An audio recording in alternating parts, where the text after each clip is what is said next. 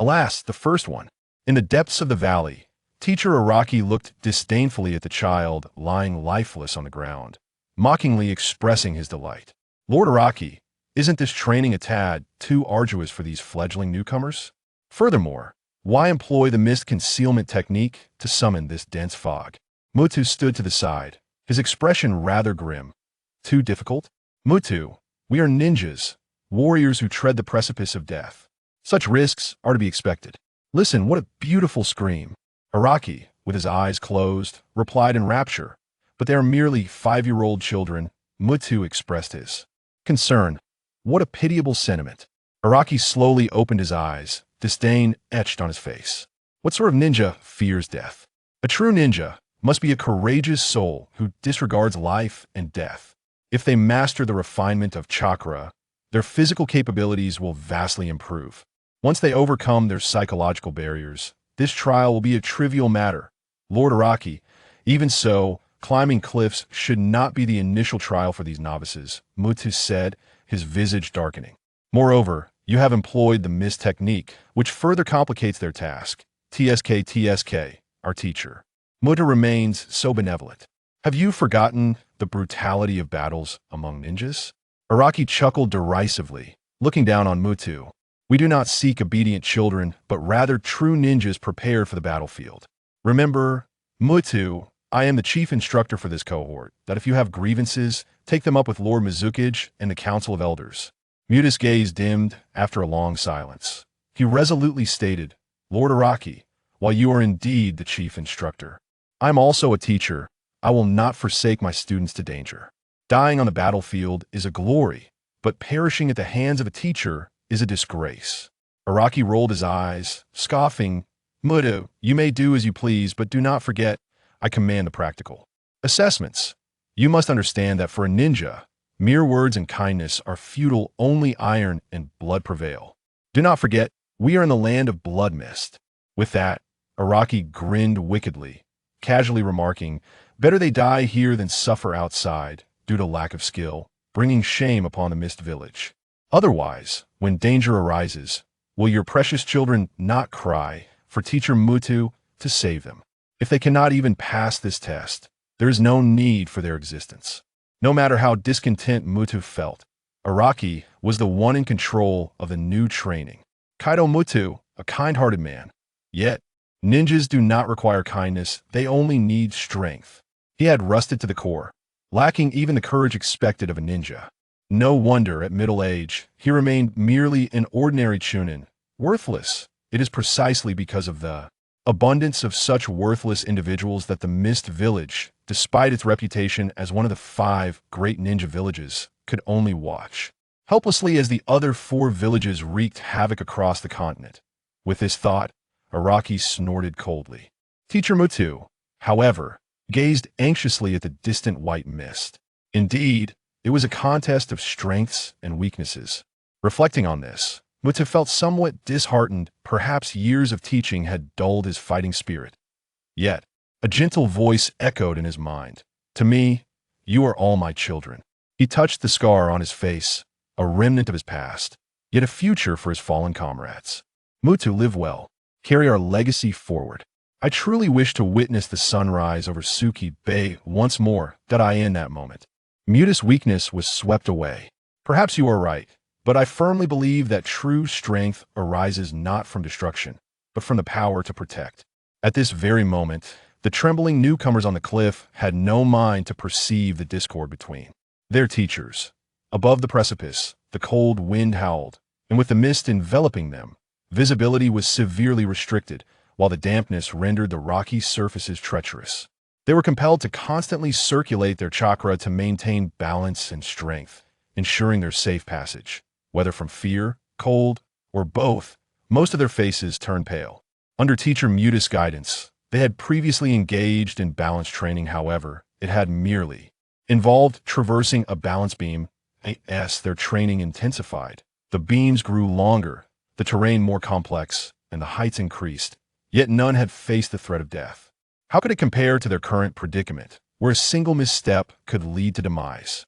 Before them lay a shroud of gray mist, and beneath them, an unfathomable abyss. This is the scent of blood. Thanks to his training in chakra cultivation and mental fortitude, Kamahara walked the cliff path as if it were firm ground. However, as he continued, a jolt of shock coursed through him. He caught a whiff of blood. Sure enough, after taking 10 more steps, he encountered a large pool of blood. What could have happened? There had been no screams. This was the heart of the Mist Village, arguably. The safest place in the land of water. It was implausible for enemies to attack. Could it be one of their own? Driven by curiosity, Kamahara quickened his pace. In the ensuing distance, he discovered 3 or 4 more bloodstains. Finally, he caught up with those ahead of him. The person in front turned back with indifference, glancing at him before continuing on. At this point, the mist had thinned considerably. After walking several dozen more steps, Kamahara spotted a child ahead, hunched over, hands on his knees, gasping for breath. Moving along this perilous path was indeed a daunting challenge for 5 or 6-year-old children, even though they had undergone preliminary ninja training.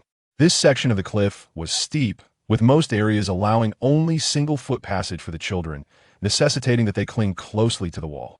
However, there were some wider sections, still permitting only one to pass, but allowing them to rest with both feet. Together, the child ahead of Kamahara moved quickly, while the one further ahead was slower, intending to take a breather to alleviate their dual fatigue of body and mind. Thus, the former naturally obstructed the latter's path. The child in front made no attempt to communicate, as if oblivious to the presence behind him, and continued forward. Upon reaching the person's back, Kamahara swiftly covered the child's mouth with his left hand, while his right hand gleamed in a flash. Blood sprayed from the child's neck, who let out a few muffled cries before plummeting off the cliff. What a clean and decisive method. Kamahara inhaled sharply, having eliminated the obstacle merely for blocking his path. Moreover, this was a narrow path on a sheer cliff. The child had acted with remarkable swiftness and without hesitation or fear, as if walking on solid ground. His killing technique was exceptionally proficient. With a heavy heart, Kamahara followed the child ahead.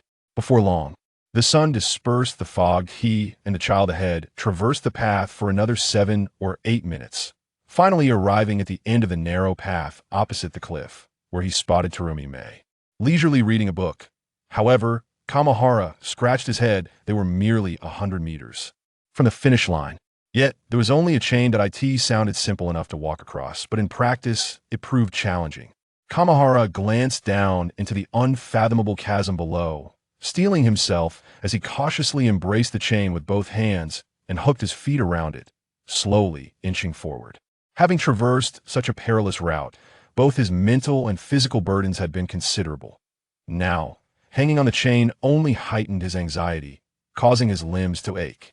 Fortunately, Kamahara's foundation was solid. Though he feigned being drenched in cold sweat and panting heavily, he felt relatively at ease as he reached the end. Meanwhile, Momochi Zabuza had already crossed with ease, as if it were a simple walk. Araki stood motionless at the finish line, a peculiar smile gracing his lips as he remarked, "An intriguing little rascal. I recall you were the 8th to depart. Yet, thus far, you were the 2nd to cross the finish line. However, most of the students ahead of you did not falter due to missteps. They met their demise at the hands of others, their carotid arteries severed. They obstructed my path," the little rascal replied coldly. "They are my foes." "Little rascal, what is your name?" Araki stepped closer, bending down, with a kunai pressed against the boy's neck, and chuckled with keen interest. "You've slain my students. How do you propose I deal with you?" "Tomochi Kichiro," he stated, his expression unchanging, unfazed. "Ninja acts solely to fulfill their missions." TSK, such a humorless little rascal, indeed quite callous. They could have been your future comrades, fellow ninjas from the same village. With their cowardice, they can only bring shame to the hidden mist village when they grow up. As teammates, they would merely be a hindrance. Tomochi Kichiro scoffed dismissively. "Is this your weapon?" "A dining knife." A dining knife abruptly appeared in Araki's hand, clearly stained with blood. "Do you fancy knives, little rascal? As a reward, I bestow this ninja blade upon you. Remember your words today. Little rascal, eliminate anyone who stands in your way." Araki sheathed the kunai and drew a ninja blade from behind his waist, plunging it into the ground. He tossed 2 scrolls to Taizong and Kamahara, contentedly stating, well, aside from the young lady, the 2 who completed the training first are Taizong and you. He lazily gestured towards Kamahara. This is your reward, the chakra refinement method of the Hidden Mist Village. The title refinement technique. Only legitimate ninjas of the village can practice it, so take care not to divulge it. Otherwise, I shall be the first to eliminate you. Today's task is concluded. Return the scrolls to me in 3 days. Muto Kichiro unsheathed the ninja blade, skillfully twirling it in satisfaction before seeking a vacant space to practice the tidal chakra refinement method. Kamahara, frowning, accepted the scroll, turning in the opposite direction. The chakra refinement technique is fundamental to the Hidden Mist Village. Its most renowned aspect is the tidal chakra refinement technique, conceived by the first generation while observing the ebb and flow of tides. Ninjas are inherently accustomed to chakra. This is both their advantage and their disadvantage. As long as they continuously train in ninjutsu, taijutsu, and jinjutsu, each individual will gradually enhance their chakra to some extent. This highlights the benefits of secret ninjutsu and bloodline limits. Those with bloodline limits are born noble, while families possessing secret ninjutsu endure through the ages. Somewhat reminiscent of a certain place. Their land is fertile, sowing seeds yields bountiful harvests, so they seldom contemplate meticulous cultivation. In contrast, the people of a particular nation endure numerous calamities, floods, droughts, and foreign invasions. Yet, it is precisely because of these challenges that this nation has persisted throughout the annals of history until now. However, there are also perceptive individuals who, through observation and understanding of nature, have gleaned superior chakra refinement methods. For instance, the earliest founders of ninja clans or the founders of the major ninja villages. Each individual's chakra possesses unique properties, leading to varied effects of chakra refinement methods. Nevertheless, the foundational chakra refinement techniques of the 5 great ninja villages remain the most formal and universally applicable methods. The tide chakra refinement technique of the Hidden Mist Village emulates the rhythmic ebb and flow of ocean tides, harnessing the explosive potential of chakra in its rise and fall. Each chakra refinement technique possesses its own unique impact on chakra utilization. Practitioners of the tide chakra refinement exhibit a particularly fierce chakra outburst. Conversely, the thunderclap chakra refinement technique from the Hidden Cloud Village boasts the purest essence of chakra, while the Starfire chakra refinement technique from the Hidden Leaf Village is characterized by its abundant chakra reserves. The Earthstone chakra refinement technique from the Hidden Stone Village produces the most resilient chakra, and the Sandstorm chakra refinement technique from the Hidden Wind Village excels in chakra refinement speed. Each technique has its advantages and disadvantages, yet they must ultimately be compatible with the ninjutsu being practiced. Therefore, while these refinement techniques are indeed precious, they are not esoteric secrets. The 5 major ninja villages' chakra refinement techniques are even available for purchase in the black market. However, without the corresponding ninjutsu from the 5 major villages, these techniques become rather insignificant. Nonetheless, acquiring a chakra refinement technique within the village demands a hefty sum of 100,000 yen, a veritable fortune for a ninja apprentice. In battles among ninjas, every second counts. A slight edge can determine life or death.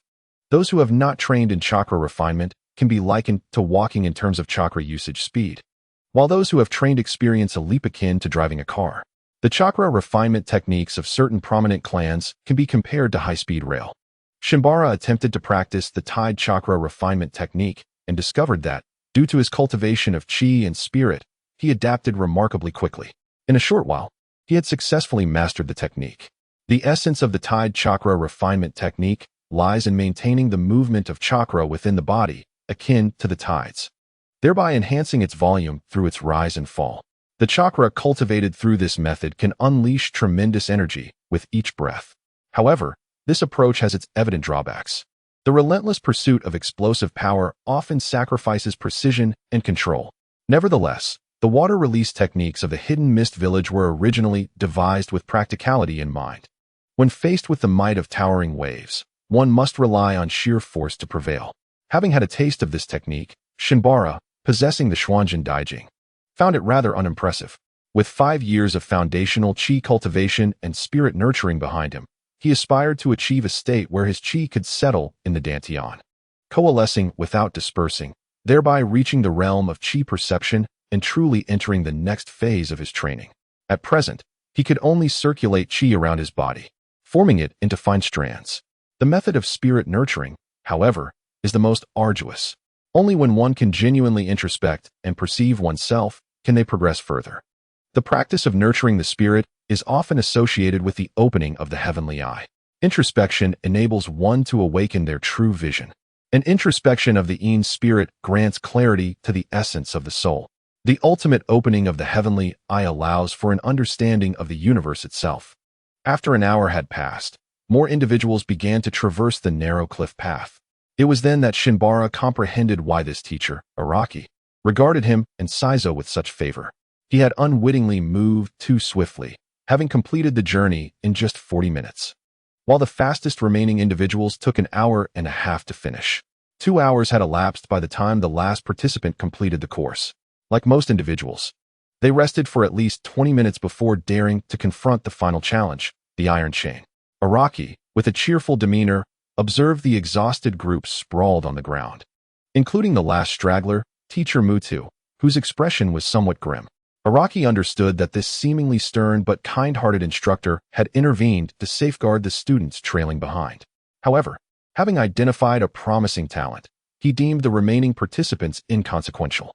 Once everyone reached the finish line, Araki announced the conclusion of the class and discreetly departed, leaving the subsequent matters to the benevolent Teacher Mutu. In this practical training of cliff climbing, only Lady Terumi Mei, Mudo-kun, and Kamahara-kun succeeded, while the others fell short of qualification. They ought to be grateful that they were not yet ninjas. For the price of failure in the ninja world is often a path to demise. May this serve as a lesson. Teacher Muda paused, surveying the varying expressions of the apprentices, and proclaimed, Terumi Mei, Mudo, and Kamahara, step forward to receive your rewards for successfully completing this assessment. Each of you will be granted the unique Tide Chakra refinement technique and the bond from the Hidden Mist Village. I hope you will continue to strive for excellence. After encouraging the group, Teacher Mutu disbanded the class, specifically retaining Kamahara and Mudo to meticulously explain the intricacies of the Tide Chakra refinement technique before presenting each with a scroll. You two have excelled in this assessment. Teacher Araki has imparted the Tide Chakra refinement technique to you. Following the curriculum, you may now embark on the teachings of the fundamental ninja technique, the body flicker technique. Here is the training scroll for the body flicker technique.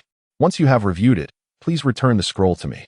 These materials must not be shared outside the ninja village without permission, or you will face unbearable consequences.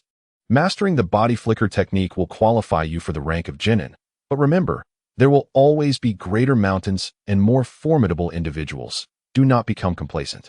Mudo glanced at Kamahara, silently accepting the scroll before turning to leave. Understood, Teacher Mutu, Kamahara replied, taking the scroll and frowning at the lean figure departing, feeling a twinge of trepidation. After all, this child was merely 5 years old and capable of killing without a flicker of hesitation. Heavens! I have a classmate who is a little monster. Nevertheless, he dismissed the thought. The world is vast, and the most pressing matter was hunger. As noon approached, his stomach growled in protest. If one does not eat with enthusiasm, their mind may falter, he muttered. Today has been exhausting. Perhaps I shall treat myself to a good meal. Life is fleeting, and enjoyment of food and drink is paramount. Although ninjas can earn money through missions, the thickness of one's wallet is still closely tied to their strength.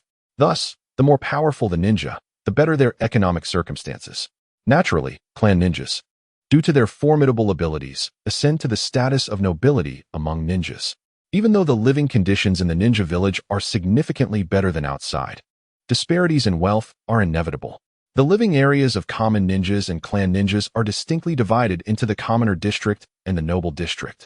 Shen Yuan meandered through the bustling streets of the commoner district, arriving at an unassuming eatery exuding warmth, simply labeled dining house on the curtain. The proprietor, Kojiro Kobayashi, is renowned throughout the area for his exceptional culinary skills. Though the menu offers only seafood rice bowls, he excels in crafting an array of varieties, depending on the fish he acquires each day. The establishment is also famous for its drinks, featuring beer, sake, and shochu, each limited to 3 servings per patron. However, Shen Yuan, who harbors no fondness for alcohol, typically orders a glass of milk. The term danburi originally described the sound of rice falling into a bowl, its literal translation signifying bowl and representing a homely meal, steaming rice topped with meticulously prepared dishes. The unique allure of danburi lies in the harmonious fusion of ingredients and sauces, creating an exquisite flavor profile. Among the various types, the parent-child danburi, beef danburi, and pork cutlet danburi are particularly celebrated. As an island nation, the land of water is abundant in seafood, making seafood rice bowls a favorite among the ninjas of Hidden Mist Village. Unlike the singular designation of parent-child or tempura danburi, seafood danburi encompasses a broad range of dishes centered around seafood as the main ingredient. Depending on the season, the seafood danburi menu may vary, allowing patrons to choose from established options or create their own combinations. Common selections include roe danburi, sea urchin paired with salmon danburi, or a delightful 4-way combination featuring sweet shrimp and tuna. Regardless of the chosen seafood medley, one constant remains: the generous portion of fresh ingredients, artfully arranged to fill the bowl. A freshly prepared seafood danburi tantalizes the palate with its delightful sweetness, merging the flavors of large fish roe and sea urchin, while also offering the pristine taste of snapper and scallops, or the innovative pairing of salmon with foie gras and avocado.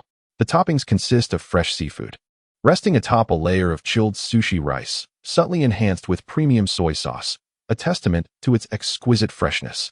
Shen Yuan skillfully pushed open the side door, the slightly worn decor radiating warmth under the soft glow of the dim lights. The modest establishment featured a square arrangement of wooden tables and benches in the center, simply adorned with clean chopsticks and condiments. At the heart of the room stood a lean man in his 50s, a cigarette dangling from his lips, a scar gracing his left eye, yet his demeanor remained amiable as he polished the utensils. "Oh, it's you, Shen Yuan. You always arrive before opening hours," he greeted, exhaling a ring of smoke. "Have you come into some money to treat yourself today?" "Good day, boss," Shen Yuan replied politely. "What seafood will we be enjoying in the danburi today? And please, a glass of milk." As his apartment lay nearby, Shen Yuan and the owner shared a neighborly rapport, allowing him to dine even before the official opening. "Today, you are in luck. We have eel danburi," the owner smiled. "Since you're training to be a ninja, why not indulge in a glass of sake instead? It's a fine quality, imported from the land of fire." "Come on, you insufferable old drunkard. Just focus on cooking. We'll talk about drinks when I'm older," Shen Yuan jested with a laugh. Alas, what an unrefined little rascal. In terms of maturity, it is the heart that truly matters. A man who dares not even sip wine, regardless of age, remains but a child. The proprietor sighed and shook his head. "I shall treat you to a drink. Will you partake?" "Umph, you old drunkard. Today, not only do I possess sufficient funds for a sumptuous meal, but I have quite a bit to spare. Therefore, I shall have a generous serving of onegi danburi." With a proud flourish, Kamahara patted the table. "And I shall treat you to a glass of milk, pure and fresh." "In that case, I shall graciously accept." The owner's lips curled into a smile, for he too fancied a glass of milk. After all, with age comes the need for additional calcium. Before long, a steaming, fragrant bowl of onegi danburi and a piping hot glass of milk, brimming with creamy aroma, were placed upon the table. "Take your time to enjoy," said the owner. "I shall tend to the backyard and prepare for the evening's business. And thank you for the milk." The grilled eel, sliced into delicate pieces, lay atop the warm rice generously drizzled with sauce, which accentuated the eel's exquisite flavor and drew out the rice's subtle fragrance. Absorbing the sauce, the rice became tender yet chewy. With a perfectly balanced sweet and savory taste, one could devour the entire bowl without the slightest twinge of guilt. With this newfound wealth, I can indulge myself for an entire month. Alas, being the early bird is not in my nature. Although the food is delectable, my life is of utmost importance. Such ostentatious displays should be avoided in the future. After a satisfying meal, Kamahara chastised himself for his behavior today, succumbing to curiosity and showing off. Though he gained the method for refining tidal chakra and it did not align with his character. He noticed several little rascals glaring at him, as if they were plotting rebellion. Regrettably, I am powerless to quell such insurrection. Yet, how could I bear to part with this exquisite meal? The Hidden Mist Village distributes rewards based on assessment rankings. If I continue to languish, I shall surely face grim days ahead. with heightened combat prowess. I might even be dispatched to the Umbu. Are there any ninjas of considerable status, yet modest fighting ability? Kamahara pondered deeply, arms crossed, eyes closed. Mrs. Nobi, you don't seem well, he remarked. I've been under the weather these past few days, just returned from the hospital. Oh, is that so? You must take good care of yourself. The weather has been rather unpredictable lately. Eureka! A medical ninja. How clever of me, Kamahara exclaimed, thumping his thigh as he overheard the conversation on the street. Thank you for your hospitality, Kobayashi. I shall take my leave. Upon returning home, Kamahara hummed a few lines from a song of his past life. A medical ninja, inherently possessing lesser combat capability, yet undoubtedly holding significant status. Such a profession, one that allows for indulgence while skillfully avoiding the rigors of battle, is simply perfect. Eagerly, Kamahara made his way to the lower courtyard library to delve into the literature concerning medical ninjas. After conveying his request to the librarian, she regarded him with a mixture of surprise and scrutiny. In a village that venerates bloodshed, seeking knowledge on medical ninjutsu is indeed a curious endeavor. Nevertheless, the diligent librarian promptly retrieved 3 or 4 volumes detailing medical ninjutsu and related reports. Once home, Kamahara meticulously examined the various materials. Although the information is merely derived from public sources and resembles a collection of news stories, it nonetheless provides a substantial understanding of the origins of medical ninjutsu, particularly when intertwined with the manga that Kamahara has previously encountered. Currently, medical ninjas remain exclusive to Konoha, as it is the only one among the 5 great ninja villages to have established a specialized and standardized medical ninja corps. After all, in the eyes of most ninjas, the chakra employed for healing and recovery possesses little offensive power, rendering it seemingly worthless. Moreover, due to the inherent high physical capabilities of ninjas, coupled with the life-and-death nature of their battles, the role of medical ninjas appears somewhat superfluous. Consequently, chakra-based healing techniques are more prevalent among the common populace, as ordinary individuals, despite having chakra, possess only a minuscule amount that does not guarantee them the superior physical condition typical of most ninjas, leading to infrequent illness. However, the prejudice against medical ninjutsu was first dismantled by the Wind Country's Sunagakure. In this desert-dominated nation, the lethal scorpion represents one of the deadliest threats. With resources exceedingly scarce, the Wind Country is unwilling to overlook any potential asset. During the Second Shinobi War, Sunagakure unveiled one of its long-concealed trump cards, Poison Ninjutsu, a technique that enhances the efficacy of toxins through chakra. This groundbreaking technique was developed by the legendary ninja known later as the Poison Master Chiyo. Thanks to chakra, the venom of scorpions, which can be fatal to ordinary humans, merely weakens a ninja for a few days if left untreated.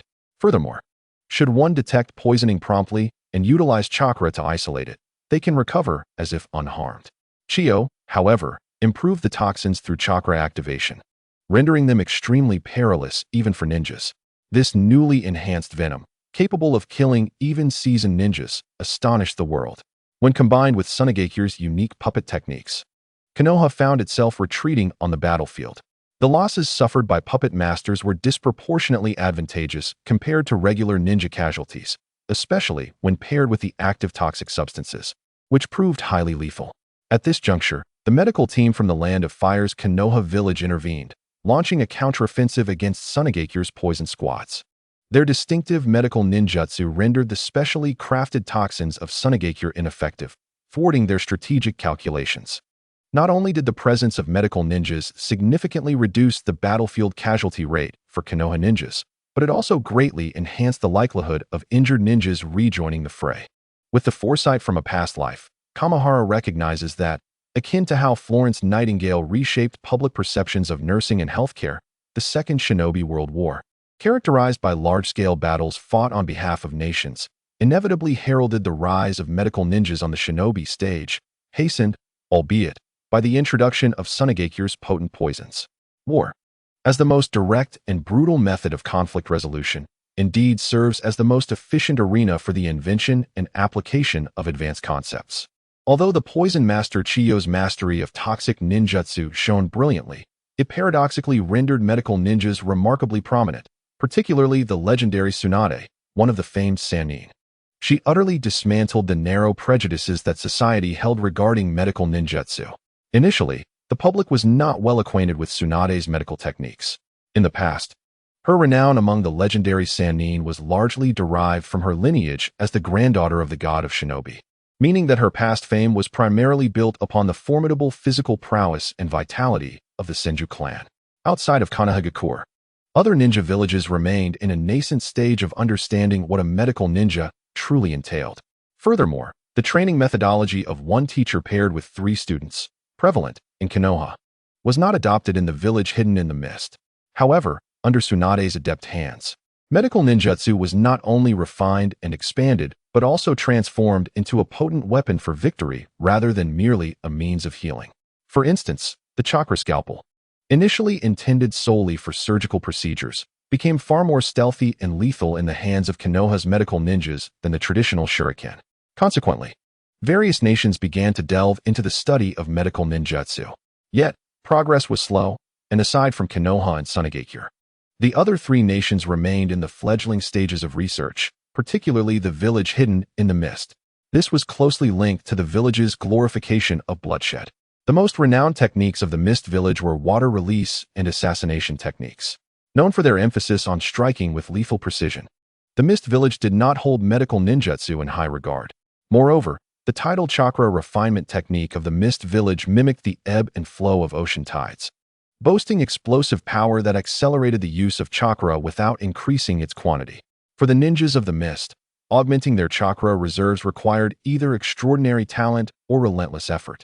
In the realm of online gaming, the classic triad of healer, tank, and damage dealer often witnesses the healer facing the most bias. After all, damage dealers provide exhilarating gameplay, and tanks exhibit formidable strength. However, when it comes to healing, the role of the support character is seen as a torment for those who thrive on combat. Oh, the top lane player must build tanky items, the mid laner needs to focus on damage, the jungler must gank, and the ADC must refine their last-hitting skills. One might despair of ever wanting to play support again. Canberra cheerfully reminisced about his past gaming experiences. When ninjas engage in ninjutsu, jinjutsu, taijutsu, and related training, their physical and mental energies undergo certain enhancements, thereby increasing the quantity of chakra and improving its quality. History recounts instances where ninjas experienced a significant boost in physical prowess after consuming rare treasures or underwent profound mental shifts that affected their chakra. It can be said that ninjas are inherently accustomed to chakra. However, possessing chakra does not automatically designate one as a ninja. When chakra becomes habitual within the meridians, it is exercised with every breath and step. Thus, ninjas are more inclined to travel on foot, ensuring they can continually train their chakra. Naturally, this training is limited by individual physical condition and mental strength, necessitating moderation. This constitutes both an advantage and a disadvantage for ninjas. As long as a ninja persistently practices ninjutsu, physical techniques, and illusion arts, each individual will inevitably, to some extent, augment their chakra. Thus, ninjutsu becomes an esoteric secret among ninjas. When the quality and quantity of chakra reach a certain threshold, a ninja can commence the training of advanced ninjutsu, thereby furthering their chakra cultivation. This emphasizes the advantages of secret ninjutsu and bloodline limits. Those possessing bloodline limits are inherently noble, while clans endowed with secret ninjutsu endure through the ages. Chakra is the foundation of a ninja's being.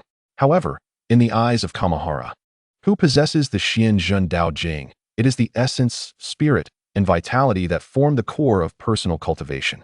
Kamahara shook his head, pondering, now is not the time for nostalgia.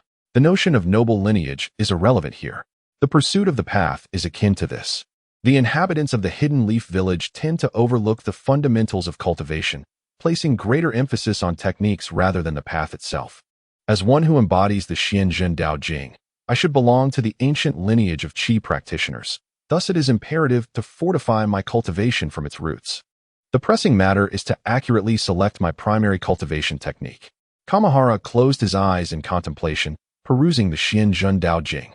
Just moments ago, while he was familiarizing himself with the Tide Chakra refinement technique, a sudden inspiration struck him.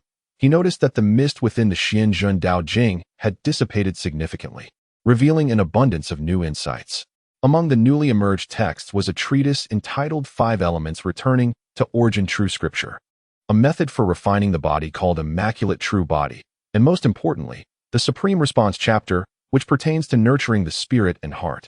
Kamahara had immersed himself deeply in the path of qi cultivation. Thus, he first examined this qi refinement technique. This method begins with the 5 elemental energies, culminating in the creation of the primordial true qi, thereby harmonizing yin and yang and pursuing the supreme path.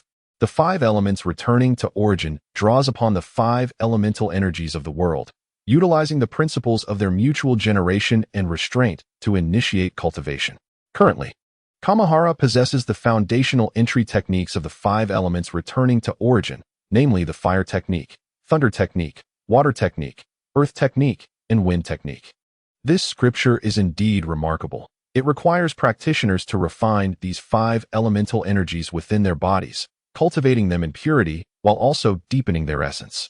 Consequently, there are 2 methods of practice. The first is to cultivate the 5 elements in a harmonious manner, allowing them to generate one another within the body, achieving balance and continuous growth, and then employing the principle of restraint to disrupt this cycle, refining the primordial true essence. The second method is to cultivate the 5 elements in reverse order. One begins with a single element, then proceeds in the sequence of mutual restraint, achieving purity, and finally interrupts this sequence with mutual generation, refining the primordial true essence. The interplay between these 2 methods harmonizes yin and yang, allowing the 5 elements to return to unity. However, such cultivation requires multiple iterations of both methods, with the difficulty escalating exponentially. Since I am in the Hidden Mist Village, it would be prudent to practice the water technique. This water technique, belonging to the Taoist water control methodology, when mastered to its zenith, enables one to command the flow of water at will, manipulating snow, mist, frost, clouds, and rain with effortless grace, akin to the black water true method within the immortal gourd.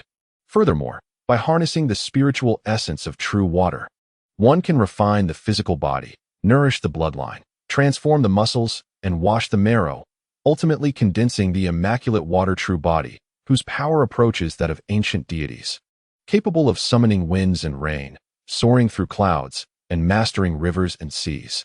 Additionally, the nourishing properties of spiritual water yield restorative effects, enhancing the efficacy of qi therapy when used in conjunction. Having established the principles of his future cultivation, Shenzhen focused his mind and immersed himself in the practice of Xian Shui Gong. This discipline revolves around the 12 primary meridians and the 8 extraordinary vessels, nurturing a strand of spiritual energy imbued with the essence of true water within the dantian, circulating continuously through the body's meridians and opening its myriad acupoints. In this world, individuals are inherently endowed with chakra, though the quantity may vary. Some manifest it overtly, while others conceal it. The essence of this practice lies in the interplay between the physical energy of chakra and the natural energy. Without spiritual energy to guide it, one is prone to losing control and succumbing to madness. However, having practiced the art of cultivating the spirit since birth, Shenzhen found the first layer of Xian Shui Gong to unfold effortlessly. In an instant, he felt as though the veins within his body transformed into the mighty Yangtze River. His heart became a vast and tranquil lake, and his dantian expanded into an immense ocean, with qi and blood surging ceaselessly within him. Yet, this sensation was fleeting. Soon after, he felt a profound stillness within, as if ensnared in a quagmire, unable to move an inch. These 2 contrasting sensations, both seemingly real and illusory, clouded his mind. Nevertheless, Shenzhen remained undeterred, resolutely channeling his focus into the practice of Xian Shui Gong, repeatedly guiding the flow of qi and blood through his body with his spiritual awareness. He engaged in this practice throughout the afternoon. When he finally opened his eyes, he felt invigorated, his spirit brimming with vitality. Secretly refining his chakra, he realized that it had indeed increased in both quantity and purity compared to before his training, flowing with greater ease and satisfaction. This sensation was truly refreshing, Shenzhen mused contentedly. This energy, by my conjecture, must be a diminished version of the celestial chakra. Alas, I am still unaware of the true nature of celestial chakra. As a reward for his cultivation efforts, Shenzhen made an exception and treated himself to a generous bowl of seafood donburi at the dining house, indulging his inner self. Dining lavishly does come at a cost. He lamented as he paid for his meal, his left hand joyfully caressing his round belly, while his right hand sorrowfully touched his deflated wallet. Having chosen a path in Qi cultivation, he began to explore the direction of martial arts. Practicing martial arts, refining Qi, and nurturing the spirit correspond to the three vital aspects of essence, Qi and spirit, each indispensable and none to be neglected. Ultimately, martial practice and Qi refinement are two sides of the same coin. Just as celestial chakra enhances the potency of ninjutsu, it also significantly improves the physical prowess of the ninja. This is easily understood. There is no concept of a primordial spirit among ninjas without robust physical capabilities. One would likely be consumed by the elemental forces while attempting to wield ninjutsu. The celestial wind body technique is regarded as the supreme method of body cultivation within the Taoist tradition, standing alongside the indestructible Vajra skill of Buddhism and the immortal body technique of the demonic sect in renown. As Shinjin sifted through various martial arts techniques, he couldn't help but admire the prowess of the esteemed fourth Hokage and his son. In the realm of martial arts, the pinnacle undoubtedly belongs to the fourth Hokage, whose kick nearly brought about a climactic conclusion, truly deserving of the title Hokage. Speaking of which, his father, under the guise of a mere genin, managed to dismantle the 7 ninjas of the mist with remarkable ease. Yet, the 7 swordsmen remain unscathed for now. One wonders when the tide will turn. Should I, in a moment of despair, reveal to them that on a fateful day, they would be bested by a lowly genin, the father of Naruto, in a 7-on-1 encounter, resulting in the loss of 4? Would they even believe it? Let it be, as I am not well acquainted with them. However, the martial prowess of this father and son duo is founded upon an extensive regimen of strenuous training, further enhanced by the stimulation of the 8 gates technique, which can be regarded as the quintessential form of physical training. In the realm of Naruto, the essence of training often revolves around a somewhat haphazard reliance on talent. The cultivation of martial arts emphasizes robust vitality, while the practice of energy cultivation necessitates an ample supply of spiritual energy. One embodies stillness, the other, motion. Should one prioritize physical techniques, the convergence of vitality may hinder the efficacy of spellcasting.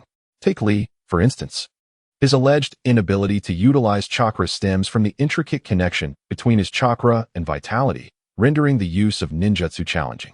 Conversely, if one focuses predominantly on energy cultivation, there tends to be a neglect of martial practice. After all, stagnation of spiritual energy complicates the advancement of techniques considerably. Human strength is finite, and life is inherently limited. For practitioners of energy cultivation, martial arts serve primarily to enhance physical well-being, as spiritual energy nourishes and continuously improves one's physical constitution.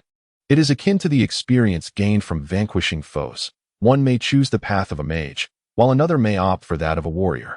Yet, upon reaching a certain level, the distinction between warriors and mages diminishes. The fundamental dilemma faced by mortals in their cultivation lies in the absence of a refined method for nurturing the spirit. By focusing on spirit cultivation, one can naturally delineate the powers of the mind from those of the body. Thus, in the grand schema of cultivation, nurturing the spirit holds paramount importance. I once speculated that essence corresponds to bodily energy. Qi represents the transformation of natural energy within the body, and spirit denotes mental energy. It now appears that this conjecture is overwhelmingly accurate. Yet, the methodology of ninja training is glaringly antiquated. They adhere to the rudimentary approach of sheer volume in their training, lacking systematic study, and rely heavily on the advantages conferred by bloodline powers and unique techniques.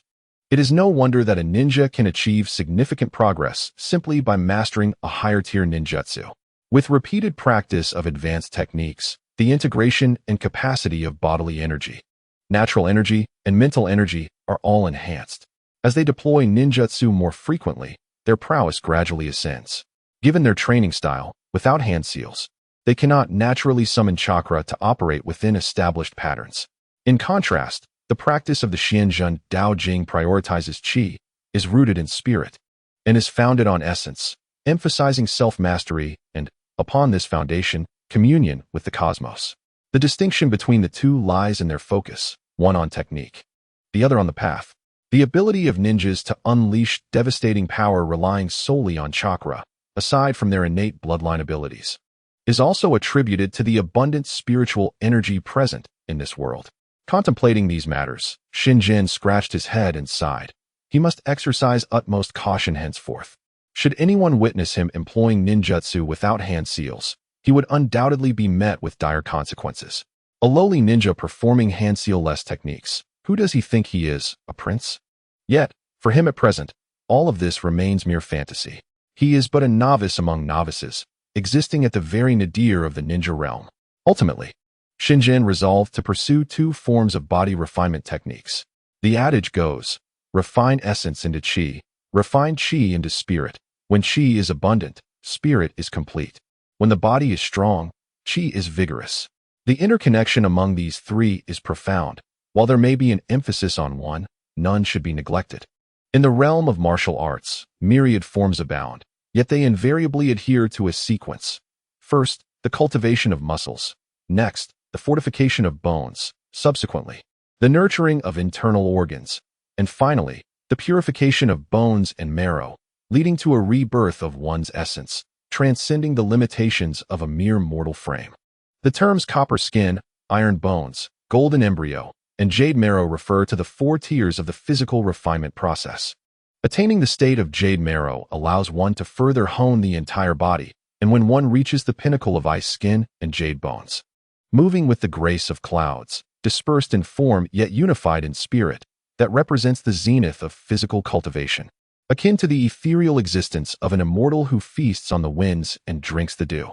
This method of physical refinement is not merely a matter of meditation and energy cultivation. It necessitates corresponding external techniques. Among these, Xin Yuan has selected several external martial arts that appeal to him, notably mountain moving strength and iron bone technique, which draw upon the ethereal grace of immortals while employing robust external practices to refine the physical form. Mountain moving strength is divided into 9 levels, ideal for muscle cultivation, significantly enhancing one's physical prowess and blood vitality, ultimately enabling feats of strength capable of moving mountains and filling seas, embodying the might of a sovereign unbound by heaven or earth. Conversely, the iron bone technique, comprising 206 methods, rigorously trains the body's 206 bones, representing one of the most comprehensive systems for bone refinement. Each bone must be tempered to become as hard as granite and as resilient as steel, only to be harmonized with the dual forces of yin and yang, rendering them as light as a feather and seemingly devoid of solidity upon mastery. These two arts fortify one's vitality and physical strength, laying a solid foundation for the practice of ethereal techniques that yield extraordinary results. Once a certain level of mastery is achieved, one can effortlessly ride the winds and clouds, living in serene freedom. Xin Yuan, possessing remarkable aptitude for the esoteric techniques contained within ancient texts, seems to immerse himself in these teachings as if he has dwelled in this path for a century or more. Conversely, those concepts that elude him remain shrouded in a veil of mist, significantly aiding his decisions regarding his future path in cultivation. He intends to allocate his time among martial training, energy cultivation, and spirit nurturing in a ratio of 3 to 3 to 4, solidifying the foundation for his future endeavors. This, indeed, is his greatest asset in the world of Naruto. After establishing the paths of energy cultivation and martial practice, Xin Yuan commenced his study of the spirit nurturing technique, intentionally placed at the end of his exploration. What, then, is spirit nurturing? Initially, he perceived it as the spirit within the triad of essence, energy, and spirit, as well as the mental energy required for chakra. This understanding, while seemingly accurate, evolved as his cultivation advanced, and the section on spirit nurturing within the Xianzhen Dao Sutra gradually expanded. Xin Yuan came to realize that a simplistic interpretation of the spirit as merely mental energy was both naive and superficial. The spirit within essence, energy, and spirit represents the soul and transcendent powers. A robust soul naturally fosters potent mental energy. However, the soul encompasses more than just mental energy. The so-called 2 souls of heaven and earth persist externally, with only the soul of fate residing within. To attain transcendence, one must discern the interplay of water and fire, revealing the 3 souls and 7 spirits within oneself. The 3 souls and 7 spirits can be referred to as the Yin spirit. Above the Yin spirit lies the Yang spirit, and above the Yang spirit resides the primordial spirit. In more accessible terms, the spirit can be crudely likened to a bandwidth. The energies of the cosmos are boundless and diverse, reflecting the indifference of the universe, which regards all beings as mere fodder. Spirit nurturing is the process of aligning one's own channel with the energies of heaven and earth, thereby harnessing these cosmic forces for personal use. Hence, the notion of the spirit as a bridge connecting heaven and earth emerges. In the realm of cultivation, the practitioner of the Yin spirit refines their inner essence. Opening the spiritual eye, the earth immortal cultivates the Yang spirit, awakening the earthly eye, while the celestial immortal nurtures the primordial spirit, unlocking the heavenly eye. The soul embodies the Yin, while the corporeal essence represents the Yang. Thus, the art of nurturing the spirit commences with the corporeal essence, achieving a state akin to false death. When the corporeal essence disperses, the soul takes flight. In that fleeting moment, through immense willpower, one ignites the soul's flame, thereby solidifying the corporeal essence, ensuring the soul's flight does not equate to death. This phenomenon is known as the emergence of the Yin spirit from the corporeal form. When the Yin spirit departs, it nourishes and attracts the earthly souls through the essence of terrestrial energy, a process termed as condensing the evil essence. Upon its formation, it is refined with the celestial energies, a practice known as refining the heavenly essence, which calls forth the celestial souls, leading to the union of soul and corporeal essence, culminating in the creation of the golden elixir, referred to as the primordial spirit. The saying one origin gives rise to myriad manifestations holds true when the three souls converge. One can sever the three corpses, achieving the state of the indestructible golden immortal, transcending death itself. Thus, the 7 visualization diagrams previously cultivated by the practitioner serve as the 7 stars visualization method, precisely aimed at refining the corporeal essence. After 5 years of diligent practice, the 7 stars visualization has become second nature, and the first corporeal essence has naturally manifested. When the 7 corporeal essences unite, a secure place must be sought to disperse them, simulating a state of death for the sake of rebirth. In the Middle Ages, there existed a technique involving the lighting of the 7 stars lantern to prolong life, alongside the practice of summoning the corporeal essence from the realm of shadows, achieved by drawing the soul to attract the essence, representing a method of reverse utilization. The process of dispersing the corporeal essence and simulating death to attain rebirth is referred to by practitioners as the mystical threshold of life and death. A moment's inattention could lead to demise and the cessation of the path. Thus, these practitioners undertake numerous preparatory measures. For instance, one may ignite the incense of concentration to aid in the manifestation of the Yin spirit. Additionally, protective formations can be established to safeguard the soul from scattering. The 7 corporeal essences are also among the first 7 gates of the 8 gates of escape. The corporeal essence governs the physical body. In the realm of martial arts, one may harness the 8 gates to acquire unparalleled physical prowess, though ultimately, all must confront the threshold of mortality. The incense of concentration. How ironic, thought the practitioner. For this is the world of the hidden leaf village, where such incense is non-existent. It appears I must create it myself. As for the protective formations, it seems I must take matters into my own hands, ensuring my provisions are sufficient. Fortunately, I have only manifested a single corporeal essence, and the matters concerning the mystical classic of true reality have been resolved. The practitioner picked up the scroll of the 3 bodies technique gifted by Master Mutu. The contents of the scroll were rather straightforward, primarily detailing the hand seals and essential considerations for training. The 3 bodies technique, renowned in the ninja world as an introductory foundational ninjutsu, has been designated as a D rank, declaring its inferior status among the 3 techniques. These include the shadow clone technique, the substitution technique, and the transformation technique. Yet, the essence of the 3 bodies technique remains unchanged. It serves as the foundation for all complex ninjutsu, a testament to the fundamental capabilities it represents. The shadow clone technique assesses the volume of chakra, while the substitution technique evaluates the speed of chakra, and the transformation technique measures the quality of chakra. The shadow clone technique involves simulating a duplicate that mirrors the original. Building upon this foundation, there exists the yang release shadow clone technique from the hidden leaf and the water clone technique from the hidden mist, representing the spiritual release. Undoubtedly, the underpinning of the shadow clone technique is the quantity of chakra. Is this where it concludes? What are these yang release and spiritual release techniques? Blasted. Either write comprehensively or refrain from writing at all. Such abrupt interruptions are hardly entertaining. The practitioner muttered a few words of critique regarding those who are prone to abrupt omissions in their narratives, before continuing to read. The transformation technique allows one to alter their appearance or that of certain objects into entirely different forms. The essence of the transformation technique lies in the mastery of chakra manipulation, which pertains to the quality of chakra itself. The more adept one becomes at controlling chakra, the purer its essence. Those who struggle to wield chakra effectively will find it challenging to proficiently execute transformation techniques. The substitution technique, on the other hand, tests the precision of chakra. As a fundamental skill for ninjas to evade harm, its principle revolves around instantaneous body replacement. The substitution technique allows one to swiftly exchange places with a living or inanimate object to evade an attack. Like other advanced techniques, it is executed in an instant and is among the foundational arts for ninjas, proving to be remarkably effective in both flight and combat, while also being relatively easy to learn, making it a practical ninjutsu.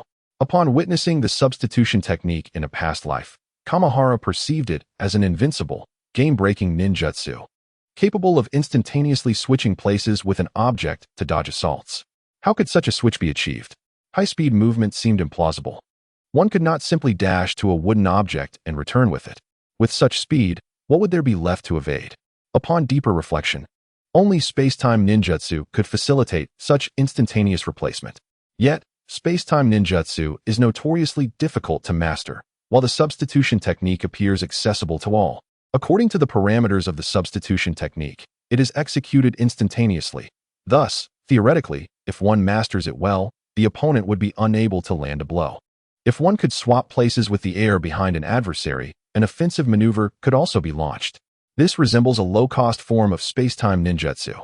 Consider the grand nature of space-time ninjutsu, wherein the practitioner can traverse freely between the realms of reality and alternate dimensions.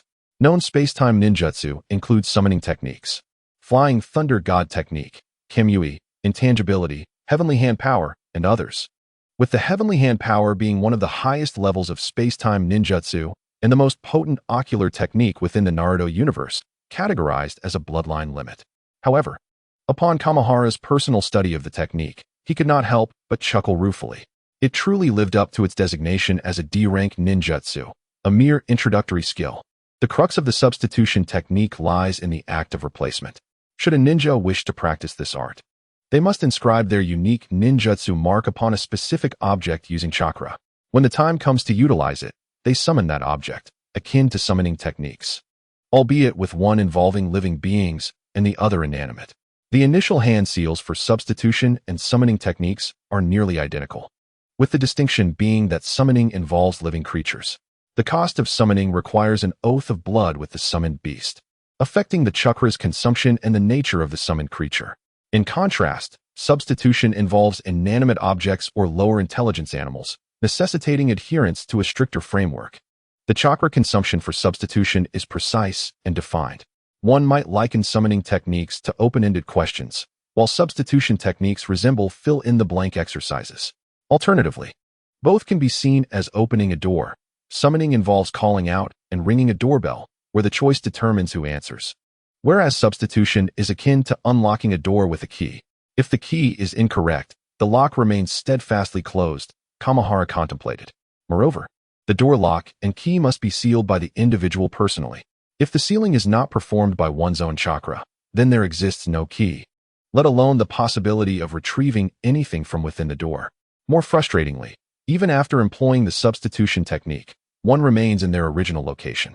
The illusion of invincibility bestowed by the substitution technique arises from the fact that its practitioners in the original narrative are not mere nobodies. Is it conceivable that their application of ninjutsu based on the substitution technique could be likened to the simplistic use of basic ninjutsu by lesser ninjas? Taking Kakashi's inaugural use of the substitution technique as an example, he utilized it as the core while simultaneously employing techniques such as the shadow clone technique, transformation technique, and advanced taijutsu. Within the triad of techniques, the substitution technique is naturally categorized as a basic ninjutsu. By forming hand seals and relocating a pre-prepared object to substitute for an impending attack, one achieves the desired effect. Of course, if someone possesses the body flicker technique, there would be no need to resort to this rudimentary substitution technique. However, that is a technique of exceedingly high caliber. The classification of ninjutsu is delineated from S rank, A rank, to D rank. Generally, for the sake of simplicity, the entry-level ninjutsu utilized by genin is referred to as beginner ninjutsu or lower-level ninjutsu, while the ninjutsu common among chunin is termed intermediate ninjutsu, and that employed by jounin is classified as advanced ninjutsu, although classified as a basic entry-level ninjutsu. And despite the advantages of a golden finger, it still took Shinbara an entire week to master it. Oh dear, this traveler should be struck down.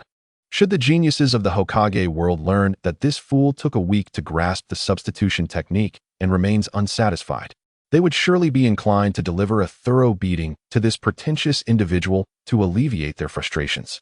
During this week, Shinbara continued attending classes in the lower academy. However, due to his outstanding performance in the previous assessment, he was compelled to vacate his long-cherished seat by the window, relocating to the front row designated for exceptional students, sharing a row with the likes of Taizong Momochi and Mei Terumi. Furthermore, Shinbara and Taizong's treatment in the cafeteria transitioned from communal meals to individual dishes. Initially, Lady Terumi felt a tinge of joy about this change. Yet, it wasn't long before she realized that Taizong wore an ever-present expression of indifference, while Shinbara appeared lost in thought. Consequently, Lady Terumi grew increasingly disheartened and somewhat irked by her classmates' lack of ambition. As the less intimidating of the trio, Shinbara felt a prickle of discomfort on his back each day during class. Taizong's reputation as a cold-blooded killer had already become notorious within the school, leaving most students intimidated in his presence. However, despite being ranked third, Shinbara found himself amidst a wave of motivation spurred by both the specter of death and the noble lady, as classmates pursued progress daily with the guidance of teacher Araki. Practicing climbing on craggy cliffs, he had long since looked down upon this often distracted simpleton. Alas, the price of modesty is discrimination. Those annoying little brats. Once again, during mealtime in the cafeteria, Shinbara felt the weight of the collective gaze upon him as he forcefully swallowed the specially concocted medicinal dish. The vibrant colors emanated an enticing aroma, yet upon tasting it, his palate craved a serving of fried chicken, barbecue, or spicy hot pot. However, if he were in their shoes, he too would be unwilling to concede. Though this medicinal cuisine remains inescapably reminiscent of the meals served in a school cafeteria, it is undeniably infused with herbs beneficial to both body and spirit. Perhaps I should boldly embrace this situation, aiming for the status of an exemplary student, for I possess the confidence to do so. After all, I am a prodigy adept in the art of the three bodies, far superior to my less capable peers. Yet, upon reflection, it is crucial to remember that even the most innocent of individuals may attract envy by merely possessing something of value. While a mediocre conclusion may render one a mere pawn, with my true abilities, I can navigate such a fate with ease. It merely serves as a test of my acting prowess. However, the thought of becoming an elite ninja weighs heavily on my mind. Alas, my dear Ningji, your spirit shall not find rest. Considering that every morsel of this medicinal fare I consume now may equate to blood spilled in the future, I have resolved to embrace the life of a low-profile individual, akin to a salted fish, preferably preserved with industrial salt, thus alleviating the fear of being devoured by others. Moreover, I aspire to master the art of alchemical refinement in the future. Let us forego these rudimentary concoctions, hastily prepared with chakra stimulation, as their flavors leave much to be desired. After a month of study, the ninja apprentices have grown accustomed to gradually transforming their bodies through chakra. During last month's perilous cliff-climbing endeavor, the fear of death heightened their adaptability to chakra, allowing them to incorporate its use into their daily lives effortlessly.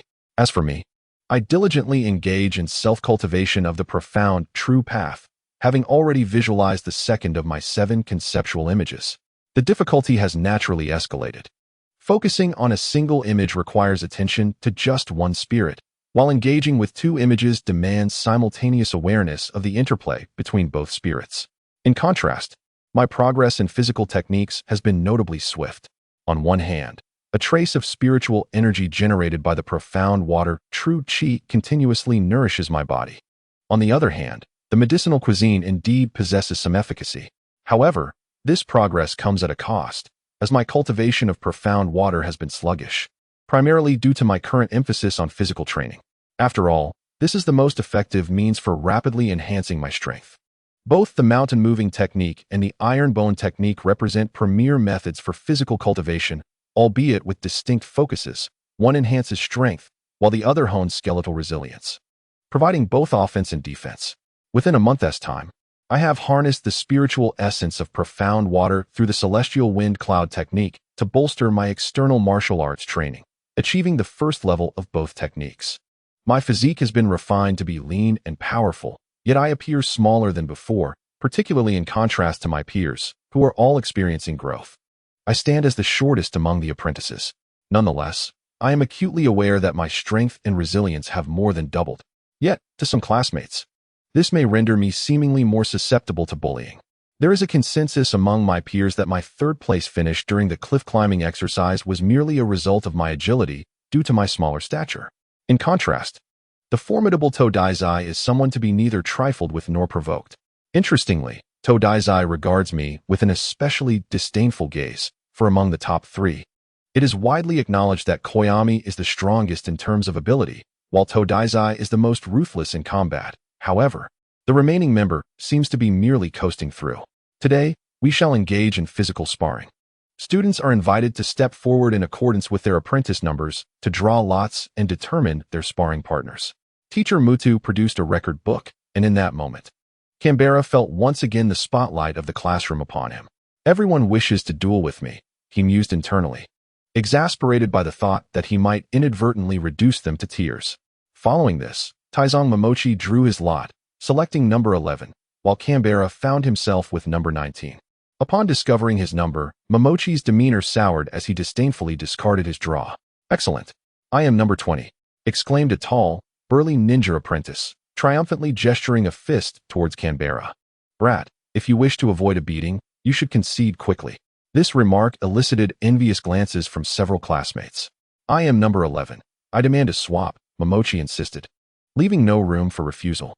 All right, the tall student stammered, beads of sweat forming on his brow. "I concede," Canberra declared promptly, raising his hand in surrender. "You," Momochi seethed, eyes blazing with anger. "To yield without a fight is a disgrace. Individuals like you are unworthy of being a ninja." Canberra, with a languid glance, replied, "Why should I fight if I cannot win? A ninja must employ strategy and assess the situation, do you understand? You cannot change your number. The outcome shall be determined by me. I have not declared the match over," Teacher Mutu interjected, clapping his hands to regain order. "The sparring shall proceed in the order of your draws." Fuming, Momochi glared at Canberra before returning to his seat. "Humph, you truly possess self-awareness, kid. Do not worry. Unlike classmate Momochi, I shall merely deliver a few light punches," the towering student boasted with a menacing grin. "Fool," Canberra muttered, opting for silence as he returned to his seat, which led many to believe he was intimidated. The one-on-one practice commenced, and as anticipated, Momochi swiftly dispatched his opponent. Had Teacher Mutu not intervened, it was likely that Momochi would have snapped his opponent's neck. A defeated warrior, hardly a challenge. Momochi contemptuously expressed his disdain for his fallen rival. It was now Canberra's turn. The two opponents positioned themselves at opposite ends of the practice area. The tall student cracked his neck and, with a cruel smile, proclaimed, "I am Ikaru Okuchi. Just let me land a punch and fall down and surrender." "Oh," Canberra replied, his expression vacant as he gazed with a deadpan look. "Begin," commanded Teacher Mutu. In an instant, Okuchi lunged forward, closing the distance with several strides. Raising his fist high to deliver a crushing blow to Canberra's face, who stood a head shorter. "Is he frozen in fear, not even moving?" murmured the onlookers. Encountering the notorious Black Bear Okuchi, his luck seemed marginally better than facing Momochi. Okuchi had already learned to imbue his punches with chakra. This time, however, fortune would not favor Canberra. He was destined to be thoroughly thrashed by Okuchi. Yet, with a resounding thud, Okuchi felt as though he had struck an iron plate, an overwhelming pain causing cold sweat to bead on his forehead. Shin Yuan found himself unceremoniously seated on the ground after receiving a forceful blow. Surprisingly, he felt little pain. His mastery of iron bone technique rendered him impervious to ordinary strength, and aided by the effects of the celestial wind cloud body technique, he diminished the chakra impact accompanying the punch. Perhaps I should lie down and feign injury, he mused as he stood, dusting off his trousers. Casting a puzzled glance at his classmate in underwear. Truly impressive, Black Bear, what powerful fists you possess. Someone exclaimed. Why did it sound like a gunshot? Another wondered aloud. Perplexed. Typically, a punch doesn't resonate that forcefully, came an explanation from the uninformed. It is said that excessive force can create a sonic boom. They added, attempting to sound knowledgeable. Such a formidable display of martial prowess, if unrestrained, would surely overwhelm a mere bean sprout. Clearly, Day intended merely to intimidate, otherwise, the bean sprout would not be able to stand. Wow, Black Bear Day, you are indeed formidable, exclaimed a nearby observer, eyes sparkling with admiration. Sonic boom punch. Am I truly that impressive? Yet, cursedly, his hand throbbed with pain. The classmate in underwear, grimacing, bellowed, Bean Sprout, now you recognize my might, don't you? Huh, are you frightened? Surrender quickly. A pained groan escaped him. Never mind, I shall test him with a fraction of my strength, Shin Yuan thought. His eyes drooping as he approached and lightly struck Day's abdomen. Instantly, Day's expression shifted dramatically, alternating between shades of blue and red, his eyes widening in fury. His anger palpable as he inhaled sharply. My heavens, he dares strike Black Bear Day again. Someone gasped. Look at Black Bear Day's face. It's utterly ghastly. If I were him, I would be enraged by such an affront. Another remarked with a shrug of resignation. Alas, the bean sprout is doomed, a classmate lamented. Shaking their head. Why not strike me once more? Shin Yuan suggested earnestly. You have provoked my wrath, Day replied, launching a fierce assault. His fists barreling towards Shin Yuan's chest, sending him flying. Ha ha ha, are you frightened now? Day, with tears of pain welling in his eyes, stared at his reddened fists, swallowing his anguish. Look at Black Bear Day's fists. An onlooker exclaimed. Such power and the aura of sweat rising. This is the manifestation of a red punch. What does that mean? Someone inquired. Consider winter, our faces flush, signifying the rise of vitality. To exert strength, we must draw from the surging blood. But now it is summer, and Black Bear's fists are this red, indicating the immense force he has exerted. Indeed, look, the bean sprout has coughed up blood. Another noted. Having retracted the celestial wind cloud body technique and relying solely on iron bone technique, he was truly sent flying. Shin Yuan wiped the crimson liquid from the corner of his mouth. The tomato juice I drank this morning has resurfaced. Damn it, why target the stomach? It seemed that the iron body technique could withstand physical attacks, but when infused with chakra, one must rely on the celestial wind cloud body technique to mitigate chakra damage. With a scowl, Shin Yuan rose, brushing off the dust from his clothing. Now it's my turn to strike you. Hey, this isn't a turn-based game. We should be engaged in real-time action. If Day were a gaming enthusiast, he would surely make such a quip. However, he certainly did not express his grievances in such a manner, yet he was equally filled with indignation. Nevertheless, the pain in his hands somehow compelled him to nod. Thus, yet another ordinary punch was thrown. In an instant, he felt as though his internal organs were in turmoil. Alas, he truly embodies the spirit of a warrior. He refused to take advantage of his opponent, adhering entirely to the codes of honor established during the Warring States period.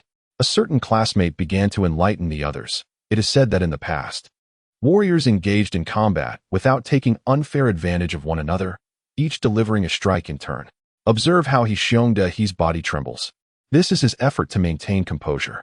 Shin Yuan, it seems that he is trembling with anger, one remarked. Hey, hurry up and compete. Don't waste time. Shin Yuan shot a glare at He, who still had experiments to conduct. Use your strongest technique. Upon hearing this, He sprang into action, his left leg bending forward while his right leg subtly shifted back. He then propelled himself, kicking out his right leg like a spring, aimed directly at Shin Yuan. However, Shin Yuan took a horse stance, raising his left arm to prepare for a block, intending to assess the effectiveness of his chakra combined with the iron bone technique. Unexpectedly, the kick lacked strength. The two remained frozen in their poses, as if time itself had ceased. What was happening? The onlookers gazed expectantly at the classmate who had been providing explanations. Scratching his head, the classmate suddenly exclaimed, I understand. The hands are for forming seals. Ninjas primarily employ leg techniques for physical combat. There's a saying in taijutsu, the hands are two doors. All depends on the legs to strike. He is merely giving Shun Yuan the opportunity to concede gracefully. With the match concluded, Shun Yuan emerged victorious. Teacher Wu Tong, unable to bear the sight, intervened, calling an end to the contest. He glanced at the astonished apprentice and inquired, Do you have any objections? None at all. I concede defeat. He sighed in relief, hastily retracting his legs in acknowledgement of his loss.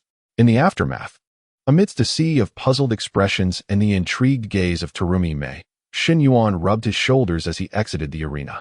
He had anticipated some form of ceremonial sign for combat or a peace symbol, yet the battles of the Hidden Mist Village were starkly straightforward, concluding with remarkable efficiency. Only later did he learn that such ceremonial seals were a tradition of the Leaf Village, while other ninja villages each maintained their own customs. However, in terms of combat, the ninjas of the Hidden Mist Village exhibited no semblance of courtesy. To them, there existed merely the distinctions of victory and defeat, life and death. Over the ensuing month, a combat class was held daily.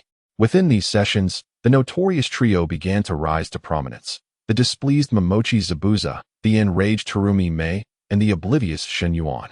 Among them, Zabuza carried the ninja blade gifted by Teacher Araki, though its use had been expressly prohibited by Teacher Wu Tong. Nevertheless, Zabuza managed to create chaos among his opponents wielding only a wooden sword. This individual has always favored beheading, and even when wielding a wooden sword, striking at the neck inflicts considerable pain.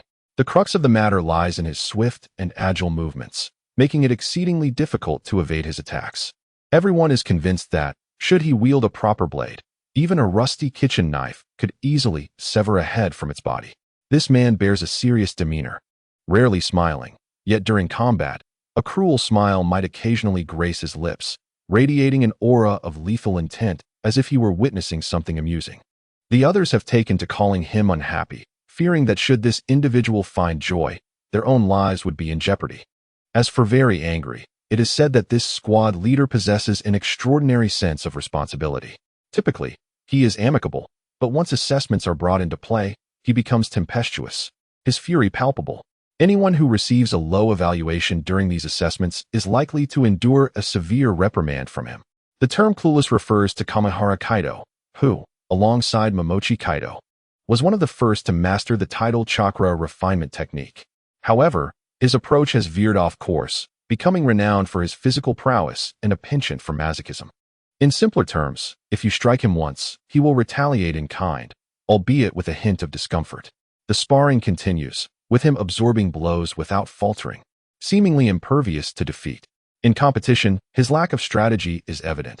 He disregards tactics entirely, responding to each blow with a kick of his own.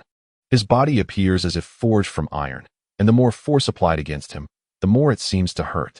As the bout drags on, while others succumb to exhaustion and pain, Kamihara remains seemingly dazed, yet still possesses energy to spare. Over time, the classmates have come to accept the unique roles of these three. After all, those who fear for their lives are wary of unhappy, while Clueless appears unafraid of danger, accompanied by a fearless little princess. However, these three have never clashed against one another. Among those who have fought them privately, it is widely acknowledged that unhappy is the most dangerous, very angry the fiercest, and clueless the most bothersome. A natural healer, perhaps? Teacher Muta mused, stroking his chin thoughtfully. Kaido, your chakra possesses inherent healing properties. Indeed, Teacher Mutu, Kaido replied. I've noticed that since refining my chakra, my injuries heal remarkably fast, and I can endure more punishment. He feigned ignorance. No wonder you exchange injuries during battles, Mutu remarked, exasperated. Clueless Kamihara, this is quite the revelation. Your opponent's strikes may not affect you, but your counterattacks cause them considerable pain. Moreover, your wounds heal swiftly. Kaido chuckled. Can I simply say I am disinclined to engage with this group of rascals? I would like to test your chakra attributes, Muta said, rising to retrieve a small piece of paper, which he handed to Kaido, before drawing the curtains, shrouding the room in dimness. This is chakra testing paper. Give it a try. Chakra testing paper? Kaido took the paper, recognizing it as a means to assess chakra attributes. What am I to test? Chakra paper, as the name suggests, can detect the attributes of a ninja's chakra. Simply hold the paper and feel your chakra. This will allow your chakra to be inscribed upon the paper, Mutu explained. As per the requirement, Kamihara infused his chakra, only to witness the paper emitting a radiant glow. which stood out vividly in the dimly lit room. Indeed, it was as he suspected. He possessed the rare yang release chakra. Mutu poured a glass of water and handed it to Kamahara, remarking, "No wonder your chakra possesses healing properties." "Teacher, how does this relate to yang release chakra?" Kamahara inquired. Perplexed. Chakra is categorized into 5 elemental types: fire, wind, lightning, earth, and water, each having a counter-element. Fire extinguishes wind. Wind disrupts lightning. Lightning erodes earth. Earth absorbs water. And water quenches fire. Beyond these, chakra also harbors hidden attributes, namely yin and yang. Yin release chakra is associated with mental energy, while yang release chakra pertains to physical energy. The ability of your chakra to swiftly restore the body is one of the hallmarks of yang release. However, it is a pity, Mutu sighed. Individuals with yang release chakra exhibit low sensitivity to the 5 elements ninjutsu, and their training tends to be rather arduous. Aside from a few ninja clans possessing related secret techniques, others have little recourse. Your path of training will be fraught with challenges. Mutu rubbed his temples in distress. Those who awaken yang release chakra typically have superior physical constitution, great strength, and rapid recovery abilities. It is a potent chakra attribute in the early stages, yet the Hidden Mist Village lacks relevant ninjutsu. Perhaps the Shark clan possesses some, but that remains their closely guarded secret. Ninjutsu is the lifeblood of a ninja, and the mastery of chakra techniques is fundamental to a ninja's standing in the ninja world.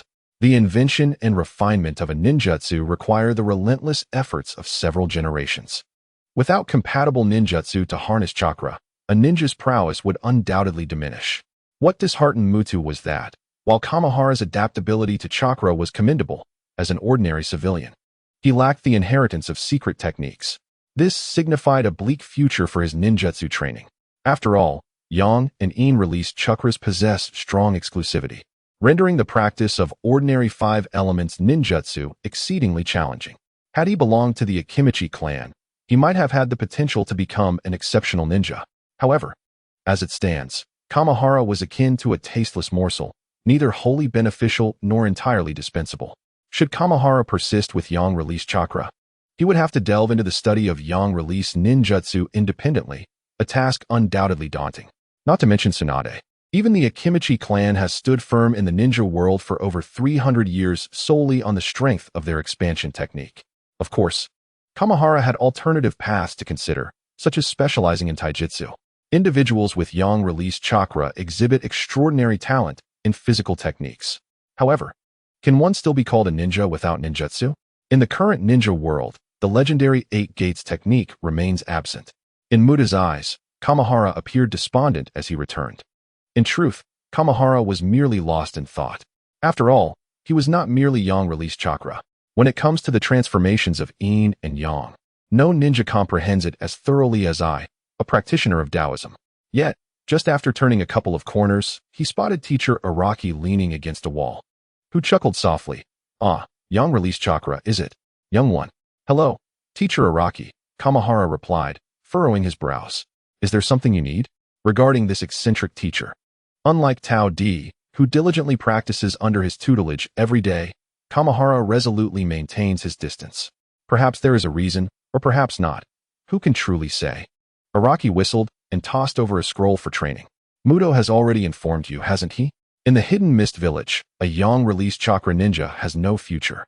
Are you content with that? Content or not, what difference does it make?" Kamahara replied blankly as he grasped the scroll. To be content means to live forever as a pitiful genin or as a useless ninja in a clerical role, despised by others, merely surviving and subjected to bullying. To be discontent, however, is to consider this scroll. Perhaps there lies a surprise within. But remember, to grow stronger, one must possess the resolve to face death. Always bear in mind, there are no useless ninjas, for the inept will inevitably be weeded out. With that, Araki dissipated into a mist and vanished. Upon returning to the dormitory, Kamahara opened the azure-covered scroll, which contained a record of chakra ninjutsu research. The content suggested that the author was indeed a wielder of yang release chakra. Chakra refinement technique. This yang release ninja had diligently pursued the 5 elemental ninjutsu without success, and only through extensive inquiry did he realize his affinity for yang release chakra. Upon understanding his own characteristics, he began to gather relevant ninjutsu. Unfortunately, his search yielded little more than vague accounts of yang-released ninjas in battle. Thus, this ninja aspired to develop his own secret techniques. Kamahara recalled that in his past life, Tsunade seemed to employ in sealing to consolidate yang-released chakra. However, this not only demands exceptional chakra control, but also requires expertise in sealing techniques. Contrarily, this ninja took a different path, since he could neither control nor seal it.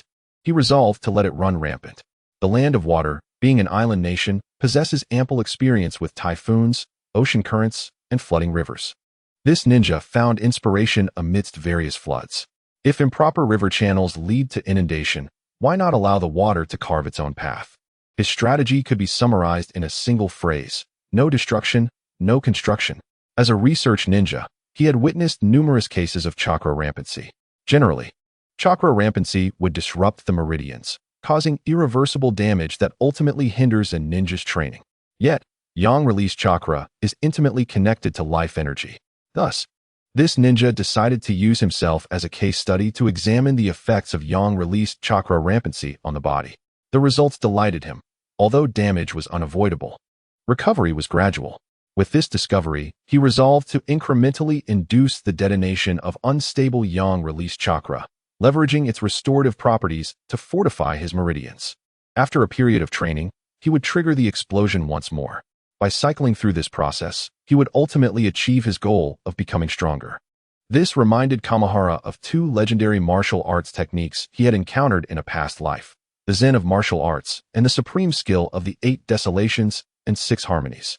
This method of cultivation mirrored the idea of dispersing power only to rebuild, elevating oneself to new heights. In practice, Kamahara thought of the demonic disintegration technique.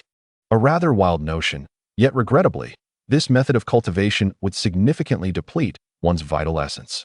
Absent any improvements, that particular ninja would likely have perished in a fit of frenzy, succumbing to madness.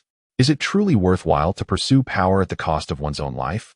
Kamihara whimsically turned the notebook in his hands, pondering the intentions of Araki-sensei, who had entrusted him with this self-mutilation manual for strength. No one willingly engages in such self-destructive training, yet ninjas, those peculiar beings, are an exception.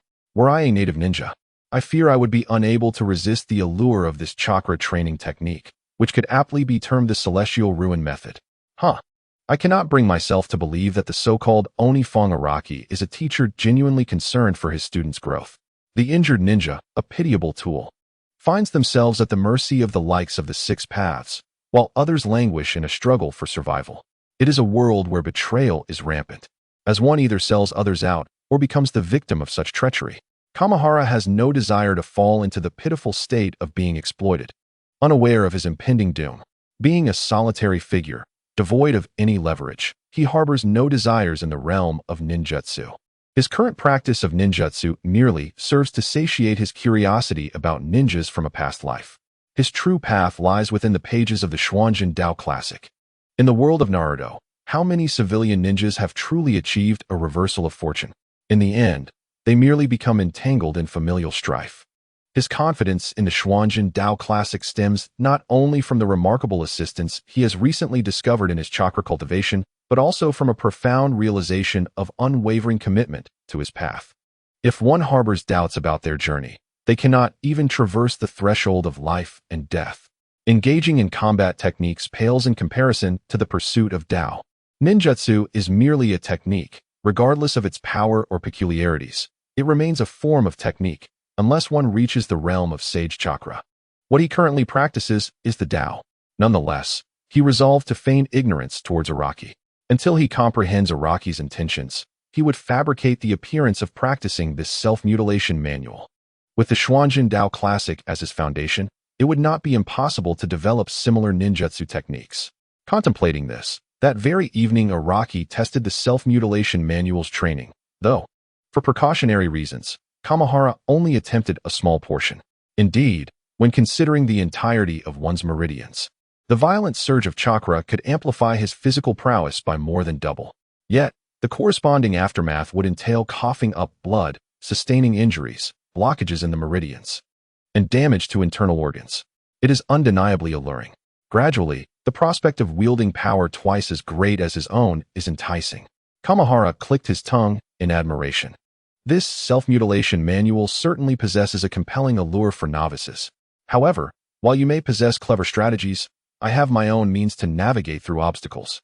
Kamahara silently practiced the Xianshui technique, employing chi therapy to heal his wounds. This training scroll represents a singular opportunity for him. After acquiring the scroll, Kamahara continued to lead his daily life in the lower courtyard. Yet, his complexion grew increasingly pallid with each passing day, until one day, he inexplicably skipped class in the lower courtyard. Teacher Mutu furrowed his brow, gazing at the empty seat in the front row that belonged to Kamahara. In the lower courtyard, such unexcused absences are met with severe reprimands. Accumulating 3 such offenses would result in expulsion. The law of the village of Mist is that the unworthy shall perish. Terumi-Mei, please check on Kanahara at the apartment. Why hasn't he come? During the break, Mutu, filled with concern, instructed Terumi-Mei, who was engrossed in a book on advanced ninjutsu. Understood, teacher. Terumi-Mei obediently closed the book and hurried towards Kanahara's residence. Humph, how dare he skip class? Clearly disrespecting me, the class president. When I see him, I shall teach him a lesson. Indeed, there is a scent of blood. Upon arriving at the door, Terumi-Mei sniffed delicately, her expression turning grave. With the aid of chakra, a ninja's senses are heightened to a considerable degree.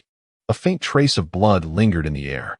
This is the village of Mist. Under normal circumstances, ninja assassinations are rare, and even if they occurred, they would hardly target a mere apprentice with no rank. Could something have happened to Kanahara? Upon entering the room, Terumi-Mei immediately spotted Kanahara sprawled in a pool of blood at the center. Oh no, what has happened to Kanahara? She quickly checked for his breath, noting a faint warmth. In haste, she signaled the patrolling ninja outside to alert the hospital while she rushed back to school. What? Kanahara lies unconscious in a pool of blood.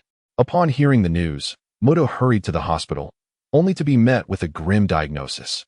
Severe unconsciousness, extensive internal injuries, and significant chakra blockage. It is likely that he may never stand again, possibly reliant on a wheelchair for mobility.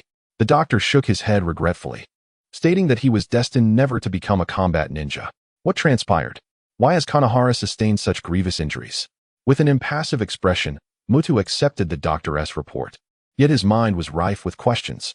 Teacher, I found this beside Kanahara. Terumi-Mei handed Mutu a bloodstained scroll, the very one Araki had given to Kanahara. This is the chakra overflow training method. Mutu's face paled upon examining it. The overflow training method. Terumi-Mei silently noted this name. If it could astonish the stoic Mutu, it must be the cause of Kanahara's serious injuries. There is a need for investigation. Curiosity piqued. Terumi-Mei gazed compassionately at the unconscious Kanahara, her heart heavy. For an apprentice ninja, failing to become a ninja is indeed the greatest regret of a lifetime. The overflow refinement method. The figure of the Mizukage lurked in the shadows, only the flickering of the flame from the water vapor illuminating the contrast between light and dark, giving Mutu an unsettling feeling of reality and illusion merging. Yes, Mizukage.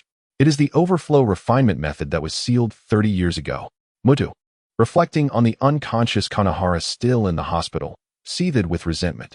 Only Araki possesses the knowledge. Apart from myself, only Araki has access to these apprentices. It is utterly outrageous to teach such a perilous and futile ninjutsu to students of the lower house. The Mizukage slowly exhaled a long plume of smoke, his white eyes narrowing in the air, gradually dissipating like his thoughts, drifting back to 30 years past. The esoteric ninjutsu, also known as secret techniques, represents the most precious and immeasurable treasure of the hidden mist village. It serves as the foundation upon which a clan of ninjas rises. After a millennium of development, the number of ninjutsu families and practitioners of these secret techniques has dwindled to a mere few, illustrating the immense difficulty and high standards required to create such a technique, as well as the arduous process involved. If bloodline limits are considered innate talents, then secret ninjutsu stands as a miracle wrought by mortals. Throughout history, many exceptionally gifted individuals have devoted themselves to this art. In the hidden mist village, during the tumultuous Second Great Ninja War, a prodigious ninja emerged. Yet his life flickered like a shooting star, vanishing in an instant. The secret ninjutsu he bequeathed was sealed away by the village. This technique was known as the floodgate refinement method. Water, a bounteous gift of nature, imparts hope and joy to life. Yet it also carries the terrifying specter of death and suffering, particularly during catastrophic floods. This ninja, through numerous disaster relief efforts, found inspiration.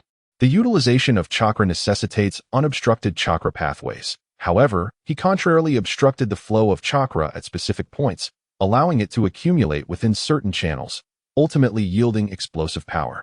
Regrettably, this chakra, born of such accumulation, became overwhelmingly volatile and difficult to control, enhancing only the potency of physical techniques, which could easily be evaded. Moreover, each use inflicted excruciating torment and irreparable harm upon the user. After countless trials, this ninja found his meridians completely severed, rendering him unable to remain in the hidden mist village as a ninja. Had the tale ended here, the story of this failed technique would have fallen like raindrops upon a river, creating but a fleeting ripple before being swallowed by the annals of history, forgotten amidst countless similar tales. Yet, a year later, the man who had been stripped of his ninja headband, forlorn and cast out from the village, returned. By then, he had lost his right hand and left foot, his body ensconced in bandages, confined to a wheelchair, yet exuding an air of serene detachment. He pushed his wheelchair around in slow circles until he arrived at the home of a ninja clan, where he resolutely activated his ninjutsu, transforming himself into a human bomb that detonated with a deafening roar, leaving no trace behind. The clan was annihilated. Subsequent investigations by the Hidden Mist Village revealed that the ninja's father and elder brother had been sacrificed by the clan's leader, used as bait to cover the leader's retreat during a mission. Stripped of ninja prowess and reduced to the status of a mere commoner, he chose to inflict harm upon himself in the pursuit of vengeance. Yet, after being cast out, he believed his quest for retribution was hopeless. In the depths of despair and suffering, he refined and perfected this ninjutsu. Although the ninja perished in the explosion, the clandestine division of the Hidden Mist discovered, through the analysis of the scant remnants of flesh and blood cells, an abundance of volatile chakra. This indicated that even after his meridians were severed, he had not surrendered. Instead, he had advanced the floodgate chakra refinement technique to an extraordinarily intricate level, sealing the ferocious chakra within each cell. Consequently, while his suffering multiplied exponentially, the power he stored became all the more formidable. In a state of astonishment, the Hidden Mist Village conducted a thorough investigation into the ordinary genin, uncovering certain clues along the way. Not only were the early training notes of the technique named Chakra Refinement of Dam Breach by the ninja discovered, but detailed information about the ninja was also meticulously gathered and verified. This ninja, while not particularly skilled in spiritual ninjutsu, was suspected to be a user of yang release chakra. The extreme technique known as human bomb technique garnered admiration from some, yet was ultimately halted after the senseless sacrifice of hundreds of ninjas. Nevertheless, such a potent technique remained etched in the minds of those with ulterior motives. Regrettably, the human bomb technique faded into oblivion with the death of its practitioner, leaving only a brief mention in the village chronicles. In the year XX of the Hidden Mist Village, a great explosion occurred at the Shurjin clan in the eastern part of the village. Alas, once the seed of ambition is sown, it is destined to take root and flourish under the right circumstances. As internal conflicts within the Hidden Mist Village intensified, certain ninjas once again turned their gaze towards this forbidden ninjutsu.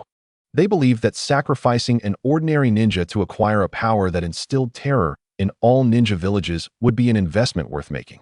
Yet, it appeared that yet another test had ended in failure. Or had it? Perhaps, or perhaps not. Who can tell? Oh, the whims of fate, how they delight in jesting.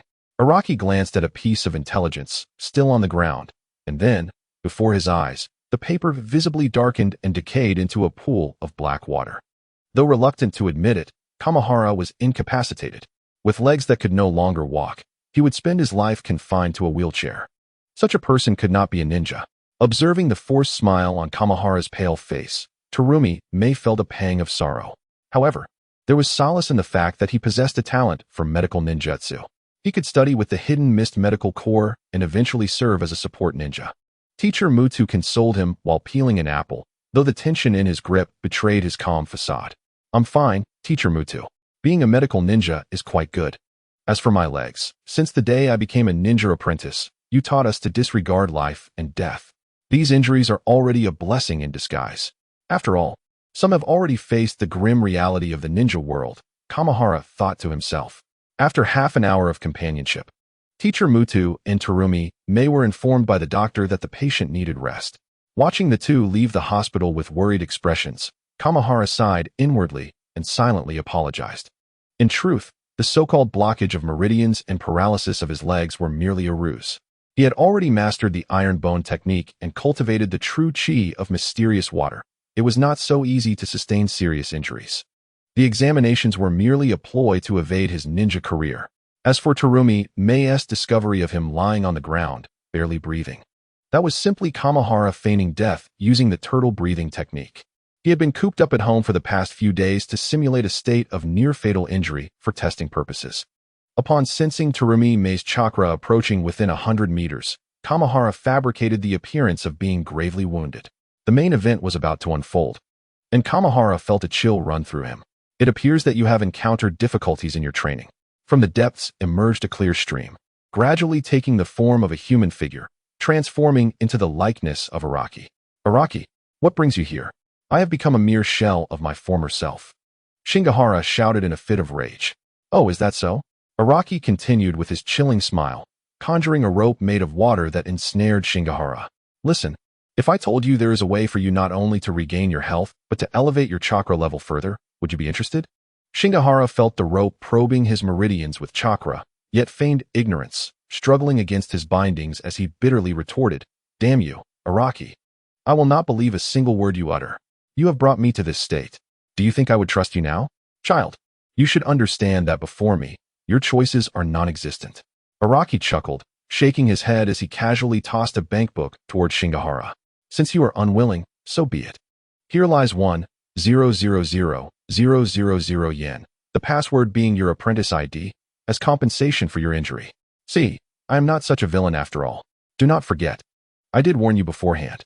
With that, Araki's form dissipated into a mist, as though nothing had ever transpired. How is the child's condition? An aged voice inquired. His meridians are obstructed, with several ruptures in the lower limbs. It seems the improved chakra refining technique has not been pursued correctly, Araki replied respectfully, kneeling. Continue to observe. Seek an opportunity to create the illusion of the child's death. Bring him back for study. We need that technique. The ninja world has enjoyed peace for too long. Soon, the winds of change will blow. If you are reading this, it means someone is still perusing my writings. Regarding Naruto, I have contemplated many directions, but ultimately chose the most lackluster approach, with the most tedious opening. I considered jumping straight into the main storyline, writing fanfiction. But can one truly call it fanfiction if the main plot is disregarded? Do you really think others wish to witness your pathetic endeavors? Yet, ultimately, my sentiments remain unresolved. It's akin to my experience with shadow tactics, blades of the shogun. When the samurai meet their end in an act of self-sacrifice, you simply cannot jump over that. Frustrating, isn't it? You must endure the entire finale, witnessing the samurai spirit insult you throughout. As I continued writing, an unexpected wave of anger surged within me. The 5 elements belong to us, yin and yang belong to us, the 8 trigrams belong to us, and Shinnon is our venerable ancestor and sage. And what of the ninja? Mere rubbish. Just a disreputable profession born from the art of war. However, the soft power of neon is undeniably formidable. What samurai spirit? What ninja? Utterly worthless. Yet somehow they flourish globally under the guise of neon-esque branding. I cherish Naruto, yet I harbor a disdain for ninjas. I cannot reconcile with the absurdities portrayed in Naruto. This is the essence of my motivation for writing about it. And what follows? Naruto is an anime riddled with countless plot holes. Why is the status of the daimyo so exalted? Why does a previously unseen nation suddenly appear in the theatrical map of Naruto? Why is there a character named Lee? Why is there rap performed by black characters? From a realistic perspective, it seems exceedingly simple. However, within the realm of Naruto, such elements appear to be mere oversights. Furthermore, concepts such as Buddhism, yin and yang, divine paths, and sealing techniques abound, not to mention the 6 paths ninja tools. Aren't those the domain of the Supreme Elder? And what of the tailed beast of Sun Wukong? Techniques like Amaterasu, Tsukuyomi, Susanoo, and Izanagi echo the grandiose proclamations found in fantastical novels, invoking figures such as Chiyu, the Yellow Emperor, Shinnon, and Dong Wangtai. Trust me, If you were to encounter such techniques in a fantasy tale, you would undoubtedly regard them with disdain.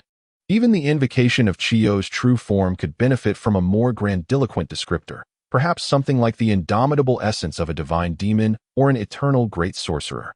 Thus, I find myself compelled to rectify these myriad inconsistencies. Of course, I harbor my own intentions. Astute readers may discern my underlying thoughts regarding the origins of the Six Paths ninja tools. It is as it is. Moreover, despite my fervent passion, I currently have a mere 260 collections, predominantly from bots, and I am acutely aware of my lackluster writing skills, which leads me to approach this endeavor with a sense of detachment. Nevertheless, having begun, I shall strive to see it through to completion, honoring my youthful passion from that fateful summer at the age of 12, when I first encountered Naruto, the legend of Musashibo Benkei, in the twilight of the Heian period. The capital of Kyoto, under the reign of the Terra clan, faced devastating calamities, casting a shadow of despair reminiscent of an apocalyptic era. At Gojo Bridge, Terra warriors fell one after another to mysterious assailants, believed to be demons, instilling a deep-seated fear among the populace. In reality, the so-called demon was none other than the surviving heir of the Genji clan, Yoshitsune, also known as Shineo, leading a band of shadow warriors. Including the likes of the cunning Kageyasu and his monk bodyguards, he relentlessly pursued the resurgence of the Genji clan through bloodshed. Simultaneously, the wayward monk Musashibo Benkei, after receiving a prophetic vision from Fudo Mayu about vanquishing demons and attaining enlightenment, embarked on a quest to procure the legendary sword Onigiri from Mount High. Subsequently returning to Kyoto, once regarded as a natural-born demon, a villain notorious for tormenting women and children, Benkei was feared by all. However, after being saved by the esteemed monk Ajari from Mount High, he forsook his wicked ways to embrace the path of Buddhism. Yet, Benkei disregarded Ajari's counsel and remained determined to confront the demons. Awaiting him was his nemesis, the nefarious rock-throwing expert, Zankai. Benkei evaded Zankai's pursuit and hastened towards Gojo Bridge. According to the prophecy of the esoteric monk Shizuku, who had besieged the Terra clan, the forces commanded by the judge Terra no Tadazane lay in ambush, prepared to exterminate the demons. There, the alliance of Yoshitsune emerged, and in an instant, the Terra warriors were struck down. Just as Benkei was about to face Yoshitsune, the latter vanished without a trace. Benkei followed the path of the wandering swordsmith, Tetsuki, who scavenged weapons from the fallen samurai, to infiltrate the ominous forest. Yoshitsune sought Tetsuki's guidance on the way. Tetsuki agreed to lead him, but demanded all 1,000 of Yoshitsune's blades as the price. As they prepared to embark, they heard the cries of a woman nearby. She was Asajiri, a pregnant woman captured by demons. In his desperate attempt to banish the evil, Benkei fervently recited incantations, ensuring Asajiri delivered a healthy child. Banshing took care of the unfamiliar Cho and the innocent mother and child, which gradually endeared Deji to him. Subsequently, they ventured into the ominous forest. As they delved deeper into the woods, they were confronted by the formidable Chuo of the Dunhuang, which obstructed their path. Under the intense aura of the Dong, Bangqing was haunted by the specter of the youth he had slain, rendering him unable to control his own body. Ultimately, he was captured by the pursuing Qingjia Janfei Chantrabuduri. Zhang Oe and his companions had accepted the orders of Finjungjua and laid an ambush at the entrance to the forest. Suddenly, as the sun dipped below the horizon, darkness enveloped everything, and the Dunhuang, along with his shadowy warriors, emerged from the gloom. They swiftly dispatched the Qingjia warriors hidden in ambush, bringing down Dongjua and Zhanwad with ease. Banqing once again engaged in battle with the Dunhuang. During the fray, he let his guard down and was struck by the Pluan, wounding him grievously. In this critical moment, Ali intervened just in time to rescue Ning, who, now lacking vitality, had no choice but to hastily flee from Kyoto.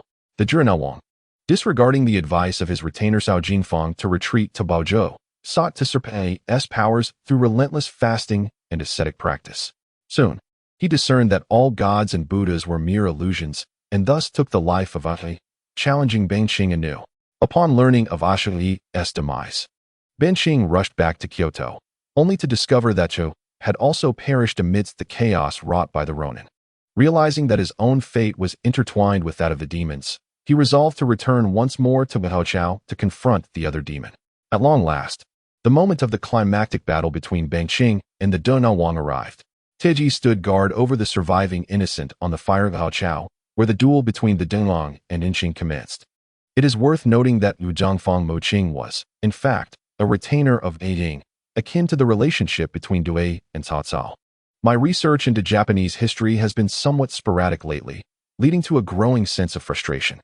I have been contemplating how to fill in the gaps of the Naruto narrative with a vibrant historical backdrop, yet the task proves to be exceedingly daunting. With over 60 chapters and 200,000 words, the intricacies of it and the world of ninjas are quite overwhelming. Due to the lack of formal contracts and collections, my writing has been rather casual. However, I assure you it will not be abandoned. I intend to at least reach the Dongren Kaoshi before concluding. Wuzhangfang Buqing, R. Prototype, Wuzhangfang Bangqing, 115-5322, 118-9517. Major achievements. Encountering the Zhanwang, Yijing, during the sword hunt at Wutao Dachao, serving as a loyal retainer to Ying. Life overview. The life of Wuzhangfang Bangqing remains largely undocumented, with most records deriving from military chronicles such as Pingsheng Saiji, Yijingji, Pingu, and Bangqinglu. According to common lore, Bangqing was a temple abbot named Zheng who forcibly took the daughter of a great minister as his wife, giving birth after an extended gestation of 18 months, though the account in Ying'er states 3 years, clearly echoing the legend of Najah. After the birth of the infant, who was already the size of a 2 to 3-year-old child, with shoulder-length hair and a complete set of teeth, the transgressor Zhanzong, being a member of the Buddhist order, regarded this child, born under unusual circumstances, as an abomination and planned to eradicate this offspring himself, simultaneously seeking to conceal his own disgrace. At a critical moment, the infant was saved by his aunt, who took him to the capital for upbringing, bestowing upon him the childhood name Kira. Later, Kira became a monk on Mount High, adopting the monastic title Musashibo Benkei. Subsequently, Benkei wandered as a traveling monk, eventually settling in Kyoto. In Kyoto, Benkei left a significant mark on his life. It was said that in 1169, on the Gojo Bridge, there was a robust and skilled warrior monk, renowned for his immense strength, who would assault any samurai crossing his path, leaving no one capable of withstanding his whirlwind attacks. After his victories, this monk would claim the defeated samurai's sword as a trophy. This monk was Musashibo Benkei, who became known for his peculiar behavior, termed sword hunting, literally interpreted as the hunting of swords. Benkei had vowed to collect a total of 1,000 swords, and upon acquiring 999, he was on the brink of fulfilling his aspiration when he encountered a person who would alter the course of his life. This individual was known as Ushawakamaru, a monk studying at Karama Temple, later famed as the legendary Minamoto no Yoshitsune. One night, at the age of 11, Ushawakamaru crossed paths with Musashibo Benkei on the Gojo Bridge. Benkei, attracted by the golden sword Ushawakamaru carried, issued a challenge. Unexpectedly, Ushawakamaru, having mastered martial skills from the Tengu on Mount Karama, proved to be light as a swallow. Despite Benkei's extraordinary strength and valor, he found himself bested by Ushawakamaru's agility and skill, ultimately conceding defeat. Acknowledging Ushawakamaru's superior prowess, Benkei bowed before him. Following Ushawakamaru's coming of age and renaming to Minamoto no Yoshitsune, Benkei naturally became his closest retainer, intertwining their fates like vines. From then on, as a trusted companion of Yoshitsune, Benkei remained by his side, fighting valiantly in all the battles Yoshitsune participated in. According to the official chronicle revised by the Kamakura shogunate, Azuma Kagami, in the first year of Genji, 1185, Benkei was recorded as accompanying Yoshitsune on an excursion in Kyoto, with the text noting that Benkei was among a small entourage of 4, including Izayuman no Jo and Hori Yutaro, a rare mention of Musashibo Benkei in official history, providing one of the few confirmations of his existence. As the once mighty Taira clan declined, the Minamoto clan inevitably began the established cycle of eliminating their loyal retainers after the stabilization of power across generations. Initially, Minamoto no Yashichika, known as the General of the Rising Sun, clashed with Minamoto no Yoritamo, the leader of the Kamakura faction. In 1184, Yoritamo dispatched his half-brother Minamoto no Noriyori, along with Minamoto no Yoshitsune, to confront Yashichika, who was stationed in Kyoto. Yashichika was ultimately defeated. Subsequently, Yoshitsune fell out with Yoritamo after being ordered to subdue his uncle, Minamoto no Yuki, which led to Yoritomo pursuing him. With no other options, Yoshitsune fled to Ashu, the northeastern region of Honshu, now known as Sendai, and its surrounding areas. Seeking refuge with the influential General Fujiwara no Hidehira of the Ashu Fujiwara clan. Hidehira had previously shown kindness to Yoshitsune, and upon his arrival in a state of despair, generously welcomed him and arranged for Yoshitsune to reside at Takadate, also known as Ikawa-kan. Upon learning of Yoshitsune's presence in Ashu, Yoritomo employed both coercive and persuasive tactics to pressure Hidehira into surrendering Yoshitsune. However, Hidehira remained resolute, adopting a defiant stance against Yoritomo's demands. Aware of the formidable power of the Ashu Fujiwara, Yoritomo was forced to remain passive. Unfortunately, the situation did not last long, as Fujiwara no Hidehira passed away in 1187, leaving Yoshitsune without his final protector. Although Hidehira had instructed his three sons, Takahira, Kunihira, and Tadakura, to serve Yoshitsune as their lord and collectively oppose the Kamakura shogunate, Yoritomo used cunning tactics to sow discord within the Ashu Fujiwara clan. The newly appointed head, Fujiwara no Takahira, resolved to confront Yoshitsune. In 1189, Takahira dispatched his retainer Nagasaki Taro with 500 cavalry to launch a night assault on Yoshitsune's residence at Ikawa-kan. Yoshitsune's retainers quickly met the challenge, with the valiant Musashibo Benkei leading 8 men to defend the main gate, vowing to protect their lord at all costs. As the battle intensified, the astute Benkei retreated into the inner hall of Ikawa-kan to bid farewell to his lifelong lord, Yoshitsune. After this poignant farewell, Benkei returned to the battlefield, fighting valiantly to the point where the enemy could not approach him. The enemy archers began to rain arrows upon Benkei, and despite being riddled with arrows, he continued to slay foes without faltering. Suddenly, Benkei, wielding his long blade, stood immovably at the gate, akin to the guardian deities of Buddhist lore, glaring fiercely at the enemy. The opposing forces, unsure of his fate, hesitated to advance. It was only when a startled warhorse collided with Benkei that they realized he had fallen. His death, reminiscent of the heroic stance of the guardian deities, is referred to as Tachiojo, or the death of standing. The origins of Benkei's lineage remain shrouded in mystery. According to legend, his father was a temple priest named Tansho, a name that indeed exists. The Kumano region in the southeastern part of Japan's Kii Peninsula has been a significant site of faith since the visit of Emperor Yuda in 907, becoming an essential source of worship, Kumano faith. The management of the Kumano Sanzan was not entrusted to the court-appointed Sanzan Kenji, but rather to the powerful military representative known as the Kumano Bedo.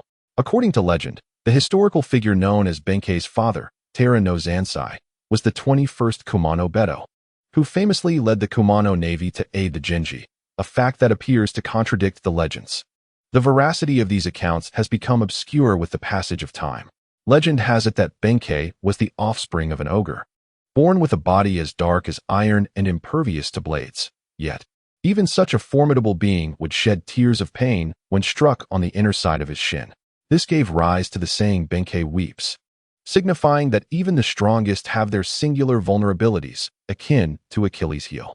In the traditional no play Attica, which features themes related to Yoshitsune and Benkei, there is a pivotal scene involving a plea for donations. This narrative stems from the Attica legend associated with Benkei. It is said that after being persecuted by Minamoto no Yoritomo, Yoshitsune resolved to seek refuge with his former benefactor, Fujiwara no Hidehira.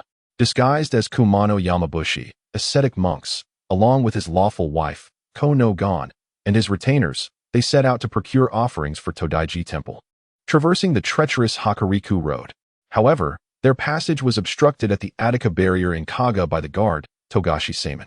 Benkei was granted permission by Togashi to perform a final rite of devotion before the Buddha, during which he eloquently spoke on the origins and attire of the Yamabushi, ultimately invoking the might of the immovable deity, Fudo Mayu, to intimidate Togashi. Feeling a sense of dread, Togashi requested to hear the contents of the donation ledger. In response, Benkei produced an unrelated document and, with a voice akin to that of celestial beings, recited fictitious entries. After hearing Benkei proclaim that a mere donation of half a mon would grant present happiness and a seat upon 1,000 lotus thrones, Togashi, overwhelmed, hastily allowed their passage, leaving only Yoshitsune disguised as a porter behind. At this juncture, Benkei feigned great anger and struck Yoshitsune with his Vajra staff, thus alleviating Togashi's suspicions, allowing the group to cross unharmed. Subsequently, Benkei expressed remorse for his uncharacteristic audacity, while Yoshitsune interpreted this as divine favor, believing that the Kumano deity had descended upon Benkei. Later, Togashi visited with sake to apologize, presenting it to Benkei, who, in turn, reciprocated with a dance. In this tale, Benkei is viewed as an incarnation of the Kumano deity and Fudo Mayu, which prompted Togashi's visit of contrition. It is said that Benkei habitually carried 7 distinct weapons: a naginata, iron claws resembling a rake, a large hammer, a pitchfork, a large saw, a halberd, and an iron staff, collectively known as Benkei's 7 implements. This notion eventually inspired various interpretations across different fields, giving rise to concepts like the 7 tools of election and the 7 tools of detection. After encountering the young Yoshitsune at Gojo Bridge, Benkei was captivated by his strength and charismatic personality, thereafter becoming Yoshitsune's steadfast and loyal retainer. Later, Benkei accompanied Yoshitsune to the end of his journey. It is said that, fully aware of the inevitable fate, Benkei temporarily withdrew from battle to bid farewell to Yoshitsune at the Ikawa Pavilion. They made a pact, even in death. They would remain as lord and vassal, walking together on the path to the afterlife. Subsequently, Benkei fought valiantly at the entrance of the Ikawa Pavilion until he was exhausted and fell. In a moment of shame for having to battle against Taira no Yasuhira, Yoshitsune, after reciting prayers, personally took the lives of his beloved wife, Yoshiko, and their 4-year-old daughter, Kamakatsu, before taking his own life at the age of 31. Character assessment. The tale of Musashibo Benkei quickly spread, heralded as a paragon of the Bushido spirit. In the treacherous early Kamakura period, rife with betrayal and deceit, the bond between Yoshitsune and Benkei flourished, with Yoshitsune reaching the end of his life accompanied by Benkei, whose loyalty etched his name into history, an achievement unattainable by those generals who gained titles and lived long lives through military success. Within the Japanese traditional aesthetic that venerates wabi-sabi and the profound beauty of imperfection, the concept of beauty in incompleteness holds significant importance. Therefore, compared to many who ascended to power, such as Minamoto no Yoritomo, Ashikaga Takauji, and Tokugawa Ieyasu, the Japanese tend to favor tragic figures whose lives hold a sense of regret. This is evident in the admiration for tragic heroes like Kitabatake Aki, Minamoto no Yoshitsune, Musashibo Benkei, Kusunoki Masashige, and Sanada Yukimura. A mundane life pales in comparison to a heroic death. Even the falling of cherry blossoms is not a misfortune. Life is but a fleeting dream, akin to a shallow slumber in the height of summer, ephemeral. Countless warriors, guided by this consciousness, willingly risk their lives in pursuit of their own renown, striving for a glorious conclusion. This quest for truth within the illusion has become an intrinsic part of the national character, deeply embedded in the country's very essence. Even though the ideals of Bushido have long since faded with time, this characteristic persists in various forms. It is precisely due to this collective trait that Hirabayashi Kaizen, who did not perish at Ikawa Pavilion, bore the ignominy of being labeled a cowardly deserter. His method of atonement in the lengthy years that followed was to recount the story of Yoshitsune and Benkei, a poignant reflection on his own experiences. To Kaizen, life felt like betrayal to his lord and comrades. This stigma, akin to a brand, accompanied him throughout his existence. The very act of survival became his greatest punishment, as the longing for immortality is only understood as suffering once truly experienced. In a world where there are those who weave narratives, there must also be storytellers.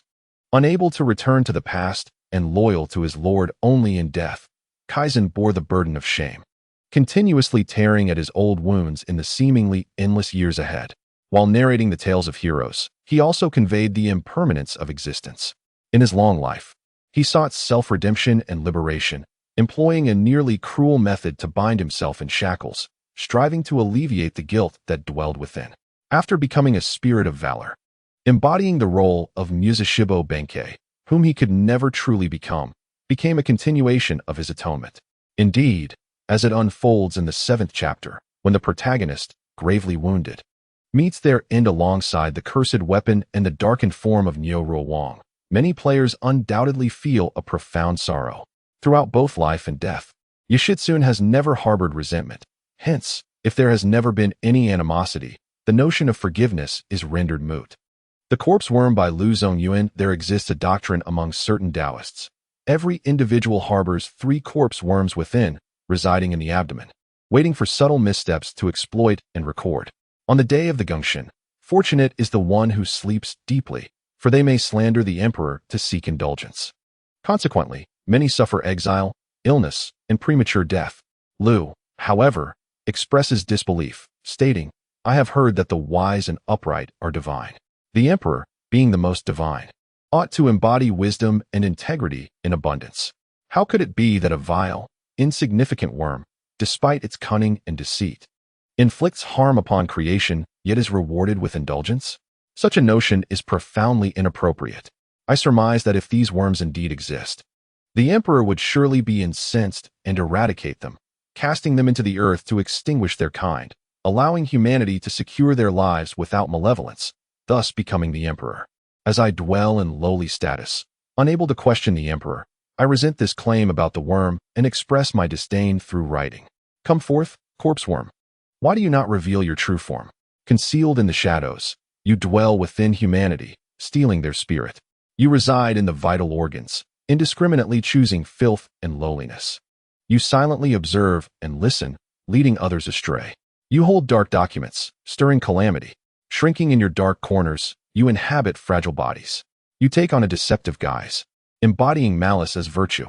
You cast the righteous as malefactors and label integrity as sin. You equate straightforwardness with downfall and regard subversion as ease. You slander those below while flattering those above, steadfast in your treachery. You envy the abilities of others and rejoice in their misfortunes. You lurk in the shadows, waiting for slumber to seize your prey. You whisper treachery to the emperor, infiltrating quietly. Without a sound, your intentions are laid bare. You seek to savor your own palate, devoid of compassion for others. Those who cultivate illness and harbor malevolence, how they prey upon the skin of others for their own gratification.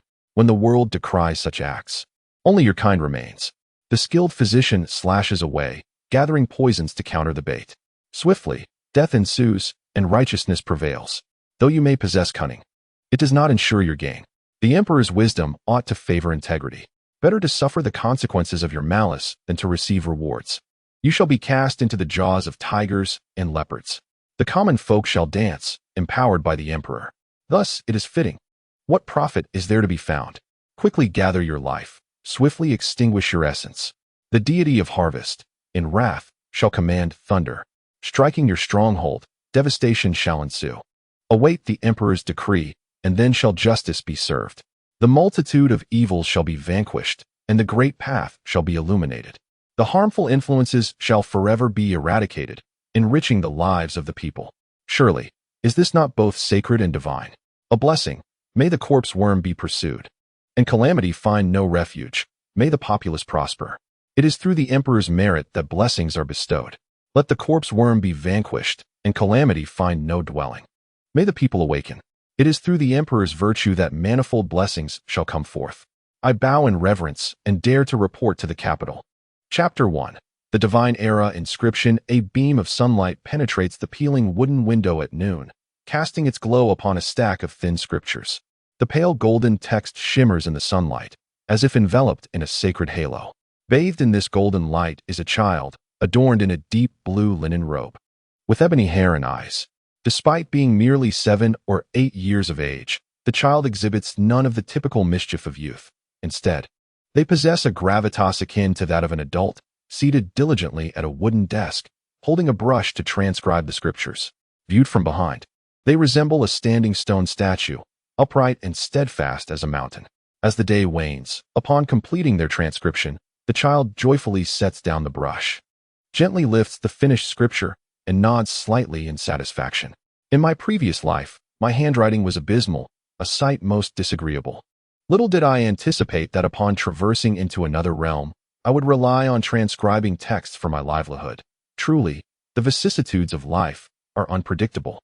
Indeed, I am not a native of this world, but rather a soul that has crossed over from a parallel universe. In my former existence, I was a cog in the corporate machine, having undergone the rigorous 9 years of compulsory socialist education, endured 3 grueling years of college entrance examinations, and 5 years of mock tests.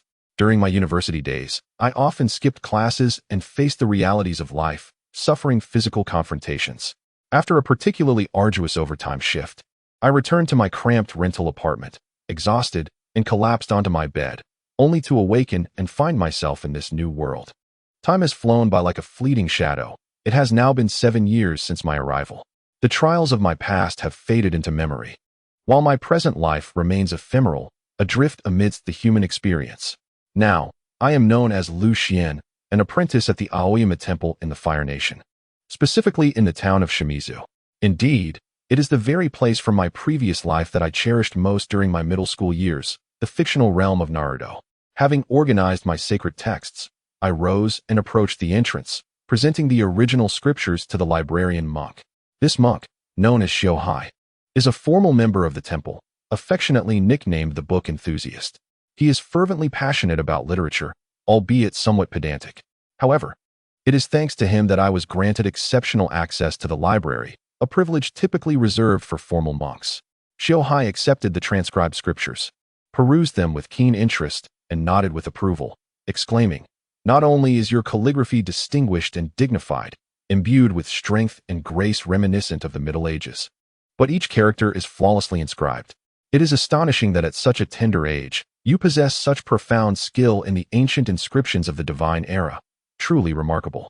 The term divine era refers to the primordial mythological age, specifically preceding the reign of the divine Emperor Jinmu. According to the Neon Shoki, during this divine epoch, humanity was devoid of the concept of written language, which was comprehended only by celestial deities. It was not until the semi-divine Emperor Jinmu descended from Takamagara to establish a unified realm, known as the Land of Wa, that the divine script was inscribed upon artifacts, thereby imparting knowledge of writing to humanity. This is the essence of the divine inscriptions. Due to the intricate and esoteric nature of these divine inscriptions, the high officials of the Land of Wa endeavored to simplify them for broader dissemination, thus giving rise to the current form of Japanese writing. Subsequently, these divine inscriptions became specialized knowledge reserved for Shinto priests and onmyoji. Regrettably, over the passage of time, compounded by the disturbances wrought by malevolent spirits, the transmission of knowledge regarding the divine inscriptions within the Shinto tradition suffered significant disruption. In a serendipitous encounter, an onmyoji was able to traverse the ethereal realm and enter Takamagara, where he acquired both Buddhist teachings and the divine inscriptions, subsequently bringing them back to the Land of Wa. He is none other than the esteemed Kukai. Kukai enriched the understanding of the divine inscriptions, earning widespread reverence, which incited discontent among the Shinto onmyoji and sowed the seeds of future discord. Ultimately, 3 centuries later, the tensions between Shintoism and Buddhism escalated, resulting in a schism within the Land of Wa, dividing it into the land of ancestors and the other land. But what does it matter in the end? Ultimately, all have succumbed to the path of the ninja, becoming mere garments for the fate they sought to escape. The Diamond Sutra, transcribed by Lu Xian, is an ancient scripture composed entirely of divine characters, one of the few texts left behind by Master Kukai that has been completely translated. Lu Xian expressed his gratitude for the kind words of Master Shohai, offering an awkward smile. Had it been his former self, he feared that no amount of persuasion would have yielded such exquisite calligraphy. His current handwriting was deliberately modeled after the esteemed calligraphy of Yen Jinqing, characterized by its uprightness, neither slanted nor evasive, exuding a sense of solidity and precision. The strokes, akin to iron hooks and silver lines, sought to convey heartfelt expression in a single, fluid motion. From the characters alone, one could discern a palpable sense of strength, a hallmark of the calligraphic style advocated by Master Kukai, known as the Wind of the Middle Ages. "Let me test your knowledge," Master Shohai said with keen interest, pointing to the title of the sutra. "What is the meaning of the Diamond Prajnaparamita Sutra?" Lu Xian promptly replied, "This is written in divine script. The term capable of severing refers to achieving a certain state. Diamond symbolizes indestructibility and sharpness. Thus, it signifies the essence of prajna, while its sharpness denotes the application of prajna. The diamond can endure countless eons and traverse the 6 realms of reincarnation without its awareness being diminished. Prajna represents profound wisdom, transcending worldly understanding. Paramitha signifies reaching the other shore, indicating liberation from the cycles of birth and death, culminating in nirvana. The essence of the Diamond Sutra teaches individuals how to cultivate great perseverance and wisdom to attain the diamond-like state, thereby transcending worldly tribulations and reaching the eternal, unchanging other shore. Remarkable, truly remarkable, Master Shohei exclaimed, applauding. This Diamond Sutra was imparted by Master Kukai and is the most complete translation among all Buddhist scriptures inscribed in divine characters. Hence, Master Kukai referred to himself as the universal illuminator and deemed the complete translation of the Diamond Sutra his greatest achievement in life. It is impressive that at such a young age, you not only possess exceptional calligraphy skills, but can also elucidate the Diamond Sutra with such clarity. The Buddha spoke of innate wisdom from past lives. Surely, he must have been referring to individuals like you. Master Shohei sighed, returning the transcribed sutra to Lu Xian. Your humility is commendable, Lu Xian replied with a bow, saying, I am unworthy of such praise. It is merely a matter of personal interest. Yet, he felt a pang of anxiety deep within, fearing he might have revealed too much and that his identity as a time traveler might be uncovered. Surely, it was not excessive to have some talent for recitation at the age of 7, especially when compared to Uchiha Itachi, who was commended by the Hokage for his ability to think like one at the same tender age. Seeing Lu Xian's humility brought even more joy to Master Shohei, who then produced a page of scripture from his pocket. This is a Buddhist text I recently discovered on the wall of a shrine in Kyoto, entirely inscribed in divine characters. It bears the words diamond and is likely related to the Diamond Sutra. He gazed at the scripture, then sighed deeply, shifting the conversation. Are you aware of the incidents involving the destruction of Buddhism? Lu Xian nodded, responding, I have encountered some accounts in historical texts. The term Buddhist adversaries does not refer to the Buddha himself, but rather to individuals in history who have inflicted significant harm upon Buddhism. There is more than one such figure, yet the term destruction of Buddhism specifically pertains to a certain emperor. The emperor, self-proclaimed descendant of the sun goddess Amaterasu, fervently led an anti-Buddhist movement, fervently incinerating Buddhist statues, scriptures, and artifacts across various locales, while mandating monks and nuns to return to secular life. Temples were either abandoned or amalgamated, an era historically referred to as the abolition of Buddhism and destruction of the Dharma. The underlying motive, however, was to reclaim power from the malevolent Buddhist regent. At that time, Shintoism, spearheaded by the Genji clan, was under the leadership of the then head priest, who, naively entrusting the great demon, the nine-tailed fox Tamamonome, brought her into the imperial court, inciting a nocturnal procession of 100 demons in Kyoto. This regent, having risen from the Rokuhara Mitsuji temple, personally led 5,000 monk soldiers to repel the demonic invasion, subsequently ascending to the position of chancellor, overseeing the governance of the land of Wa for 2 decades. In his later years, he renounced worldly life to pursue ascetic practices, adopting the Dharma name Siren, later changed to Jokai, comparing himself to the revered Master Kukai, earning him the title of Indu Shikoku. Indu signifies a return to the Buddhist faith, while Shikoku is an alternate designation for the chancellor. Upon his death, the emperor expelled the monastic influence, initiating the abolition of Buddhism and ultimately fracturing the land of Wa into 2. There are rumors suggesting that this adversary of Buddhism, the emperor, was indeed the offspring of Tamamonome. It appears that Buddhism suffered an unjust calamity. The eradication of Buddhism had far-reaching repercussions, second only to the rise of ninjutsu. To this day, the calendar of the 5 great nations annotates auspicious and inauspicious days, known as Rikuchu, categorizing days into 6 distinct meanings in a cyclical manner, which is the renowned Rokuyo. Among these is the day of Buddhist extinction, signifying a day of great misfortune, fraught with ill omens.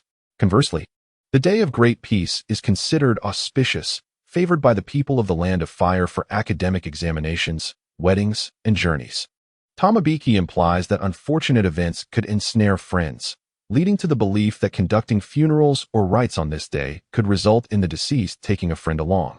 Hence, many crematories remain closed. However, conversely, choosing to wed on this day is deemed fortunate, as it is believed to bring joy to an unmarried friend, aiding them in finding a suitable partner. Therefore, this day is generally the most prosperous for wedding venues and hotels, aside from being a day of great peace. Sakigake denotes that the early arrivals prevail, prompting individuals to hasten their activities. In stark opposition, Saki Fu suggests that one should proceed at a slower pace. The people of the Land of Fire often jest with those who are sluggish, remarking, "Is your calendar marked Saki Fu today?" The Akikuchi day is deemed ominous in the early morning and late evening, but fortunate from 9 in the morning until 3 in the afternoon. Shohei lamented, stating that this scripture must have originated during the era of the Buddhist adversary, when temple monks, in their efforts to protect the texts, concealed them within the temple walls. Eventually, this temple was transformed into a shrine, preserving its legacy until recently, when heavy rains caused the walls to collapse, allowing this scripture to resurface. Amitabha, may the Buddha bestow blessings. Shohei intoned a Buddhist name and sighed, reflecting on how Master Kukai once received divine scriptures, authoring Zhuanli Wanxiang Minyi Zhenwen, to aid humanity in comprehending divine texts. Regrettably, during the tumultuous end of the Heian period, persistent warfare and the malevolence of the Buddhist adversary led to extensive damage to temples, resulting in the preservation of barely 1/10 of the authentic Buddhist scriptures. Today, with ninjutsu prevailing across the land, few are willing to exert effort in studying the inscriptions of the divine age. The original text has already been enshrined in the Temple of Fire in the Land of Fire. This is merely a copy. Given your remarkable proficiency in the divine inscriptions and the Diamond Sutra, you may take it to study diligently. Who knows? You might be the one to translate this scripture in the future. Lu Xian took the scripture, glancing over it briefly. It was a text entirely written in divine inscriptions. Although the title bore the words Diamond Sutra, many of the phrases and sentences within were never found in the original scripture. Nonetheless, he believed he would have no difficulty comprehending it with a little effort. However, this remained his personal secret, one he could not share with others. Seeing his master uncle eager to engage in an in-depth discussion about divine inscriptions, Lu Xian felt a twinge of regret and hastily said, "Master uncle, I must participate in the priestly examination tomorrow and need to review my lessons, so I shall take my leave for today." Chapter 2. The study after Lu Xian departed. His keen senses still caught the sound of Master Uncle Su Hai sighing repeatedly from afar. He lamented the changing times, expressing bewilderment as to why people did not engage in studying Buddhist scriptures and delving into Buddhist teachings, but instead took pride in becoming ninjas, reveling in power and intoxicated by slaughter. Such sentiments were indeed lamentable and worthy of a deep sigh. Lu Xian couldn't help but chuckle inwardly. "Oh, Master Uncle, do you not realize that we are now in the age of ninjas? As the protagonists of this world and the vanguards of this era, the ninja way has become the prevailing industry. Is it any wonder that divine inscriptions have been relegated to obscurity? In his previous life, the lucrative fields at university were those that drew high scores and thrived with a steady influx of students. Just like the paleontology program at BJ University, which, despite its lack of financial gain, was far from deserted. It is evident which path a modern scholar would choose between finance and oracle bone inscriptions. To the people of this world, divine inscriptions are akin to oracle bones, difficult to comprehend and of no assistance in mastering the ninja way. What use would there be in studying them? As for himself, Lu Xian raised the scripture in his hand, smiling contentedly. "Ah, dear old friend. We are but strangers crossing paths, both travelers in a foreign land." Looking at the sun, he noted that the day was still early. Since he had completed copying the Diamond Sutra, he thought it best to deliver this scripture to the study without delay. He made his way to the Qingshan study in the city. Upon entering the study, Lu Xian was greeted by the portly shopkeeper, who, despite his bulk, approached with surprising agility, wearing a sycophantic smile. "Ah, Master Lu Xian, I wondered why the magpies were chattering this morning, heralding the arrival of a noble guest.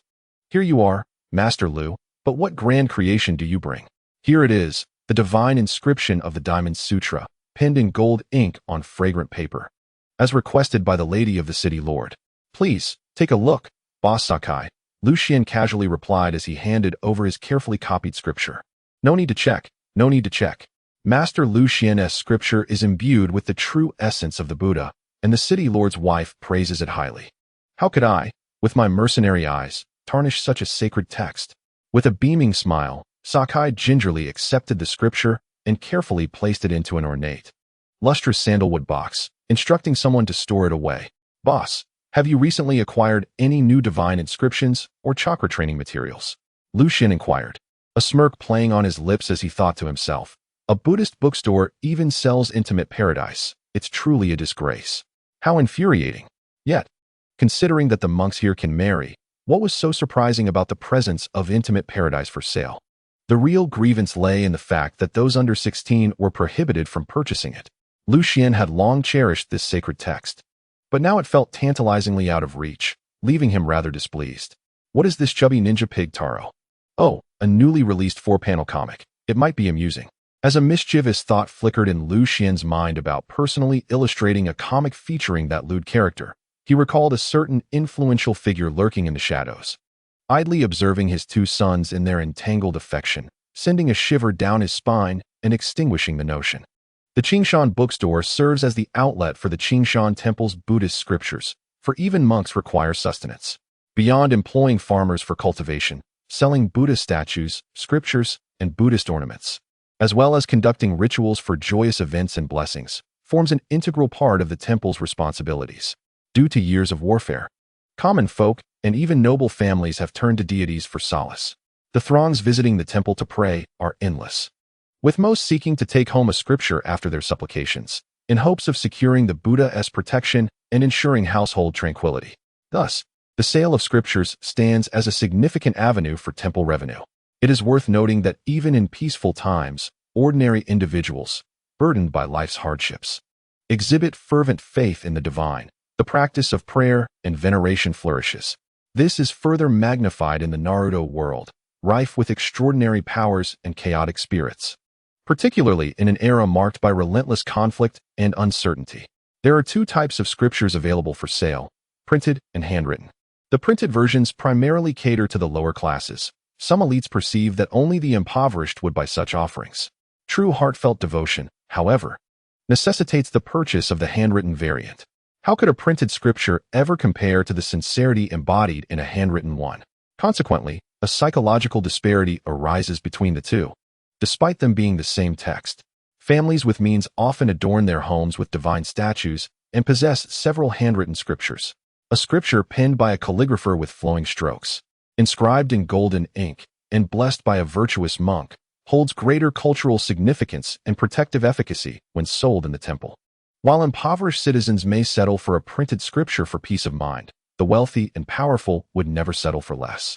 They either spend lavishly to procure authentic relics from renowned ancient monks or engage esteemed monks to perform solemn rituals in their homes, meticulously following a dignified process before selecting an auspicious day to inscribe scriptures. However, the most prized possession remains the handwritten scriptures adorned with divine inscriptions. Although one may not comprehend the divine script, it does not deter the admiration of others. Thus, the sales of scriptures at Qingshan Temple are conducted in two distinct modes. One where the temple acquires texts at a modest price, ensuring a straightforward transaction, and the other where they are sold independently, with the temple seal of approval and a stipulation of a 10% stamp duty.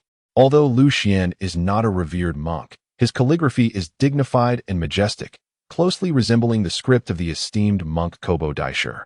And he particularly excels in the ancient inscriptions of the divine era, making his work highly cherished by the followers of Buddhism and quite valuable.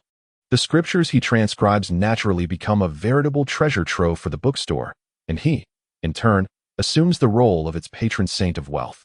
Lu Xian has entrusted the proprietor of the bookstore, Mr. Sakai, to gather materials related to the ancient inscriptions and chakra cultivation.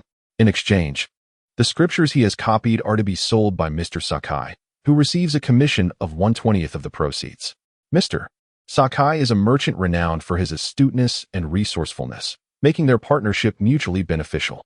Among the many calligraphers, I have chosen to favor the works of the esteemed Yin Jinqing, not only out of admiration for his noble virtues, but also due to the financial incentives that cannot be overlooked. Lu Xian reflects, who can deny that this realm is enamored with the antiquated charm inspired by the monk Kobo? Although Qingshan Temple is not a grand monastery, it possesses a considerable collection of materials concerning the ancient inscriptions. Lu Xian's requests are modest. He seeks any and all fragments of these inscriptions. Initially, he amassed a substantial amount of information, but it has been several months since he has found anything new. Coincidentally, I was just about to seek out Master Lu Xian. Mr. Sakai glanced around before leading Lu Xian to a secluded back room, carefully securing the doors and windows, and whispered, "A few days ago, I received word that there is a batch of antiques urgently being sold in the black market. including several scrolls inscribed with the divine script. Newly unearthed antiquities from the black market. Lu Xian narrowed his eyes, lightly clicking his tongue in appreciation of Mr. Sakai's resourcefulness. The term newly unearthed antiquities refers to items recently stolen. In this world, thievery is far more perilous than in the past. Early techniques of yin-yang and sealing were designed, in part, to aid ninjas in evading the risks associated with the pilfering of their secret arts. Oh, it's nothing. It's merely information gathered with the help of friends. Who doesn't engage in business? Mr. Sakai chuckled lightly, adopting a righteous tone. Moreover, these divine artifacts are unclaimed. Those of virtue rightfully possess them. Assisting a learned master in the study of ancient inscriptions is a great merit. In comparison, purchasing a few stolen items is trivial. The Buddha will not reproach us. As the sutras say, all phenomena are empty. What is empty is also emptiness. Why should we be concerned? Indeed, your understanding of Buddhist principles is profound, my friend. How can one who seeks the Buddha be said to purchase stolen goods? Lu Xian clapped in approval as he accepted the photographs handed to him by Mr. Sakai. Although the quality of the images was not exceptional, they clearly depicted two scrolls inscribed with ancient divine script. Recognizing the characters on the scrolls, Lu Xian's heart raced with astonishment. The Needle Sutra and the Divine Farmer's Classic of Nourishment? He could hardly contain his shock, repeatedly blinking in disbelief. Pondering the implications, is there a divine farmer in the world of Hokage? I recall a tailed beast named Sun Wukong. Of course, he is not the Super Saiyan nor the familiar figure of the renowned Monkey King, the great sage equal to heaven, who triumphed as the Buddha of fighting. However, is this Shinnong the same one I am acquainted with? He is one of the three sovereigns, a progenitor of Huaxia civilization, and has rendered immense contributions to humanity. The Huainanzi chronicles how Shinnong tasted the flavors of 100 herbs and the bittersweetness of water springs, guiding the people in their choices. During that time, he encountered 70 poisons in a single day. The Needling Classic is not extraordinary. It serves as the foundational text of medical practices in this realm, and it can be said that every healer has once studied the knowledge contained within it. Nevertheless, the age of this tome is profoundly ancient, and many ancient physicians have altered its content, with numerous forgeries existing. Subsequently, due to the widespread popularity of medical ninjutsu within the realm of ninjas, the Needling Classic was relegated to obscurity. This Needling Classic appears quite antiquated, inscribed on bamboo slips. Fortunately, in the world of Naruto, there is no custom of collecting antiques, rendering older items less valuable, while exquisite porcelain from the medieval period holds considerable worth. Nonetheless, as an artifact from antiquity, this bamboo slip should still command at least 200,000 yen. It is worth noting that the rewards for D-rank missions in the 5 great nations only range from 5,000 to 50,000 ryo. An especially made bowl of ramen costs merely 60 yen, equating to approximately 3.5 yuan. Yet, I have never encountered the Shinnong Health Classic before. In the promotional photographs taken, the Needling Classic reveals much of its content, while the Shinnong Health Classic displays only its title and a scant few lines of text. Upon casually flipping through the photos of the Needling Classic, Lu Xian developed a keen interest in these 2 bamboo slips, which did not seem to be forgeries. Oh, this is a 5-character word. I recall that the current Needling Classic, whether in medical textbooks or otherwise, is merely a single character with a horizontal line in the middle. With a sharp gaze, Lu Xian feigned indifference and remarked, "Boss, isn't it the case that one who spends all day chasing geese risks being pecked in the eye? This is a counterfeit. Surely, your information cannot be accurate. Impossible. This is something stolen by the Black Vulture." The bookstore owner hastily retorted. The Black Vulture is a notorious group of rogue ninjas from the black market of the Land of Fire, known for their excellent reputation and a task completion rate of 95. If they stole something, it certainly would not be a fake. Black Vulture? What sort of insignificant faction is that? I have never heard of them. Lu Xian replied dismissively, maintaining a look of skepticism. It's merely a case of misjudgment. Horses stumble, and people make mistakes. Even you, esteemed Boss Sakai, are not immune to error. Rest assured, I shall not disclose this to anyone. Under Lu Xian's relentless questioning, Boss Sakai grew anxious and quickly defended himself. This is not a fake. The Black Vulture has completely fallen from grace. Their name has become a thing of the past. This matter is connected to the Uchiha clan. Lu Xian rolled his eyes and warned him, "Boss Sakai, are you implying that these 2 ancient bamboo slips were stolen from the Uchiha clan? Are you trying to have me purchase them, believing I am eager to meet my demise? Or do you wish to hasten your own departure from this world? Chapter 3. The Black Market. Although the Uchiha clan would later face a tragic fate of extermination, they currently stood as one of the emblems of Konohagakure, a prestigious family in the Land of Fire. Any individual or organization that dared to offend the Uchiha family would inevitably face their wrath. However, I am merely alluding to a connection with the Uchiha clan, without implying that these stolen goods belong to them. The proprietor of the bookstore, with an air of mystery, keenly surveyed his surroundings before lowering his voice further, whispering conspiratorially into Lu Xian's ear. Upon hearing this, Lu Xian could not help but gasp in astonishment. This band of Black Eagles was audacious enough to infiltrate the Uchiha family's treasury. Yet, it seemed implausible. The Uchiha's vault was not merely located within their ancestral grounds. It was laden with intricate traps and protected by lethal sealing techniques, forbidden jutsu, and barrier ninjutsu, safeguarding the clan's secrets. How could the Black Eagles have managed to slip in undetected? As the saying goes, wealth can stir the heart. I have heard that this is the work of the Ishikawa clan's heir, lamented the owner of the tavern. The Ishikawa clan had historically thrived on thievery, excelling in various evasion techniques. In this generation, one of their descendants had even awakened a talent for space ninjutsu, adept at discerning spatial flaws in various ninjutsu barriers. However, when the Ishikawa clan was mentioned, many stubbornly dismissed them, deriding them as mere thieves unworthy of the title of ninja. Ninjas were undoubtedly the paragons of righteousness. How could they be mere petty thieves or assassins? Such slander. One day, inebriated, an individual, perhaps harboring grievances for too long, could no longer contain himself. Addressing the dancer in his arms, he proclaimed, "Is being a ninja truly impressive? Is the Uchiha clan truly formidable? I can enter their secret grounds at will. I have uncovered the flaws in their defenses. Accessing their treasury is like walking into an unguarded realm." The speaker, oblivious to the implications, was overheard by a member of the Black Eagle group, who took his words to heart. After all, this was the Uchiha clan, a renowned family of the age. Their treasury surely housed an array of precious ninja tools and hidden techniques. A single successful heist could ensure a lifetime free from worry. Thus, the Black Eagle gang devised a scheme, capturing the heir of the Ishikawa clan, coercing and enticing him until they extracted the means to access the Uchiha clan's secret grounds from his lips. The tavern owner lowered his voice and whispered, "I have heard that they truly discovered a hidden passage outside the Uchiha territory, managing to infiltrate the ancestral grave of the Uchiha clan, specifically the tomb of Uchiha Madara, who was once renowned alongside the first Hokage, Senju Hashirama, as the dual heroes of the Warring States period." Uchiha Madara? Upon hearing this, Lu Xian's expression changed. If memory served him correctly, this ancient figure had never truly perished.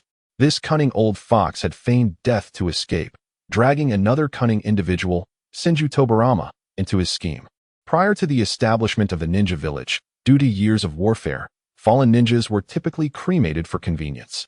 After the establishment of the hidden villages, esteemed individuals of high standing were laid to rest through burial upon their passing. This practice arose from the fact that these burial sites are located in the heart of various hidden villages, safeguarded by an array of sealing techniques, mechanisms, and barrier ninjutsu, rendering them impervious to theft. Following the Battle of the Valley of the End, Uchiha Madara was interred in the ancestral grounds of the Uchiha clan as a lifelong friend of Senju Hashirama, the god of shinobi and founder of Konohagakure. What secret passage could possibly lead to his grave? The proprietor of the bookstore's flesh quivered slightly, revealing a glimmer of satisfaction as he anticipated the unfolding drama. "I have confirmed with my friends in Konoha that all the elite shinobi of the Uchiha clan have mobilized to apprehend the Black Vultures. Do you think I am foolish enough to provoke the Uchiha clan? I value my life too much for that," he said, squinting with a smile as he poured fruit tea for the two men, savoring a sip to moisten his throat before continuing. "What has been circulating in the black market is not from the Uchiha clan, but rather from the secret treasury of the Black Vultures. The heir of Ishikawa is quite the ruthless one. He has led the Black Vultures to their doom. It turns out that the heir of Ishikawa regretted his boastfulness after being captured. He had stumbled upon an incongruous space in the dense forest outside the Uchiha ancestral grounds, which turned out to be a decayed spatial ninjutsu anchor point. Out of curiosity, he painstakingly repaired this spatial anchor and stealthily slipped inside. only to find himself within Uchiha Madara's tomb, which terrified him into fleeing. However, this did not hinder his tendency to embellish. Captured by the black vultures and coerced into guiding them, he realized that he had bitten off more than he could chew. Although both Uchiha Madara's tomb and the Uchiha clan's secret treasury lay within the clan's ancestral grounds, their guardianship was independent. Did the heir of Ishikawa not consider the possibility of using Uchiha Madara's tomb as a means to covertly access the Uchiha clan's treasury? Ultimately, he failed to gain entry.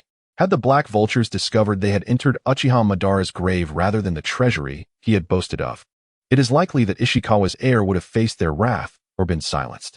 Conversely, had the black vultures successfully tunneled from Uchiha Madara's tomb to the Uchiha clan's treasury, the heir would have gravely offended the clan, facing certain death or an even worse fate.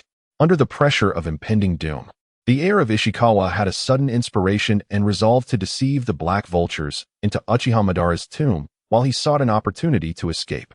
He planned to detonate the anchor point, leaving the black vultures trapped within Madara's tomb, thereby redirecting the Uchiha clan's animosity toward them. This was a scheme of utilizing another's blade to slay an enemy. Indeed, the plan unfolded as he had anticipated. The majority of the black vultures' main force was caught off guard, while the remaining members were entirely sold out to the Konoha security forces.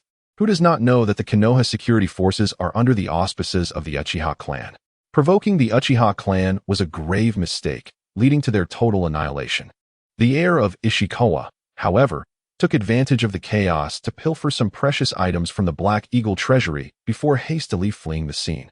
Fearing reprisals from the Uchiha clan, he set sail under the cover of night, intending to escape to the distant water country. Upon hearing this, Lu Xian's expression turned peculiar. Among the 5 great nations, the water country was indeed the optimal choice for evasion, as the vast ocean rendered one nearly invisible. Yet, it seemed that Uchiha Madara had also ventured to the water country. What does this imply? A fateful meeting across great distances? After robbing your grave, one crosses the sea to seek you out? Boss Sakai scoffed and remarked, at this juncture, everything is proceeding according to the plans of the Ishikawa heir. Had he made an early escape, with his skills in evasion, even the Uchiha clan would likely have been powerless to stop him. Though Sakai wore a smile, his eyes were cold and devoid of warmth, clearly wary of the consequences. He continued, yet, the downfall lies in insatiable greed. The Ishikawa heir offended the Uchiha clan, but did not hasten his retreat. Instead, he indulged in fanciful dreams of wealth. That, indeed, is a prelude to his demise. To his surprise, the Ishikawa heir found that the Black Eagle treasury held not a single coin, but rather a collection of ancient artifacts. Unwilling to accept this, he planned to find a means to dispose of the stolen goods. Before setting out to sea, he sought out a close-knit fencing organization, entrusting them with the sale of the items he had pilfered from the Black Eagle, as the Land of Fire was the wealthiest among the 5 great nations. However, darkness breeds deeper darkness. The fencing organization quickly betrayed the Ishikawa heir, apprehending him and delivering him to the Uchiha clan, while the treasures he had stolen were quietly absorbed by the organization. Sakai reflected, as merchants, we have been warned since childhood by our elders about the perils of greed. Disaster is sure to follow those who are consumed by desire. Yet, when greed takes hold, it becomes insatiable, resulting in more fatalities than the silt in this clear river. Lu Xian nodded in agreement, suddenly curious. Was it not said that fencing organizations adhere to principles and do not betray their clients? Why did they forsake their code of honor this time? Will anyone trust them with stolen goods in the future? Oh, the code of honor depends on the circumstances and the individuals involved, Boss Sakai replied succinctly. Fencing organizations are not fools. They had just captured the Ishikawa heir when Uchiha ninjas arrived. One of the primary conditions for fencing is to ensure that stolen goods are disposed of cleanly. The case of the Ishikawa heir cannot be deemed mutually beneficial. Rather, it is a diversion of catastrophe. With a gleeful chuckle, Boss Sakai added, if it were not for this, do you think we would have learned of such clandestine rumors? It was nothing but the fencing organization's fear of tarnishing its reputation that allowed this information to leak. Though the Uchiha clan wished to keep the invasion of their ancestral tomb a secret, they ultimately had to suffer this silent humiliation, for they had undeniably lost face. This book, the Needle Classic, is one of the auction items. As a renowned Buddhist merchant from the southeastern coast, The bookstore owner also received an invitation and promotional materials. In truth, the honor of this invitation is largely due to your esteemed connections, Master Lucian. The proprietor Sakai, with a countenance radiating delight, extolled, who is unaware that, apart from a few venerable monks, you, Master Lucian, possess the most profound understanding of the divine inscriptions? Within this treasure trove, numerous items necessitate the deciphering of these inscriptions to ascertain their true worth. Thus, the black market organization has extended an invitation for you to assist in their appraisal. As a token of gratitude, you may make rubbings of all the divine inscriptions. Of course, you are also welcome to purchase these artifacts. Upon hearing this, Lucian felt a flicker of doubt arise within him, contemplating that matters may not be as straightforward as they appeared. The divine inscriptions, having been passed down through generations, are widely regarded as symbols of good fortune, their significance far outweighing their tangible value. Those genuinely inclined to invest in such inscriptions are primarily nobles, temples, shrines, and ninja clans. Therefore, while the prospect of appraisal seemed reasonable to Sakai, Lucian remained skeptical.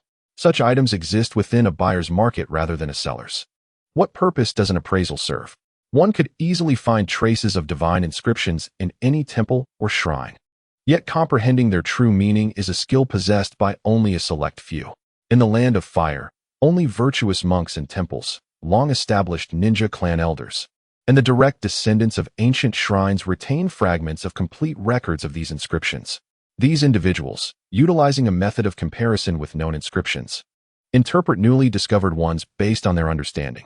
Those who are deeply engrossed in the study of divine inscriptions, like Senior Brother Shohei, would willingly invest their own resources to explore newly uncovered inscriptions, even at a personal loss. Moreover, in the realm of illicit trade, specialized appraisers exist who can authenticate treasures, assess their age, and provide valuations aligned with market conditions. Even with divine inscriptions, these experts possess a modicum of understanding, rendering external assistance unnecessary. Contemplating this, Lucian's mind stirred with a vague suspicion. It seemed the true intentions veered beyond mere treasure. Chapter 4. Employment. This intrigue arose from the fact that within the divine inscriptions lies the ancient practice of the celestial deities, known to the ancients as the existence of immortality arts. Although the rise of the ninja weighed diminished interest in ancient practices, leading to skepticism regarding the efficacy of such arts over ninjutsu, the belief in celestial cultivation methods gradually faded into the annals of history. After all, immortality arts exist solely in myth, while ninjutsu is a tangible reality. Yet, Lucian knew that the cultivation of immortality arts was not mere fanciful discourse. In contemporary times, while the details of these arts may not be well known among the populace, they cannot elude the awareness of those who traverse realms. The three great sacred sites have integrated the cultivation of immortality arts into ninjutsu, forging a mode of existence that rivals the combat prowess of the six paths. In the future, the Temple of Fire will also witness the emergence of figures regarded as prodigies of the immortal lineage. Thus, it stands to reason that someone in the black market has uncovered the secrets of immortality cultivation within this batch of bamboo scrolls, and, wishing to keep this knowledge from the land of fire and the hidden leaf village, seeks assistance for interpretation. One fears that should one truly decipher something extraordinary, there may be no return. Yet, why not venture forth? Without entering the tiger's den, how can one hope to capture a tiger? Lucian had made arrangements with boss Sakai to venture to the black market outside the city the following evening. Upon returning to his dormitory after bidding farewell to boss Sakai, Lucian encountered two familiar figures waiting at the door, one male and one female. The man was tall and stout, with a trustworthy demeanor, while the woman was elegant and charming. "Brother Tanaka, Sister Tauzi," Lucian exclaimed with delight. "What brings you here?" Brother Tanaka chuckled amiably, while Sister Tauzi shot him a reproachful glance, twisting Lucian's ear as she scolded. "Where have you been all afternoon? Do you not realize that tomorrow is the exam? Shouldn't you be in the classroom diligently reviewing your studies?" "Sister Tauzi, please let go. I was at the Qingshan study," Lucian pleaded. Tauzi feigned indignation, maintaining a stern expression. "Humph. If I did not know you were at the bookstore, do you think I would let you off so easily?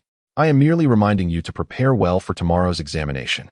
Is it so difficult to wait until after the exam to visit the library? Rest assured, Tauzi, Lucian is exceptionally bright. He will surely pass. Brother Tanaka chimed in cheerfully. Silence. We siblings are conversing. What business do you great oaf, have in this? Taozi glared at Tanaka before her face flushed crimson. And she quickly retorted, being clever is nothing to boast about. Does cleverness mean you can skip studying? Do you not realize how difficult the exam is? It took me 3 years to pass. Lu Xian humbly acquiesced, fully aware of 2 truths in both this life and the last. First, never engage in logical discourse with a woman, and second, a prodigy may do as they please in their studies.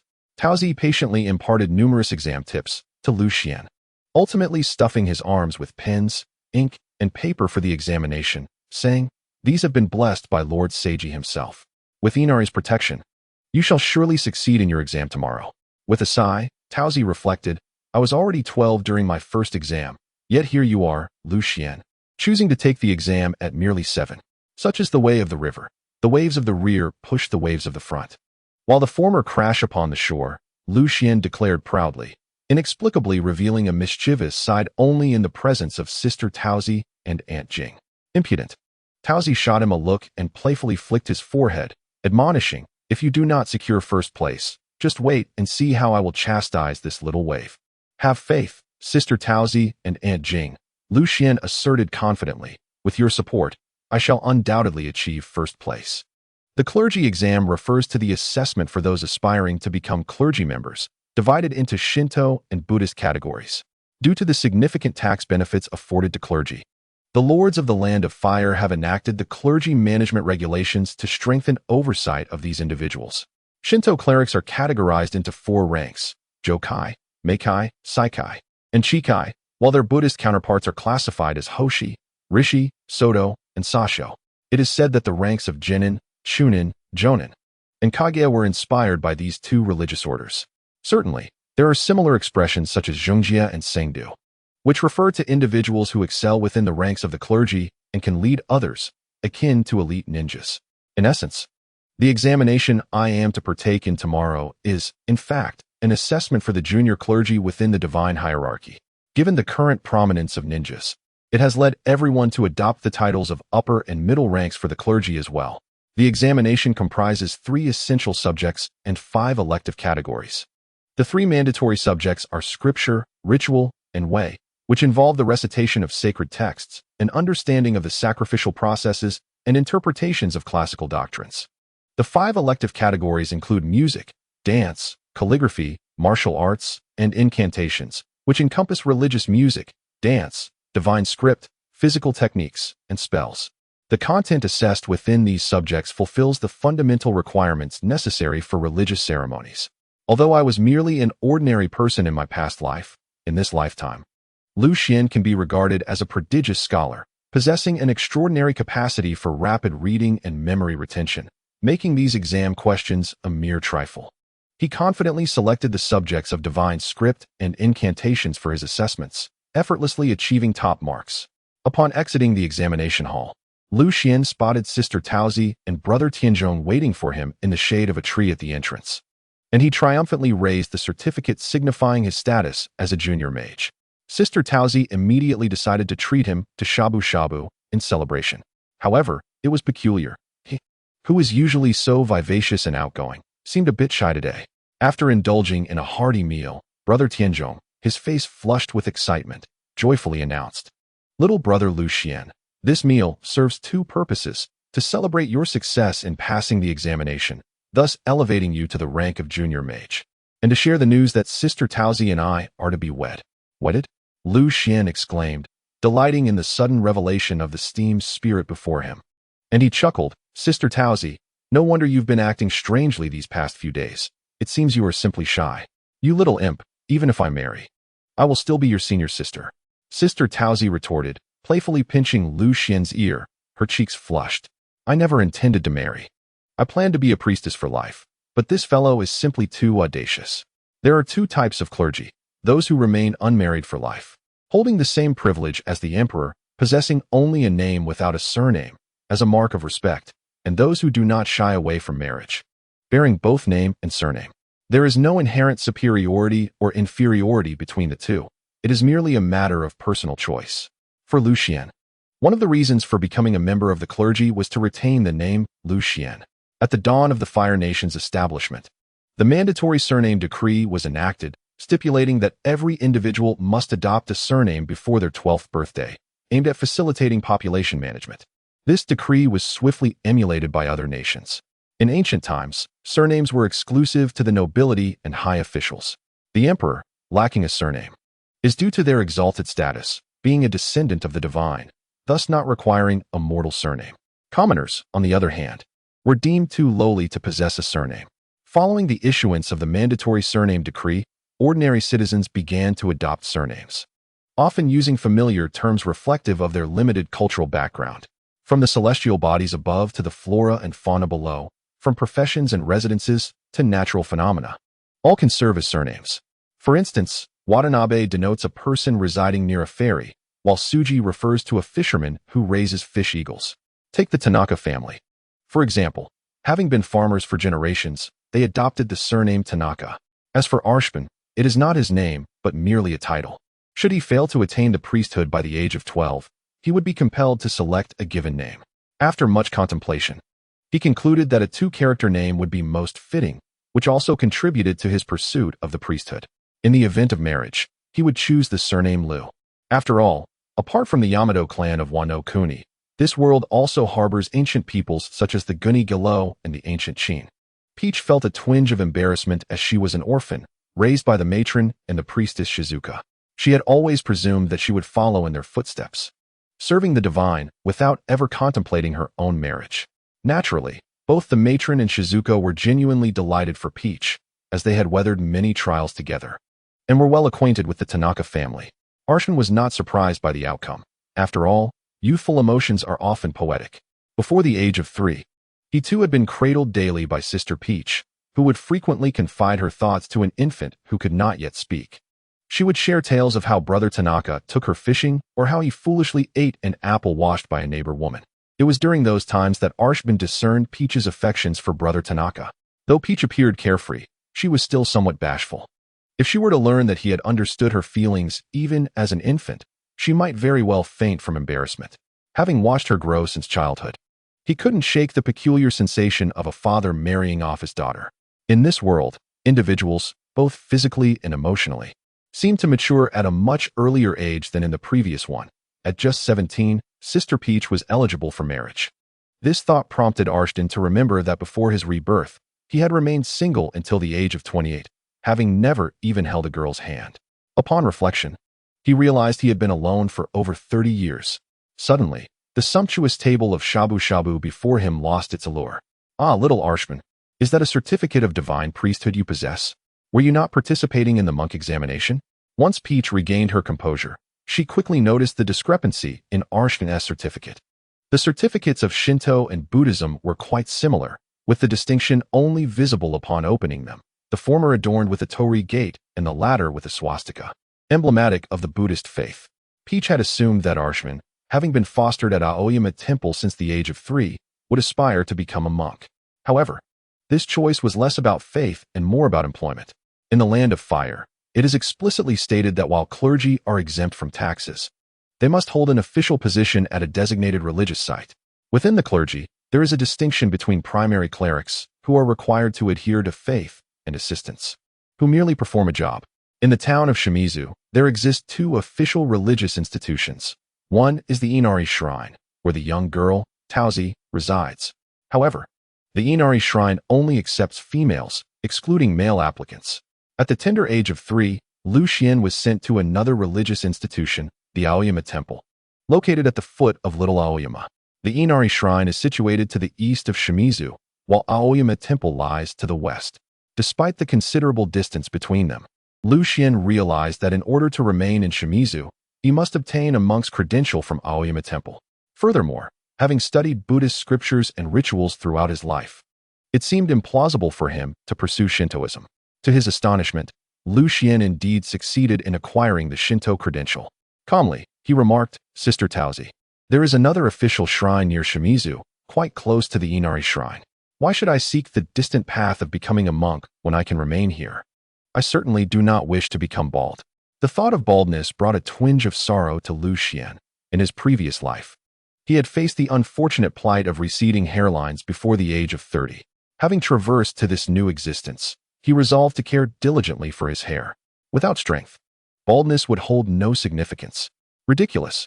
I grew up in the Inari Shrine. How could I be unaware of any nearby shrines? Working at Aoyama Temple does not necessitate renunciation or shaving one's head. Taozi, exasperated, closed the credential with a thud, lamenting, "You little rascal. How am I to explain this to Lady Shizuka?" Tanaka, wearing a puzzled expression, interjected, "But there is a shrine near the Inari Shrine. Taozi, have you forgotten? Foolish oaf. Are you joining in on this nonsense? Aside from the haunted Araki Shrine, what other shrines are there nearby?" As she spoke, Taozi felt lost for words, stammering, "Araki Shrine?" Indeed. Lu Xian produced a document titled Chronicles of Shimizu, asserting with utmost seriousness, according to official records, Araki Shrine is a recognized and accredited shrine. Although it is nestled in the mountains, it is merely an hour's walk from the Inari Shrine, far more convenient than Aoyama Temple. Absolutely not. Lady Shizuka would never consent. Taozi vehemently shook her head in opposition.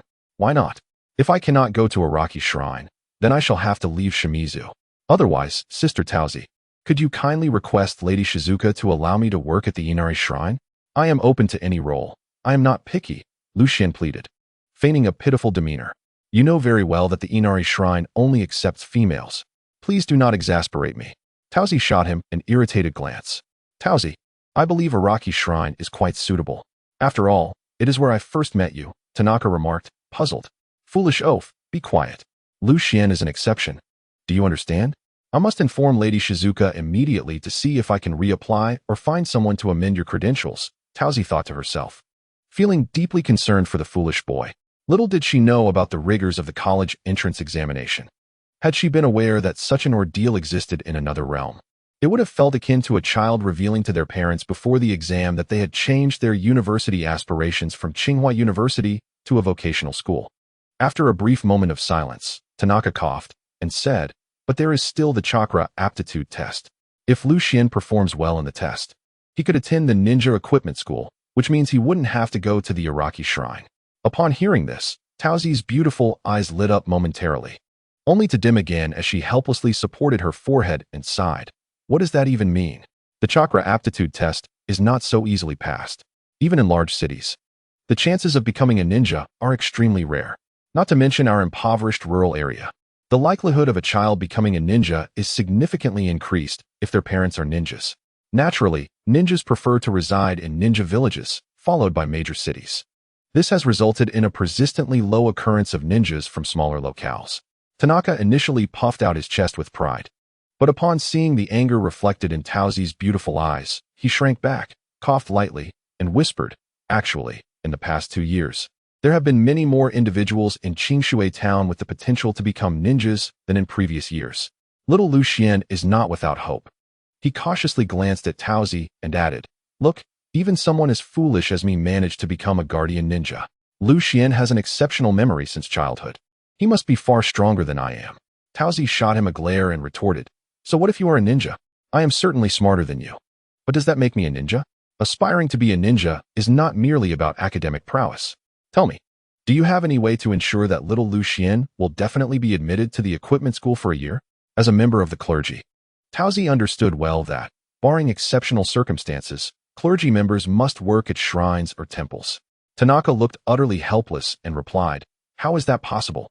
Without chakra, one wouldn't last a single day at the equipment school. It is extremely arduous there. However, whether Lu Xian can become a ninja must wait until after he takes the chakra aptitude test. As he spoke, a bitter expression crossed Tanaka's face, clearly recalling the hardships he endured during his time at the equipment school. With a deep sigh, Taozi resigned herself to fate, saying, may Inari bless Lu Xian to become a ninja, so he won't have to leave Qingshui town. Now that Lu Xian is 7, it is indeed time for him to take the chakra aptitude test. Tanaka continued, if Lu Xian truly has the aptitude for chakra training, then the matter would be resolved. Ninjas are far superior to the priests at shrines and temples. That is indeed a path, but as you said, it is contingent on if. And the greater possibility is that Lu Xian may not become a ninja. Therefore, discussing it is tantamount to nothing. Taozi, fuming, declared, no. I must return immediately to report to Lord Jing and see if I can arrange for a retest. Tanaka, listen to me. You must keep a close watch on Lu Xian. Tomorrow, ensure he attends the ninja aptitude test obediently and do not let him escape. Otherwise, I will call off the wedding. With that, Taozi left Tanaka, who wore a distressed expression, and scrutinized Lu Xian, deeply sighing in resignation. Little Lu Xian, little Lu Xian. You've always been obedient like a little adult. Why have you presented me with such a dilemma? After Taozi hurriedly departed, Tanaka finally exhaled in relief and took Lu Xian away from the restaurant, heading towards Aoyama Temple. Since my esteemed wife has issued a firm decree, I shall not return home tonight. Instead, I will accompany Lu Xian for testing first thing in the morning. As Tanaka walked, he gestured toward Lu Xian, explaining, the chakra aptitude test is quite simple. It merely requires pricking a finger and letting a drop of blood fall onto the test paper. Recalling his own childhood, Tanaka reminisced. In my youth, the chakra test came with a fee. Had there not been a war, the test would have been free. And I might never have had the opportunity to become a ninja. Fortunately, times have improved. And now any child over the age of 7 can undergo a chakra aptitude test at no cost. After expressing his thoughts, Tanaka inquired, by the way, Lu Xian, do you know what chakra is? The essence of a ninja is chakra, Lu Xian replied. Chakra is a unique energy formed by the combination of mental and physical energies within the human body, which is why everyone possesses chakra. Since the age of 4, Lu Xian had spent at least 8 hours each day in the library, not perusing comic books, but rather diligently acquiring knowledge of this world. Unfortunately, the library at Aoyama Temple did not carry Paradise of Affection, and being a minor, he was unable to purchase it from a bookstore, which was quite a torment for him. You certainly possess a wealth of knowledge. At your age, I only knew about farming, Tanaka praised. Farming is a true skill. Without ninjas, one could starve, but without farmers, everyone would perish, Lu Xian replied earnestly. Tanaka chuckled with delight. Haha, in all my years, you are the first to extol farming as a skill. However, you underestimate ninjas. Do you know that ninjas are categorized into 3 types? Lu Xian answered, Jonin, Chunin, and Genin. Tanaka shook his head. Those are the ranks of ninjas. In truth, ninjas can be divided into combat ninjas, defense ninjas, and lifestyle ninjas. As he spoke, Tanaka pointed to the forehead protector wrapped around his arm, saying, look, I am a defense ninja. My protector is crafted from brass, unlike combat ninjas, who wield protectors made of high-quality steel. Lu Xian had seen the forehead protector Tanaka wore many times. Its design was reminiscent of what he knew in his previous life, albeit smaller and made of brass. Lu Xian stared at Tanaka in confusion and asked, what are lifestyle ninjas and defense ninjas? I never heard of such terms while watching Naruto in my past life. Tanaka elucidated, combat ninjas serve the ninja village and represent the military might of a nation. Defense ninjas, overseen by the town magistrates, are responsible for apprehending thieves and maintaining public order. Lastly, lifestyle ninjas utilize ninjutsu to aid local development, typically engaging in mining, irrigation, and agriculture. Upon hearing this, Lu Xian immediately comprehended. To draw a parallel with his past life, combat ninjas are akin to professional soldiers, whereas defense ninjas are comparable to police officers. And lifestyle ninjas resemble engineers. The ninjas he was familiar with in his previous life were predominantly combat ninjas. Thus, it was unsurprising that the manga did not mention lifestyle and defense ninjas, as these professions seemed rather mundane and less relevant to Konoha. Tanaka removed his forehead protector and tossed it to Lu Xian, nonchalantly stating, most guards are reluctant to wear this. We even hesitate to call ourselves ninjas. Perhaps out of a sense of embarrassment. If it weren't for the esteemed figures from Konoha visiting us a few days ago, and the mayor issuing a stern command that we must don these protectors as a sign of respect, this trinket would still be languishing at the bottom of my box. People have taken to calling us domestic ducks, as our swaggering patrols resemble the waddling gait of a duck, and our forehead protectors share the same hue as them. Tanaka swayed side to side, mimicking a duck's walk while poking fun at himself. Lu Xian couldn't help but chuckle at his comical display, reflecting inwardly that his perspective was rather narrow. In truth, those bearing the copper insignia were the ones of true significance. Just consider the Bronze Kings, who can effortlessly deride their teammates from a distance, or the valiant warriors who can single-handedly challenge 5 foes, retreating only to await the inevitable surrender of 20. And then, observe the Bronze Saints, who can easily overpower even the Golden Saints. Tanaka took a few steps in his imitation, then abruptly halted, sighing as he remarked. Though every individual possesses chakra, some are bound to remain ordinary, while others ascend to the ranks of ninjas. Even among ninjas, some are those formidable combatants who soar through the skies and traverse the earth, while others, like myself, are destined to be mere sentinels. He displayed an envious expression, saying, "In the land of fire, only exceptionally gifted children of noble lineage are granted the privilege to study in the village of Konoha. Others aspiring to become ninjas must pay their way into local ninja academies or sentinel schools. Those scions of prestigious clans, endowed with bloodline limits, are born beneath a ceiling that ordinary folk could never hope to reach." Lu Xian empathized deeply, recalling his past life where the majority toiled earnestly, while some expended every ounce of their strength merely to exist.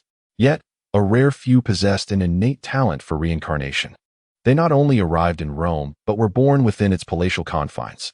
Chakra, as a fusion of spiritual and physical energy, can be transmitted through lineage, thus increasing the likelihood of ninja descendants when their parents are ninjas. For someone like me, whose ancestors have always been commonplace, to eventually become a sentinel ninja is already a testament to divine favor. Upon reaching this point, Tanaka sheepishly scratched his head, smiling as he confessed, "To be honest, had it not been for the outbreak of war, I never would have dared to dream of becoming a ninja." At that time, during the Great Ninja War, the casualties were staggering, and the number of ninjas dwindled severely.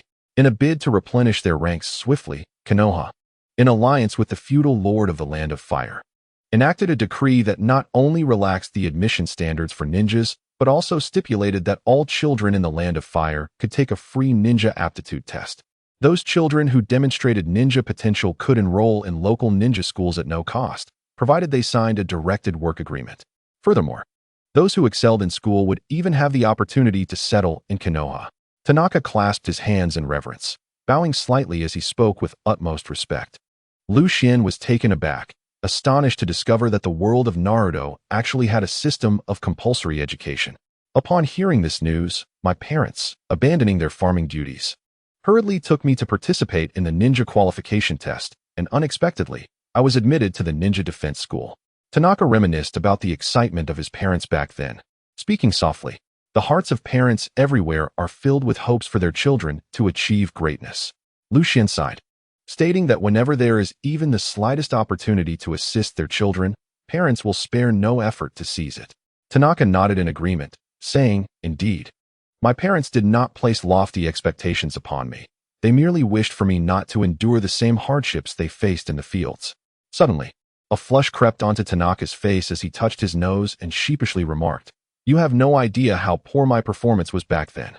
Chapter 6. Becoming a ninja. Due to being part of the first special recruitment, the qualifications of that batch of ninjas were relatively subpar. Moreover, in an effort to swiftly utilize everyone, the school endeavored to shorten the term for learning ninjutsu and significantly lowered the standards for graduation assessments. Additionally, most capable ninjas had gone off to battle, placing immense strain on the teaching quality of the instructors. Consequently, graduates from Tanaka's cohort, when compared to previous classes, were lacking in both combat prowess and overall competence. Despite this, I managed to graduate from ninja school with barely passing marks, Tanaka recounted with trepidation. In previous years, someone of my caliber would have been eliminated long ago. Had I not encountered Uncle Jumian, I suspect I would have become mere cannon fodder on the battlefield. Tanaka's expression turned nostalgic as he blinked, reflecting wistfully, "Fortunately, I met Uncle Jumian, who not only saved my life, but also taught me what it truly means to be a ninja." With a face full of gratitude, he continued, "Before that, my desire to become a ninja was solely for the sake of enjoying a good life after becoming one. I was content just to be a civilian ninja, let alone a defense ninja. It was Uncle Jumian's guidance and teachings that enlightened me to the true significance of being a ninja. With Uncle Jumian's support, I diligently trained and ultimately passed the assessment to become a defense ninja." Lu Xian understood. One could say that within the ninja training system, the 5 great ninja villages are akin to prestigious universities, while ordinary ninja villages represent first-tier institutions, and the ninja schools of nobles and daimyos resemble second-tier, third-tier institutions, or even vocational colleges. Reflecting on later events, one might wonder if the 80,000 ninja coalition simply emerged from nowhere. In Naruto's cohort, the graduating class from the Konoha Ninja Academy numbered at most 30 individuals, right? even if there were 10 classes per year and a 100 success rate with a 0 mortality rate. The talent pool of Konoha over 30 years would not exceed a few hundred. In reality, the number would likely be even lower. Thus, the question arises, how did the ninjas of the 5 great ninja villages and the samurai of the Land of Iron come together to form an 80,000-strong force? Lu Xian now understood the answer. There exists a training system for ninjas independent of the villages, belonging to the daimyos and nobles, such as the ninja monks of the Fire Temple or the defense ninjas cultivated by the defense schools. It is essential to recognize that within any talent selection and cultivation system, the cost of nurturing a single individual invariably involves a multitude of others serving as stepping stones for their growth. While one may lament the advantages of lineage in previous lives, it is a shared human experience. This world, however, presents a harsher reality. Some are born with debilitating afflictions, while others are deemed incapable even of becoming ninjas, setting aside the complexities of bloodline limits. Even an ordinary genin is perceived as a monstrous entity in the eyes of the average person. Such is the phenomenon of survivor bias, which Lu Xian mused upon.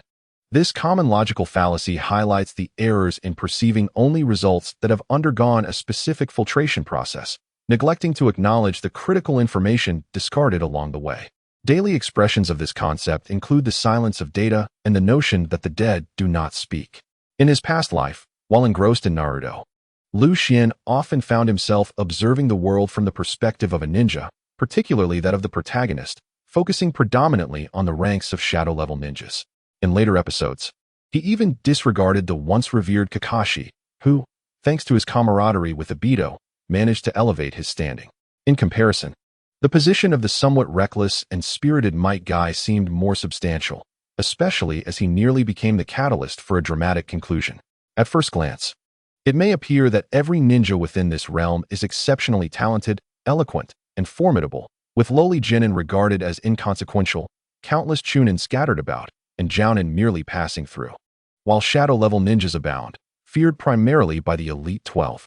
Yet, apart from the genin of Konoha, others of the same rank often resemble discarded debris by the roadside, akin to the weeds awaiting harvest in a game set to easy difficulty. However, after living in this world for 7 years, Lu Xian was acutely aware of the ninja's true status.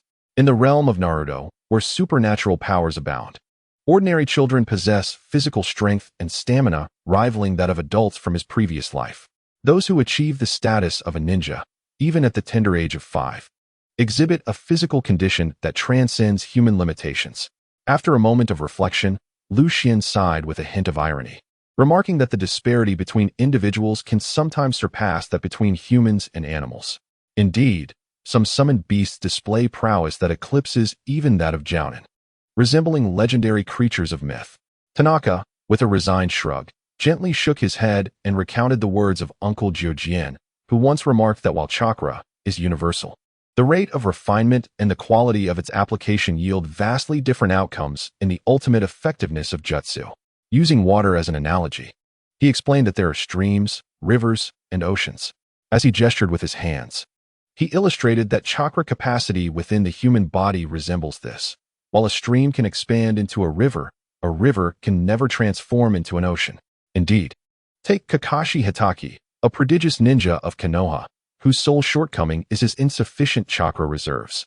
Lu Xian's mind conjured an image of him.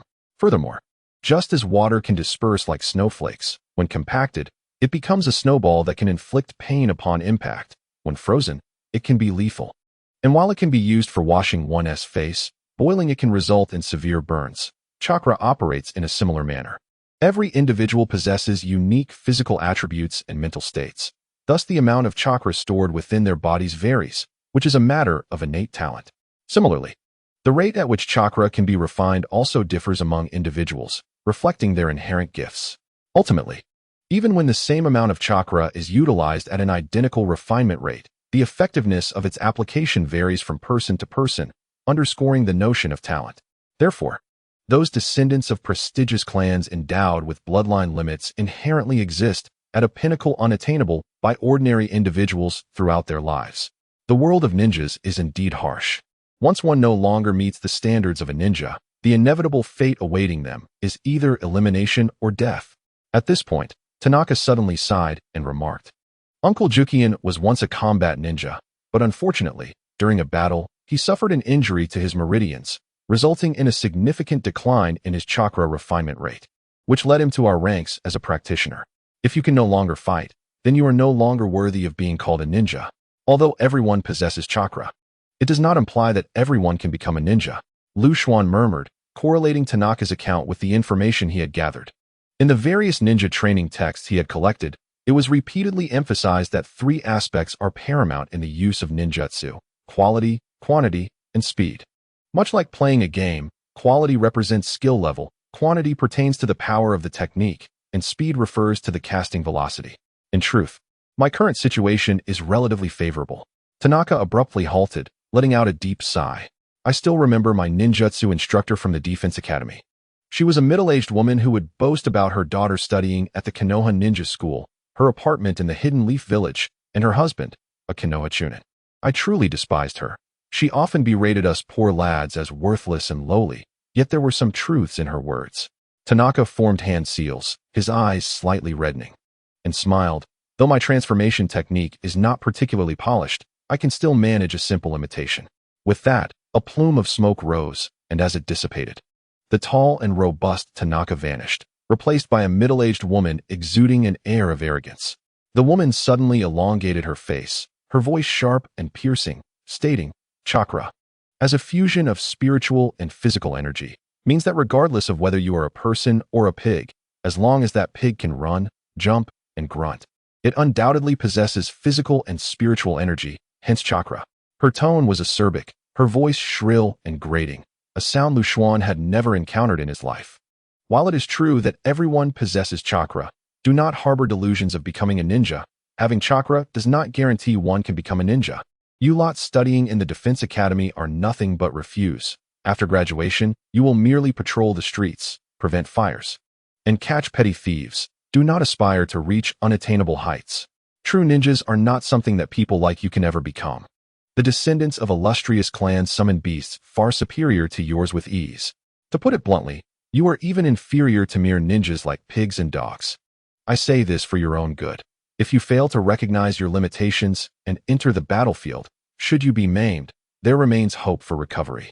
But death is an irrevocable end. Lu Xian's expression turned grave. A snobbish and callous teacher can cast a long psychological shadow on students. It appears that Brother Tianzhong harbors considerable disdain for this woman. And this distaste has caused the honest and simple Brother Tianzhong to mimic the despicable teacher's mannerisms in berating students with remarkable accuracy and vividness. Tianzhong reverted to his true self, his face stricken. With a hoarse voice, he lamented, "In those times, due to my poor academic performance, I lacked ambition and could hardly envision myself becoming a true ninja. In contrast, my peers excelled academically, brimming with lofty aspirations, always dreaming of demonstrating their prowess on the battlefield and being selected for Konoha. Konoha, it is the most splendid dream within our hearts." With reddened eyes, Tianzhong wiped away tears at the corners of his eyes. Lu Xian nodded in deep agreement. Although Konoha is referred to as a village, its status in this world is akin to that of the bustling metropolises of the past. Just as in his former life, enduring the grind of a demanding job, the confinement of cramped living quarters, the scorn of superiors, and the disdain of landlords, bearing countless scars yet unwilling to depart. All for the sake of dreams in that place. If you love him, send him to Konoha, for it is a paradise. If you hate him, send him to Konoha, for it is a hell as well. Do you know the outcome for everyone? Out of 354 individuals in our cohort, only 31 survived. A gust of wind swept through, stirring up the dust on the ground, carrying willow fluff that danced in the air. The sunlight dimmed, and the earth seemed suddenly shrouded in a painful atmosphere, rendering the scene inexplicably desolate and bleak. Tianzhong took a deep breath and said mournfully, "I have admired ninjas since childhood, but had I not encountered teacher Jujianshan, I fear I would no longer be a ninja today." He wiped away a tear from the corner of his eye, steadied his emotions, and finally spoke softly. "The wind has risen. One can easily be blinded. Lu Xian, do you understand? A ninja is not merely for slaughter, but for protection. As long as this belief is held, one can become strong, regardless of whether they are a ninja or not." Lu Xian gently replied, "I blossom amidst the violence, much like a flower at dawn." Tianzhong was momentarily taken aback. and after a long silence, he praised, "How beautiful! Did you come up with that?" "No." Lu Xian shook his head. "I gleaned it from ancient texts. It conveys that even amidst slaughter, one must not forget the beauty and continue to yearn for the light. This interpretation naturally deviates from the original meaning. The true essence of that phrase is akin to the notion that explosion is art. Yet Lu Xian felt that at this moment, he should focus on the flowers at dawn. After all, there has been too much bloodshed in this world. Chapter 7. The past 7 years ago. In the depths of the forest, during the long and desolate night, the occasional solitary chirp of birds and the calls of wild creatures echoed distantly in the vast, empty wilderness, growing increasingly distinct amidst the serene stillness. It was the night of the full moon, yet the orb was shrouded beneath thick clouds, casting a ghostly and uncertain light, ethereal and dim, resembling not a bright moon, but rather a flickering will-o'-the-wisp. The night was heavy, the clouds obscured the moon, the heavens hung low and somber, and the entire earth seemed to be cloaked in a veil of misty antiquity. Suddenly, a piercing wail of an infant shattered the fragile tranquility of the deep night, tearing apart the false serenity of the forest. The cry spread rapidly, disturbing the entire woodland. It was akin to a stone hurled into a placid lake, sending ripples far and wide while splashing water in every direction. A flock of crows, as black as coal, was startled by the cry, cawing raucously. Their voices harsh and grating. They flapped their wings in a chaotic uproar, soaring from the treetops, their crimson eyes flickering in the air before gradually vanishing into the horizon. These crows, not only were their bodies charred as if seared by fire, but their cries were as unpleasant as if they had swallowed embers. Legend has it that crows are born in the sun, symbolizing the divine light, yet the timid Tianzhong felt no warmth, only a prickling unease. Overwhelmed by the foreboding atmosphere surrounding him, the cacophony of these crows was utterly disconcerting. Disturbed by the raucous crows, the woodland creatures fell into momentary chaos. The deer were startled, birds fled, and a restless agitation permeated the forest. From the depths of the wild, there occasionally arose a long, resonant roar, while from the thickets came low, mournful whinnies. In the shadowy depths of the woods, glimmers of an eerie light could be discerned. Whether it was a will-o'-the-wisp or the eyes of a beast, one could not tell. Amidst this tumult, a figure darted swiftly through the trees. Accompanying the disturbance, a flicker of firelight emerged in the dark recesses of the forest, defiantly illuminating the pervasive darkness, drawing attention. "Amitba, may the spirits bless me," Tianzhong muttered, his fear intensifying, prompting him to quicken his pace, hands clasped in prayer as he walked. "Great divine bird, I beseech your pardon for disturbing you. Please grant me silence. And all you deities, I am merely patrolling the mountains, wishing not to intrude upon your rest." As he continued his silent entreaties, he hurried toward the faint glow of firelight emanating from the distant forest. Although fear gripped his heart, he dared not run through the darkened woods, opting instead for a brisk walk. The path was treacherous at night, and the mountain folk had set traps to capture animals. A moment's distraction could lead to injury. Fortunately, having patrolled the front mountains daily for the past few days, he was well acquainted with the locations of traps and pits, allowing him to navigate with relative ease. As one ventures deeper, the chilling mist within the forest grows increasingly somber. Towering trees loom along the path, their shadows swaying gracefully, whispering softly in the night. The forest trail, stirred by the wind, causes leaves to cascade down, brushing against one's skin, heightening a sense of disquiet. Yet, in the heart of the field, a flicker of joy arises, for beyond this thicket lies a familiar mountain path.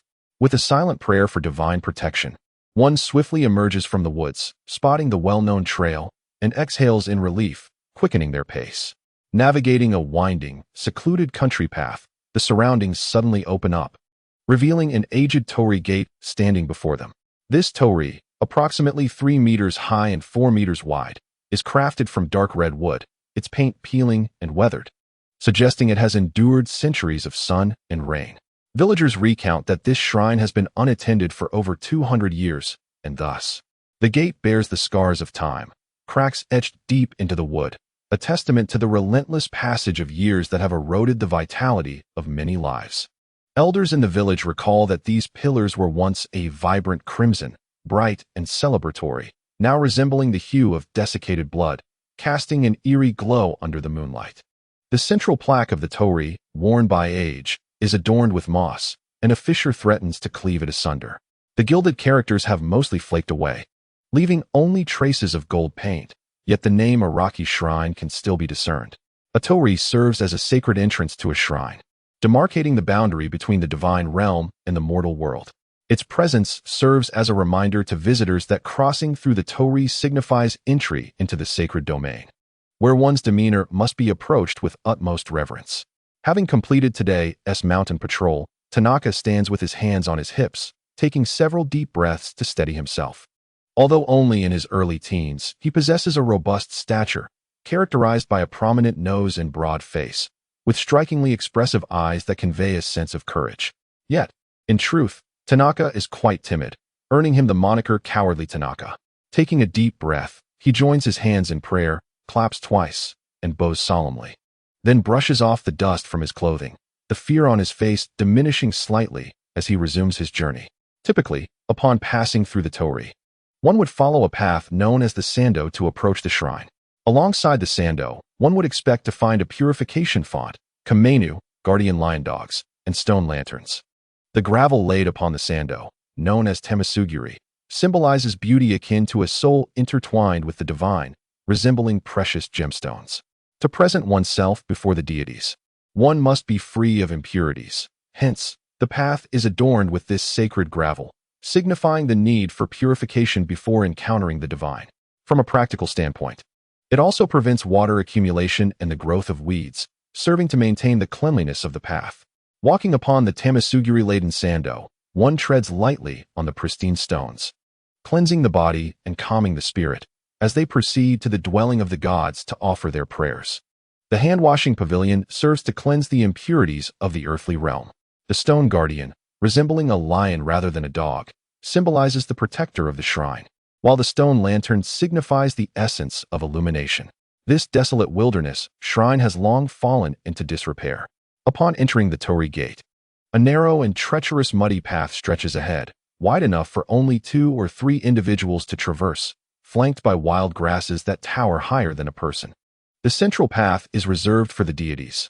Thus, Tanaka refrains from stepping in the middle, adhering to his grandmother's teachings from childhood and the principle of left for men and right for women, cautiously keeping to the left as he proceeds. Beneath the dim glow of the moon, wild creatures occasionally dart from the overgrown thickets, only to vanish into the tangled underbrush. Along the way, remnants of crumbling walls can faintly be seen, hidden among the weeds. Typically, a shrine comprises 3 main halls. The main hall, which houses the deity's spirit, the worship hall, where rituals and prayers are conducted, and the offerings hall, where tributes are presented. The remaining structures of this shrine have long since collapsed, leaving only a complete main hall at the far end of the path, facing southward. This once abandoned main hall now emanates a vibrant glow, bustling with life. The unsettling cries disturbing the forest emanate from this very place. Before the main hall stands a half-human-height blue stone tablet, entwined with withered vines and adorned with verdant moss. With the aid of the moonlight and lanterns, the ancient characters spelling Araki can be discerned. Over time, this dwelling in stone, along with the torii gate ahead, silently preserve the memory of the shrine's existence. In the depths of the forest, where the abandoned shrine lies, human presence is rare. Had it not been for the occasional hunters or wandering merchants seeking refuge, it would have long been forgotten. Now, due to the ravages of war, a group of women and children have taken shelter here to escape the chaos. Lord Jukin, I have returned. Everything is normal. There are no unusual occurrences on the front mountain, Tanaka reported cautiously. Thank you for your efforts, Tanaka, came a languid voice from the shadow beneath the eaves, belonging to a middle-aged man clad in a dark gray combat vest, lounging lazily. It's no trouble. It is my duty, Tanaka replied, scratching his head with an honest demeanor. He would gladly remain here for a lifetime, the coward. A sharp voice rang out from the roof, followed by a youth leaping down, his steel forehead guard glinting with a piercing light in the night. Ah, Master Yagyu, you have returned, Tanaka said nonchalantly, finding solace in Yagyu's words. Though the night in the mountains was somewhat eerie, it was far preferable to the battlefield. The village elder once remarked that sometimes humans can be far more terrifying than ghosts. Those wretched little spirits, crying incessantly. And this forsaken shrine, Who knows where these useless deities come from? Hey, Jukin, I've checked it out. Same as before. There's nothing unusual in the back mountain, Yagyu stated disdainfully, glancing at the timid Tanaka beside him, continuing his tirade. If there are any spirits from the wild temples, they ought to swiftly silence those raucous little demons. How infuriating. Why must I squander my life here? Why not send me to the battlefield?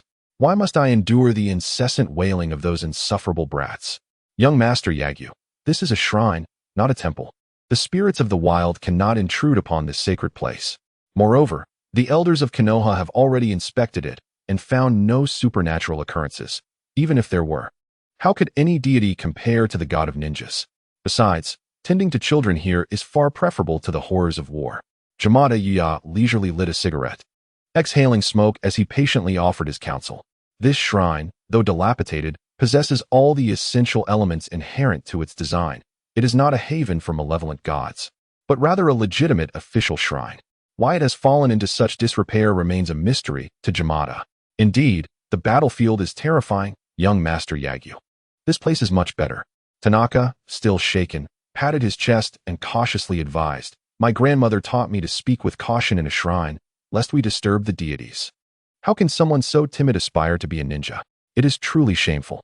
Yagyu shot a disdainful glance at Tanaka and scoffed. There truly are no gods that can compare to the god of ninjas, save for the deities of Takamagara. However, the path of a ninja can only be transcended through the crucible of iron and blood. To linger here is but a waste of life. Furthermore, there are 8 million gods in this world. Who knows which forlorn spirit Araki is? Just look at this abandoned shrine.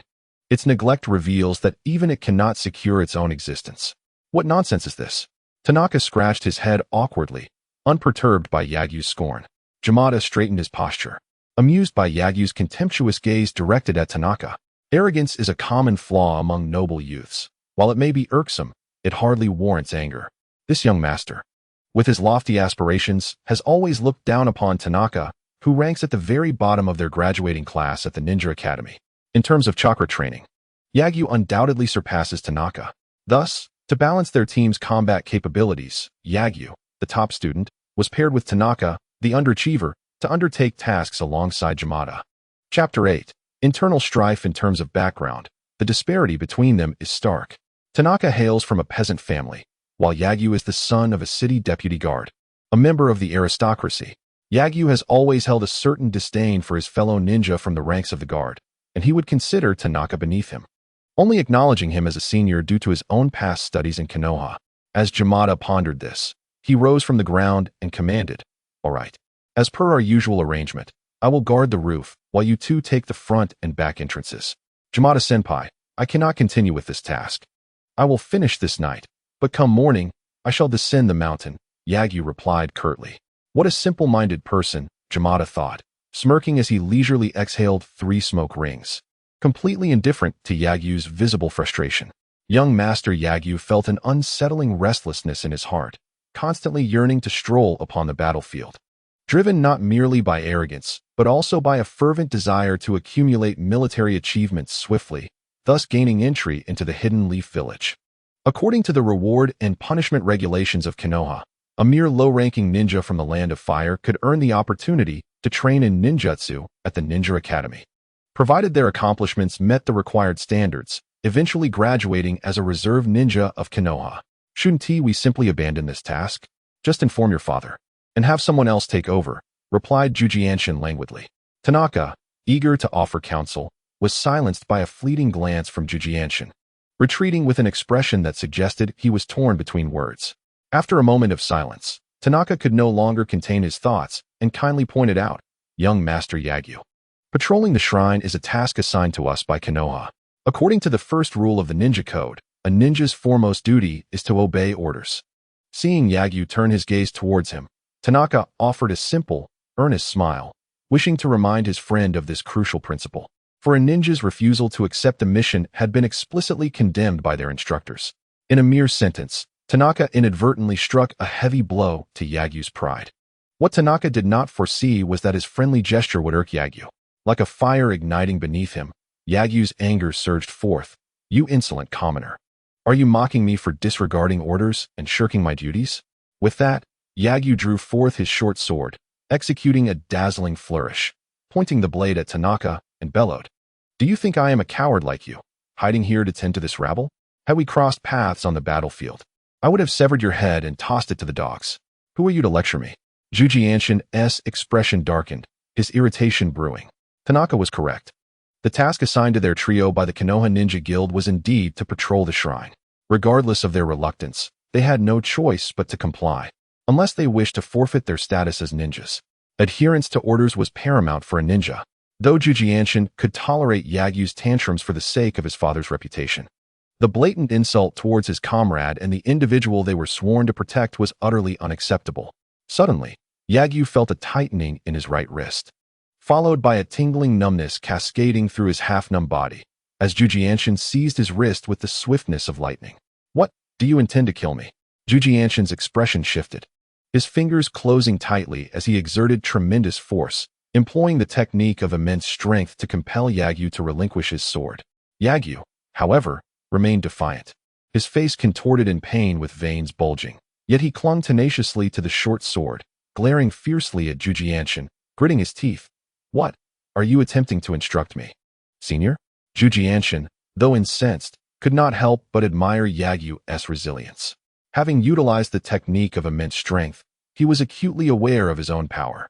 The fact that Yagyu could endure the pain and confront him indicated that this young master possessed a certain fortitude, rendering him a viable candidate for development.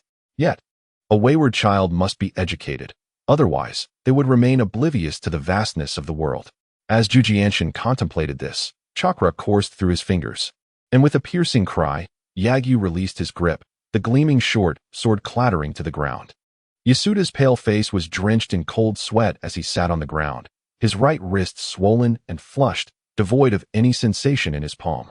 Terror-stricken, he clutched his right hand in disbelief, screaming hysterically, "How dare you? How dare you cripple my right hand?" As the son of a guardian and the top student of his school, Yasuda had always been lauded like a star among the moon. Thus, despite his transgressions, no one dared to admonish him for flaunting the forehead protector reserved for true combat ninjas. On the contrary, everyone congratulated the young master for graduating at the top of his class from the local ninja academy, eagerly anticipating his brilliant future on the battlefield and his inevitable admission to the prestigious Konoha Ninja School. "Your hand will be fine. A few hours of rest will suffice. I merely sealed the chakra pathways in your right hand temporarily. This is a form of medical ninjutsu, though it can also be lethal when employed correctly." Looking at Yasuda's pitiful state sprawled on the ground, Jikanda couldn't help but mock himself, thinking, "How could I let myself be angered by such a worthless individual? I am only regressing." He had initially believed that although Yasuda was somewhat overbearing, being the top student in the ninja academy and managing to hold on under pressure indicated potential. However, he soon realized he had misjudged him. Yasuda's resilience was merely a facade, driven by a fragile ego, his reluctance to let go in a moment of pride. A classic case of suffering for the sake of appearances. In his panic, he failed to recognize the chakra ceiling, demonstrating a complete lack of composure, truly disappointing. "Just a decorative pillow, a sack of straw," Jikanda thought disdainfully, resuming his usual languid demeanor.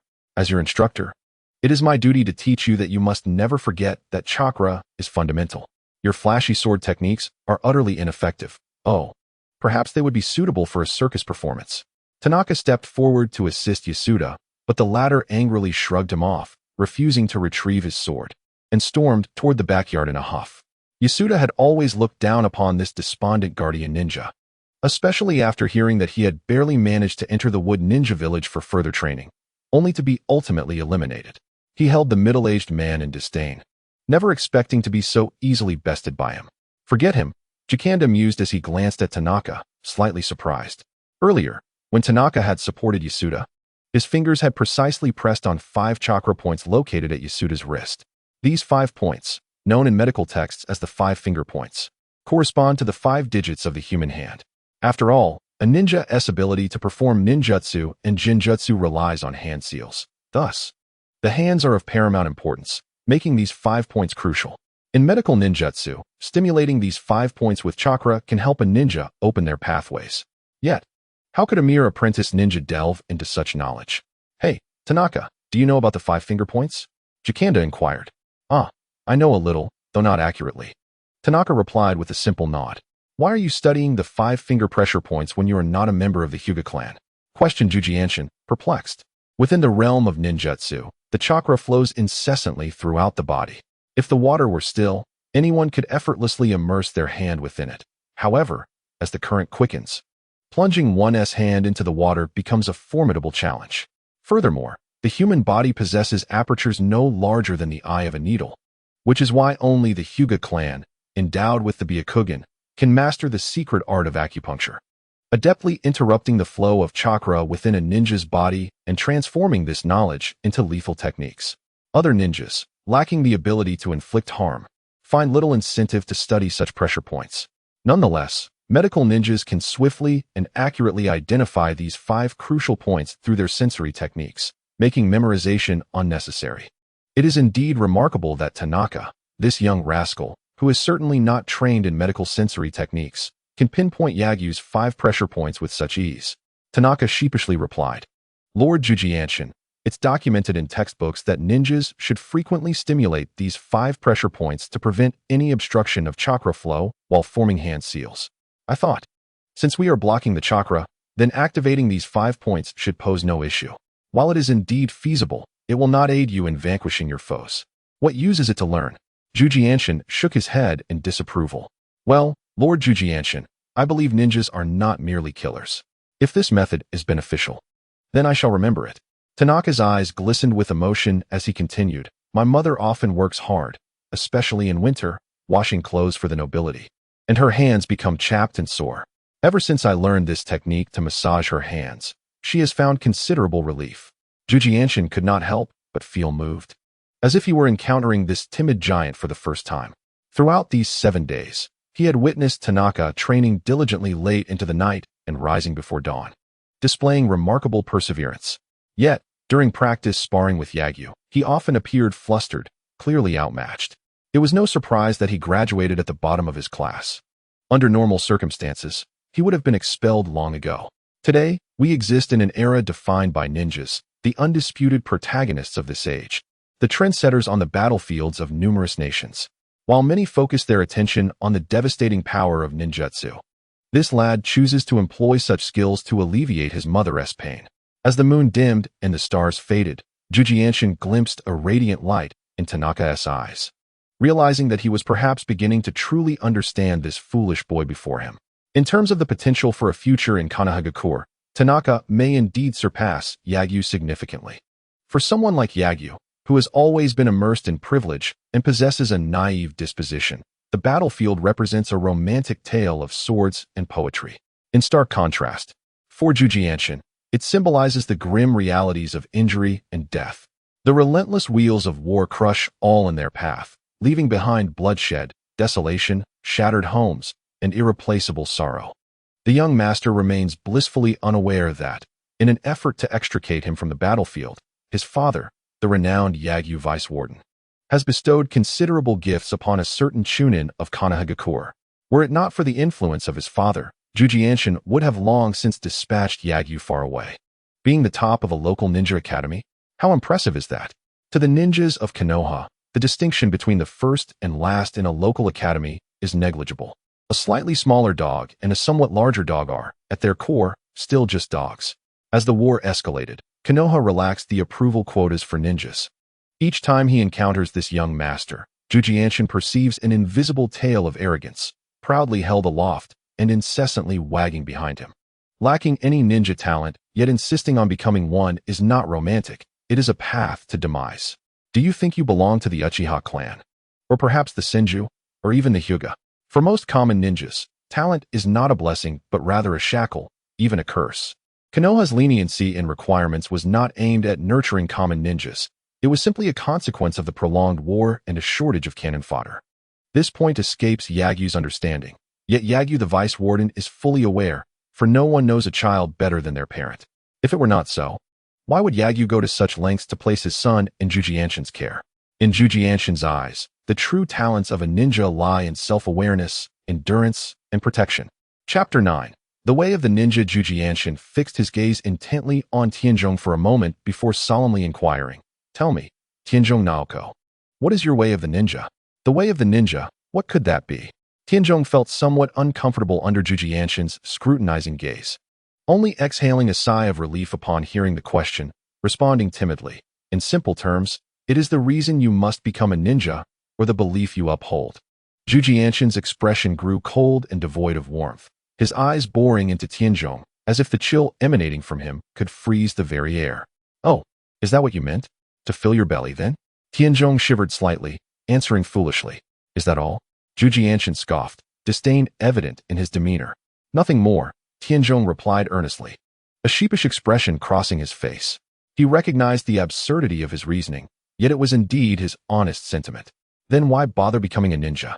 You must understand that ninjas constantly face the threat of death, Zhu Jianshan remarked, his indifference palpable as he lit another cigarette, enveloping himself in a cloud of smoke. Tianzhong found himself momentarily speechless, standing there in silence.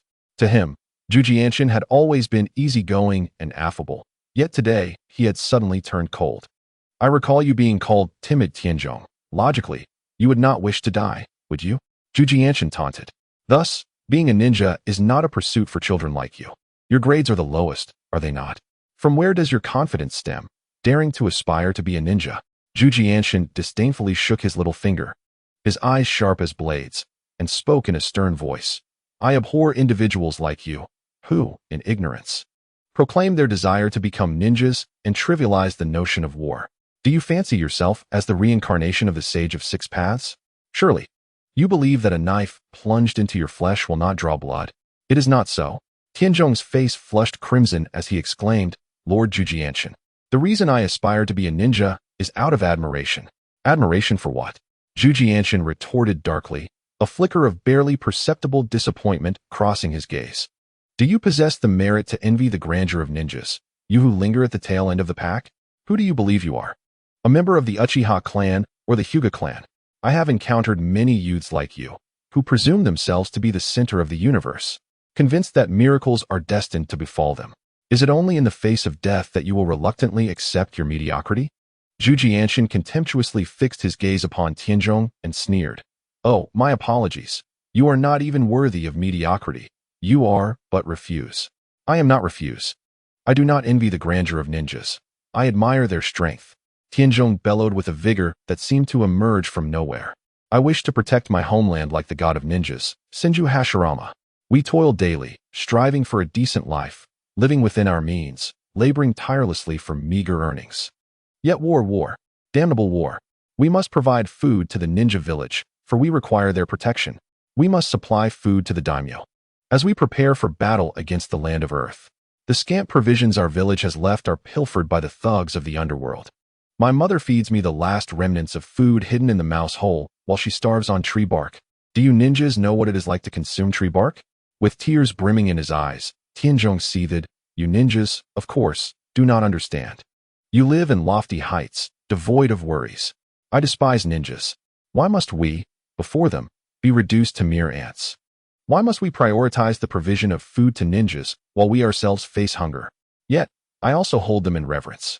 I yearn to become someone like Lord Senju Hashirama. Tianzhong raised his head, unwavering as he gazed at Zhu Jianshan, his heart ablaze with fervor, and declared, Lord Senju Hashirama is revered as the god of ninjas. With his singular strength, he brought an end to chaos. It is because he is a ninja that he possesses the power to bestow peace upon the land of fire. As for me, I am but an ordinary person. I shall never achieve what a god can accomplish. A resolute glimmer shone in Tianzhong's eyes as he continued. However, if I could also become a ninja, at least I could protect my family and friends from the persecution of underworld thugs. At this point, Tianzhong looked earnestly at Zhu Jianshan and stated, If we must speak of a ninja's way, this is my way, to ensure that no one goes hungry, to secure peace of mind for everyone, so that we need not fear the need to hide our provisions. Oh, is that so? A flicker of appreciation danced in Zhu Jianshan's eyes. Yet he seemed to deflate like a punctured balloon, his demeanor becoming languid as he waved his hand dismissively. Very well, remember your ninja way, and strive earnestly towards your goal. By the way, do not refer to me as Lord Zhu Jianshan anymore. Simply call me teacher. Teacher? Tanaka stood in a daze, staring blankly at Zhu Jianshan. What, do you think I am unworthy? After all, I was once a chunin of Konoha.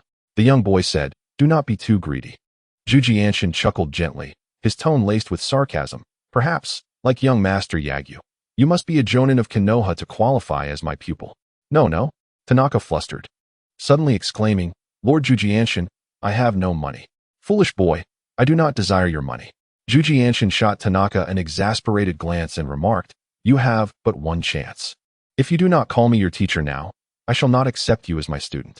Zhu Jianshan sensei, Tanaka exclaimed with excitement, then queried in confusion, Sensei, what did you mean just now? I merely sought to test you briefly. Oh, by the way, I utilized a bit of Jinjutsu. I trust you do not mind. Zhu Jianshan chuckled. I never anticipated that this foolish boy harbored such grand ambitions, aspiring to become a figure like Lord Hashirama Senju. I am not.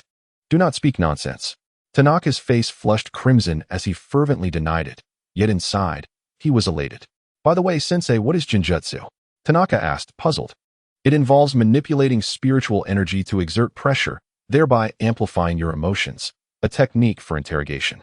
I shall teach you more later, Zhu Jianshan yawned. Tanaka was not offended.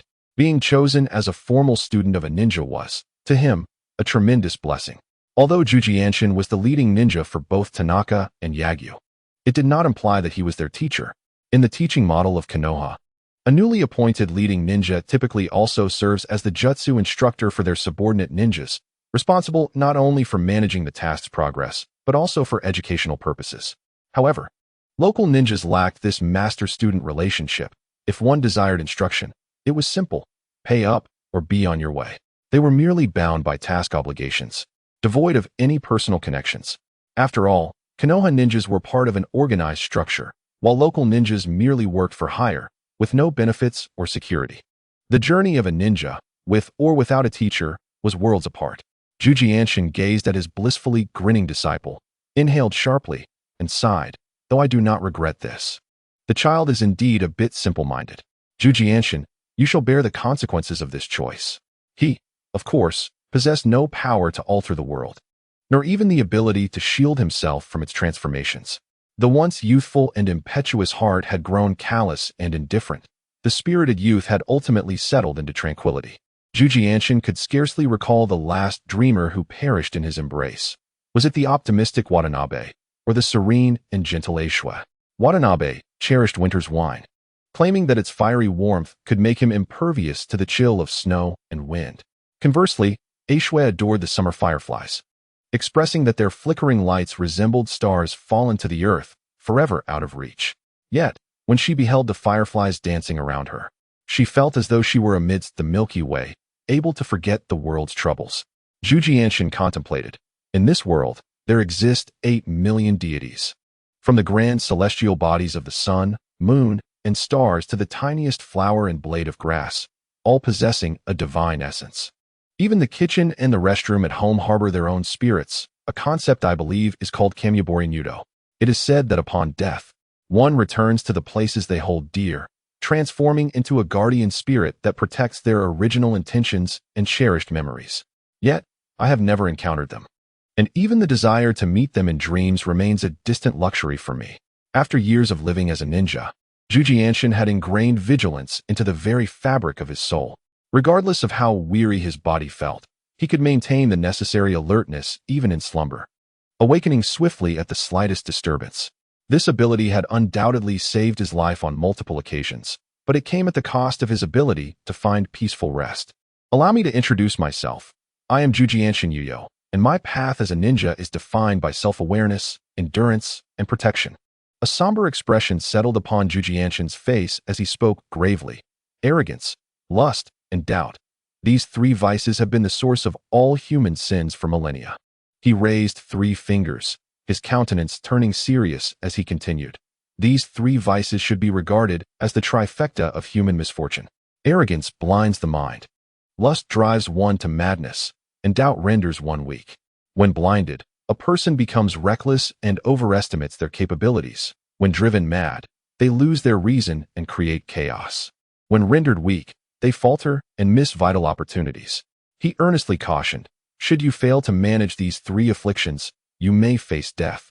Therefore, to survive in this chaotic world, one must embody self-awareness, endurance, and protection. Only those who are self-aware can act within their means. Those who endure can remain composed in the face of danger, and those who protect can forge ahead without hesitation.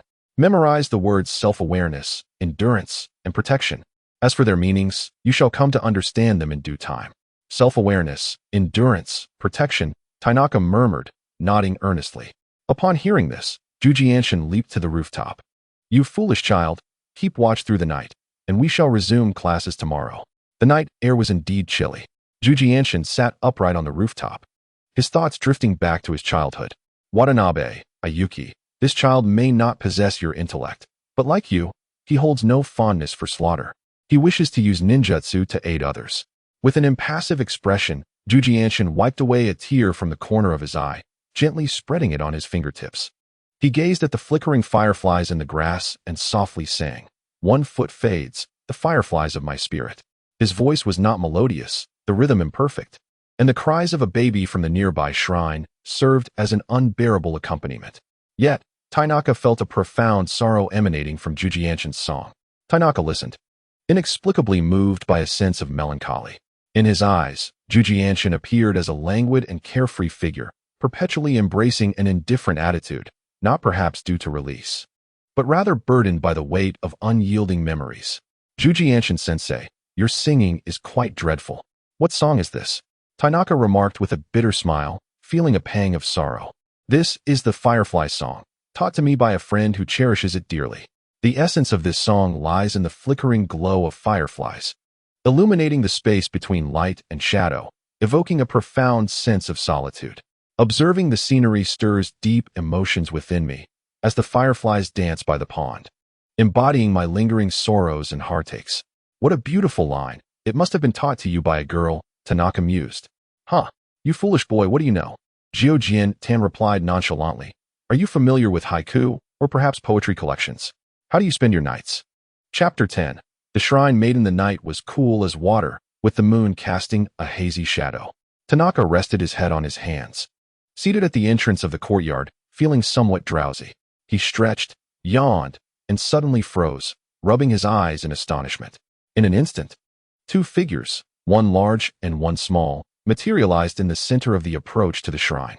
In the blink of an eye, they had traversed a significant distance, revealing a woman holding a lantern in one hand and guiding a child with the other, gracefully advancing towards the shrine. Curiously, Tanaka wondered why anyone would dare to walk in the very center of the path to the shrine. A sense of unease washed over him. After all, even 3-year-olds are warned by elders not to tread upon the central path when entering a shrine. The center of the approach is sacred, reserved solely for deities. Mortal beings who stray onto this path risk incurring the displeasure of the gods, inviting misfortune upon themselves. While some may scoff at such beliefs, the sight of a frail woman and child traversing the central path at such a late hour felt decidedly peculiar. Furthermore, they seemed to move with astonishing speed. Tanaka's heart raced with alarm. Could they be spirits of the mountain? He instinctively leaped backward, adopting a defensive stance, and called out, "Who goes there? State your name." In the dim light, shadows danced, and the faint yellow glow cast a halo around the figures. He discerned that the woman was adorned in the garb of a shrine maiden, a white top paired with a red kimono, draped in a raincoat, and wearing a conical hat, resembling a traveler. Yet her face was not human. It bore the features of a fox. With a graceful swiftness, the woman approached Tanaka, almost ethereal in her movement. Stammering, he exclaimed, "A fox spirit." Before she could respond, the child beside her made a silly face and cheerfully declared, "Indeed. We are just a big and small fox, here to seek food." Seeking food? Tanaka replied earnestly, producing a fruit from his pocket with reverence. "Dear fox spirit, our provisions are scarce. I offer you this fruit and humbly request that you depart to another place." "Nay, we have no interest in that. We crave the hearts of children. Are you frightened, little one? Run and summon your guardians, or we shall feast upon you." The child's eyes widened in mock disdain as he shot Tanaka a contemptuous glance and spoke in a peculiar tone. "Do not be foolish, Taozi. If you continue with such jest, I shall impose punishment upon you." The elder fox admonished softly, then turned to Tanaka with an apologetic smile. "Forgive my mischievous apprentice. He delights in jest. Please allow me to convey that the shrine maiden of Inari has come to offer blessings." The voice of the great fox possessed a calming power that settled the heart of Tanaka, but unexpectedly, as the words fell, The great fox reached up and peeled off a layer of skin from its face. Tanaka was startled, yet no gruesome sight of blood was revealed. Instead, there appeared a countenance as exquisite as white jade. Her features could hardly be deemed breathtaking. Her eyes lacked a seductive allure, her nose was not particularly straight, and her lips were not especially petite. However, when these elements coalesced, they exuded an indescribable grace and tranquility, evoking the gentle caress of spring breezes and the warmth of winter sunlight. It was then that Tanaka realized what she held was not a mask of flesh, but a finely crafted fox mask, so lifelike that, in the dim light, it seemed as though a genuine fox spirit stood before him. "Ha ha, cowardly one, blushing face," teased the child, Tauzi. Even though Tanaka had long been labeled a coward, he could not help but flush at the child's mockery. Fortunately, his dark complexion concealed it in the shadows. The shrine maiden, Shizuka, furrowed her brow and softly remarked, "Tauzi, this esteemed ninja is vigilant in the night, and such caution is entirely reasonable. It reflects his sense of duty. Our late-night visit is indeed an intrusion, and any stranger encountered in the wilderness would evoke suspicion. How can one call him a coward?" With that, she bowed slightly and added, "Please forgive this child's foolishness." Tauzi apologized to the ninja. The child, upon hearing this, immediately offered a respectful apology. "I'm sorry. I didn't mean to mock you. I just thought it was amusing. Please forgive me." Tanaka waved his hands repeatedly, responding with utmost respect, "It's quite all right. In truth, I was the one who called myself a coward. You merely echoed it, and I am hardly a distinguished ninja. You are far too gracious." His grandmother had informed him that shrine maidens are the earthly representatives of the divine and must be respected. Tanaka understood why these two walked in the center of the path, as divine representatives. Unless it was a situation akin to Inari's shrine maiden visiting the great deity Susanoo, such as a daughter greeting her father. Gods are regarded as equals, and their servants would never tread on the sides of the sacred path. "Oh, it is the shrine maiden of Inari, is it? The head matron has awaited you for some time," said Jakamada, approaching upon hearing the voice. "I am Jakamada, a middle-ranking ninja tasked with patrol duties, and this is Tanaka, a junior ninja. Esteemed ninja, it is fortunate to have you here guarding this place. I need not have come, but I cannot help my concern for the women's and children's institution, for it is where I grew up." Shizuka spoke gently. "You are too kind, shrine maiden. To be honest, your presence is a blessing. There are indeed strange occurrences here, although I am certain there are no spirits. The incessant cries of children at night are quite troubling," Jakamada replied courteously. Jakamada's thoughts wandered. The night watch was exceedingly dull, and he had anticipated no incidents. The arrival of the shrine maiden was a welcome diversion. Rumors of apparitions at the dilapidated shrine were not uncommon, and while they made for intriguing tales, the prospect of encountering one firsthand was unnerving, especially considering the peculiar events that had transpired at the shrine over the past week. Affected by the turmoil of the ninja war, the women's and children's shelter in the town was consumed by a devastating fire. The director of the shelter was compelled to relocate the children to a nearby shrine, seeking refuge from the elements, rather than hiding in caves like many other refugees. However, upon their arrival, they encountered an unsettling phenomenon. At the stroke of midnight, the infants within the shrine would invariably begin to wail. The witching hour is traditionally regarded as a time when malevolent spirits are most likely to appear, particularly during the twilight and deep of night. Midnight, in particular, is when the yang energy is at its weakest and the yin energy at its peak, marking it as the most perilous moment within this already ominous time frame. According to ancient lore, humans are inherently endowed with a spiritual essence, especially evident in infants. As one ages, this innate spiritual quality tends to diminish due to the corrupting influences of the world, leading to a decline into mediocrity. Thus, although infants cannot articulate their thoughts, it is during this early stage of life that they possess the most profound spiritual awareness. It is said that during this period, infants can perceive malevolent entities that elude the sight of adults. Consequently, whispers of spirits haunting the shrine began to circulate. Fortunately, the esteemed director of the shelter, a woman of great repute among the local women, firmly asserted that there were no supernatural beings within the shrine. The children's cries were merely a result of the oppressive yin energy at midnight, which left them vulnerable and unable to withstand the cold. Despite her reassurances, an air of trepidation lingered among the residents, prompting them to seek assistance from the ninja guild, who assigned a protective task. Given that the ninja war was at a critical juncture, Konoha could hardly spare additional forces to guard this group of women and children. Nonetheless, the shelter's residents had sought refuge here specifically because their original home had been requisitioned by the Fire Nation due to the war. Furthermore, as a major power, the Fire Nation was obliged to consider the political ramifications of the plight of women and children. Consequently, Konoha dispatched a jonin to investigate, who found no extraordinary occurrences. After the jonin's departure, the town mayor assigned a chunin, Hisamada, along with 2 apprentice ninjas, Tachanaka and Yagyu, to maintain a daily watch. Having grown up nearby, Hisamada had previously stayed at the shrine and felt no fear. While there may be unknown elements within the shrine, he was confident in its safety. After all, it was a legitimate shrine dedicated to authentic deities. The battlefield posed far greater dangers. Perhaps this was Hisamada's stroke of fortune. Yet, for a certain young master, this was merely his misfortune. After all, the joys and sorrows of individuals do not resonate universally. Meanwhile, the director, leveraging her connections, reached out to the priestess Shizuka of the Inari Shrine in Kyoto. Shizuka, an orphan raised by the director, had excelled in her priestly examinations at the age of 10 and was subsequently taken under the wing of the Inari Shrine priestess for further training in Kyoto. Shizuka, known for her kindness, frequently sent financial aid to support the shelter's daily operations. Additionally, Momo, another orphan raised at the shelter, possessed a natural talent for Shinto practices and was also taken to the shrine in Kyoto by Shizuka. Since hearing about the troubles at the Women's and Children's Institute, Priestess Shizuku hastened her journey with Momoko, finally arriving at the Araki Shrine this evening.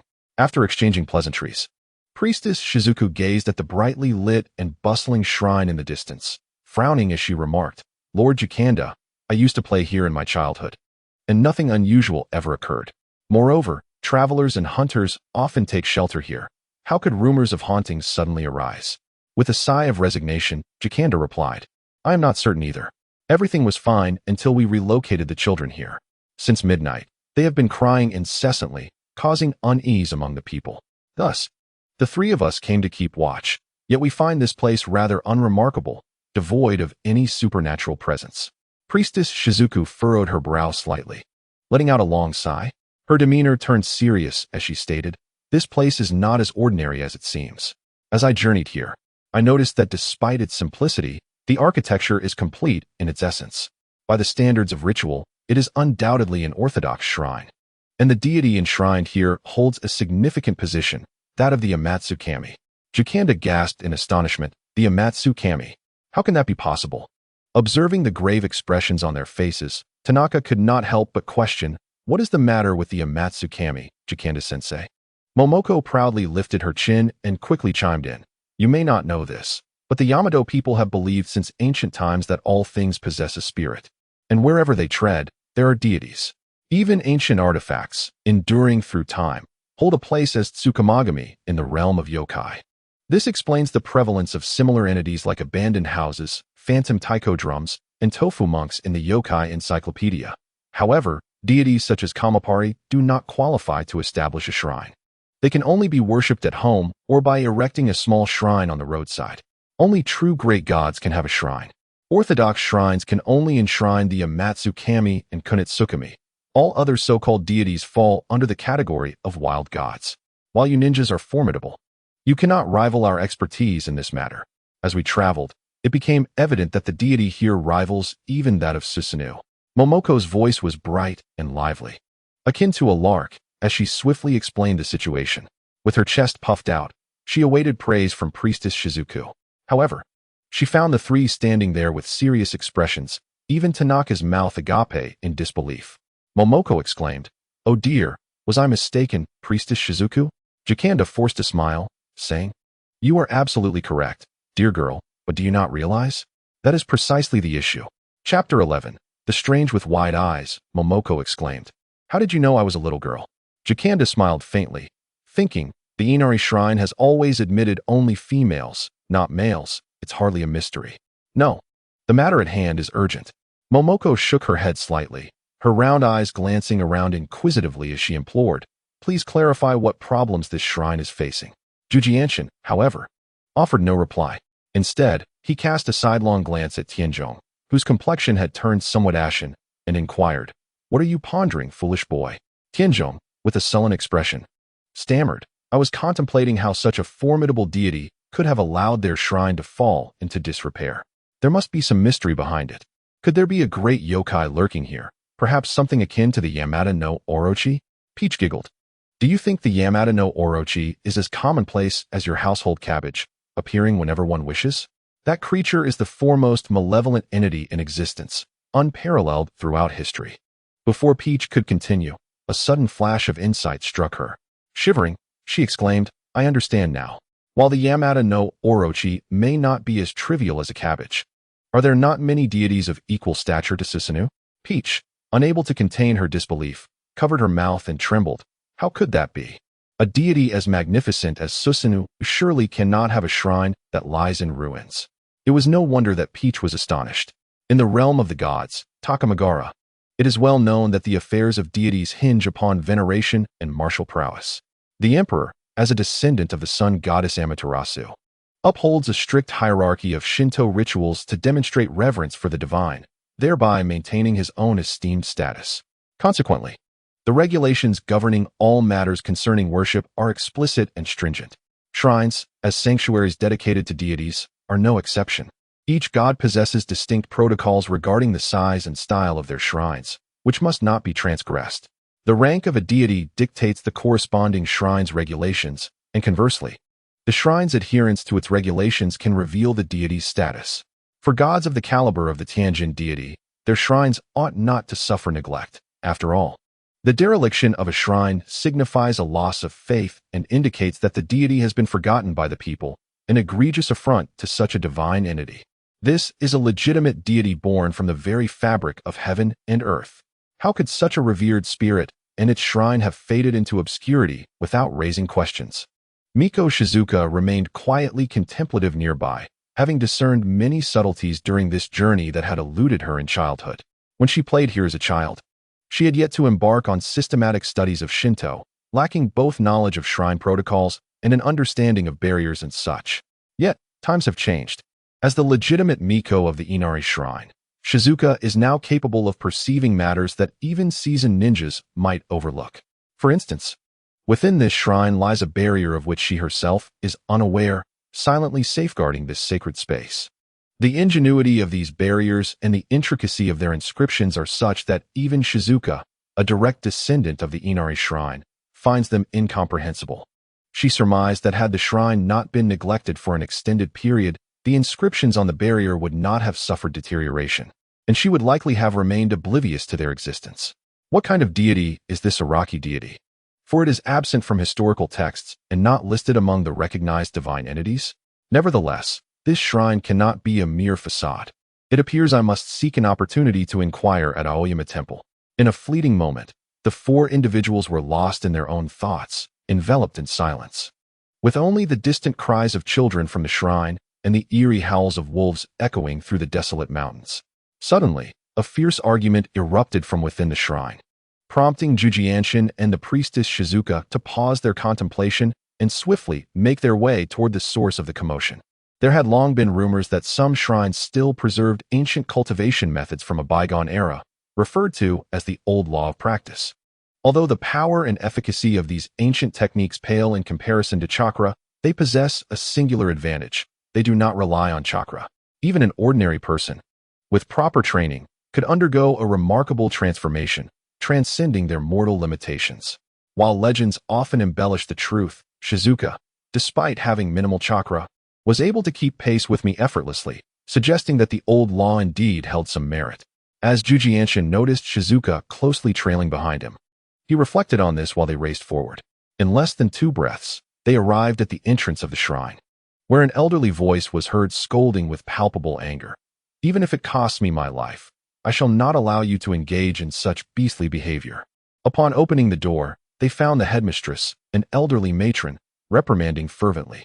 Inside the shrine, the crowd was clearly divided into 2 opposing factions. The headmistress cradled a child in her arms, her eyes wide with fury as she faced off against a group of village women. With only 2 or 3 female workers standing helplessly behind her, their expressions peculiar, while the majority had fled to the opposite side. "Matron, what troubles you?"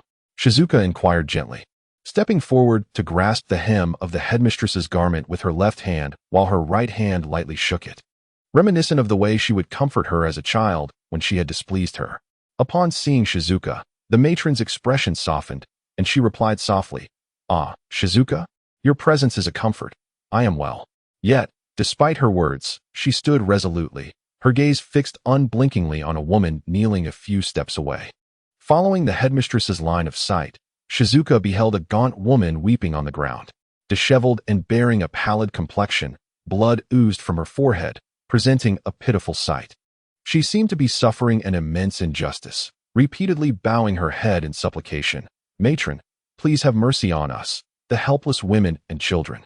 We are truly at our wits' end. This child cannot be spared." Under the dim light, a stark contrast of bloodstains mingled with dust on the floor was strikingly apparent. Jujianshin observed the child in the headmistress's arms, an understanding dawning upon him, and he sighed resignedly, realizing, no wonder, it is yet another issue concerning Xiaolu. Next to the headmistress stood a plump woman, arms outstretched protectively beside her. Hearing the familiar voice, she felt a surge of hope. Placing one hand on her hip while pointing accusatorily at the opposing group. "Cease your weeping. What is all this noise? The esteemed ninja from Konoha and the revered priestess are present. If you do not trust me and the headmistress, surely they will." Having spoken, she turned around and playfully winked at Jing. Jing chuckled softly, recognizing that her childhood companion remained unchanged.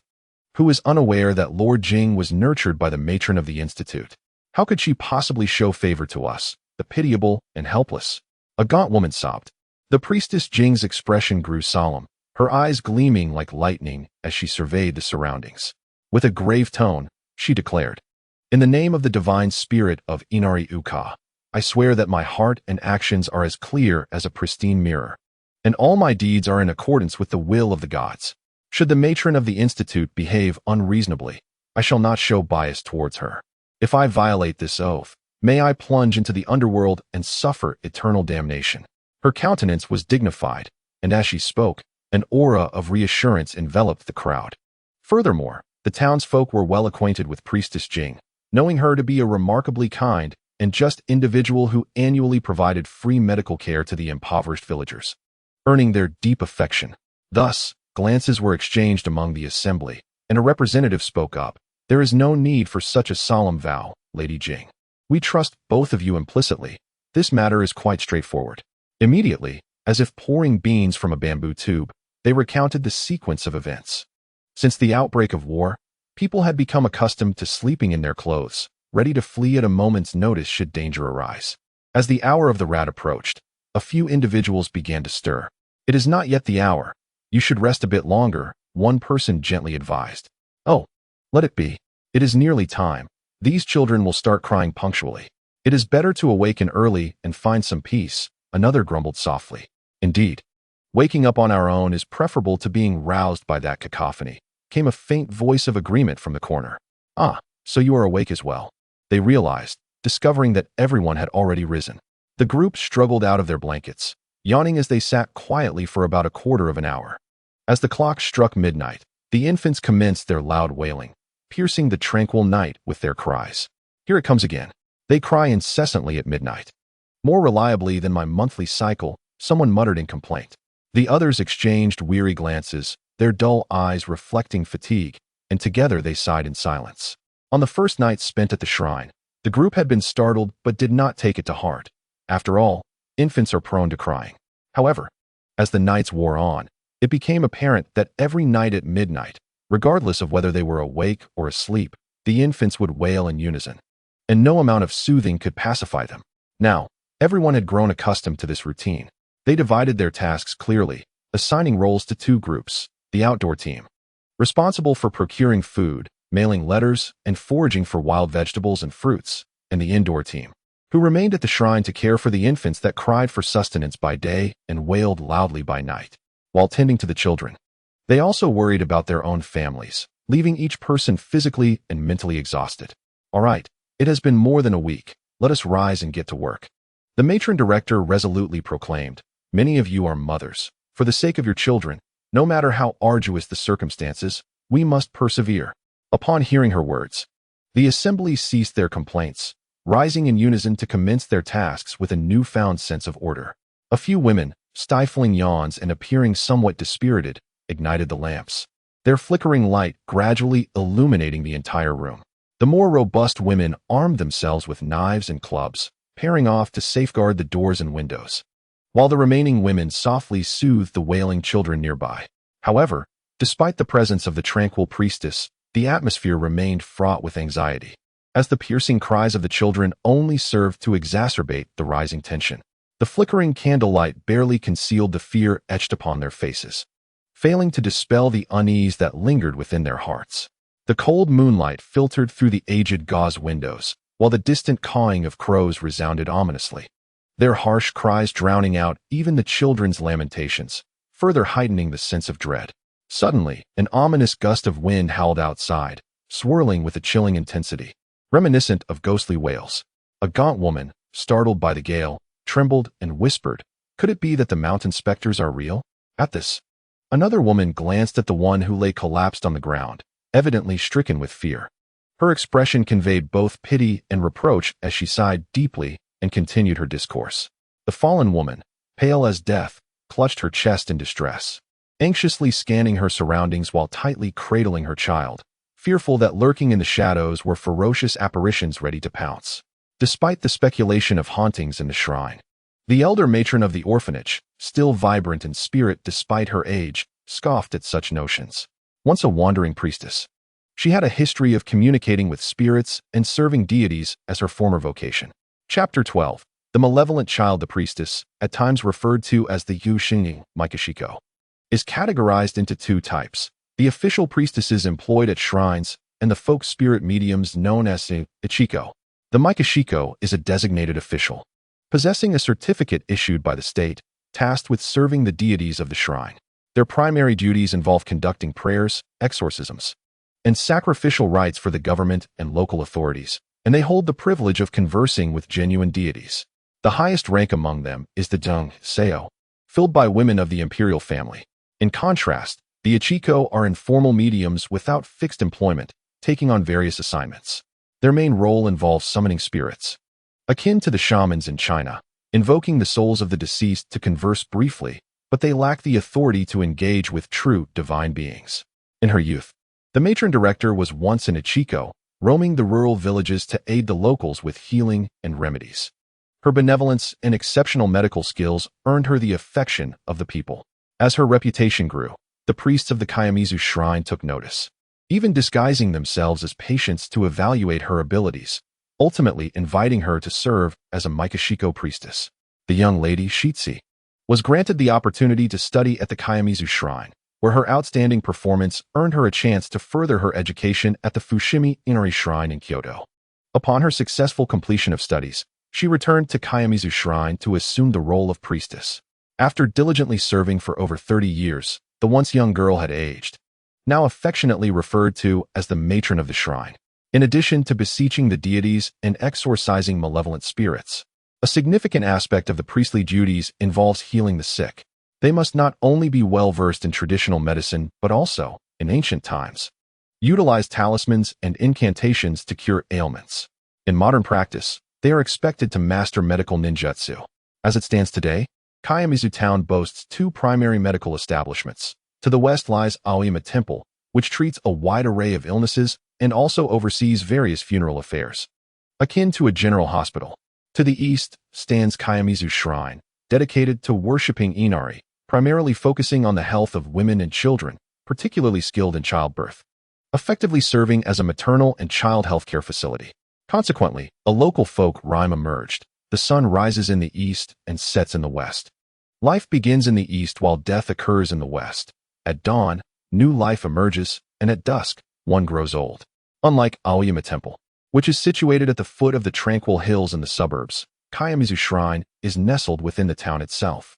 Perhaps due to the generally robust health of the populace in this world, it seems reasonable to place hospitals for adults in the serene outskirts. However, for the delicate matter of childbirth, proximity to residential areas is paramount, thus the shrine's location within the town. In the wake of a devastating fire resulting from the conflict between the Water Country ninjas and the Fire Country ninjas, much of Kayamizu Town lay in ruins.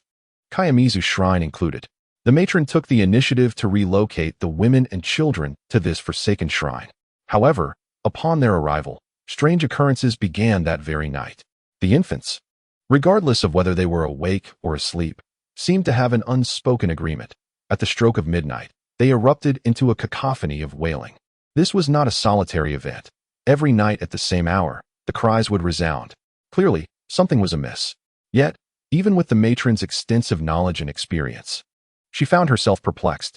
This abandoned shrine had been derelict since her childhood, yet hunters and travelers often used it as a temporary refuge, with no prior supernatural incidents reported. Why, then, did peculiar events unfold upon the arrival of children? Anxiety spread among the remaining women at the shrine, who were either workers from the maternal and child care facility or had children too young to seek refuge elsewhere. With the autumn chill settling in, resources were scarce, and sheltering in caves posed a grave risk to the infant's survival. Defying the trepidation of the assembly, the matron resolutely decided that they would remain at the shrine. After conducting a series of rituals to invoke divine protection and exorcise malevolent spirits, she established a simple protective barrier to ward off evil. Yet, this too proved ineffective, as the children continued to cry through the night. In an effort to soothe the anxious hearts of the people, the matron of the institution had no choice but to leverage her connections to invite a seasoned jonin from the Hidden Leaf village to investigate the matter surrounding the incessant cries of an infant. Furthermore, she extended a letter of invitation to her disciple, the priestess Shizuka, currently studying at the shrine in Kyoto, urging her to arrive promptly. It is worth noting that we are amidst a time of war, during which the Hidden Leaf has ceased all mission commissions.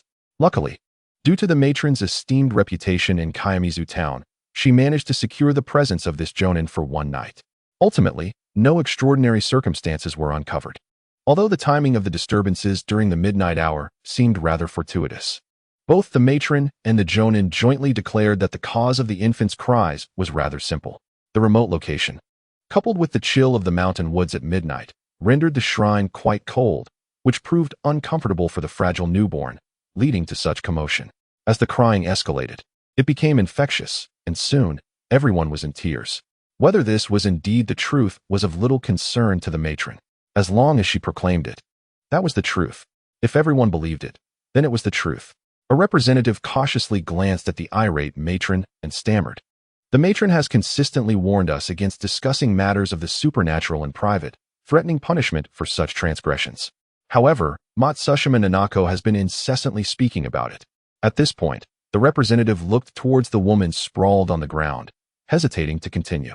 Matsushima Nanako, resembling a female specter, halted her lamentations, emitting a series of eerie, half-laughter, half-crying sounds as she rose from the ground, her earlier pitiable demeanor replaced by a terrifying visage. Her brows furrowed, eyes gleaming with malice. She surveyed the crowd and coldly remarked, "You timid souls will eventually bring ruin upon your own children. If you dare not speak, then I shall voice the truth myself." With that, she fixed her gaze upon the priestess Shizuka, her voice raspy as she exclaimed, "Priestess, how remarkable you are. I mean to say, this old wretch has deliberately lured us here to offer our children as sacrifices to the dark deity, to prolong the life of the child she cradles. I fear that child is none other than the illegitimate offspring of the pure and pristine Shizuka. How dare you utter such nonsense?" shouted Momoko, her face flushed with anger as she prepared to slap Matsushima Nanako. Yet, upon witnessing her frenzied, half-mad expression, she hesitated. The priestess Shizuka, however, showed no signs of anger, maintaining her calm demeanor as she gently replied, "I remain a maiden of purity. The Inari shrine holds ample evidence of my status." As she spoke, she raised her wrist, revealing an exquisitely delicate golden bell tied with a slender red thread around her alabaster arm. The bell, intricately adorned with carvings of two adorable foxes, emitted a series of melodious chimes when she gently shook it, enchanting the audience with its delightful sound, reminiscent of fox calls. "The wise fox bell," exclaimed the plump woman joyfully. "Shizuka, you have acquired the wise fox bell." The matron could not help but smile as well.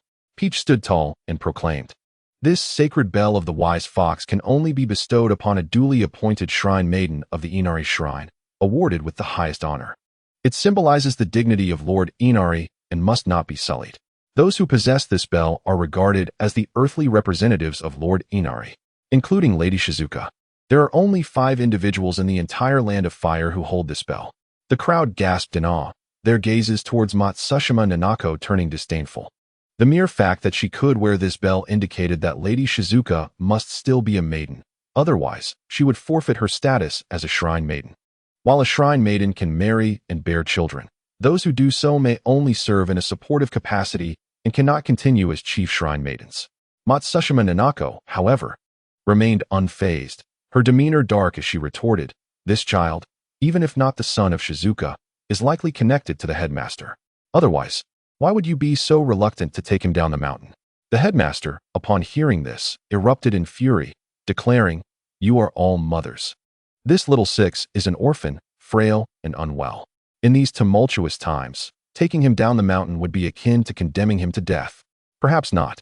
Matsushima Nanako raised her voice sharply, asserting, "All the other children here have cried incessantly since their arrival in this haunted abode, their spirits diminishing day by day. Yet this little devil, instead of weeping, seems to thrive, his complexion growing rosy."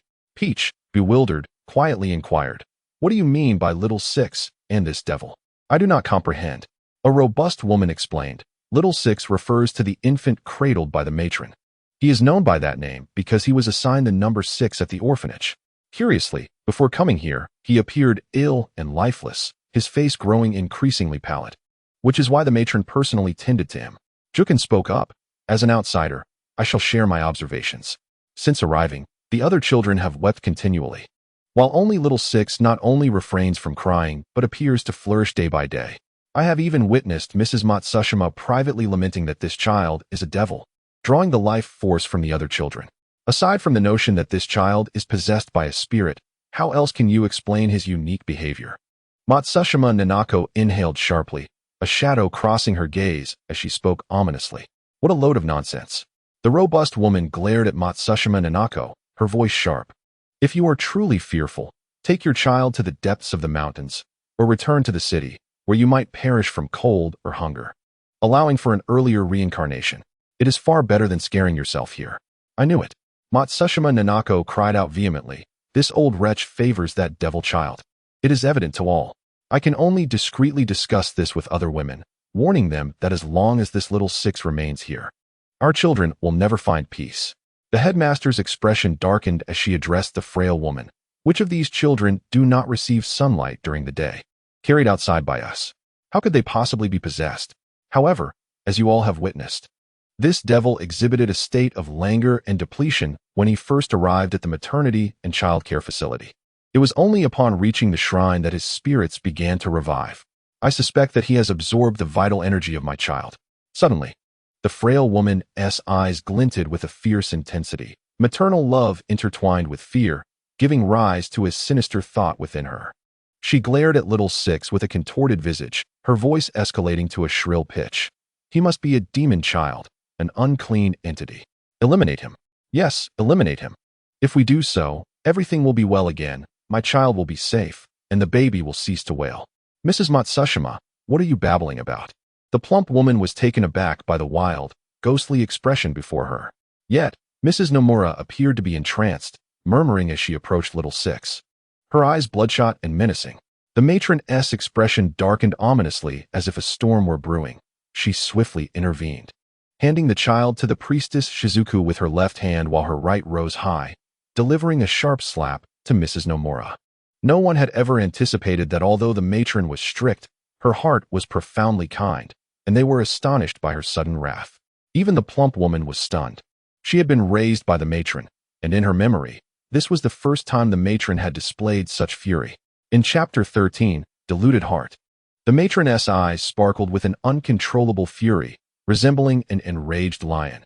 Yet her voice remained icy as she addressed Mrs. Nomura. "You have been bewitched. Are you now clear-headed?" With that, she surveyed the assembly with a solemn gaze, her voice deep and resolute. "I understand the pressures you all face. But now is the time for us to unite and weather this storm together. Should anyone continue to spread falsehoods that mislead the masses, they shall not expect my forbearance." Then, her tone softened as she implored, "Most of you are mothers. I urge you to reflect. If your child were labeled as a monster, how would you feel? Today, I have brought little six down from the mountain out of your fear. If the children continue to wail, shall we proceed to expel them? Who will we cast out then? You or you? As she spoke, she scrutinized each individual, and those caught in her gaze instinctively recoiled. Let us be candid. Our children are nothing like this demon child. Among all the children in the shrine, he is the only one who has never cried. He is not a monster. Who, then, is the true monster? Mrs. Matsushima scoffed, raising her voice in rebuttal, causing several women to hesitate. The matron observed little six, whose cherubic face was flushed as he smiled foolishly at the stone wall, and her heart swelled with compassion. Her voice softened. You have allowed fear to cloud your judgment. Does the fact that this child does not cry signify that he is a monster? Little six is an orphan, bereft of parents. He is a pitiable child. No child deserves to be bullied. As parents, we must cultivate virtue for our children and lead by example, refraining from malevolence. Both the ninja and I have thoroughly confirmed that there are no monsters in this shrine. Since I have proclaimed that the shrine is devoid of spirits, I shall take responsibility for that declaration. If a child were to perish here, then let my life be the price. However, you must not and cannot direct your resentment towards this innocent child. Upon hearing these words, the crowd felt a wave of shame wash over them, instinctively averting their gazes from her. The frail woman, her voice hoarse, cried out in fury, "What is the worth of your wretched life? For the sake of this cursed child, you demand the sacrifice of us all. Knowing I am a mother, you should also comprehend that I would willingly lay down my life for my child."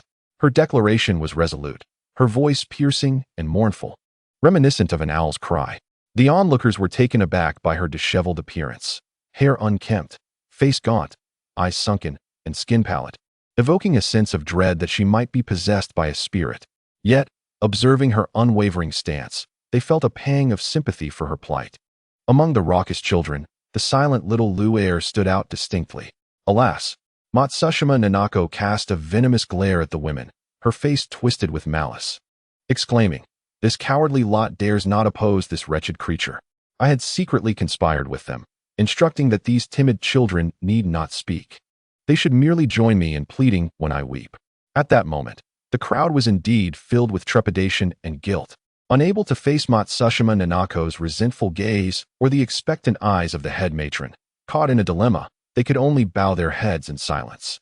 Observing this, Matsushima Nanako sneered. "I thought that if I wept and banged my head on the ground, earnestly beseeching this old wretch, and if everyone joined me in pleading, the wretch might show a sliver of compassion and allow this cursed child to leave the mountain. To my dismay, the wretch's heart is as hard as stone. The moment I uttered my plea, she outright refused." As she spoke, Nanako gazed tenderly at the infant in her arms, whose pale visage bore no color, spirit waning. The cries intermittent and pitiful, evoking deep sympathy. "My dear child, your mother loves you. Since there are demons here, I shall take you off this mountain. You shall not descend," the matron declared firmly. "The outside world is fraught with chaos and scarcity. As a woman with a child, your descent is a path to certain death. I will not permit any harm to come to little Luair, and I shall treat all the children with equal concern. What? Do you wish to condemn us both to death?" Matsushima Nanako's eyes filled with despair as she fixed her gaze on the matron. Even the matron, who had weathered many storms, was taken aback by the intensity of that gaze. "Matron, I understand the gravity of this situation. Allow me to handle it," said Shizuka the priestess, cradling the child. "I swear by Inari's name that this child will be unharmed. However, if you remain unconvinced, I shall take this child down the mountain tomorrow." With a reassuring glance towards the matron, Shizuka continued, "If the children continue to weep once this child leaves, then their tears will clearly be unrelated to this child. But if they cease their crying, I will not bring this child back." The priestess, Shizuka, removed the sacred fox bell that adorned her wrist and gestured to halt the words of the eager peach. "This is the sacred fox bell representing the Inari deity of the Inari shrine. I have placed it around the neck of the little Rokuro. If he is indeed possessed by a malevolent spirit, there will surely be some indication of it. In such a case, even if the children weep incessantly, I shall not bring him back. I trust this will put your minds at ease."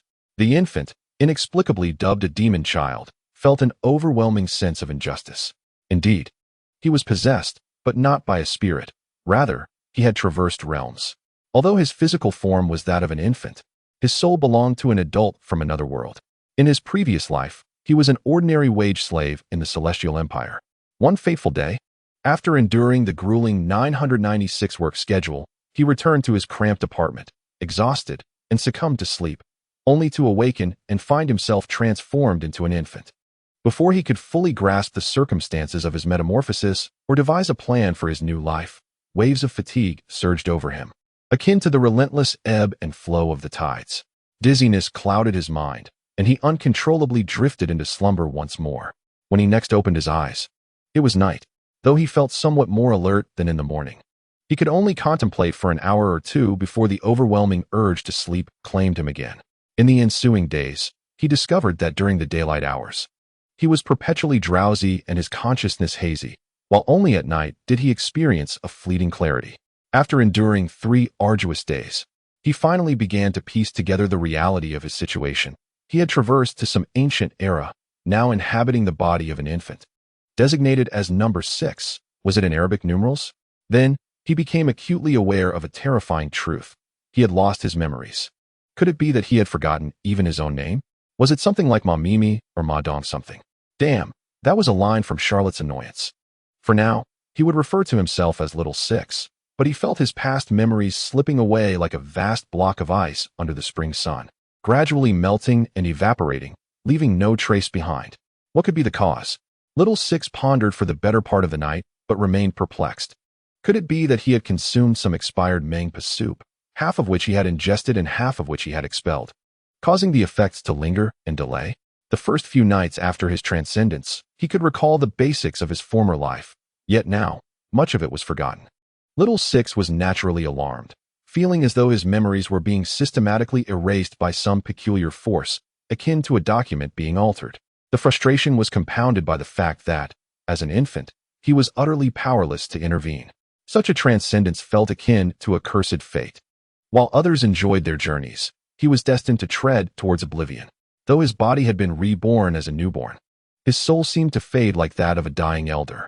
It was akin to suffering from Alzheimer's disease, an insidious descent into forgetfulness, indicating that, in a certain sense, he was moving towards death.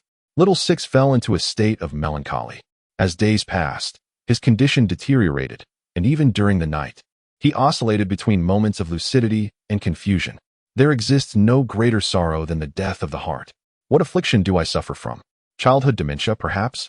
Just as Xiao Lu found himself at a loss, resigned to his fate, a devastating fire consumed the very room he inhabited.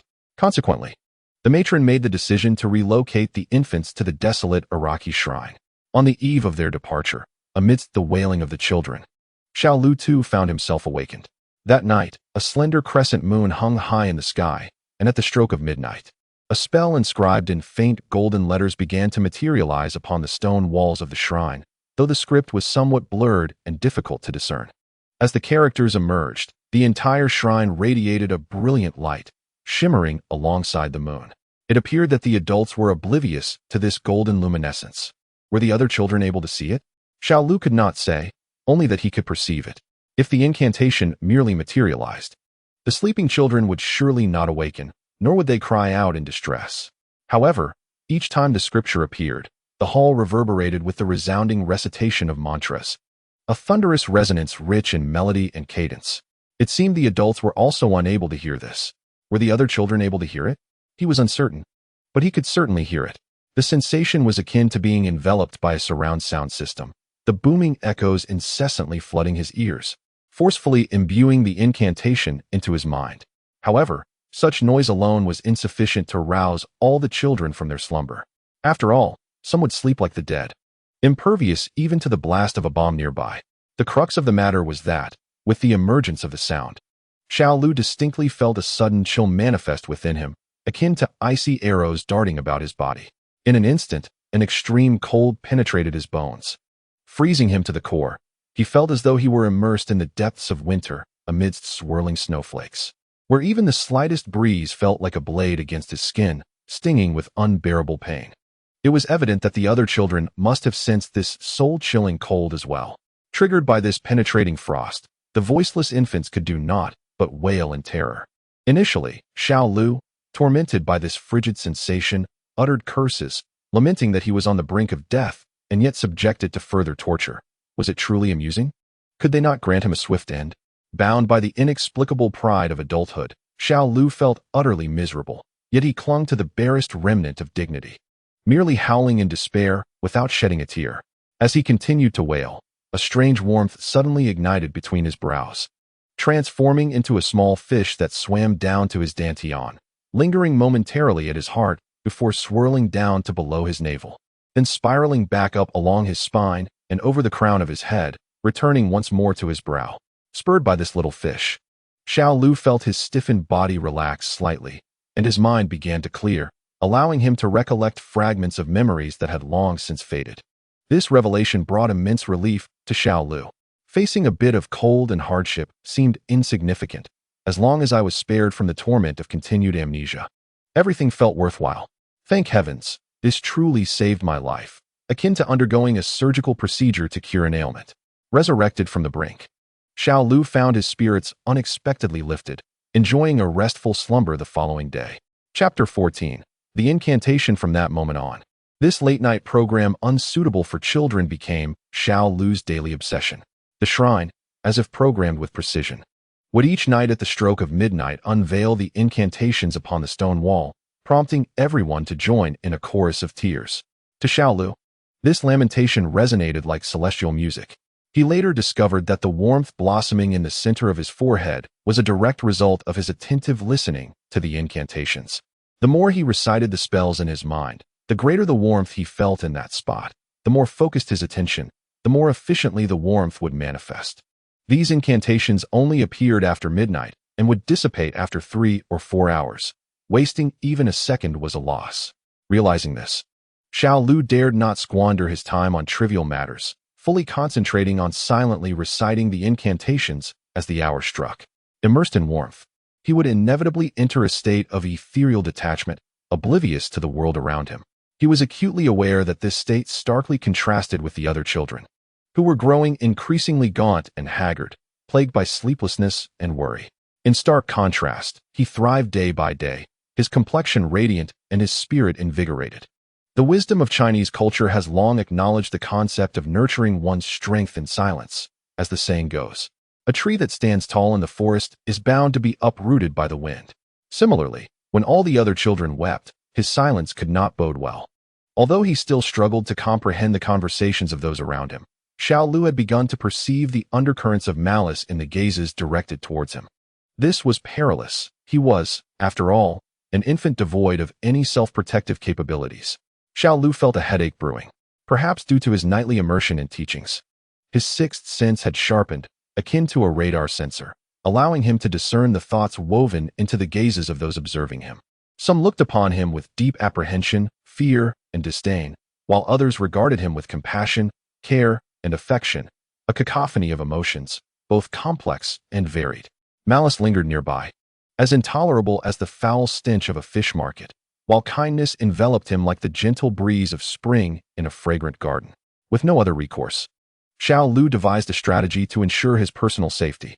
When individuals harboring ill intent approached him, he would flail his arms and create a ruckus, even setting aside his pride as an adult to wield his sole weapon, a stream of innocent urine, to ward off evil, making it abundantly clear that he disapproved of their presence. However, in the company of benevolent souls, such as the matron of the institute, he would remain calm and obedient. In this manner, those who harbored disdain towards Little Six became even less inclined to care for him, leaving him solely in the guardianship of the matron. Little Six was acutely aware that this would only render him more peculiar and incite further animosity, yet he could not afford to wait. He feared that if he did not recite the incantations at night, his memories would gradually fade away, under the watchful eye of the matron. Even if he succumbed to a state of oblivion while chanting, he need not fear that anyone would seize the opportunity to harm him. Of course, the downside was that other suspicions towards Little Six deepened. Initially, when some noticed that only Little Six did not weep, they speculated with alarm that he might be possessed by a spirit. Now, observing Little Six's fastidiousness, they were further convinced that he was a demon child. This assertion incited the matron's furious wrath, and after delivering a stern warning to the crowd, they momentarily ceased their nonsensical discussions, restoring a semblance of calm on the surface. However, unresolved conflicts, when suppressed by mere prestige, inevitably lead to a stronger backlash. As anticipated, a week later, Little Six was once again suspected of being a demon child that absorbed the vitality of others. Little Six had come to understand that all of this stemmed from the stone wall to the east of the shrine.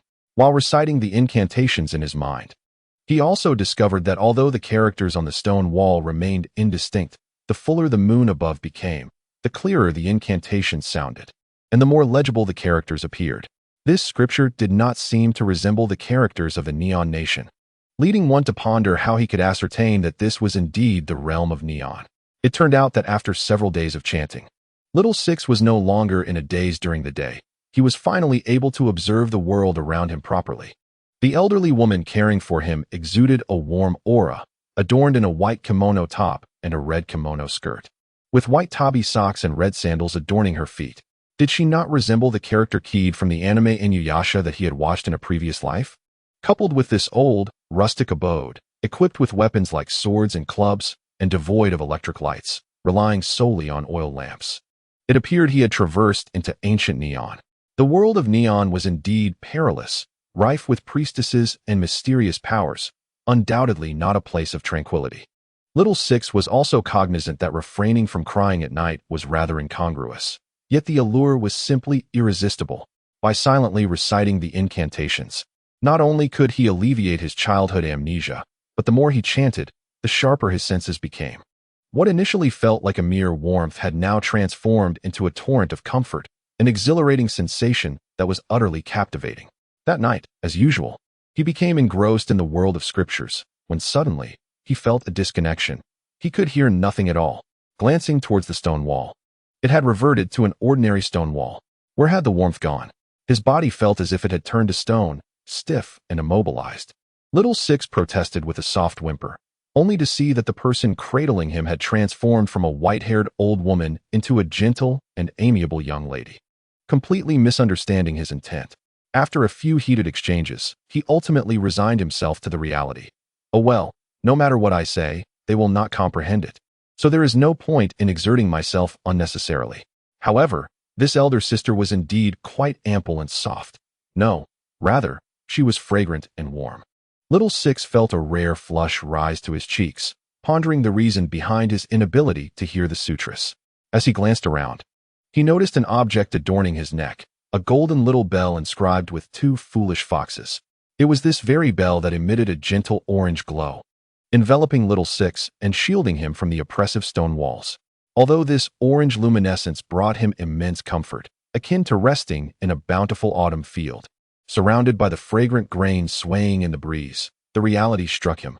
Oh, this is not the time for singing. The gentle and amiable elder sister was inadvertently causing him distress with this bell. I do not want this bell.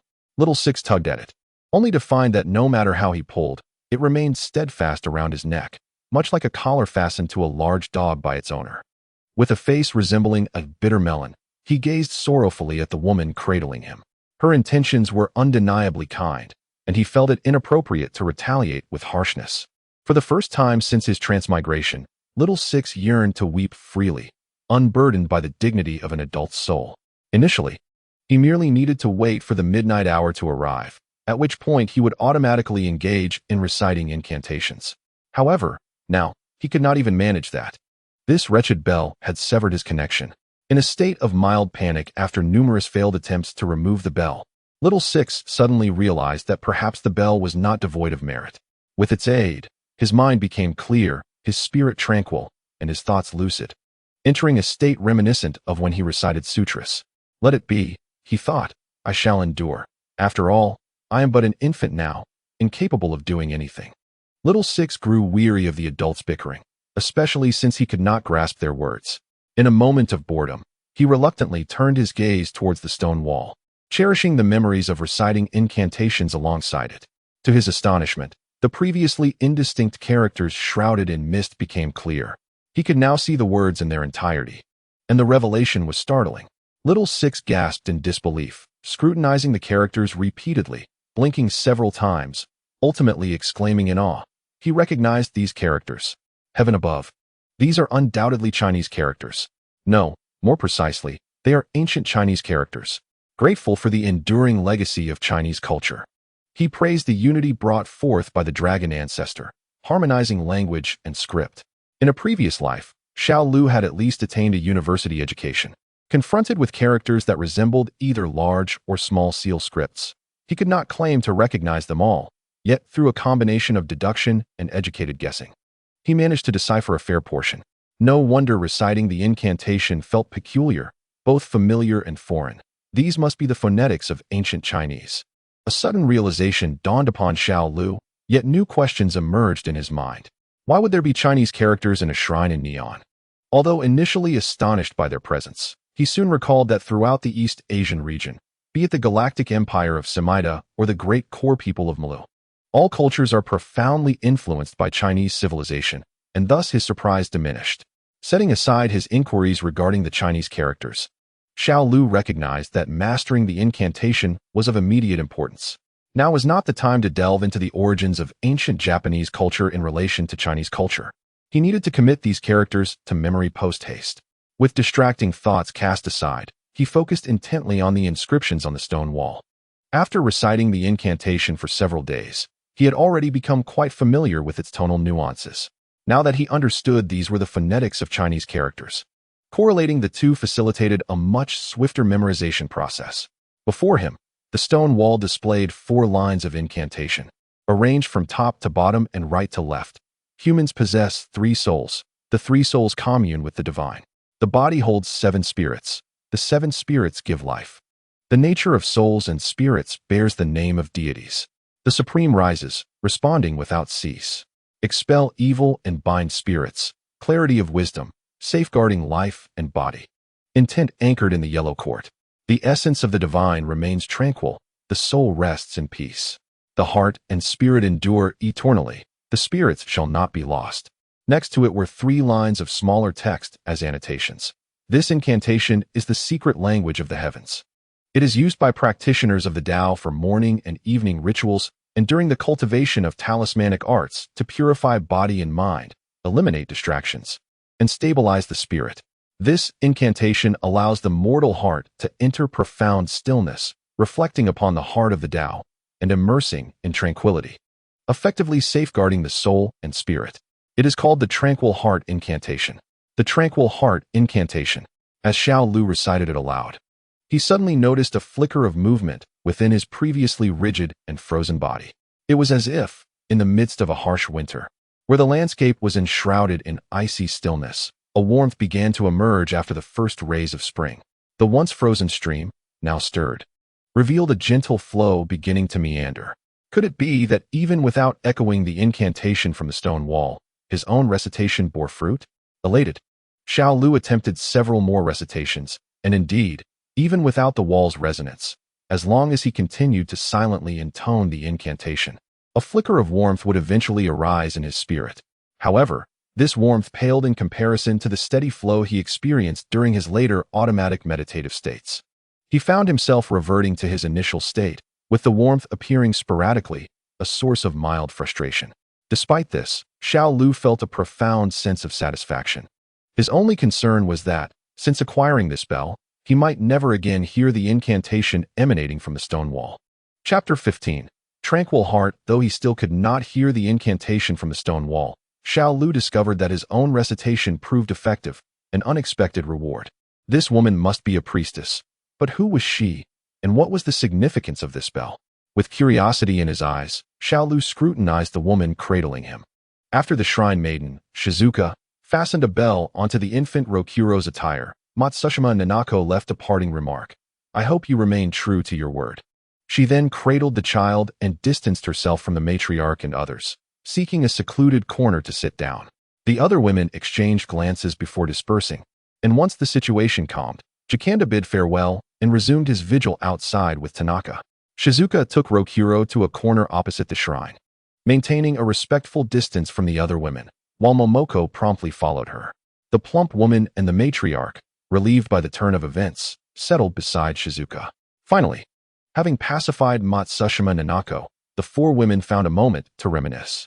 After a brief conversation, the plump woman remarked with a smile, "It seems that little Rokuro has taken quite a liking to you." "Oh, what makes you say that?" Shizuka inquired. Little Rokuro, It's no wonder everyone finds him peculiar. You cannot fathom how sprightly he is, usually so quiet, yet when he needs to relieve himself or feels hunger, he wails loudly. Moreover, he only behaves when held by those he approves. Any other attempts to carry him will earn you a free shower of infant urine, the plump woman chuckled, playfully patting Rokuro's cherubic face. Rokuro rolled his eyes dramatically, disinterested in the adult's chatter, and feigned sleep, secretly beginning to chant a calming spell. He recited the incantation silently 7 or 8 times, but its efficacy remained elusive, the warmth it promised flickering sporadically. Frustration bubbled within him, pondering whether the pronunciation and intonation of the spell played a crucial role. After a week of practice, his memory had significantly sharpened, enabling him to perfectly mimic the chanting he heard from the stone wall. Alas, the imitation brought no discernible change. Was he mistaken? Was the fault truly in his own pronunciation? Surely, relying on sheer effort was less effective than a well-timed cheat. Rokuro lamented inwardly, a wave of dissatisfaction and despondency washing over him. In his past life, under the weight of daily pressures, he had often fantasized about traversing realms while engrossed in novels, anime, and films. Yet, upon actually crossing over into this world and transforming into an infant, he was beset by the anxiety of fading memories, which weighed heavily on his spirit. Fortunately, fate smiled upon him when he encountered the stone wall. Later, when he could no longer hear the wall's incantations, he had thought himself at the end of his rope, only to discover a glimmer of hope. He believed that since he could comprehend Chinese characters and grasp the true meaning of the calming spell, he would surely master its application. Yet, the journey of utilizing the spell proved fraught with hardships. How pitiful, how infuriating. Why must my journey be akin to a mere coffee table? Rokuro vented his frustrations. Yet a hesitant thought crept in. Could it be that he could not enhance the spell's effectiveness through sheer will? If that were the case, he feared that further exploration would yield only futility. Nevertheless, even a trickle of progress was better than none at all. He resigned himself to think. In his moment of despair, his focus waned, further diminishing the spell's effectiveness, forcing him to pause and reflect. Wisdom is clarity. Intent resides in the yellow court. Wisdom is clarity. Intent resides in the yellow court.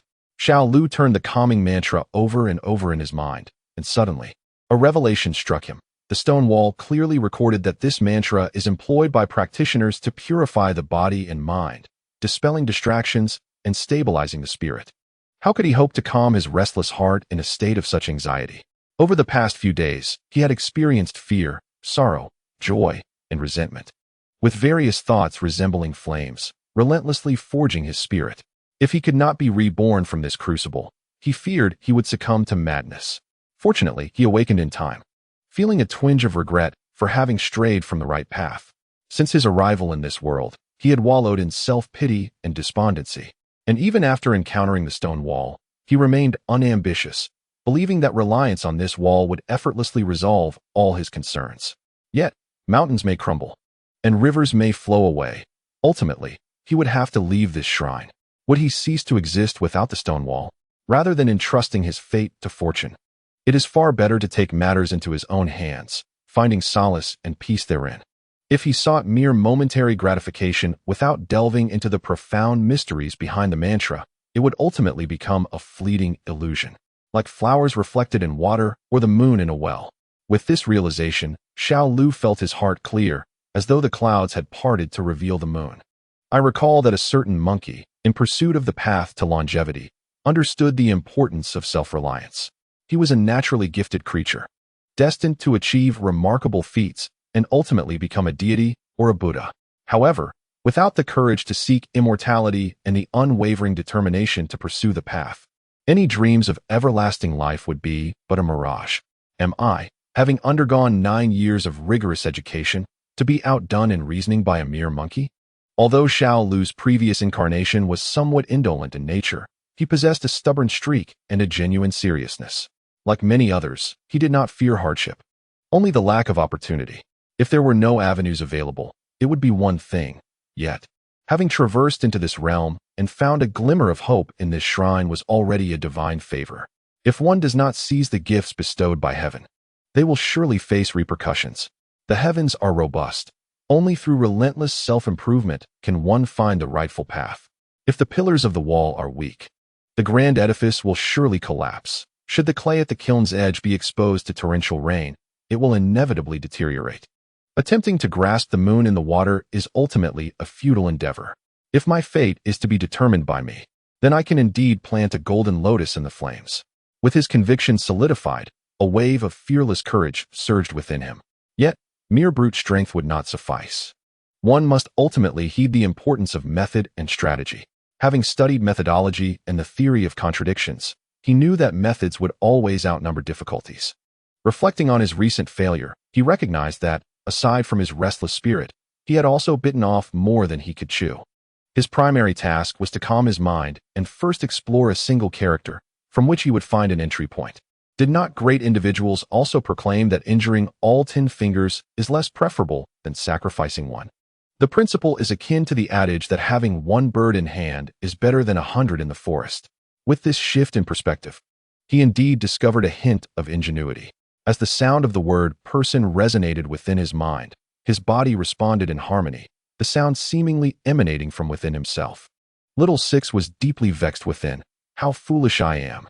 I had thought that sound was merely sound, something solely perceived by the ears. This, indeed, is a form of cognitive obstruction. Sound is, after all, a wave. Much like the bat, which emits waves inaudible to humans. Upon comprehending the essence of this incantation, Little Six focused his mind and recalled his genuine feelings from the past few days, ultimately discovering some traces. At midnight, for reasons unknown, the stone wall emitted a peculiar vibrational wave that only infants could perceive, leading them to sense a chill and believe they heard the incantation. However, this coldness and the sound of the incantation were likely not external, but rather a sort of illusion generated within the infants' bodies. Little Six speculated that the chant from the stone wall was audible only to infants, while adults were rendered deaf to it, suggesting that the mode of vibration deviated from the norm. He concentrated on revisiting the true sensations he experienced when the incantation resonated, meticulously discerning the nuances. If one attempt failed, he would try again, and if 2 attempts yielded no success, he would make a third. At last, after spending the better part of the night, he unraveled the entire frequency of the incantation. After considerable effort, the intermittent warmth he had felt transformed into a continuous stream of warmth. Elated by this discovery, he realized that while mastering the incantation from the stone wall was not an overnight endeavor, having acquired this insight, progress was assuredly within reach. 100-fold more effective than his previous aimless explorations. The method for the incantation, once articulated, held no particular mystique. Little Six named it soul resonance. When Little Six finally opened his eyes, dawn had long since broken. The priestess Jing was quietly walking through the wilderness, carrying Little Six on her back, while Taozi frolicked nearby with a bouquet of fresh flowers, giggling among the blossoms. Every few steps, Jing would pause, close her eyes, and gesture with her hands, muttering incantations. Once she completed her calculations, she would instruct Taozi a few times, and together they would search the surroundings, soon discovering a stone tablet. Although Little Six could not comprehend their conversation, he could clearly sense that each time Jing found a stone tablet, her spirits lifted. Ultimately, Jing and Taozi circled the mountain, uncovering a total of 8 stone tablets, the designs of which Jing meticulously etched. By this time, the sun was high in the sky, and Jing, along with the panting Taozi, took refuge under the shade of a large tree to rest. Little Six also had his own gains. Though he still could not understand the language of the neon, his immediate priority remained mastering the calming incantation. Previously, he had passively followed the stone wall in reciting the incantation. Now it was time to test the fruits of his labor from the previous day. Thus, Little Six steadied his heart, dispelled distractions, emptied his body of tension, and silently recited the incantation in his mind. He indeed experienced some results, though they were modest. Far less effective than during the night, perhaps only 1/10 as potent. Nevertheless, despite the meager warmth acquired during the day compared to the night, Little Six felt a profound sense of joy. The warmth he cultivated during the day is the only essence that truly belongs to him. While the warmth derived from the incantation on the stone wall is easily obtained, it is ephemeral. The warmth he generates himself, though minuscule, accumulates like water filling a deep abyss or earth forming a mountain, promising a hopeful future. However, Little Six also discerned that this incantation should be recited sparingly. Overindulgence leads to dizziness and fatigue. Noticing that the priestess had come to a halt, he decided to take a moment of respite and happened to glimpse the pattern imprinted in the priestess's hand. "Isn't this the bagua?" Little Six exclaimed in surprise. "What is this?" Taozi asked, equally astonished. The priestess replied, "This is called bagua, but its positioning is somewhat incorrect." Taozi, puzzled, inquired, "Position? What position?" The priestess gently reminded her. "Do you remember where you found this pattern?" Taozi tilted her head in contemplation and joyfully exclaimed, "Due south." "Indeed, it is due south." The priestess acknowledged, though she shook her head in confusion, adding, "Yet this is still not right." Taozi had many queries regarding the bagua and promptly asked, "What is wrong? These patterns can exist wherever they please. Does it matter?" The priestess took a moment to clarify her thoughts and spoke to Taozi with eloquence. "As priestesses, we belong to the Shinto faith, which teaches that the universe is boundless, inhabited by deities, and that all things possess a spirit created solely by the divine. In contrast, Buddhism, with which we share deep roots, professes the supremacy of the self in heaven and earth, asserting that all forms are ultimately formless, revealing the Tathagata. Additionally, there exists a third path, known as Yin Yang."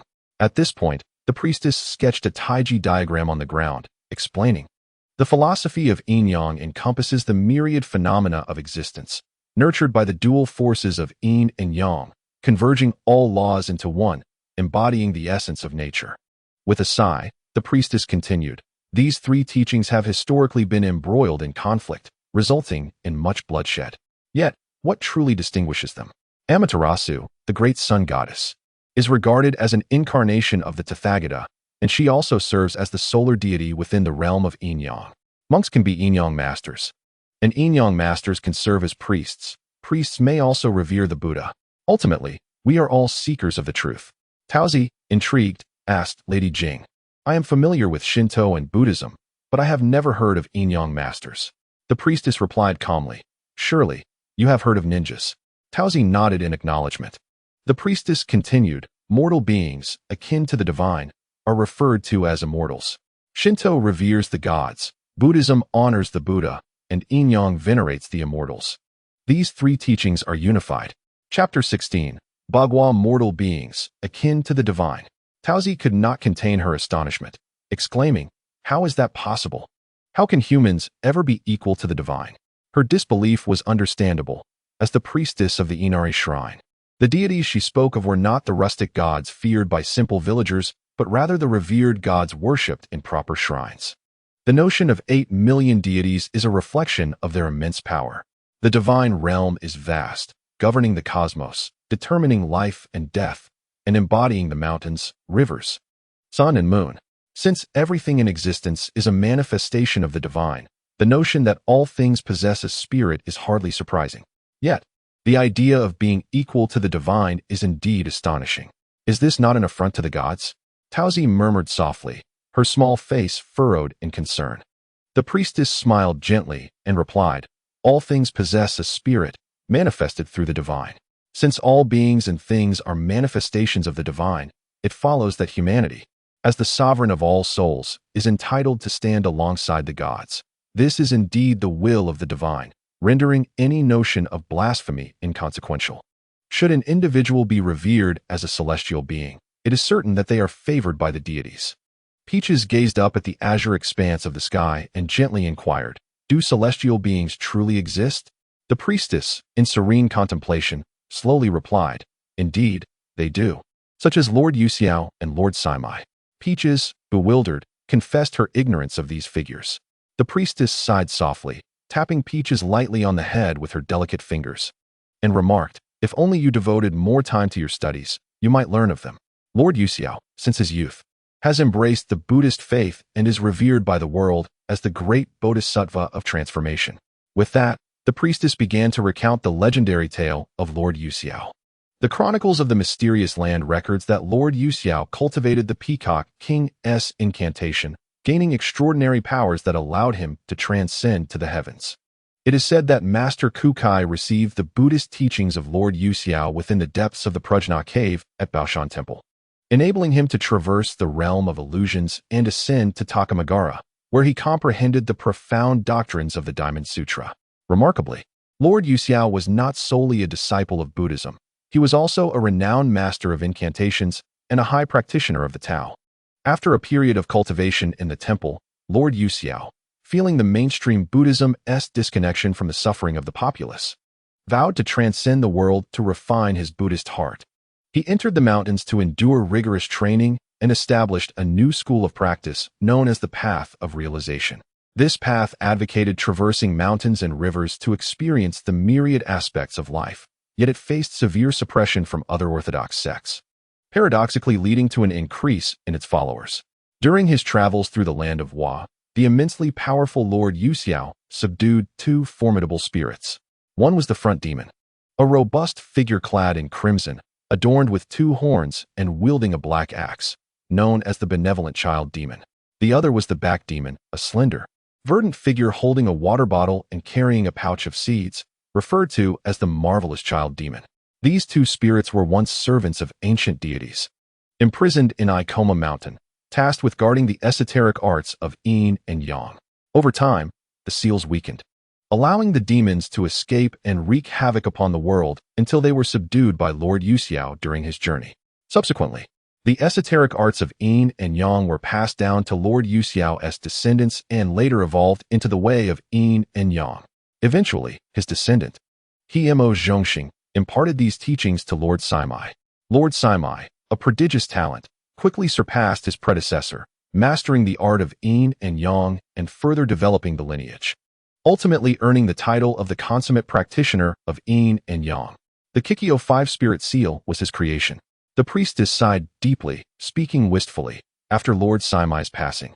The world entered an era of profound silence, a time when all practices dimmed, leading to the advent of the heavenly goddess and the flourishing of the way of ninja.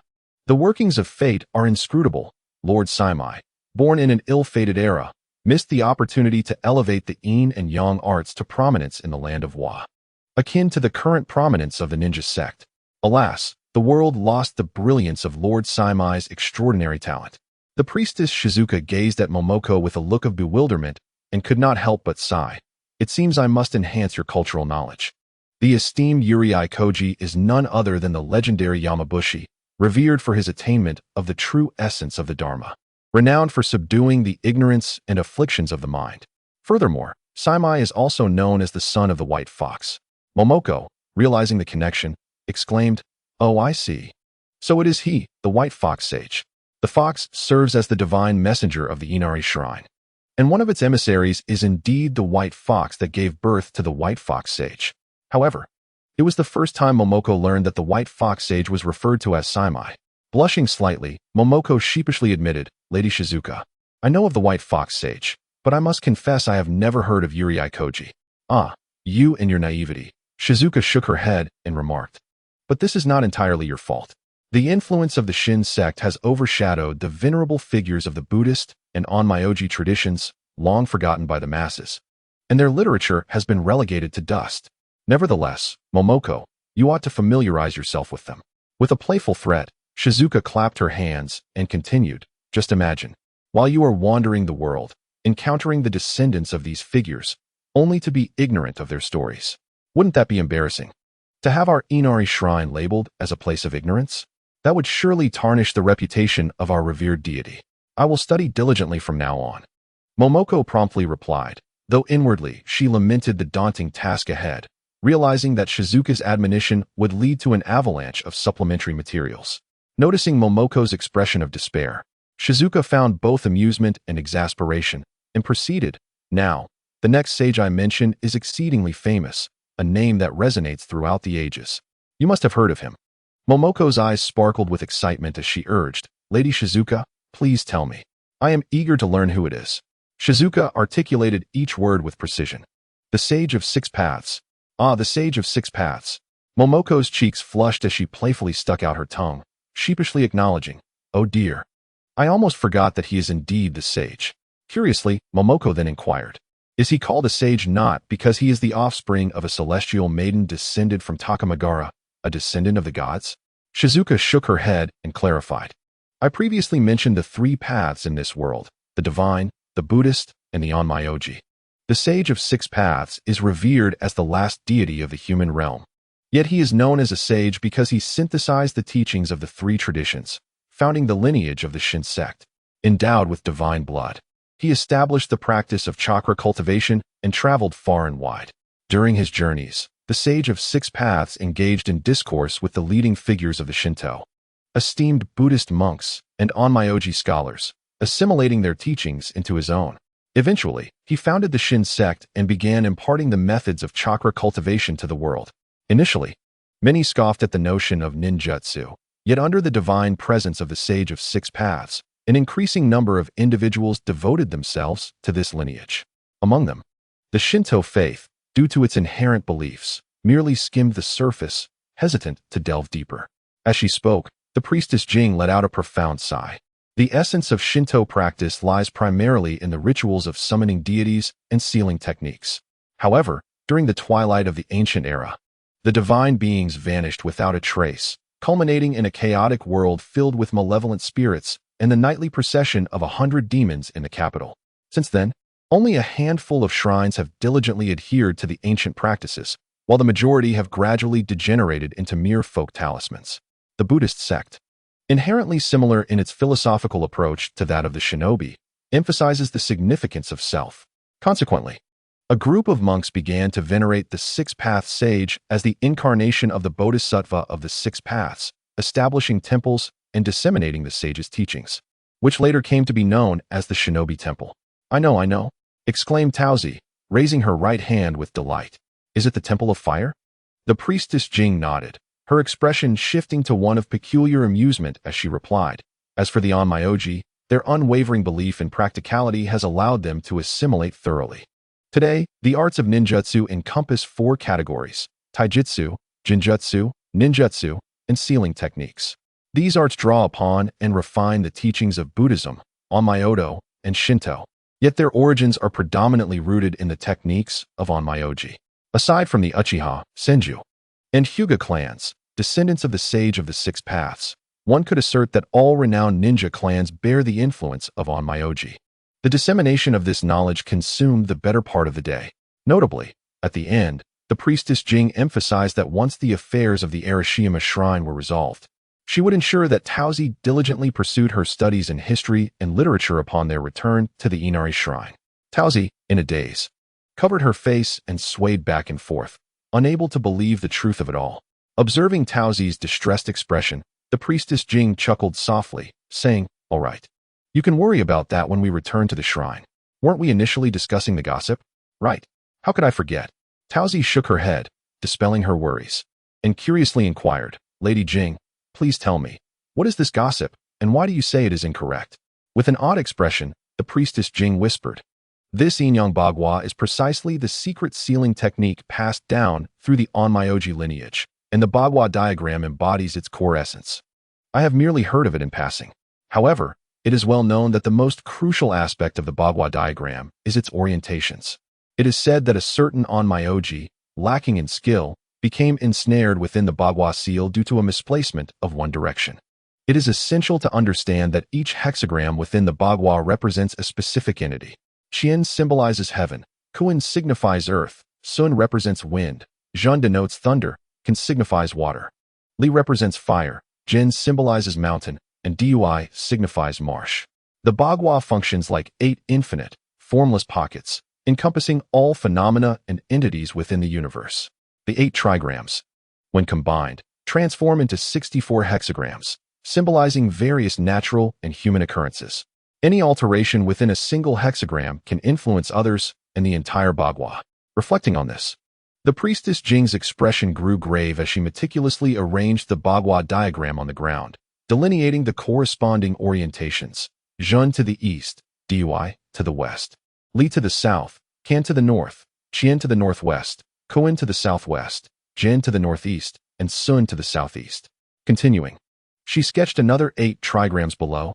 This is what we have discerned today. Observe, they are Qian in the south, Kuan in the north, Li in the east, Kan in the west, Dui in the southeast, Zhen in the northeast, Sun in the southwest, and Jin in the northwest. In other words, all the orientations here are entirely erroneous. Tao Tao blurted out, "Could it be that someone is feigning knowledge or lacks skill? I believe that, Lord Jing, you are overly concerned."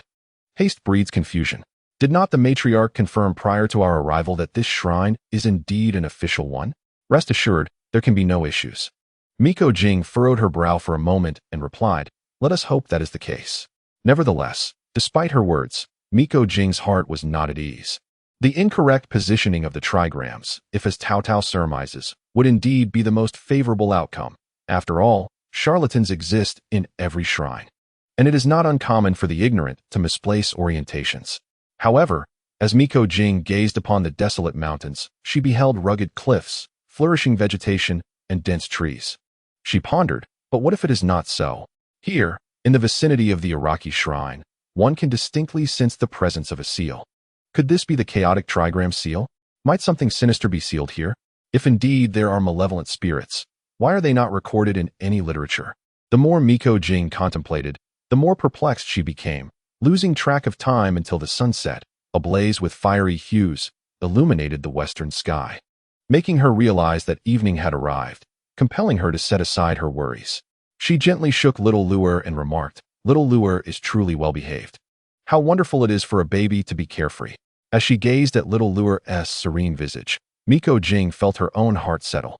She reflected that as a shrine maiden, she ought not to question the divine. Since a shrine exists here, she should embrace the present moment with tranquility.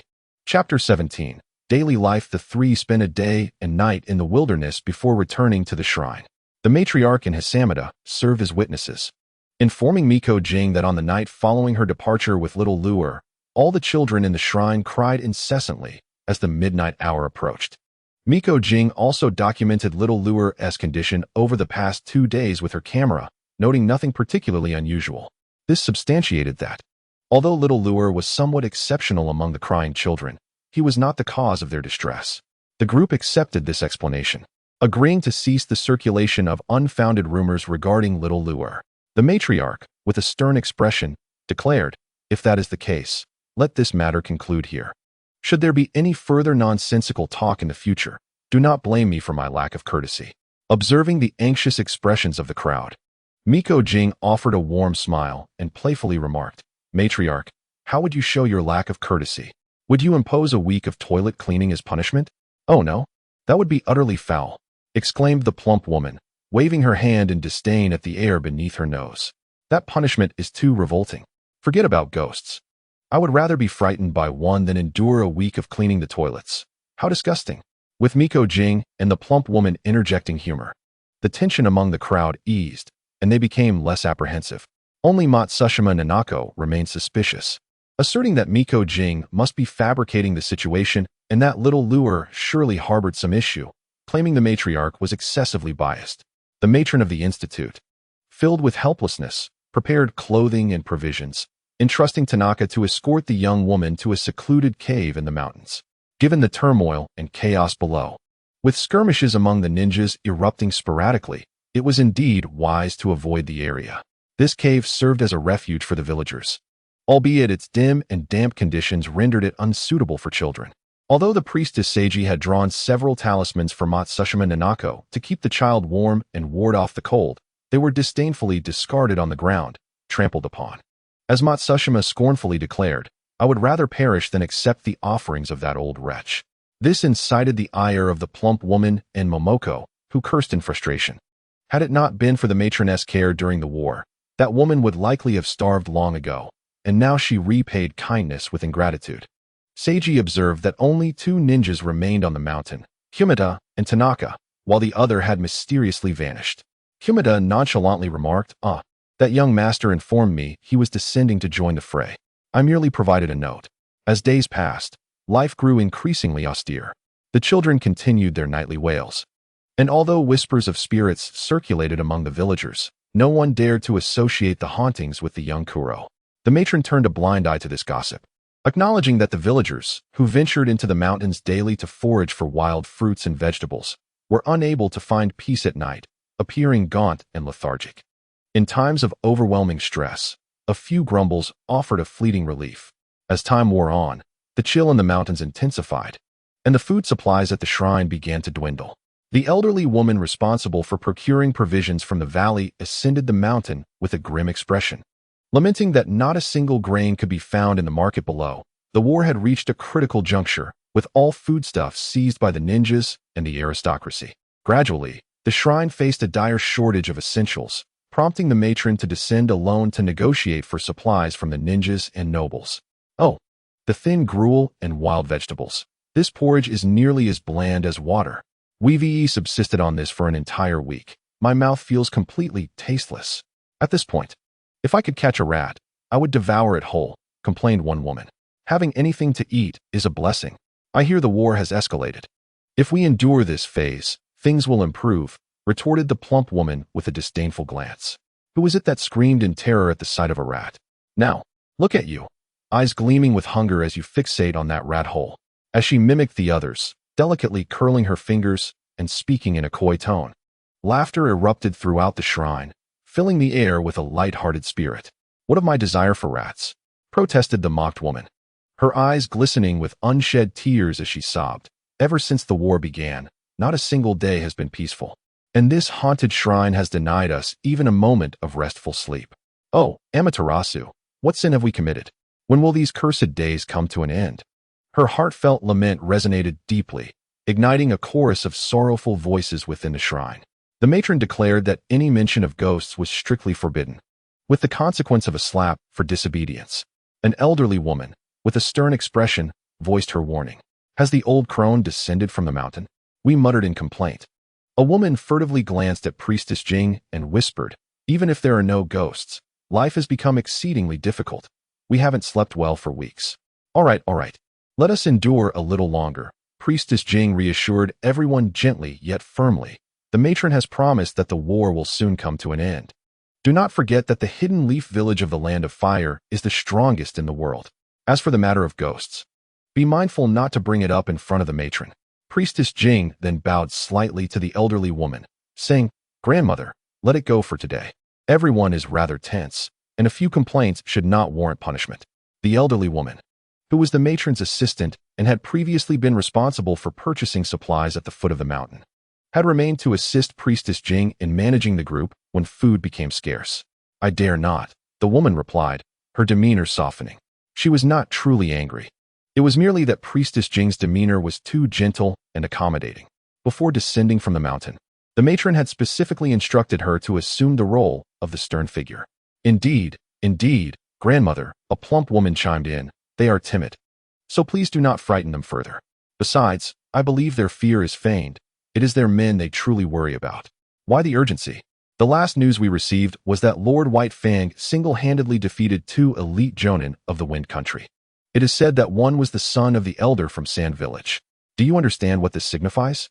As she spoke, the attractive woman, under the attentive gazes of her peers, leisurely lifted her teacup and took a sip, putting on an air of importance before continuing.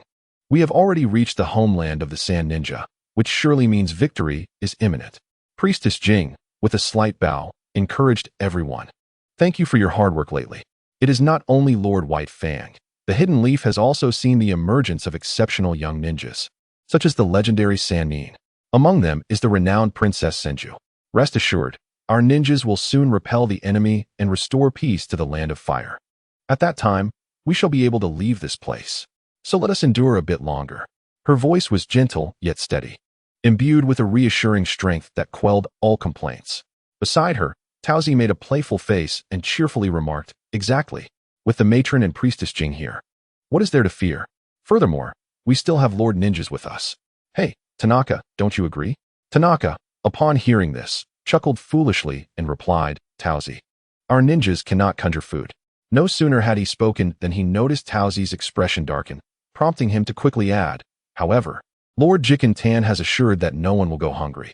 He has 1,000 military rations, which, though lacking in flavor, will surely see us through this winter. Ugh!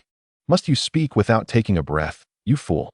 Taozi exclaimed, delivering a playful punch to Tanaka before launching into a humorous tirade about the ration's indigestible nature and their peculiar taste. As the onlookers observed the 2 children playfully tussling and the strikingly beautiful woman nonchalantly sipping tea, their gazes shifted to the serene and resolute expression of the priestess, who felt a slight sense of reassurance within. The lively and charming apprentice priestess, brimming with youthful exuberance, had just finished her jest about the military rations. and she animatedly recounted the thrilling tale she had gathered during her last trip down the mountain with Priestess Jing to purchase medicinal herbs, particularly news regarding the formidable reputation of the Leaf Village ninjas. Her voice, as melodious and crisp as the song of larks, showcased her remarkable storytelling talent. This diversion effectively distracted the group, allowing them to momentarily forget their present anguish and collectively yearn for the arrival of a victorious day. Yet, observing the visibly relaxed expressions of those around her, Priestess Jing felt a heaviness in her heart. The supplies in the shrine were dwindling, and winter was fast approaching. The dire situation of scarcity remained unresolved. If this continued, although the military rations could stave off starvation, how would they contend with the cold? Adults might endure the chill, but what of the children? Were it not for such desperation, the elderly matron would not have descended the mountain at her advanced age to seek assistance. She pondered whether those gluttonous nobles would deign to part with a portion of their grains and cotton. With compassion, Priestess Jing gazed at the children surrounding her. As a priestess dedicated to offering prayers, she had vowed never to marry, serving the divine as a devoted servant of the god of clouds and flowers. Holding steadfast to her belief in benevolence and the intent to save others, she resolved that, should they reach a point of utter despair, she would sacrifice herself to ensure the safety of these children. Great Inari, please have mercy on your loyal servant, she earnestly prayed within her heart. During this period, a man approached with a look of shame, hesitantly requesting a few warming talismans. The plump woman recognized him as the husband of Matsushima Nanako and, naturally, did not offer him a pleasant demeanor. However, Priestess Jing did not rebuff him. Instead, she personally crafted several talismans and earnestly advised him. A series of knocks echoed, followed by a languid voice. Priestess, news has arrived. Please step outside. It was Jujianshin, his eyes vacant and beard unkempt. Jujianshin, has there been any news from the matron and the Leaf Village? Priestess Jing inquired, her heart burdened with concern.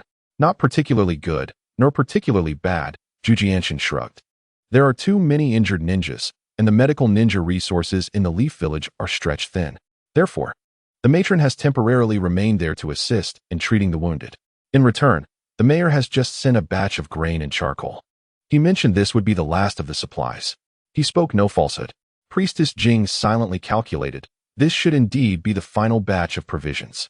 As the deity of harvest, Inari was venerated during the February festival of the initial rice offerings, an event overseen by the Inari Shrine. As the priestess of this shrine, she had meticulously researched the county's grain production and storage over recent years. She was acutely aware that this batch of grain was not the absolute last, but it was certainly nearing that point. If it comes to that, I shall interrogate those nobles, she resolved. Jujianshin bitterly remarked, those gluttonous pigs are truly despicable. Seizing the opportunity of the common folk's flight to voraciously annex lands, all the while feigning scarcity of provisions while hoarding untold supplies in their granaries. The priestess Shizuka gently declined, saying, Lord Jujianshin, it is unwise to offend the nobility. What is there to fear? I am a ninja. I can always retreat to Konoha. Jujianshin replied nonchalantly as he sipped his drink. That would not bode well, Shizuka thought to herself, fully aware that matters were far from as carefree as Jujianshin portrayed. The nobility would undoubtedly take advantage of his missteps, profiting from the chaos of war. Both understood that unless Jujianshin chose to hide in Konoha for eternity, he would surely face retribution from the noble factions, be marked with bounties in the black market, and become a target for countless rogue ninjas. The war is nearing its conclusion, Shizuka stated resolutely. It should be within the next 2 or 3 weeks. Is this news from Matron Yui? Jujianshin inquired. Shizuka sighed deeply, her tone tinged with compassion. No, it is merely my conjecture. The food supplies are dwindling. If this continues, the common people will starve. Jujianshin, puzzled, questioned. But the common folk cannot alter the course of war. This is a conflict among ninjas. What relevance do ordinary people hold? The autumn winds weep for the fallen. Shizuka recited a mournful verse. The graves tremble at the sound of sorrow. She continued, sharing a verse that had recently circulated among the populace. This war began in the 32nd year of Konoha and has persisted for over 4 years. To my knowledge, apart from the land of water, which remains isolated, the entire continent has been engulfed in flames of conflict, and the suffering of the common people is beyond measure. Though the land of water had not engaged in battle, The soaring prices of grain in the black market had prompted many ninjas from the Mist Village to plunder food supplies for their selfish gain, forcing everyone to seek refuge in the mountains. Indeed, it is because of them that we are driven into hiding, Jujianshin lamented. This cadre of greedy miscreants will have to be held accountable once Konoha can intervene. As the war intensified, combat ninjas from the southeastern coast were increasingly summoned to the front lines, significantly weakening the defenses of the Land of Fire's southeastern coastline, thereby granting the ninjas of the Land of Water an opportunity to strike. It is only natural that wealth stirs desire. Yet even a place as distant from the battlefield as Shimizu town felt the war's repercussions, leading the populace to flee to the mountains, abandoning their fields. If such is the case here, one can only dread the grim fate that befalls other regions. A flicker of sorrow crossed Jujianshin's eyes, but he swiftly concealed it. A ninja's existence is entwined with bloodshed, and thus, they must cultivate a heart of stone. Such grief is unbefitting of a ninja. It is an inevitable consequence of war. Sacrifices must be made, Jujianshin stated, devoid of emotion. Shizuka scrutinized him intently, and Jujianshin felt as though she could see through him, rendering him quite uncomfortable. Fortunately, the priestess Shizuka quickly shifted her gaze and remarked, I have heard that even the ninjas of Konoha have been compelled to seize food from the commoners of the Land of Rain. This illustrates the dire state of the food crisis, which has reached an alarming level. With a sorrowful expression, Shizuka shook her head, clearly discontented with such actions. She continued, At its core, this war is a struggle for interests. As the conflict has progressed, the remaining food supplies at home have been depleted. Ninjas are still human. They too require sustenance. If this continues, I fear no one will emerge victorious. Jujinta's eyes brightened with appreciation as he gazed at Shizuka, having grasped her intent. The second great ninja war had escalated to this point, not only due to the rising discontent among the populace, but primarily because there was no longer any capacity to continue fighting. This was evident even in the distant town of Shimizu, which, despite being far from the battlefield, felt the repercussions of this global conflict, forcing the common folk to abandon their agricultural pursuits. Although ninjas possess inhuman combat prowess, the majority of the world is still comprised of ordinary people. Moreover, if the commoners were to starve, what would the ninjas gain? Would they benefit from their own hunger? Would they be compelled to toil in the fields? Even for the agricultural ninjas, their role is merely to employ ninjutsu to enhance soil quality and improve irrigation. The true labor of tilling the earth, facing the soil and sweating under the sun, is still performed by ordinary citizens. How could the noble ninjas deign to engage in such menial tasks? As autumn deepened, the mountains blazed with vibrant hues, and news of favorable developments regarding the war began to emerge. First, the front lines finally managed to regroup a contingent of elite combat ninjas, who, through their counteroffensive, swiftly expelled the marauding ninjas from the Land of Water, who had crossed the seas to pillage. Under the dual call to action from the town mayor and the ninjas, the farmers, who had taken refuge in the mountains, were finally able to return to their villages. Protected by the ninjas of Konoha, they could safely resume their farming activities and earnestly prepare for winter planting and spring harvesting. Now, in the heart of autumn, most crops had long surpassed the optimal planting period, particularly the urgently needed winter wheat, potatoes, and cabbage. However, the might of the ninjas was not solely reserved for battle. It could also manifest in civilian life. With the assistance of agricultural ninjas, a myriad of challenges were swiftly resolved. Techniques such as fire-release ninjutsu for forging tools, wind-release ninjutsu for weather improvement, earth-release ninjutsu for irrigation projects, lightning-release ninjutsu for revitalization, and water-release ninjutsu for irrigating farmlands were all employed.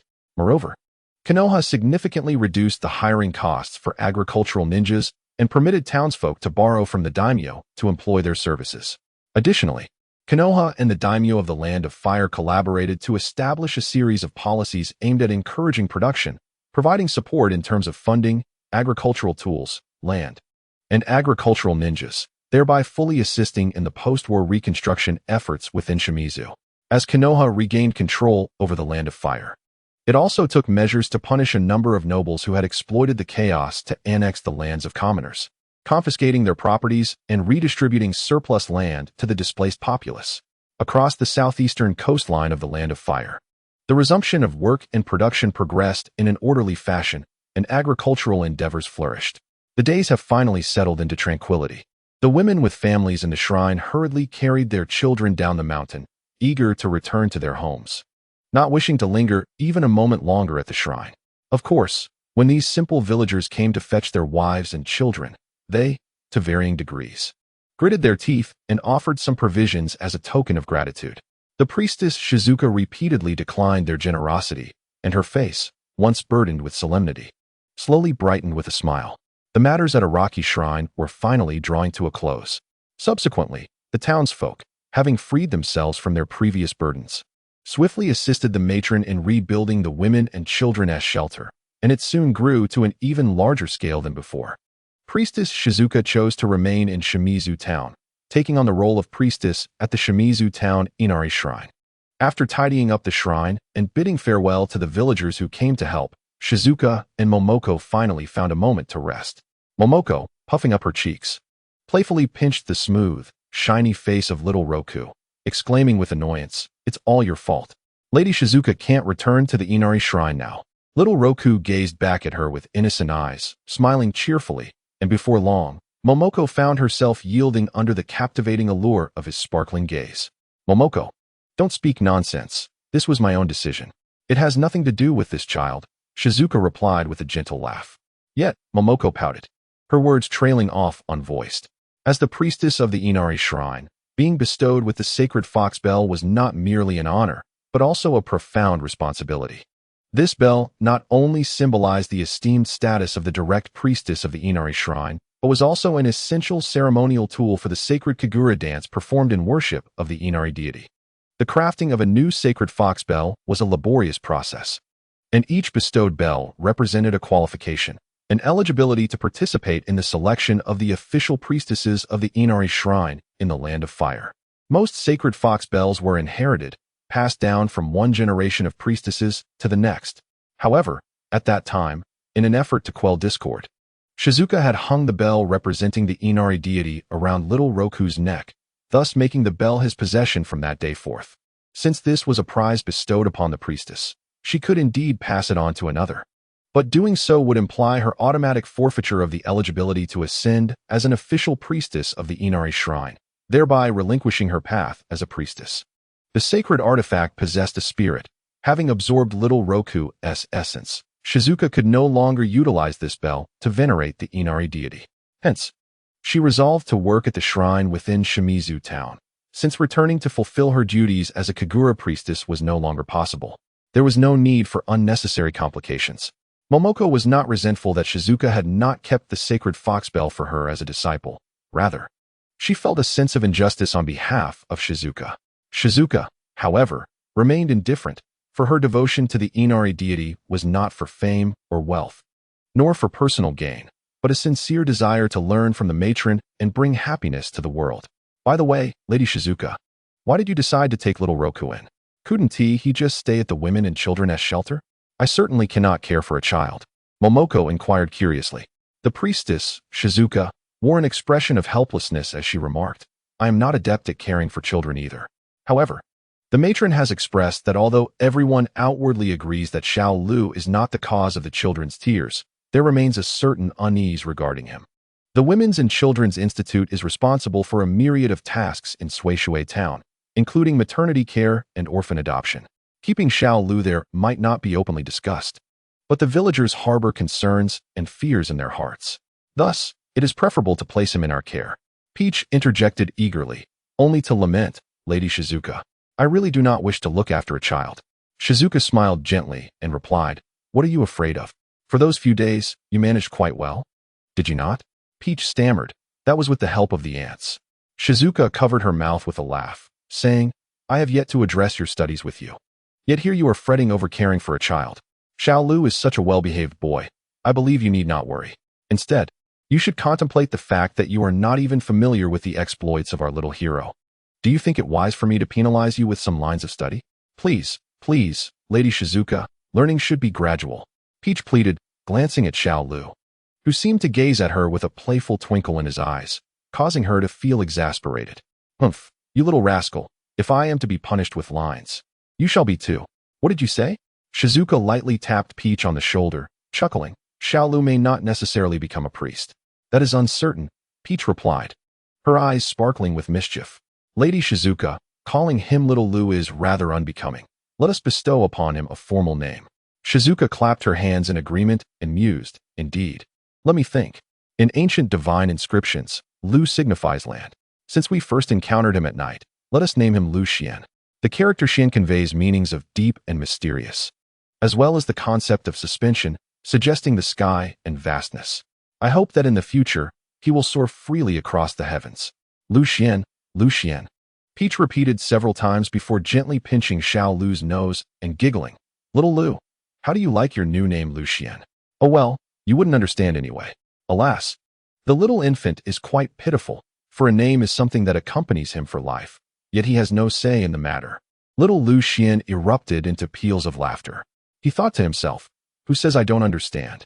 I can comprehend your words. Ever since he began practicing the tranquility mantra, he diligently refined it daily. The mantra indeed proved effective. During his moments of meditation, his cognitive and memory abilities significantly improved. Consequently, Lu Xian experienced the sensation of being a prodigious child. Within less than a month, he had grasped the language here quite well and even recognized several familiar terms from his past life: Konoha, ninja, and land of fire. It appeared that he had traversed into the world of Naruto. Naruto was, in fact, his favorite anime during his middle school days. Lu Xian, he silently repeated, pondering. In my previous life, I bore the surname Lu as well. Lu Xian is quite a conventional name, certainly more dignified than the likes of Anus Chong or Meichuan Naiku. In the world of Naruto, there are those with the surname Li. When I grow up, I shall retain the surname Lu. As a proud Huaxiao individual, I shan't adopt a Japanese name. Chapter 19. The Divine at the Araki Shrine. Two individuals are stirred by memories from 7 years past. The twists of fate in life are indeed wondrous. Although life may stretch long, the moments that truly etch themselves into our memories are few and far between. Peach glided gracefully along the mountain path. Despite its ruggedness, she navigated it as if it were smooth terrain, showing not a hint of hesitation. This was due to her mastery of a technique known as the wild fox step. This ancient martial art, passed down through the Inari shrine, is derived from the fox dances dedicated to the Inari deity.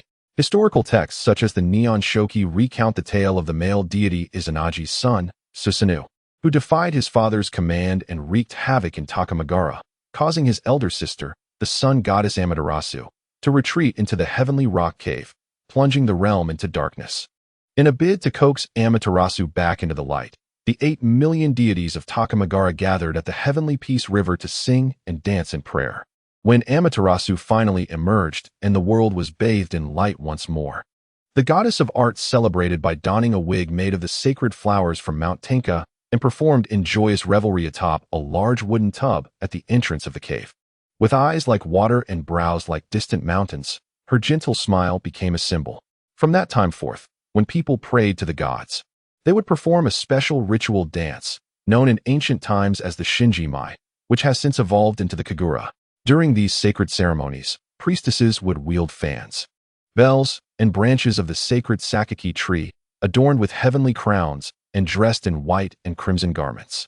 Before invoking the deities, they would perform a cleansing dance to invite divine presence. The Inari deity's fox dance, performed by priestesses in service to Inari, is a sacred dance offered in prayer to the deity. This dance, taught to humanity by the fox messengers of Inari, is thus named. When the priestesses of the Inari shrine conduct the Kagura, they wear fox masks. And it is said that performing the fox dance is also a form of spiritual cultivation for them. Today, the wild fox step has been preserved as a martial technique. Although Peach is not a ninja and cannot normally utilize chakra, she can summon it within her body for brief periods through the wild fox step. However, this technique necessitates a recovery period after each use, unlike a ninja who can draw upon their chakra endlessly as long as it remains within them, traversing mountains and valleys with ease. While this martial art may not rival that of a ninja, it is certainly superior to that of an ordinary person, proving to be quite convenient.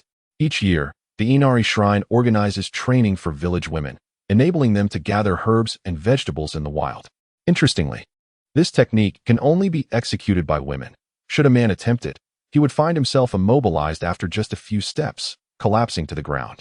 Thus, Peach meandered with ease, expending little effort as she returned to the Inari Shrine.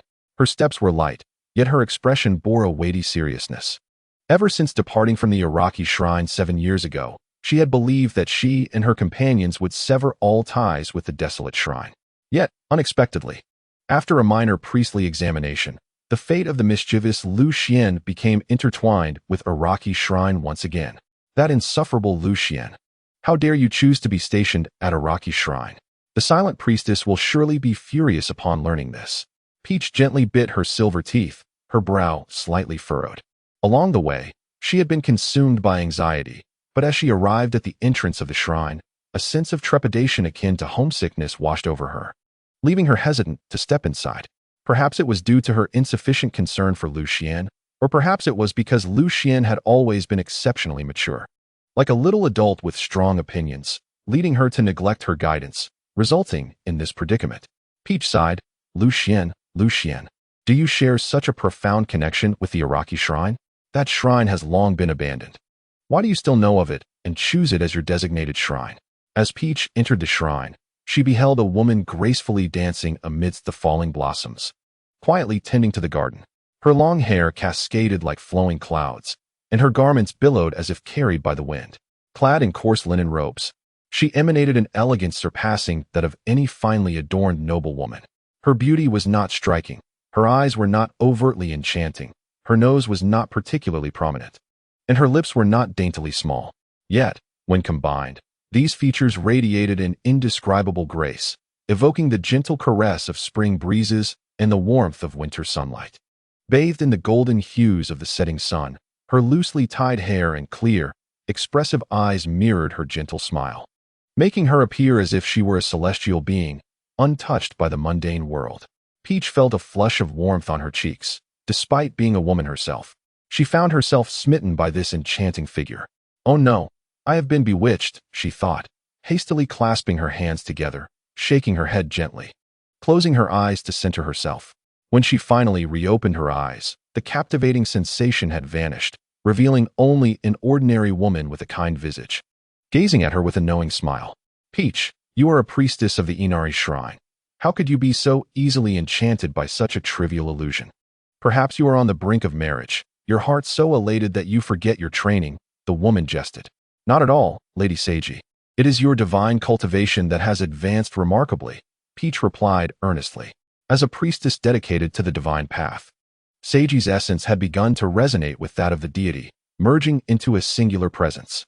The vision Peach had just witnessed was a manifestation of Seiji's spirit intertwined with that of Inari, akin to an illusion conjured by ninjutsu, capable of captivating the heart and mind. Peach stamped her foot in frustration. Oh, Lady Seiji, I urgently seek your counsel. Lu Xian has not passed the monk's examination. Instead, he has taken the examination for the divine path. The divine path examination? Seiji mused with a faint smile. Has that little rascal chosen the Iraqi shrine? Lady Seiji, how did you know? Peach stammered in disbelief. Seiji gazed at a solitary white cloud in the sky, smiling softly. Look at that white cloud. When the sun sets, it adorns itself in hues of color. When a storm approaches, it darkens. When it is joyful, it gathers together. When it is discontent, it disperses. Clouds roll and unfold freely. Who can govern them? Peach, growing impatient, retorted, Lady Seiji, what does that have to do with clouds? I cannot comprehend your words. Seiji sighed, casting a weary glance at Peach, resting her hand on her forehead. You, it is as if asking you to read is akin to asking for your life. What I mean to say is, do you believe that the white cloud, being so free, feels happiness? How would I know if the cloud feels happiness? Peach pouted and said, I am unhappy anyway. Xiao Luxian is heading to that dreadful place, Iraqi shrine. The priestess, Shizuka, merely smiled gently at Peach without uttering a word, pointing instead towards the clouds. Oh, you mean that Lu Xian is akin to a white cloud, doing as he pleases? Peach suddenly realized, exclaiming, that will not do, Shizuka-sama. Lu Xian is just a little imp. We must discipline him properly. If Lu Xian is a white cloud, then you must be the sun. When the sun rises, how can the white clouds misbehave? Do not forget how you usually manage me. Shizuka chuckled lightly, saying, I had no idea that I appeared so fearsome in your eyes. Not at all. Peach playfully clung to Shizuka's hand and said, in my heart, Shizuka-dai, you have always been the one who cares for me the most. I am simply worried about little Lu Xian. Shizuka lightly tapped Peach's forehead and remarked, Lu Xian is not like you. He already mentioned to me that he intends to take a position at Araki Shrine. He mentioned it? Peach gasped, raising her voice. How come I didn't know? Shizuka replied with a soft smile. He just told me today. Peach, taken aback, questioned, Shizuka, did you secretly follow me to Aoyama Temple? Of course not. Shizuka shook her head and said, do you remember the rumors about the haunting at Araki Shrine? Peach shivered slightly and replied, I remember. I was young and fearless back then, but now that I think about it, it was quite terrifying. Shizuka smiled and remarked, indeed, in the blink of an eye. Our little Peach has matured into a young lady, soon to be married. Not at all. Even if I get married, I will stay by your side, Shizuka Dai. Peach's face instantly flushed crimson, resembling a ripe peach, overwhelmed with shyness. Shizuka's smile faded, and she spoke earnestly. Over these 7 years, I have pondered the matter.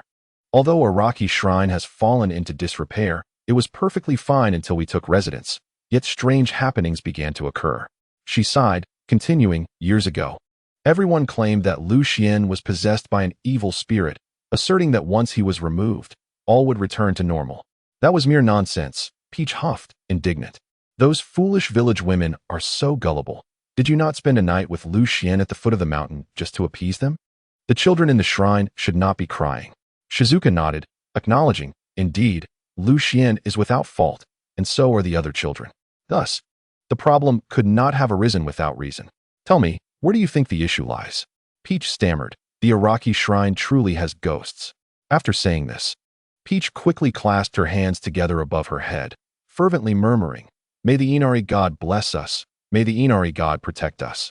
Dispel the evil spirits and drive away. Anyone who receives a low evaluation during these assessments is likely to endure a severe reprimand from him. Misfortunes. Shizuka smiled faintly and reassured her, do not worry, there are no ghosts. Her beautiful eyes sparkled with joy as she murmured, all things possess a spirit. The divine resides within the myriad elements of the world. When we encounter matters we do not comprehend, we instinctively feel panic and fear, mistaking them for malevolent spirits or demons.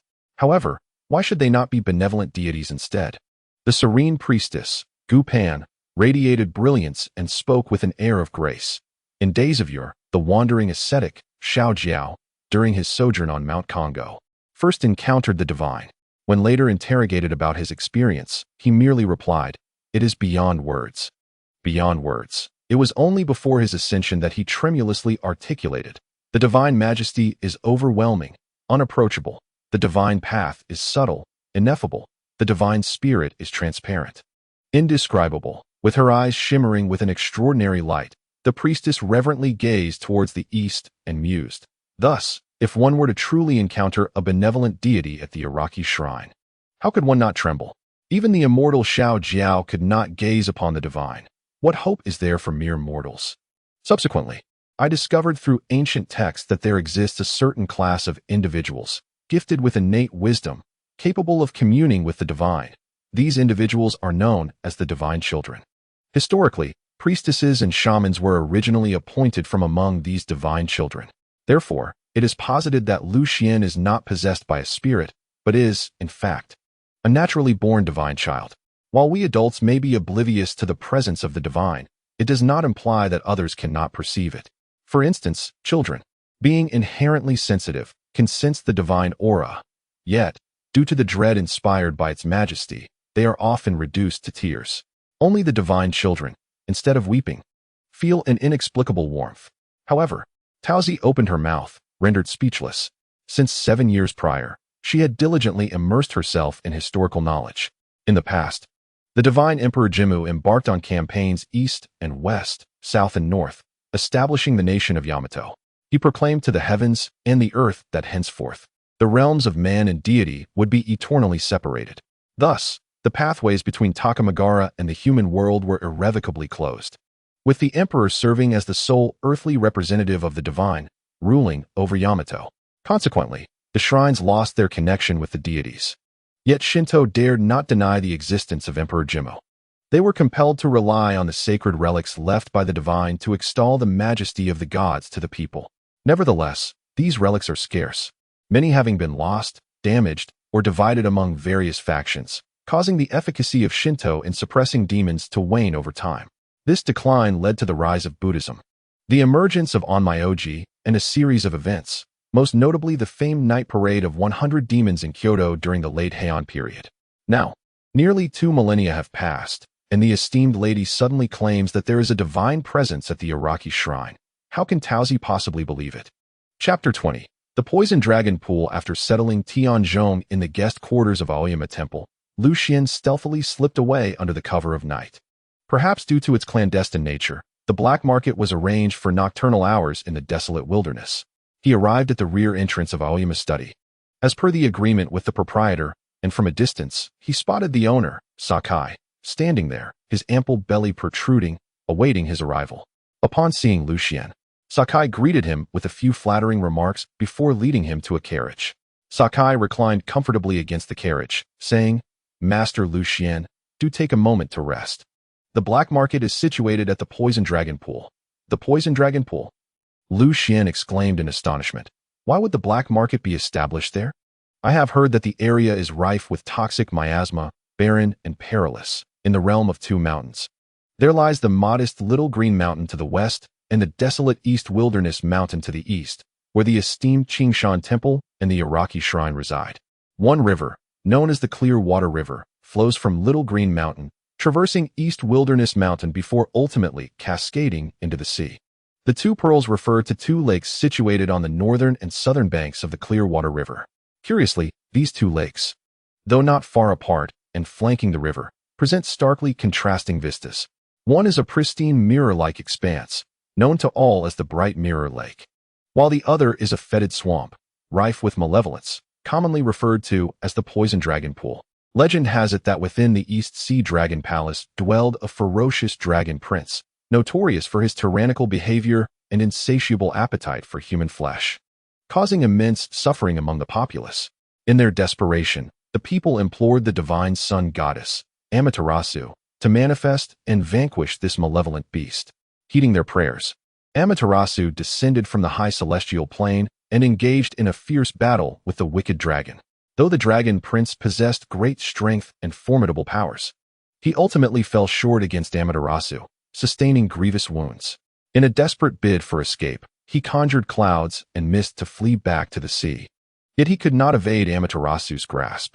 With a mere reflection from her mirror, the dragon was transformed into a pool of black water, anchored to the ground, while the mirror itself morphed into a lake, eternally guarding the defeated creature. Thus, the Bright Mirror Lake is intrinsically linked to the dragon's transformation, while the Poison Dragon Pool embodies the dragon's wrath, said to be suffused with toxic vapors due to his enduring bitterness over his confinement. This area is characterized by inhospitable terrain, teeming with venomous insects and serpents, shrouded in miasma, where the air is thick with poisonous mist, rendering it devoid of any human presence, not even a ghostly silhouette. Just as the proprietor Sakai was about to respond, the carriage driver interjected, "Rest assured, esteemed guests. As we have established our black market at the Poison Dragon Pool, your safety is our utmost priority." Lucian cast a bewildered glance at Sakai and inquired, "Is this carriage not yours?" Sakai chuckled softly, replying, "My humble establishment cannot afford such a vehicle. This carriage has been dispatched by the Merchant Association to fetch Master Lucian, and I am merely benefiting from your presence." The carriage moved with remarkable stability and a brisk pace, and after approximately half an hour, it came to a sudden halt. The driver tossed 2 masks into the carriage, stating, "You both may wish to wear these masks to conceal your identities." Mask. Lucian examined the mask with a peculiar expression. It was a raccoon mask adorned with the characters Jia 16 painted in black on its forehead. The raccoon is a well-known creature in folklore, renowned for its mischievous nature and ability to transform into various forms.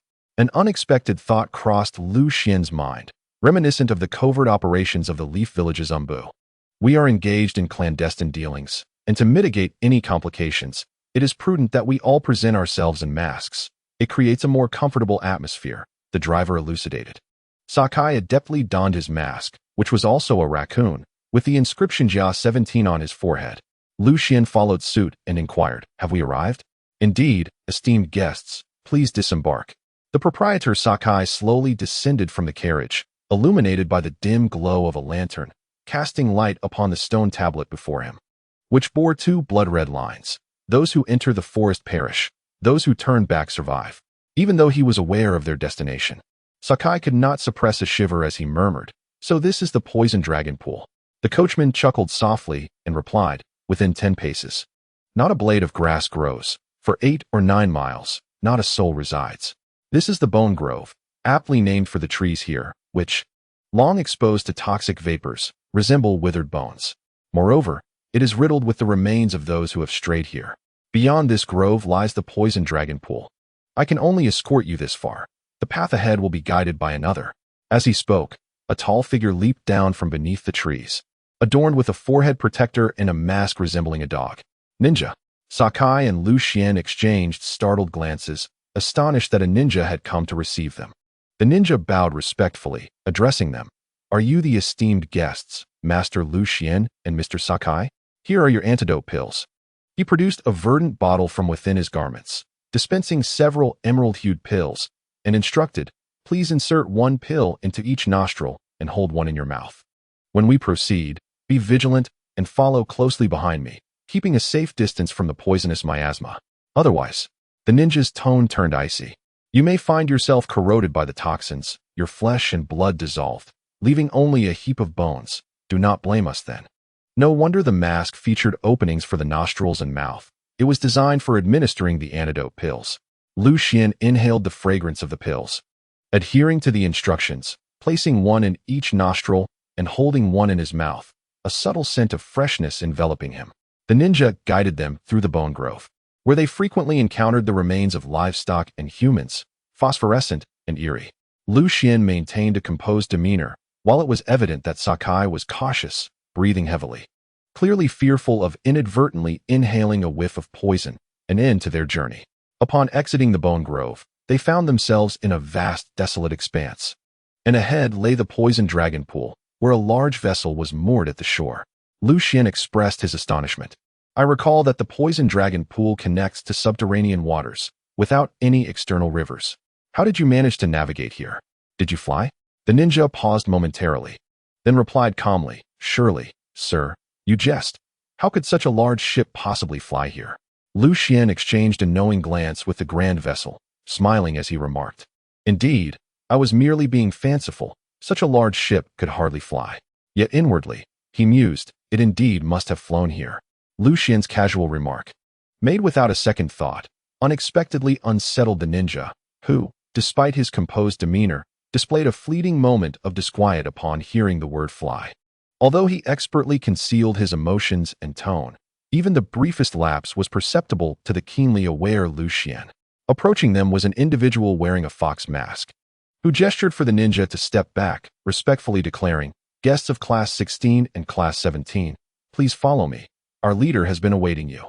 The fox-masked figure led the 2 individuals to a guest room, and after closing the hatch, produced a page of scripture from within his robe, presenting it with both hands. "I have long heard of your esteemed knowledge in the inscriptions of the divine path. My master humbly requests that you examine this piece and discern its meaning. Should you be able to translate it, my leader will bestow upon you a generous reward." Lu Xian took the page and, upon glancing at it, felt a tinge of disappointment. It was a rubbing, not the original text. However, he swiftly comprehended the essence of the scripture, though it was evidently incomplete, and it was uncertain whether it had been altered.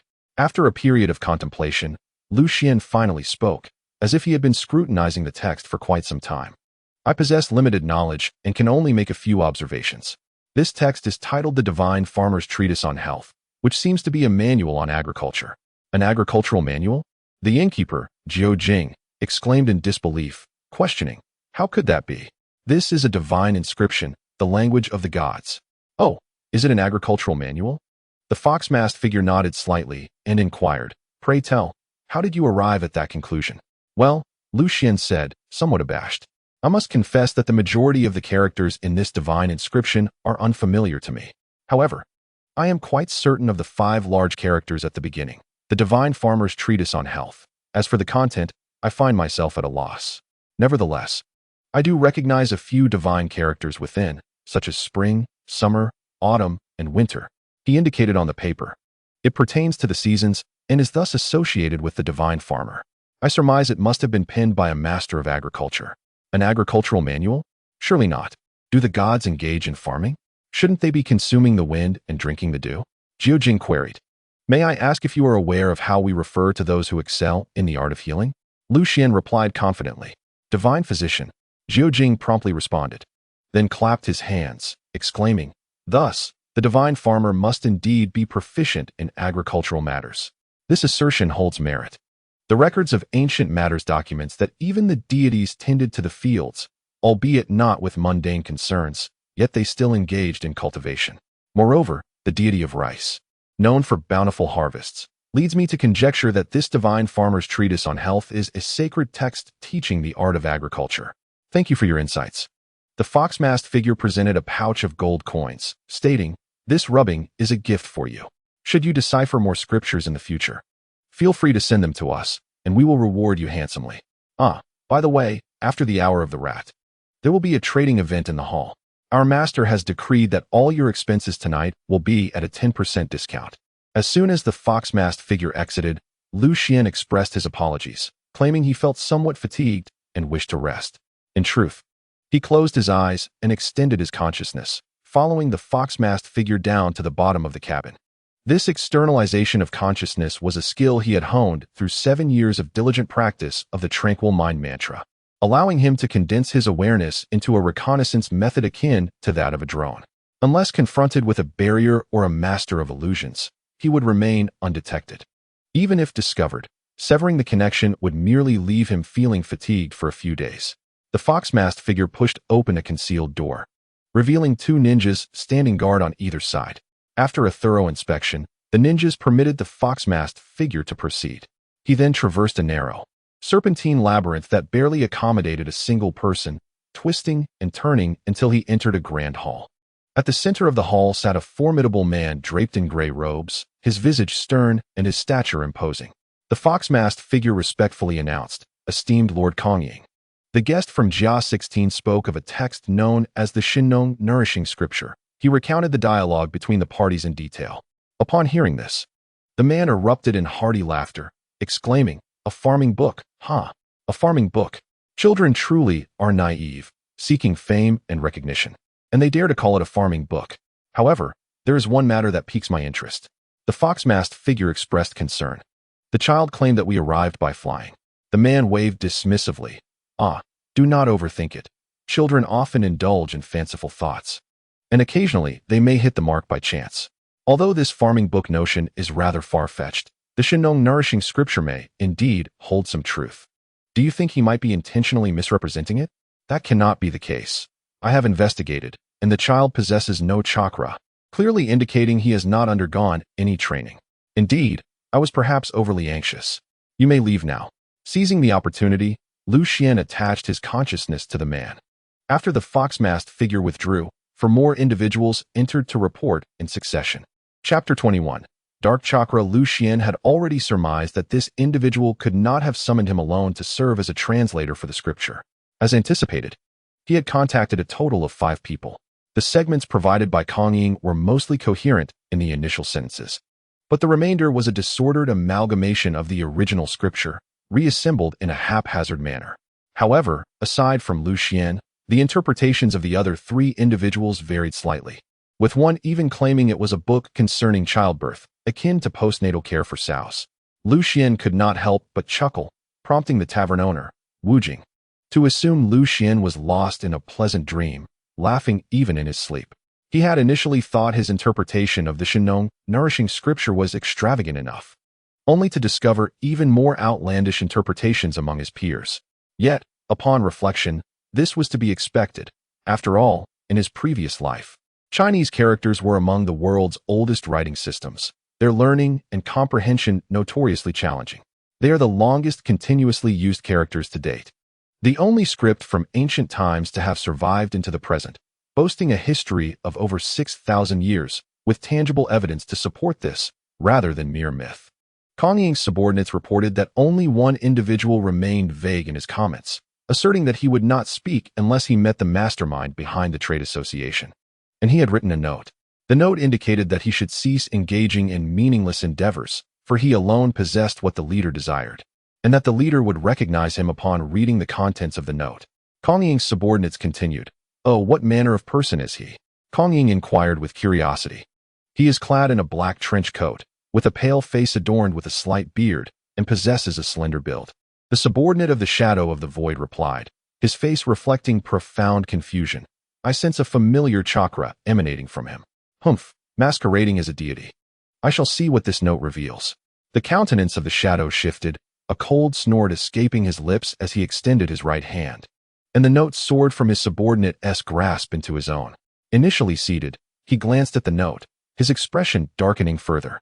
Rising from his seat, he furrowed his brow, remaining silent for a considerable time as he paced back and forth. Then, he declared loudly, "Summon the individual who penned this note. Ensure they are treated with utmost respect. Do not be negligent." He then muttered to himself, "So it is indeed you, Kinwu. What is your purpose in returning this time?" Lu Xian also beheld the note, which bore the words Dark Chakra. Dark Chakra? Lu Xian furrowed his brow. Is there any mention of Dark Chakra within the Divine Farmer's Treatise on Health? How is it that I am unaware of this? Could it be that the disordered passages contain knowledge unknown to me?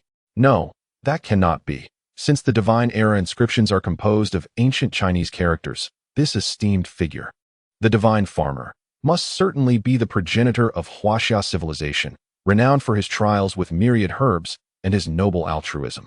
Regardless of how one contemplates it, this legacy of health must not involve dark powers. As Lu Xian pondered, a man clad in black entered with a lifeless demeanor. Lu Xian's perception could distinctly sense the overwhelming despair, anguish, and death emanating from him, suffused with dark energy. The man in black spoke in a monotone, "Lord Shadow, it has been a long time. I suspected it was you, Kinwu. It has been 7 years since we last met. What, now that we reunite, you cannot even bring yourself to call me brother?" The Shadow of the Void offered a warm smile. The man in black cast a disdainful glance at the Shadow, retorting, "Lord Shadow, spare me your pretense. I now go by Huangquan. The name Yushin Kinwu belongs to the past." The Shadow laughed heartily. "Is that so? I assure you, I am not pretending. Regardless of whether you are human or ghost, you remain my beloved brother, Huangquan." "Lord Shadow, you remain as hypocritical as ever," Huangquan remarked wistfully. "No wonder our esteemed father entrusted the position of Shadow to you." "Ha ha ha, Huangquan, what is this? The timid you still refuses to accept the truth of your failure?" The Shadow reveled in his glee. "Look at you now, neither human nor ghost. What right do you have to speak before me? What does success matter when the Sky Ninja Village has become mere history?" A glimmer of derision flashed in Huangquan's eyes as he replied harshly, "The once proud Sky Ninja has been reduced to scurrying like a rat, bringing shame upon our Yushin clan.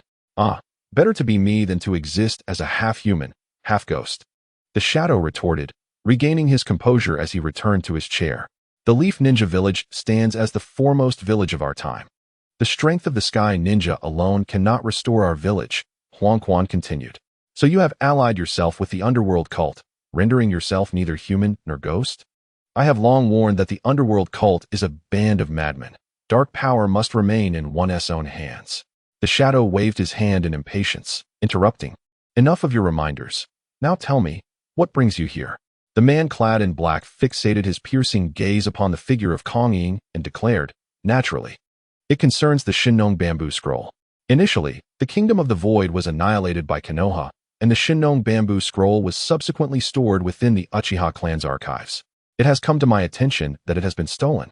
Kong Ying offered a faint smile and replied, "I have previously stated that should you wish to return, I shall gladly return the scroll to you. Furthermore, as brethren of the Void, united in purpose, we shall revive the Kingdom of the Void together. Let us not forget, our father has always held great expectations for you." Kong Ying praised, "In terms of the development of medical ninjutsu, Jinwu, you far surpass me. Your strength is indispensable for the revival and reconstruction of Kongning Village. Lord Kong Ying, our paths diverge, and further discussion is unnecessary. I have come on behalf of the Underworld sect to collaborate with Kongning Village," Huangquan stated, his tone calm, yet distinctly impolite. "Collaboration? What a jest!" Kong Ying interrupted with a sweeping gesture. "Soon, I shall lead the Kongning to dominate the entire continent. By then, your desire to return will be too late." Huangquan remained unfazed, responding coolly, "If you are unwilling to collaborate, perhaps you should lead the Kongning to join our Underworld sect instead. where we could bestow upon you the title of a master. We have already located the descendants of the divine being, and the dawn of reconstructing the Millennium Empire shines upon us. At that time, partitioning a mere Kongning village will be but a trivial matter. Kong Ying's pupils constricted, his grip tightening on the armchair as he solemnly remarked, "Descendants of the divine being." Huang Quan raised his voice. "Indeed, as a member of the Yushin clan, you are undoubtedly aware of the significance of the divine being's descendants, the founders of the Millennium Empire, the true rulers of this land."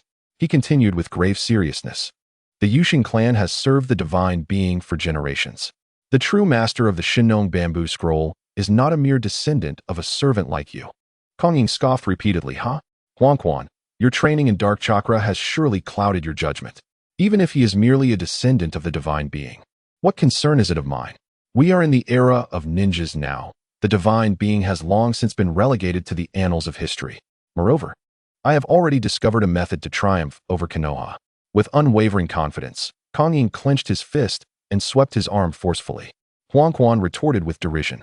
"Is it the tailed beast techniques that create Jinchuriki, or perhaps the void technique you devised after stealthily acquiring the dark source power from Lord Weo?" "How do you know?" Kong Ying exclaimed, springing to his feet in shock and fury. "Was it Orochimaru who told you?" "Orochimaru?" Lu Xun pondered, bewildered by the connection. "That is not the case. It matters not to reveal this. I had not anticipated that Lord Kong Ying would be so ruthless. The Black Vulture organization concealed its identity for the sake of Kongning Village, sacrificing greatly, only to be sold to Konoha by Lord Kong Ying," Huang Quan stated, seated with a sense of triumph. "There are people from the Black Vulture among you." Kong Ying gritted his teeth. "Impossible. The members of the Black Vulture are all dead. How could there be any survivors?" Huang Quan, wearing a smug expression, sat cross-legged and replied leisurely. "The underworld sect navigates the realms of yin and yang, traversing the domains of life and death. The power of the divine being is beyond the comprehension of mere mortals like yourselves. Unbeknownst to Lord Koei, have you ever contemplated the consequences of disseminating the news that the Black Vulture is indeed Conan, and that he was deceitfully led to his demise by you?" "Huang Quan, do you truly believe that anyone would trust you?" Koei exclaimed sharply, his feet striking the ground, causing a thunderous roar to echo through the air. He lunged forward, his upper body straining against his garments, muscles rippling with power as his right hand, imbued with the force of thunder, struck viciously towards Huang Quan. Unfazed, Huang Quan emanated an aura of dark death, as if he were enveloped by specters of the netherworld, exuding a formidable malevolence. Tendrils of black mist coiled around him, forming a whip as thick as a bowl, and in that moment, wails and howls filled the air, the atmosphere thick with ominous energy. Huang Quan unleashed his whip, summoning the darkness, which devoured all in its path, a force of unparalleled might that could not be resisted, sending Koei hurtling away. Koei, propelled back to his seat at a speed exceeding his own by at least twice, let out a muffled groan, blood spilling from his lips. Despite the tremendous force, he managed to sit back down without a hint of damage to the chair, showcasing Huang Quan's remarkable control over his strength. Koei stared at Huang Quan for a moment, as if aging 2 or 3 decades in that instant, his voice gravelly as he uttered, "Impossible. How do you possess such immense dark chakra?" Huang Quan offered no reply. After a moment of silence, Koei, in a state of despair, lowered his head and pleaded, "I can give you the Shinnong bamboo scroll, but you must not disclose any information regarding the Black Vulture." "Of course," Huang Quan replied calmly, as if swatting away a mere fly. "There will be future occasions to employ Conan. You are indeed a valuable asset, far more useful than others." Koei's expression darkened as he rummaged through his chair, producing a small box that sprang forth from the wall with a click. He grasped the wooden box and tossed it towards Huang Quan. Upon opening it, Huang Quan discovered a scroll of bluish-gray bamboo. He unfurled it slowly, perusing its contents from beginning to end, and after inquiring about a few details, he finally expressed his satisfaction. "It appears this is indeed the genuine Shinnong bamboo scroll. Lord Koei, you have gone to great lengths to pilfer this scroll from the Uchiha clan's treasury. It shall be etched in the annals of the Yaming sect." "Humph, what good is it to have stolen it? Neither of us can comprehend the script inscribed upon it. Some say it pertains to agriculture, while others claim it relates to livestock. There is no need for your concern, Lord Koei." Huang Quan placed the scroll within his robes and produced a black token from his sleeve, declaring, Lord Wangliang shall soon awaken, and at that time, the mystery of this Shinong scroll shall surely be unraveled. With that, he cast the token towards Koei, asserting, in less than 3 years, when the western Inghua shines and the southern and northern dippers align, the Undying Legion will rise once more. At that time, we shall use this token to contact you, and together, we will obliterate Konoha. Koei gasped in disbelief. How is that possible? A millennium ago, wasn't the Undying Legion vanquished by the priestess of the Amaterasu Shrine? Huangquan chuckled lightly. Filled with self-assuredness, the power of divine beings is such that even Amaterasu holds no fear. The southern dipper signifies death, the northern dipper signifies life. As the heavens align, the gates of the Yaming shall open, blurring the lines between life and death, reversing the yin and yang. At that time, the stars and the earth will conspire in favor of my Yaming sect. I trust Lord Koei is a wise individual and understands what must be done. With that, he strode away. Lu Xuanqi remarked that the phrase regarding the southern and northern dipper was surprisingly articulated in the Chinese language. Infuriating. Once Kang Ying confirmed Huangquan's departure, he ferociously shattered the chair with a single punch, letting out a few cold laughs. He then pushed aside the ukiyo-e painting on the wall behind him, revealing a hidden door that led to a safe concealed within. Inputting the password, Kang Ying retrieved a box from the safe and extracted a small wooden figurine from within. The figurine bore 2 prominent horns, had crimson hair, and was intricately marked with various white lines and black dots. A storm cloud settled upon Kang Ying's countenance as he gritted his teeth, declaring, Huangquan, I am superior to you, and I shall remain so for eternity. You may have taken the divine Shinong bamboo slips, but you did not anticipate the existence of this Shinong meridian model. You willingly submit to servitude under the divine. But I shall defiantly embrace the name of the divine. From this moment forth, I shall be known as Shinong, and I will never succumb to you. Never. Chapter 22. Meridians, what a close call. Lu Xian was drenched in cold sweat within the cabin, his entire back soaked. As Kang Ying's fist struck towards Huangquan, Lu Xian divided a fragment of his consciousness that was attached to Kang Ying, placing it upon Huangquan.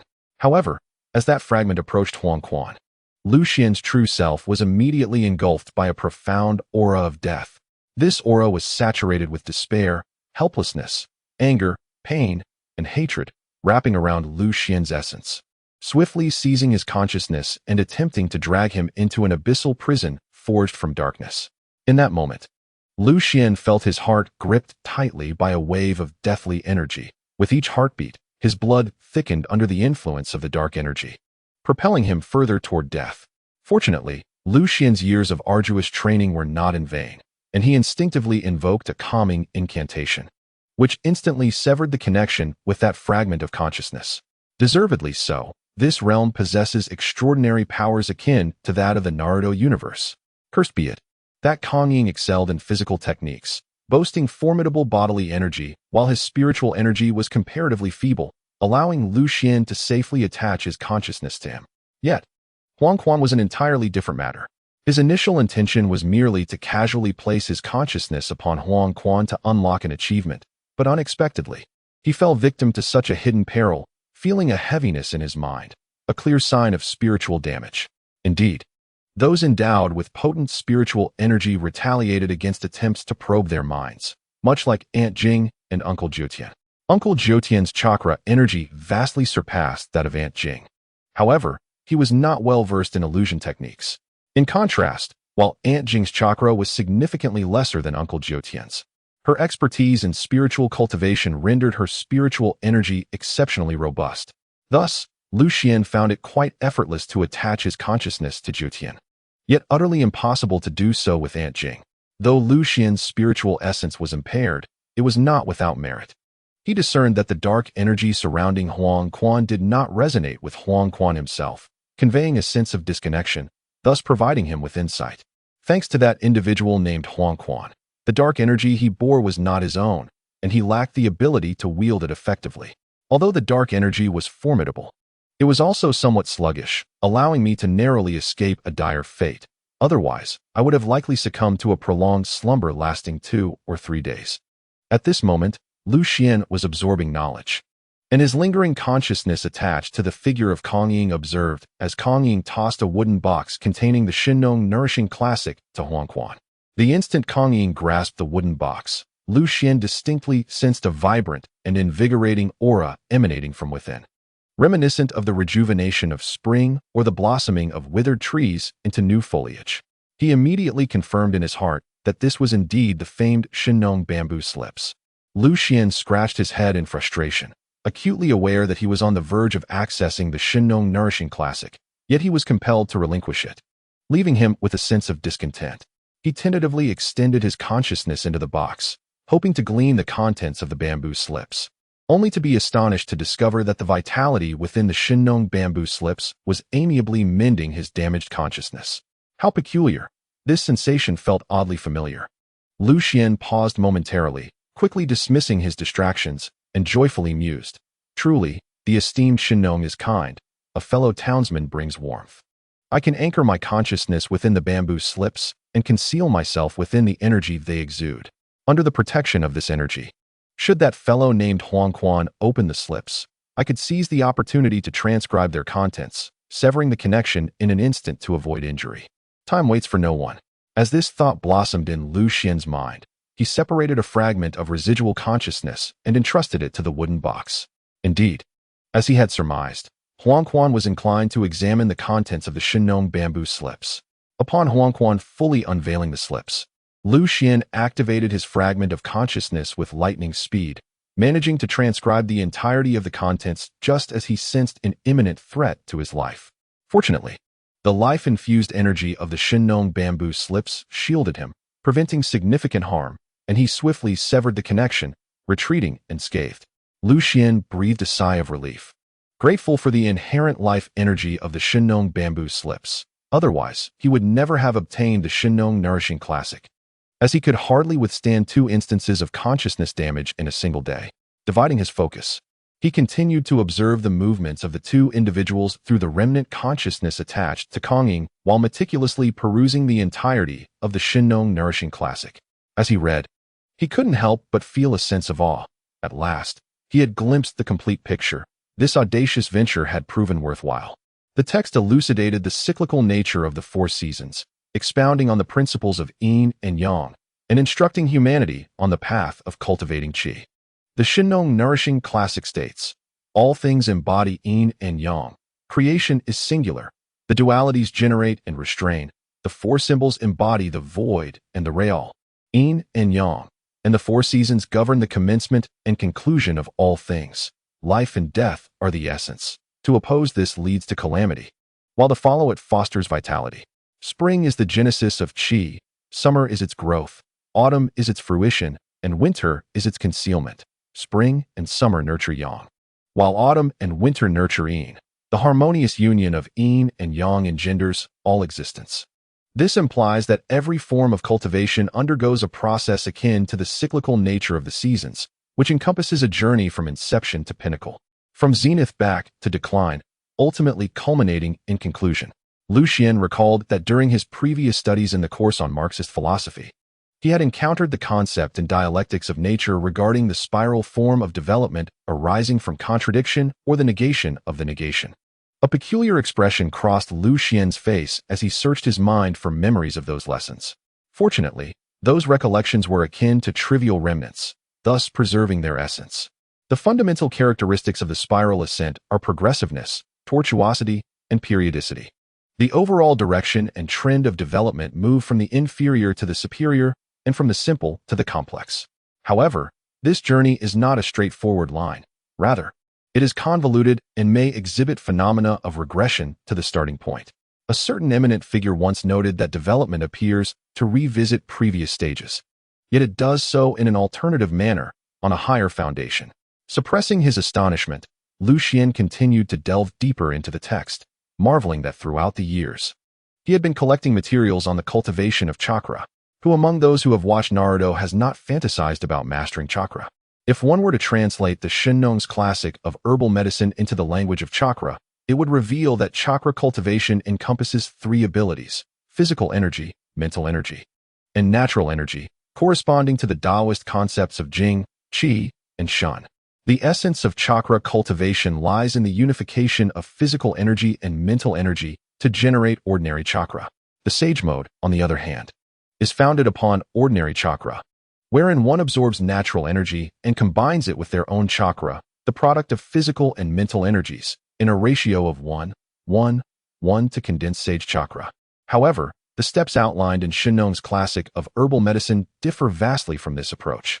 It requires the individual to first empty their mind, allowing for the introduction of qi into the body, essentially, to conceal the mental energy embedded within the physical energy, aligning one's physical energy with natural energy.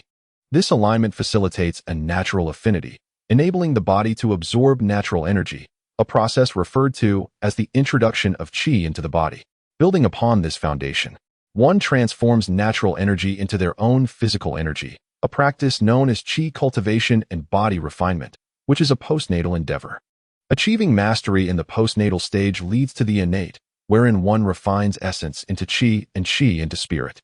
In essence, once one's physical energy accumulates to a certain extent, it can be transformed into freely manipulable natural energy. Postnatal qi cultivation represents quantitative change, while innate qi refinement signifies qualitative change.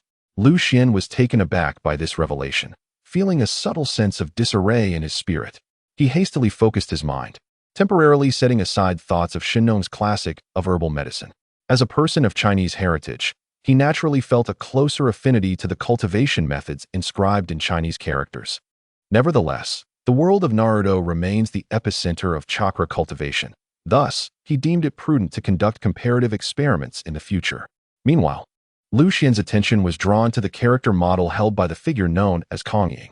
Unlike the mainstream meridian charts, this model featured 12 thick lines and 8 thin lines, with the latter connecting to the 8 gates, which are crucial to chakra cultivation.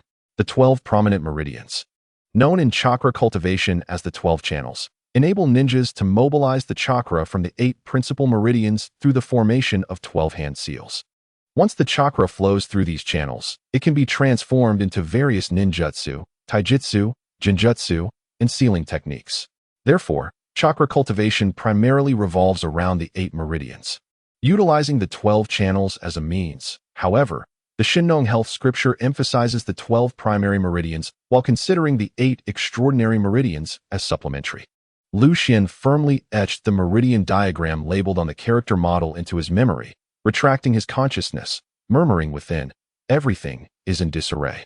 It turns out that the Shinong meridian model not only differs from mainstream concepts concerning the hierarchy of meridians, but also presents discrepancies in the number of acupoints. It is well known that the human body contains only 361 chakra acupoints, yet the Shinong meridian diagram displays 365, which is unlikely to be false. I recall that the acupuncture canon inscribed in ancient writings also mentions 365, rather than 361. This excludes the 2 acupoints of Taiyin and Shaoyin, along with Juyin, totaling 4 missing points.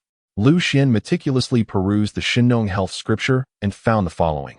Thus, the harmonization of the 3 yangs. Taiyang represents opening, Yangming signifies closing, and Shaoyang acts as the pivot. Similarly, the harmonization of the 3 yins. Taiyin denotes opening, Jian indicates closing, and Shaoyin serves as the pivot. The primordial yang governs the corporeal spirit, while the mysterious yin commands the soul. All things bear yin while embracing yang, harmonizing through the flow of energy. Humans, as beings of heaven and earth, naturally embody both yin and yang energies, one being the physical form, the other the spiritual essence. The physical form represents the body. The spiritual essence embodies the soul. The corporeal spirit serves as the connection, and the divine spirit acts as the central pivot. Lu Xian felt the tangled threads in his mind becoming increasingly convoluted. Just when he believed he had found the end of the thread, he discovered it was connected to yet another tangled mass. He recognized the Chinese characters and comprehended their meanings to a certain extent. Yet the nuances of genuine transmission could not be grasped through mere textual study. When it comes to the principles of cultivation, one must be exceedingly cautious and attentive. Lu Xian pondered. If, by any chance, his practice were to go awry and he were to fall into madness, would that not spell certain doom? Could he truly expect a celestial being to rescue him? No, the path of cultivation must be approached with utmost prudence. Nevertheless, He found himself increasingly inclined towards the cultivation methods articulated in the Shinong health scripture. This inclination was not solely born from forced self-assurances or the familiarity of the Chinese characters, but also due to his keen sensitivity to his own body, which indeed resonated with the existence of the Taiyin, Shaoyin, and Jian acupoints. However, could it be that as a transmigrator, his physical structure differed from those in the world of Naruto? Yet, he distinctly remembered that he had crossed over in spirit, not in flesh. Lu Xian dismissed this notion. Perhaps everyone is fundamentally the same, yet why do others steadfastly believe that there are only 361 acupoints? Lu Xian felt a headache looming again. His mind was a tumult of chaos, and amidst his muddled thoughts, he sensed someone shaking him. Startled awake, he opened his eyes to find the anxious face of the tavern owner, his round visage filled with urgency. "Why are you in such a hurry, Boss Sakai?"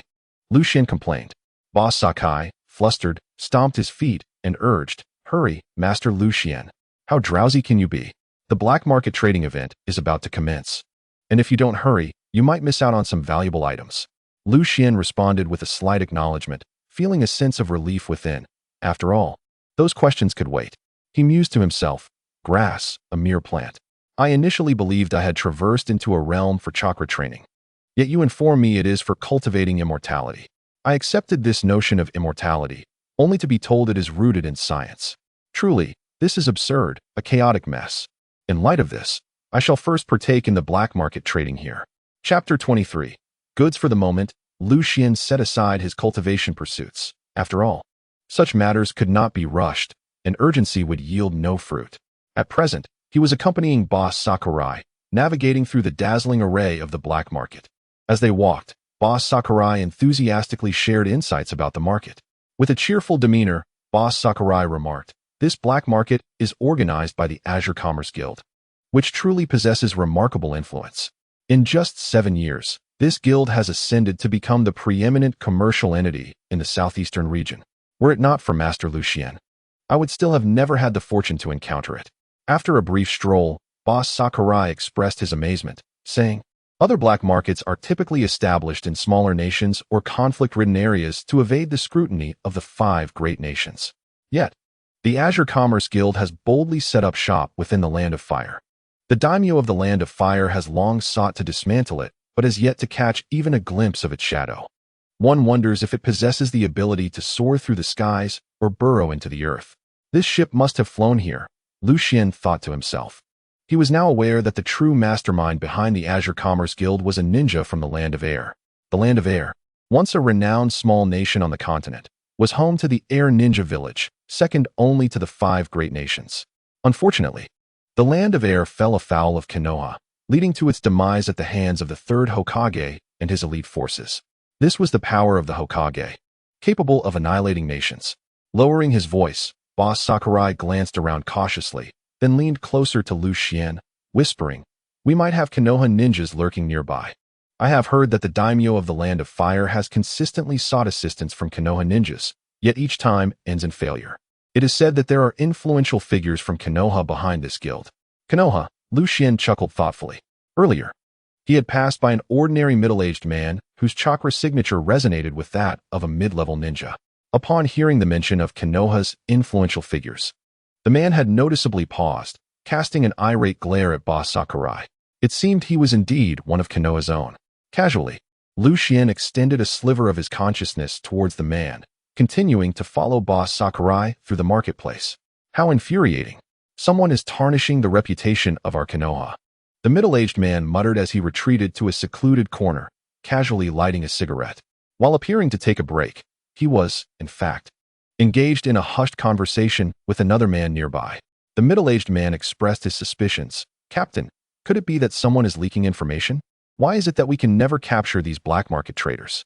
"Silence. This is not your concern," the other man replied quietly. "As ninjas, we must always remember our identity and mission. Our task today is merely to oversee. Do not meddle in matters beyond your station. You must have faith in the will of fire," the man concluded. "Understood, Captain," the middle-aged man replied, exhaling a thick cloud of smoke. "By the way, can the radio transmission get through?" the man inquired. "I have surveyed the surroundings, and the entire vessel is enveloped in an energy barrier, rendering radio transmissions utterly ineffective. How vexing it is that once dawn breaks, this ship will vanish again. I cannot help but feel discontent. The middle-aged man struck his thigh in frustration. Fear not. For where there is light, there must also be shadow. Where there is brightness, darkness shall follow. As long as we can return with the general details of the transaction, we will have fulfilled our mission satisfactorily, the man consoled. Lu Xian, having recently sustained injuries to his spiritual awareness, was reluctant to overexert himself. Upon hearing this, he discreetly withdrew his perception. The merchant guild here is divided into two sections, the upper and lower halves. The upper half comprises the first 3 levels. We refer to the first level as the roaming merchant tier. According to tradition, the Azure Blue Guild has rented out the first level to itinerant merchants from various locales. Provided you pay a specific rental fee, you can secure a stall aboard this ship, selling whatever you choose, with profits entirely dependent on your own abilities. Boss Sakai continued his exposition. It appears that the primary objective of this roaming merchant tier is not profit, but rather the accumulation of popularity. Lu Xian mused to himself. Monetizing traffic is indeed an infallible method of generating revenue, regardless of the location. However, the goods on the first level are of varied quality. Once purchased, they are non-returnable, meaning that acquiring valuable items relies heavily on one's discerning eye. Boss Sakai elaborated as they walked. As Lu Xian listened, he scanned the wares displayed on the small stalls. True to their nature, the merchants offered a chaotic array of goods, including herbs, ores, various elixirs, protective gear, weapons, and an assortment of ninja tools. How much for this small bell? Lu Xian suddenly halted in front of a vendor, picking up a bronze bell to inquire. The bell stood approximately 6 inches tall, with a diameter of about 9 centimeters, crafted from brass and featuring a handle. Inside it had a clapper, resembling a small bell with a long handle, though its base was flat rather than lotus-shaped. A discerning customer indeed. This bell is an ancient artifact from the era of the Netherworld. I shall part with it for 50,000. The masked vendor promptly quoted a price upon noticing Lu Xian's interest. Such an exorbitant amount. What of this one? Lu Xian set down the bell and picked up a bronze tripod instead. The tripod was roughly the same height as the bell, a deep yellow hue, exquisitely carved, and exuding a jade-like luster with faint red threads running through its patterns. This is an antique from the land of harmony.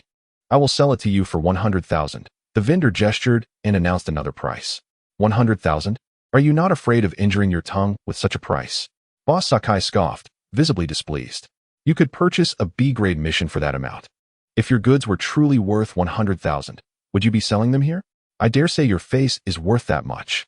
A B-grade mission refers to tasks expected to involve combat with enemy ninjas, potentially including participation in wars by invitation, protection duties, espionage, or the assassination of ninjas, with rewards ranging from 80,000 to 200,000. Pauper, buy it or leave it. I shall price it as I will, and your opinion matters not. The vendor retorted angrily. Lu Xian chuckled softly, delicately examining the 2 items in his hands. Meanwhile, the escalating argument between Boss Sakai and the vendor drew the attention of the enforcers. After delivering a warning to both parties, the enforcers, Boss Sakai, in a huff, led Lu Xian towards the second level. The merchant spat at Boss Sakurai from a distance, exclaiming his misfortune, then cast a glance at the 2 bronze artifacts. Sensing that the verdigris upon them seemed to have deepened, or perhaps it was merely an illusion. Thank you, my brother, for your assistance. As they ascended the staircase, Lu Xian clasped his hands in gratitude, saying, You have helped me by some time. It was but a small favor, yet I must ask. Why do you wish for me to quarrel with that merchant? Boss Sakurai inquired, puzzled. Oh, it is nothing. I cannot afford that item. Yet I hold a certain fondness for it. Hence my desire to gaze upon it a while longer, Lu Xian replied dismissively. In his heart, he mused, Should I reveal to you that I felt the imprint of consciousness upon those 2 bronze artifacts? I was deciphering those imprints earlier and required your assistance to delay the merchant. Regrettably, the age of those bronze pieces was far too ancient, rendering them devoid of practical value. Otherwise, he would have made every effort to acquire them. Nevertheless, obtaining 2 spells for free was still a significant gain. The smaller bell, known as the Soul Capture Bell, bore an imprint of a consciousness attack spell called Soul Capture and Spirit Seize, with inscriptions designed to amplify its effects. The small cauldron, naturally, was for alchemical purposes, inscribed with the recipe for the Lingshu Adan. One could only wonder which esteemed predecessor had crafted these artifacts. They appeared to be at least 1,000 years old, and yet they still retained traces of consciousness. Truly astonishing. The second floor was markedly quieter, with considerably fewer patrons.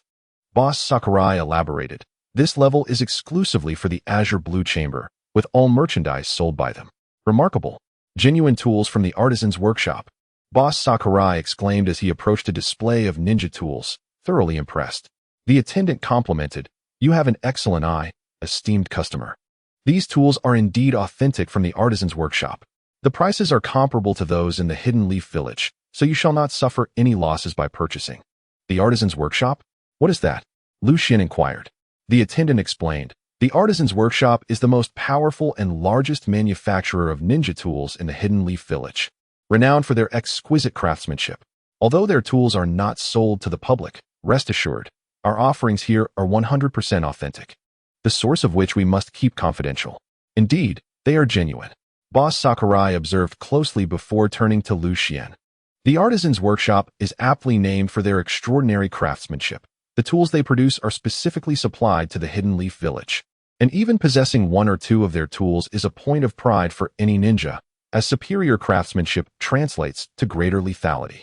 Reluctantly setting down the tools, Boss Sakurai took a few steps forward before suddenly exclaiming, This is a specialty of the three clans, Boar, Deer, and Butterfly."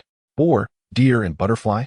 You mean the Yamabuki clan, symbolizing the boar, Nara clan, symbolizing the deer, and Akimichi clan, symbolizing the butterfly? Lu Xian remarked. Precisely. Do you have the secret elixirs of the boar, deer, and butterfly clans? Boss Sakurai inquired eagerly, receiving a swift response from the attendant. Esteemed customer, the secret elixirs of the boar, deer, and butterfly clans are their lifeblood. Acquiring these specialties has required us considerable effort, the attendant replied politely. Indeed. I suppose I have been overly ambitious. Sakai sighed and explained to Lu Xian. The three clans of the boar, deer, and butterfly have always been interconnected, advancing and retreating together. Their specialties have been renowned since the Warring States period. The sensory scrolls of the Yamashiro clan, the medicinal concoctions of the Nara clan, and the military rations of the Akimichi clan. The sensory scrolls of the Yamashiro clan assist ninjas in detecting the basic status of their enemies, while the medicines from the Nara clan are essential for both domestic and travel emergencies. As for the military rations of the Akimichi clan, their efficacy in restoring chakra is unparalleled. These three items are exclusive to Konoha and are monopolized by the Land of Fire, rendering them unavailable in the outside market. It is no wonder Konoha suspects the involvement of its higher-ups. If I were in their shoes, I would harbor similar doubts. Lu Xian pondered. Aside from Danzo, the likelihood of others being involved seems slim.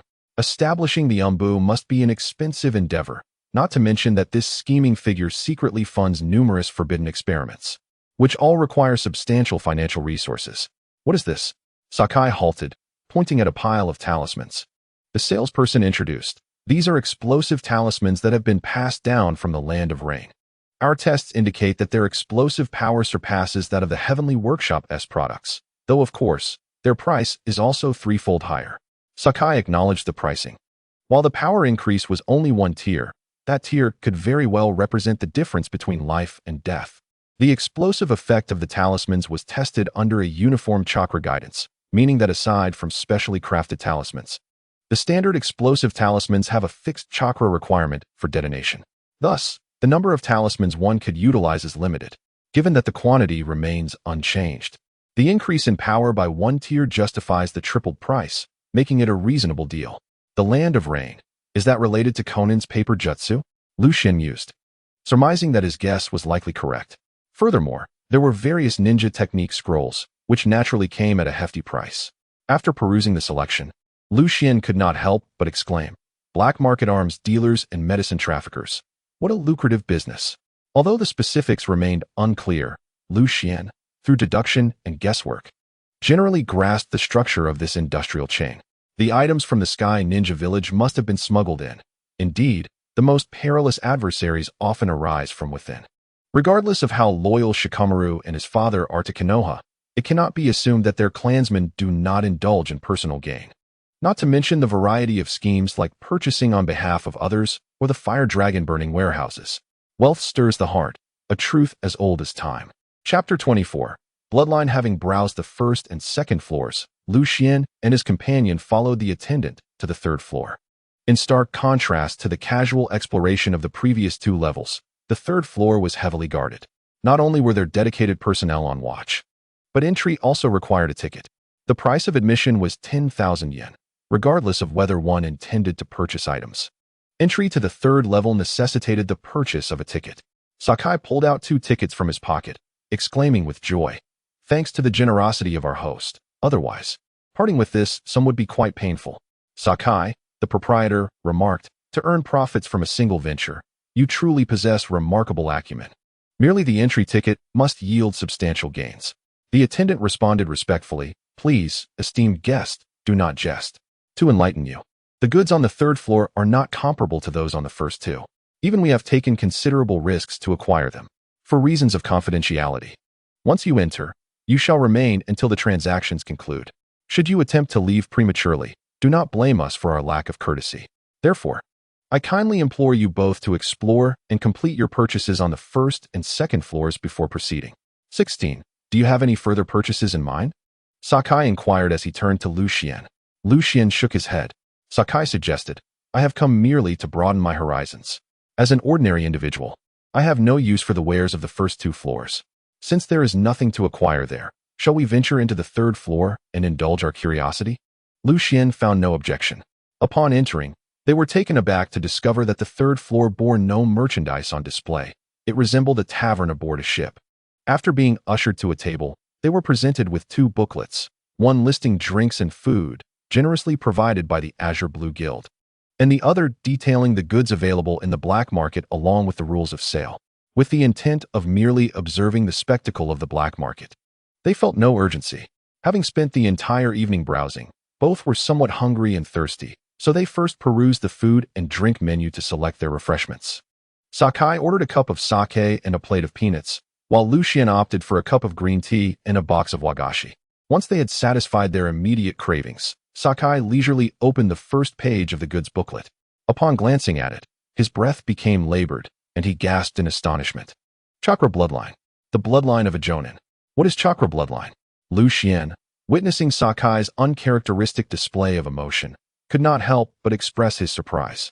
Just as the attendant was about to elucidate, Sakai inhaled deeply and gestured for silence. With his composure regained, Sakai began. Chakra is the exquisite amalgamation of spiritual and physical energy. However, only a select few can harmonize these energies to refine chakra. Generally, the descendants of ninjas find it relatively easier to cultivate chakra, yet it is by no means guaranteed. Even those of ninja lineage cannot ensure the mastery of chakra. Sighing deeply, Sakai continued, "Such capriciousness poses a grave risk to ninja clans. Imagine a clan reaching a generation where the majority of descendants are unable to cultivate chakra. What dire consequences would ensue?" After finishing his cup of sake, his cheeks flushed from the alcohol, he lamented, "The vicissitudes of life are cruel." The term clueless refers to Kamihara Kaido, and fate can be capricious. Throughout history, many formidable ninja clans with ancient lineages have faced extinction due to a generation unable to practice ninjutsu, allowing their mortal enemies to seize the opportunity to obliterate them. With a cold, emotionless chuckle, he concluded, "Thus, when a ninja lineage falters, the only fate that awaits them is death and the annihilation of their clan." When Sakai uttered these words, it was as commonplace as the rising and setting of the sun. Indeed, throughout the ages, how many true ninja clans have been able to endure? Even the descendants of the sage, the Yui clan, have turned to ashes. Sakai took another sip of his drink, smacked his lips, and with a hint of trepidation remarked, "Before the establishment of the ninja villages, battles among ninjas were exceedingly brutal and fierce. Each ninja clan, aside from the prominent clans like Senju, Uchiha, and Yui, faced the peril of severing their lineage. Once that lineage is broken, it spells disaster for the entire clan." Lu Xian understood. It seemed that only the Senju, Uchiha, and Hyuga clans, being descendants of sages, possessed an astonishingly potent bloodline energy, ensuring that a ninja prodigy would emerge from every generation, thus alleviating such concerns. Consequently, some clan leaders decreed a strict prohibition against intermarriage with outsiders to preserve the purity of their bloodlines. Sakai chuckled derisively, noting that even certain prominent clans, in their pursuit of more formidable bloodline power, fervently encouraged consanguineous unions, let alone those insignificant clans that drift like weeds. However, this easily gives rise to another issue. The offspring may be deformed. Sakai sighed bitterly, stating that later on, it became apparent that while children born of such unions might indeed possess extraordinary bloodline strength, there was a far greater likelihood of being born with hereditary diseases, leading to short lifespans, or even being mentally impaired or unstable. Suddenly, Sakai inquired, "Do you know how bloodline limits are formed?" Lu Xian pondered briefly before responding, "Genetic mutation. It is through the transmission of bloodlines that mutations occur, resulting in bloodline limits." Sakai initially nodded, then shook his head, bitterly stating, "That is only partially correct. Clans like the Uchiha, Hyuga, and Senju, being descendants of sages, derive their bloodline limits from the immensely powerful bloodline of the sage.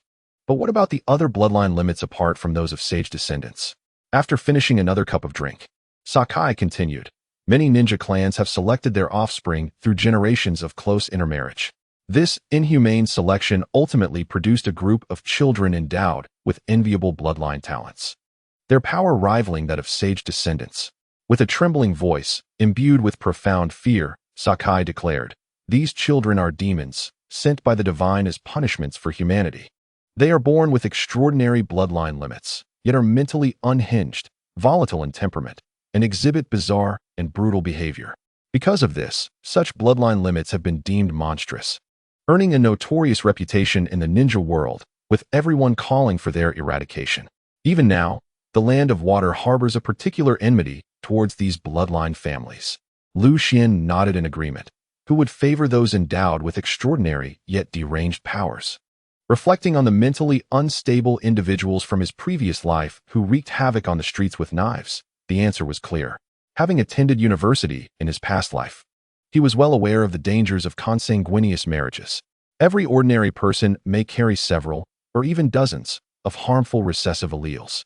Inbreeding increases the chances of these recessive alleles encountering one another, leading to genetic abnormalities. The human nuclear genome is comprised of half from the father and half from the mother. In the case of consanguineous marriages, the likelihood of two identical problematic genes combining is significantly higher than for those not related by blood. Children born from such unions are exceedingly prone to polygenic hereditary diseases, including hypertension, schizophrenia, congenital heart defects, anencephaly, and epilepsy. However, the harmful recessive pathogenic genes from inbreeding become reinforced, which also implies the simultaneous strengthening of advantageous genes. This practice is one of the methods employed in the breeding of purebred horses. Hence, it is often stated that the majority of offspring from inbred unions are intellectually deficient. Yet there exists a minuscule chance of producing a genius. Ultimately, the disadvantages of consanguinity far outweigh its benefits. Parental instincts lead them to prefer their children to be ordinary rather than monstrous. In light of the staunch opposition from the majority, the ninja clan began to seek alternative paths to preserve their lineage. The proprietor of the Sakai family patted his chest, noting that certain clans would opt to forge marital alliances with relatively close ninja families, much like the collaboration of the Shika, Ino, and Nara clans. This strategy not only fosters unity, but also alleviates concerns regarding the marital prospects and lineage of their descendants, achieving a dual benefit. However, after a millennium of conflict, how many clans can truly embody the camaraderie and shared fate of the ancestors of the Shika, Ino, and Nara clans? Most families are marked by mutual suspicion and trepidation, engaging in a cycle of deceit and treachery. The Sakai proprietor remarked with a solemn tone. There are also those embroiled in unresolvable blood feuds, deep-seated enmities that cannot be reconciled. Fortunately, thanks to the ancestors of the Sarutobi clan, who established the unique chakra bloodline technique, these families have been able to maintain their bloodline heritage. Consequently, the Sarutobi clan has risen to become one of the mightiest ninja clans in the world, second only to the descendants of the sages, as Sakai elaborated. "Is it the Sarutobi clan of the third Hokage from Konohagakure?" Lu Xian inquired, his expression turning serious. "Indeed, it is. It seems you possess considerable knowledge," Sakai responded, casting a surprised glance at Xianming. "Isn't that the ancestor of the third Hokage?" He continued. Sakai went on to explain that the chakra bloodline technique involves the division of the soul and the inheritance of chakra. As the name suggests, It is a seed created at the cost of one's own vital essence, a seed that enables descendants to become ninjas. When a ninja is on the brink of natural death, they may choose to transform their essence and soul into a seed and implant it within their direct descendant. This significantly increases the likelihood of the descendant refining chakra under the guidance of their predecessor's essence and soul. However, descendants have also discovered significant drawbacks to the chakra bloodline. Sakai took a sip of his drink and meticulously outlined the advantages and disadvantages of the chakra bloodline technique. Firstly, the technique has a success rate and is only effective when applied to direct relatives or individuals with a close chakra affinity. If a chakra rejection reaction occurs, the recipient may suffer a fatal outcome, bleeding profusely from all orifices. Furthermore, for those who are infused with the chakra, as their essence is not cultivated independently, but rather guided by the bloodline, it inevitably bears the soul's imprint of the former. Consequently, their physical and spiritual energies cannot achieve a perfect amalgamation, thus ensuring that they shall never surpass the prowess of the progenitor of the bloodline. Thirdly, for the creators of the bloodline, the decision to manufacture chakra bloodlines signifies their own demise. The creation of chakra bloodlines must be undertaken voluntarily and in a conscious state to facilitate the flawless integration of mental and physical energies, thereby culminating in the formation of chakra bloodlines. Otherwise, the endeavor holds no significance. Historically, rival factions have attempted to capture ninjas, employing illusions to deceive them into creating bloodlines. Yet all such attempts have invariably met with failure. Lu Xian speculated that this failure stemmed from the inability of those ensnared in illusions to utilize chakra efficiently and effectively, as the extraction of chakra necessitates a perfect fusion of mental and physical capabilities. Nevertheless, the chakra bloodline stands as a self-defense mechanism during the crises of ninja clans, indeed altering the destinies of numerous families. Consider the plight of these ninja clans. Some possess the legacy of ninjutsu, yet their sole concern is the insufficient time for their descendants to mature. By relying on the chakra bloodline technique, they can endure for a time, awaiting the emergence of talented offspring to perpetuate their lineage. Sakai elucidated the intricate causes and effects surrounding the chakra bloodline technique, concluding with the affirmation that henceforth, the Sarutobi clan would become esteemed allies to many ninja families. Seizing this opportunity, the Sarutobi clan ascended from a modest ninja family to one of great prominence, second only to the descendants of the sages. Chapter 25. Rank. Suddenly, a voice boomed. "You there, what nonsense are you spouting?" The reason the Sarutobi clan ranks just beneath the Senju and Uchiha clans is their mastery of myriad ninjutsu, renowned for their extensive ninjutsu compendium. Not due to any merit of the chakra bloodline. It turned out that Sakai and Lu Xian, one engrossed in conversation and the other captivated, had failed to notice the gathering crowd in the hall. Among them, a middle-aged man, visibly agitated, was about to continue when he was restrained by a companion. Reluctantly silencing himself, Lu Xian found amusement in the situation. Who could it be? It appeared that ninjas from Konoha had also entered the fray, as expected. They would undoubtedly wish to observe, and if need be, could reimburse the entrance fee from public funds. Upon hearing this, Sakai was not perturbed, with a slight bow. He chuckled. "I merely engage in casual discussion with friends about local legends. Nothing of worth, I beg your pardon." Haha, this esteemed guest does not speak frivolously. One could say he is well-versed and has greatly broadened my horizons. A robust figure, adorned with a crimson mask, stepped forth. "I am Shinon, the host of this trading event." The mask was entirely blood-red, featuring twin horns atop, with a fierce visage, glaring eyes, and a gaping maw lined with sharp fangs, stained with blood, instilling a sense of dread in those who beheld it. Lu Xian let out a cold snicker in his heart. To dare to usurp the name of the divine Shinon was a profound desecration, and to don the mask of the Prajna was even more audacious. If given the chance in the future, he would ensure that the offender was rendered unrecognizable. The Prajna mask, a type of no mask, here refers not to the wisdom of Buddhism, but to a legendary vengeful spirit born from intense jealousy and resentment. There are different categories of Prajna, primarily. There are three: the laughing Prajna, the white Prajna, and the red Prajna. The individual before him wore the most ferocious of them all, the red Prajna, symbolizing senseless slaughter and cannibalism executed with extreme cruelty. Shinon continued, "Although our humble merchant association will be offering the chakra bloodline tonight, When it comes to understanding the chakra bloodline, your knowledge far surpasses ours. Not at all, Sakai flattered. Such rural rumors are hardly worth mentioning. Instead, your esteemed association not only sells various exclusive ninja tools, but even the chakra bloodline, which truly exemplifies your vast capabilities. Shinnong waved his hand dismissively, stating, "This is no mere rural tale. Your clarity regarding the origins of the chakra bloodline speaks volumes of your erudition." After a slight bow to the assembly, he added, "I express my gratitude for your presence at this trading event, and I hope you all enjoy your shopping this evening. However, I have an unusual request." With a gesture towards Sakai, he urged, "Since you have begun your tale, why not continue and enlighten us all?" Sakai shook his head in refusal, saying, "Such rumors are merely casual remarks of mine. Their veracity is dubious, and it would be unwise to embarrass myself here." Shinnong smirked disdainfully, replying, "Since you are reluctant to offend anyone and choose silence, I shall continue the narrative. As for truth, it is as simple as distinguishing the genuine from the false." Sakai chuckled awkwardly and said, "What is there to fear in offending anyone? I merely chanced upon these rumors and cannot ascertain their authenticity, so I see no reason to continue." Shinnong deliberately glanced at the two from Konoha before stating, "After the Sarutobi clan devised the chakra bloodline technique, they issued a proclamation allowing any clan to obtain the chakra bloodline scrolls from them without charge, provided they exchanged a technique of their own." Lu Xian, feeling a sense of familiarity, exclaimed in delight, "How ingenious!" By doing so, the Sarutobi clan could trade the chakra bloodline technique for an array of ninjutsu, thus creating a truly lucrative venture. Sakai discreetly tugged at Lu Xian's sleeve, and the two from Konoha also turned their gaze towards him.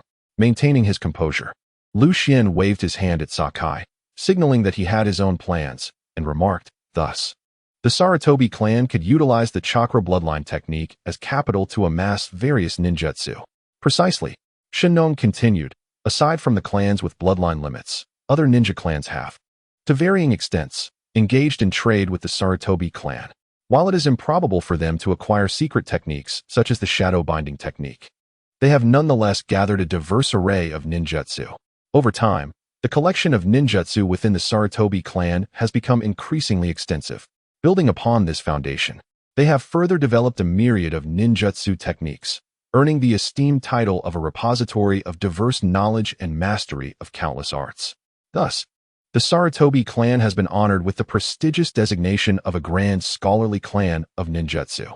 Lu Xian could not help but feel profound admiration for the ancestor of the Sarutobi clan, who not only pioneered the chakra bloodline techniques, but also, based on this, laid the cornerstone for the clan's enduring legacy through the ages.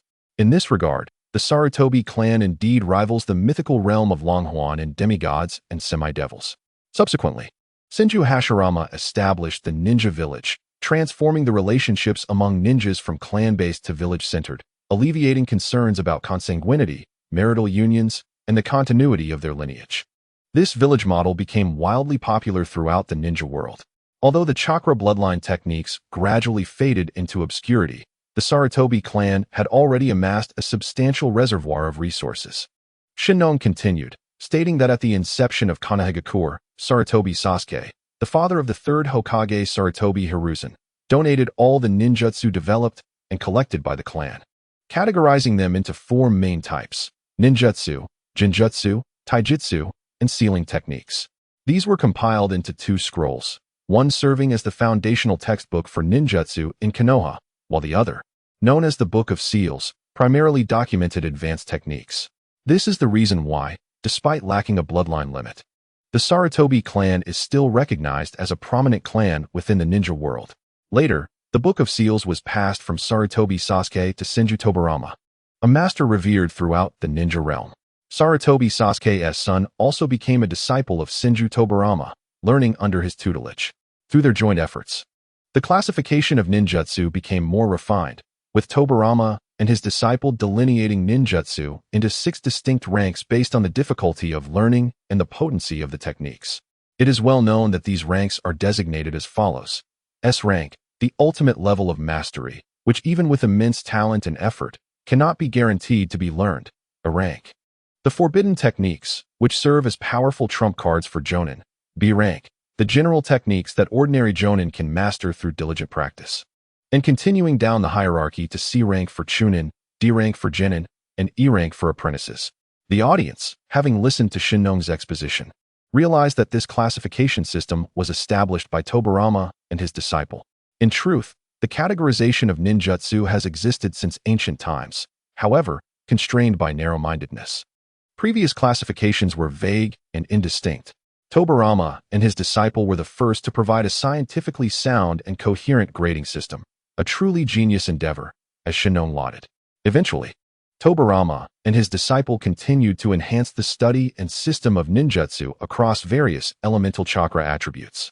Consequently, Tobarama earned the esteemed title of Master of Ninjutsu, while the third Hokage Sarutobi Hiruzen garnered the honorary title of Doctor of the Ninja World. The audience, inspired by this revelation, felt their horizons broadened and deemed their visit worthwhile. I recall that the direct descendant of the third Hokage, Orochimaru, was particularly passionate about genetic research. Lu Xian fell into deep contemplation. Although all three Sannin were disciples of the third Hokage, among them, Tsunade inherited from the Senju clan, Jiraiya excelled in sage techniques. And only Orochimaru initially showed an intense interest in human experimentation. Where there is smoke, there is fire. Orochimaru's experiments in human anatomy must have stemmed from guidance. And that guiding figure could very well be none other than the third Hokage himself. Suddenly, a conjecture arose in Lu Xian's mind. It was likely that Orochimaru was the disciple most esteemed by the third Hokage. After all, only Orochimaru had the potential to inherit the profound legacy of ninjutsu, a feat unattainable by Princess Tsunade, who bore the bloodline of the first Hokage, or by Jiraiya, whose simple-mindedness rendered him more suited to sage arts. It was only the meticulous and research-oriented Orochimaru who could accomplish such a task. Shinnong waved his hand slightly, silencing the murmurs of the crowd, and proclaimed, by all accounts, the chakra bloodline has been rendered obsolete by history. However, by an unfortunate twist of fate, my guild has developed a technique that enhances the chakra bloodline jutsu, allowing even individuals with no blood relation to inherit chakra through our guild's offerings. Astonished gasps rippled through the assembly. Some were skeptical, others shocked, while some felt a fiery ambition igniting within them. Shinnong nodded in satisfaction and continued, naturally, the chakra bloodlines we provide are of Jonin-level quality, which means that after acquiring one, you could cultivate a Jonin within a few years. However, considering the complexity of this technique, Jonins are not as common as weeds by the roadside. Therefore, we have a limited supply of only 10 chakra bloodlines available for sale tonight. Upon hearing this, the hall erupted into a frenzy. Bidders clamored, some shouting to buy all the bloodlines, while others requested a brief pause to gather their finances before making their purchases. Once the commotion subsided, Shinnong clapped his hands and reassured the crowd. Rest assured, our guild strives for fairness and justice. We would never dare to present such precious items without due caution. As he spoke, a glimmer shone in the eyes visible through his mask as he added, I am quite certain that among you, there are ninjas from Konoha. At this revelation, buyers began to withdraw, casting suspicious glances at one another. Unfazed, Lu Xian smiled and remarked, very well, Mr. Shinnong, since you are aware of the presence of Konoha ninjas, you must also have a countermeasure in place, so there is no need for further mystery. Shinnong glanced at Lu Xian and responded, indeed, in a moment. Everyone will write their bids on slips of paper and place them in the box. I will review them and rank them from highest to lowest. Then all items will be sold at the price of the 10th highest bid to the 10 highest bidders. At this point, Shinnong paused, surveying the crowd. Of course, tonight is merely a pre-order. Those eligible to purchase must remit the payment to the Bank of the Land of Soup after returning home, and we will provide the location of the items written on a secret scroll delivered to each of you. Please rest assured that we will issue a receipt to the purchasers. Should the Blue Guild fail to deliver the goods due to our fault, you may withdraw a guarantee deposit from the Bank of the Land of Soup, no less than the transaction amount. Naturally, those unable to acquire the bloodlines need not despair. In addition to the chakra bloodlines, you may also turn to the following: 15 ancient relics, 3 volumes of divine inscriptions, and 5 specially crafted chakra metal ninja blades, all available for purchase under the same conditions as the chakra bloodlines. As Shinnong observed the eager anticipation of the crowd, he continued with satisfaction. In addition to the aforementioned items, tonight there are other goods available for purchase on-site, including A-level ninjutsu scrolls for activation technique, sold without limit. We have a limited supply of 500 ninja tool bombs, available on a first-come, first-served basis. Each bomb possesses enough power to obliterate a house. Furthermore, there are 1,000 ninja tool shuriken crossbows, also available on a first-come, first-served basis. Each crossbow can launch 30 shurikens in a single volley, with a firing speed comparable to that of a jonin. With each item Shinnong introduced, the eyes of the crowd sparkled with excitement as they hurriedly flipped through the brochures, contemplating their shopping strategies. Lu Xian's gaze remained as tranquil as still water. He discreetly glanced at the two Konoha ninjas whispering among themselves and sighed inwardly. Ah, your hidden allies outside have already been captured, and you two have become mere fish in a barrel, unable to save yourselves. Do not waste your time devising plans to capture Shinnong and bring him back to Konoha. Such arrogance is truly unfounded. Chapter 26. Turbulent Waters. Just moments ago, Lu Xian's keen perception sensed an unexpected skirmish occurring outside the vessel. Although one side of the combatants had employed sealing techniques to obscure the sounds and visuals of the fight, it could not hinder Lu Xian's probing awareness. Since cultivating his spiritual consciousness, he had grown accustomed to extending a thread of awareness at all times, continuously scanning for fluctuations in chakra around him. After all, whenever a ninja utilizes ninjutsu, taijutsu, or jinjutsu, chakra must be summoned, resulting in alterations to the energy distribution in the surrounding air, which Lu Xian termed chakra waves. This phenomenon is akin to gravitational waves in physics, which refer to ripples in the curvature of spacetime, propagating outward from a source in wave form, transmitting energy in the manner of gravitational radiation. In other words, gravitational waves are material waves generated by the violent movements and changes of matter and energy. Perhaps I should bestow a name upon this technique. Let us call it the ninjutsu spiritual consciousness radar technique, Lu Xian used. In his previous life, while watching Naruto, he naturally sided with the protagonists and held a favorable view of Konoha. However, in this current existence, having transformed into a living being, his admiration for Konoha has been tempered by a hint of scrutiny, no longer as unreserved as before. Yet, his disdain for the false Shinnong is palpable. Thus, self-preservation is paramount, and it is essential to sever ties with Konoha. As long as he can strike against the false Shinnong, it is a positive outcome. While contemplating this, Lu Xian transmitted a message to the two Konoha ninjas using his spiritual consciousness. This method of communication was a realization he had derived from the recently acquired soul-snatching technique. Over the past 7 years, his training in spiritual consciousness had reached a remarkable level, and upon grasping the essence of the soul-snatching technique, Lu Xian quickly comprehended its operational principles. At first glance, in this era of ninjutsu, the soul-snatching technique may seem ineffective. It involves individuals with formidable spiritual awareness detecting and interfering with the spiritual frequencies of others, whether through attack, seduction, or induction, employing varying frequency fluctuations based on the intended purpose. In ancient practices, the cultivation of spiritual awareness and physical prowess were distinctly separate paths. The realm of spiritual consciousness is ethereal and elusive, making it the most challenging to cultivate. The soul represents the amalgamation of all conscious, subconscious, and unconscious thoughts of an individual.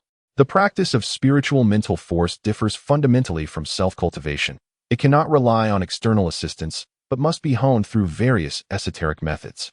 Rigorously training one's will and sharpening one's consciousness, with the aspiration that mental power can solidify into a tangible form, inflicting harm and overcoming adversaries. Further mastery could render the consciousness eternal, persisting within the cosmos. However, the foundation of this Rinfa lies in chakra, which is the exquisite fusion of physical and spiritual energies. The cultivation of chakra resembles enlisting a physically robust bodyguard to assist one's spiritual energy. They collaborate seamlessly, or one might say, the spiritual energy dons armor forged from physical energy. Thus, to rely solely on mental attacks to disrupt a ninja's spiritual energy becomes a mere jest. Therefore, after observing the soul-seizing technique, Lu Xian felt somewhat disheartened. Only with sufficiently potent mental prowess could one successfully assail the spiritual energy intertwined with chakra and physical energy. Otherwise, the soul-seizing technique pales in comparison to illusions grounded in chakra. Nevertheless, the prerequisite for the soul-seizing technique is mental perception, which serves quite well for distraction and communication. Hey, do not speak. The infiltrator from the blue chamber whispered to the leaf ninjas. I am Yamashiro Suki, an undercover operative in the blue chamber. The guarding ninjas outside have already been captured by the blue chamber, and you both face the imminent risk of being apprehended. Shortly, I will create an opportunity for your escape. Moreover, the force behind the blue chamber is the Sky Nation's Sky Ninjas, who have just forged an agreement with the underworld sect. Captain, did you hear that? The middle-aged man stared incredulously at his captain and signaled tactically. The captain responded with a gesture, indicating understanding, yet his mind was rife with uncertainty. According to the mission protocols, they indeed had stationed a guarding ninja outside to prevent the two from falling into enemy hands.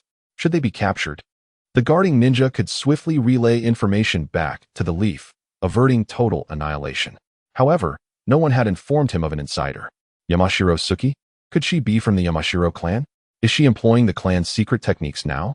A flurry of questions surged in the captain's mind. In his perspective, only those possessing the clan's psychic arts could utilize such abilities for mental communication. Your imagination serves you well.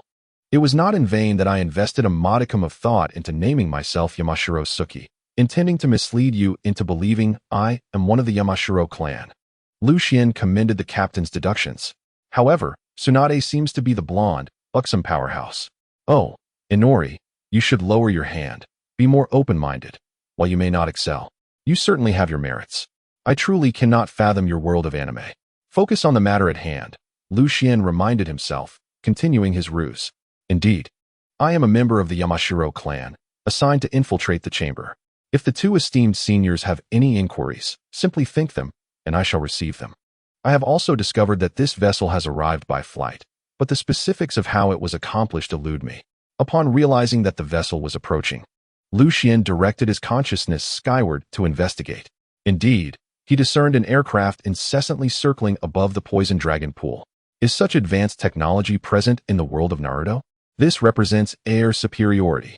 However, reflecting on the formidable figures in the later stages of Naruto wielding the power of the Sage of the Six Paths, Lucien found solace in this revelation. He mused that there was no need to inform Konoha of this, as articulating it would be excessively tedious. Forgive my rudeness, but I wonder if we can save our companion, the captain pondered, feeling somewhat hesitant to voice such a request, yet ultimately allowing his concern for his comrade to prevail. This is beyond my capabilities, Lucien decisively refuted, acknowledging that aside from his ability to deceive with his consciousness, his other skills were virtually non-existent compared to those of the ninjas. I was being overly ambitious. The captain, filled with sorrow, resolutely declared, "Thank you for your information. However, given these circumstances, we shall not flee. As long as you remain undetected, it suffices to convey the message to Konoha." Lucien felt a sense of helplessness in his thoughts. Are the ninjas of Konoha truly so obstinate? Furthermore, I am not genuinely a member of the Yamashiro clan. Konoha would not believe me.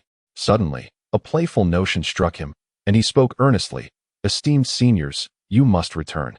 As you have observed, tonight's merchandise includes a plethora of regulated items from Konoha, which surely raises your suspicions. The two exchanged glances and nodded in agreement. The captain remarked, "Indeed, there is something amiss here." Lucien continued his ruse. Based on my investigations, all clues regarding these contraband items point to Elder Danzo. Upon the mention of Danzo's name, Lucien immediately sensed a significant shift in the two's mental states, clearly taken aback by the revelation. As the head of the Shimura clan and a member of the Elder Council, Danzo was a favored disciple of the second Hokage, Tobirama Senju, and a pivotal figure in the third Hokage's administration, serving as the leader of Konoha's Umbu. The notion that Danzo could betray Konoha was akin to detonating a bomb in their minds. Impossible. There cannot be a traitor. The middle-aged ninja vehemently denied. Elder Danzo is unwaveringly loyal to Konoha. He would never betray its interests. In contrast, while the captain harbored doubts, he ultimately refrained from making definitive statements. As the leader, he had vaguely heard that Danzo had long harbored resentment over Tobirama Senju's decision to pass the title of Hokage to Hiruzen Sarutobi rather than himself. This had led to a fracture of jealousy in the otherwise robust relationship between Danzo and the third Hokage. The differences between Danzo and the third Hokage were markedly evident in their treatment of influential clans such as the Uchiha. The third Hokage advocated for a conciliatory approach, emphasizing unity among ninjas through the will of fire, while Danzo championed an iron-fisted control rooted in severe laws to govern the ninja village. If the close comrade of Konoha's founder, the first Hokage Hashirama Senju, could betray the village, what would prevent an elder from doing so? Regardless of whether this was a scheme by enemies to divert our investigation from Elder Danzo, or if he was indeed involved, further inquiry was imperative. This stage marks a critical period for my undercover mission. How could I possibly leave? Thus, the two esteemed seniors bear significant responsibilities and must convey this message back to Konoha. Once Lu Xian and the other two calmed their mental fluctuations, they earnestly responded. However, the external environment is fraught with toxic miasma. Even if we manage to escape the cabin, it would be challenging to flee from the Poison Dragon's pit. The captain replied helplessly. What on earth is this? The Poison Dragon's pit is located within the borders of the Land of Fire. Yet others have developed means to evade the toxins, while you remain utterly helpless. How foolish. Lu Xian inwardly cursed. Have you not considered a retreat plan before embarking on this covert investigation? Is it excessive confidence or merely a wooden-headedness? Little did he know that the very location of the Poison Dragon within the Land of Fire led Konoha to lower its guard. It is a common folly. The more familiar something becomes, the less seriously it is taken. The absence of a retreat strategy stemmed from the trio's underestimation of the power behind the Azure Blue Commerce Association. This presents quite a dilemma. The Sky Ninja Village can swiftly traverse the toxic air using flying apparatuses, and possessing air superiority allows them to conveniently track ground enemies. From the Poison Dragon's pit to the woods, there lies a vast expanse of wasteland. Moreover, the trees in the withered bone forest have been corroded by the toxins, leaving only trunks without leaves. Even if one manages to escape into the withered bone forest, evading detection from those above would require considerable effort. Furthermore, most individuals likely remain unaware that the Sky Ninjas are observing them from the skies. In light of this, the decision to establish the black market in the Poison Dragon's pit is indeed a stroke of genius. However, Lu Xian's eyes sparkled, a faint smile gracing his lips as he casually inquired, "Are you aware of where a drop of water is most difficult to detect?" After finalizing their plan, Lu Xian and the two Konoha ninjas began to act independently. He was merely curious about the merchandise, devoid of any desire to purchase. After a cursory glance, his interest waned. Conversely, Boss Sakai was immensely intrigued by the chakra bloodline, yet after careful consideration, he ultimately decided against acquiring it. 17. I can see you are keen on purchasing that bloodline. Why have you chosen not to buy it? Surely, with your finances, you can afford it, Lu Xian queried. Oh. 16. You overestimate me. I do not possess such wealth, Sakai replied, waving his hands dismissively with a long sigh. Let alone affording it. Even if I could, why bother? My ancestor once escaped peril thanks to the chakra bloodline, yet in my generation, we remain ordinary folk. It is evident that our lineage is ultimately ill-suited for the life of a ninja. Boss Sakai's tone was melancholic, his enthusiasm waning. Even if I were to use this chakra bloodline to cultivate a child into a jonin, it does not guarantee that the child possesses the innate talent to become one. While being a ninja may appear glamorous, it is a profession that straddles the edge of life and death. Rather than forcing someone into such a perilous existence, it would be wiser to allow them to lead a simple and peaceful life. Indeed, being a ninja is certainly not an enviable profession, Lu Xian acknowledged. After observing that the two Konoha ninjas had prepared gestures for him, he smirked ominously and quietly formed a hand seal, murmuring, "Divine convergence of Qi. Seize the soul and capture the spirit." Chapter 27. Disruption. As Lu Xian's thoughts echoed in his mind, the participants on the third floor, save for the two from the wood leaf, were suddenly enveloped by an alluring chorus of seductive moans that resonated in their ears, igniting a fervor within them. Simultaneously, their minds were inundated with vivid images of various women reveling in ecstasy, a plethora of forms and figures, each more enchanting than the last. Naturally, the words spoken by these women were in the familiar neon language, albeit with their more intimate parts obscured. With a sigh, Lu Xian lamented internally, wishing he could truly captivate souls, yet recognizing his own limited prowess. Thus, he invited everyone to enjoy the vibrant scenes from Shijing. As the saying goes, form is emptiness, and emptiness is form. He requested their indulgence in the teachings and demonstrations of their esteemed mentors. In that moment, the hall was a cacophony of reactions. Some righteous individuals vehemently protested, while others blushed and stammered. The majority, however, were caught in a euphoric frenzy, their enthusiasm palpable as they immersed themselves in the allure of beauty. After all, this live performance was a groundbreaking spectacle in the current ninja world. Consider the future sensation. The romance titled Intimate Paradise. Wasn't it merely a 2G experience? With images included, it barely reached 3G.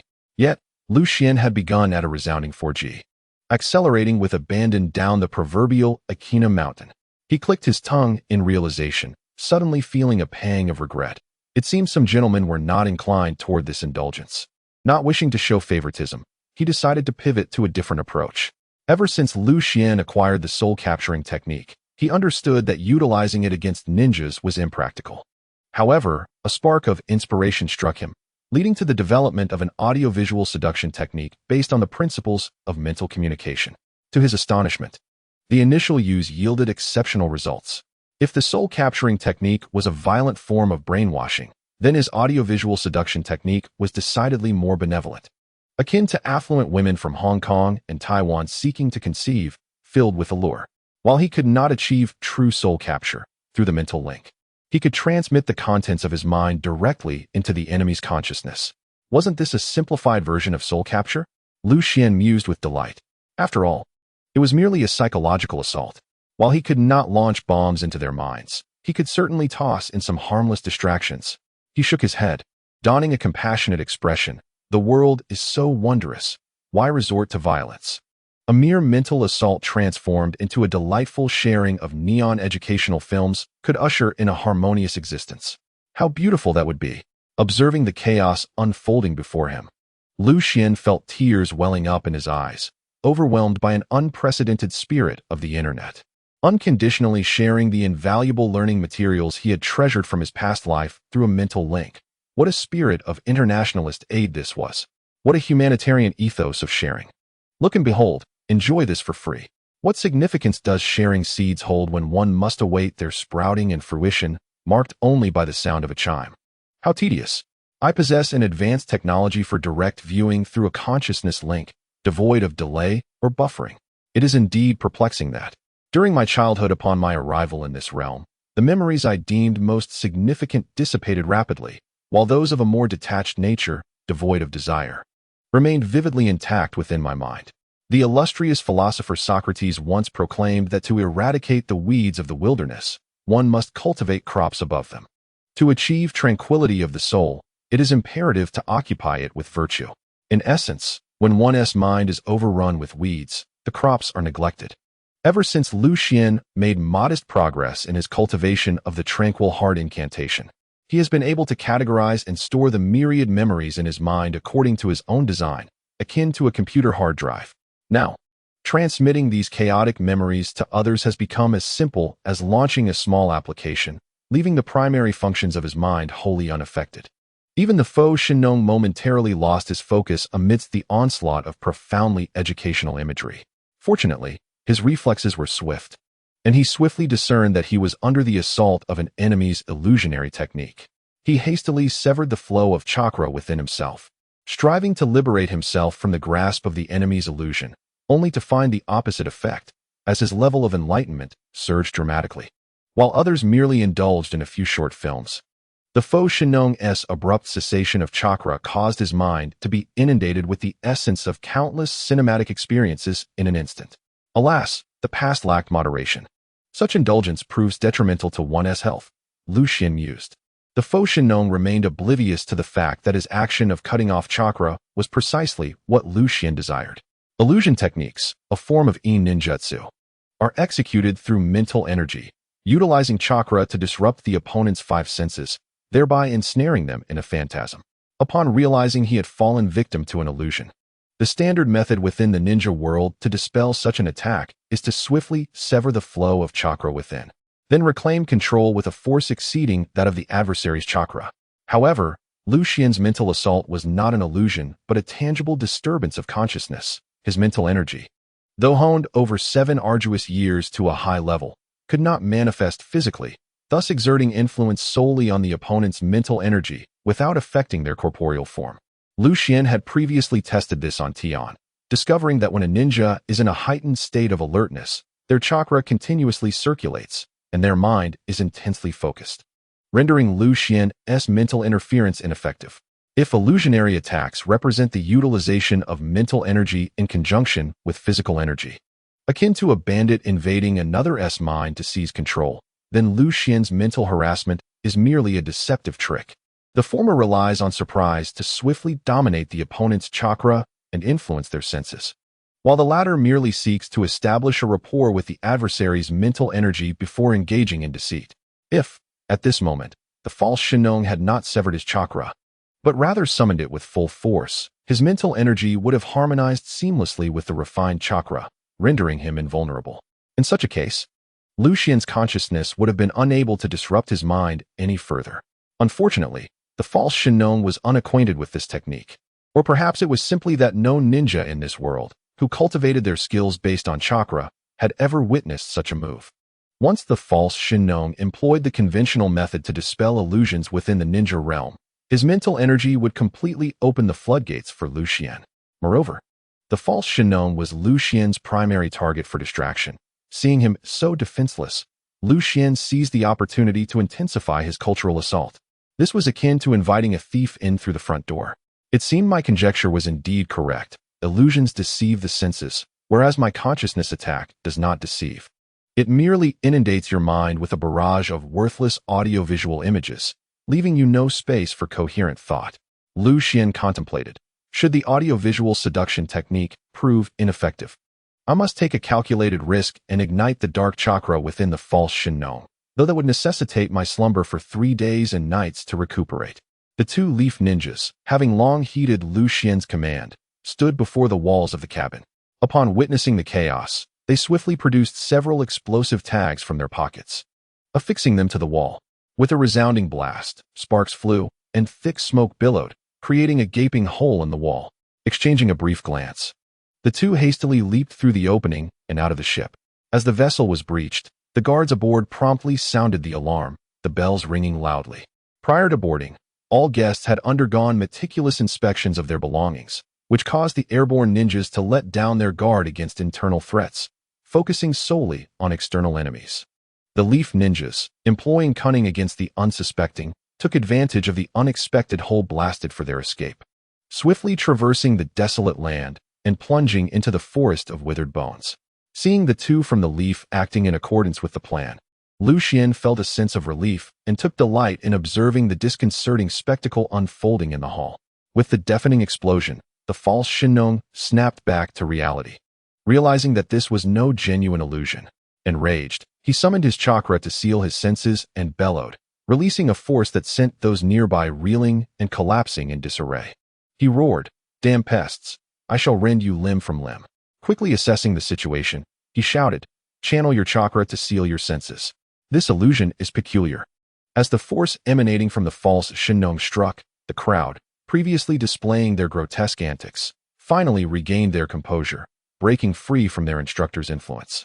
Exchanging awkward glances filled with embarrassment, a few disgruntled individuals loudly protested, "What the hell is going on? I was just getting into the groove." The false Shenong cast a cold, sweeping glance around, his aura chilling and his fury palpable, instilling a fear that silenced the masses. He had long been aware that among the guests present tonight, 2 spies from the leaf lay in wait to ensure the smooth progression of the trading event. The false Shenong decided to temporarily monitor the 2 individuals, intending to apprehend them after the transactions concluded. Unexpectedly, the audacity of these 2 led to unforeseen calamities. The false Shenong commanded, "Notify the patrol team to closely monitor the locations of those 2. They lack the antidote pills. Should they dash into the desolate bone forest, they will soon succumb to the poisonous gas and collapse. I need you to capture these 2 pests and bring them before me swiftly." The ninjas stationed in the 3rd-level hall promptly accepted the order, swiftly leaping through the blasted wall opening and pursuing northward. Lu Xian had feigned exhaustion, collapsing to the ground, and coldly chuckled to himself. I knew you had ill intentions, placing surveillance devices within the masks to monitor and locate the wearers. Were it not for my keen awareness, I fear I would have remained oblivious." What nonsense! Where did they acquire explosive talismans? And those peculiar illusionary attacks? The false Shenong's eyes seemed to blaze with fury as he interrogated his subordinates.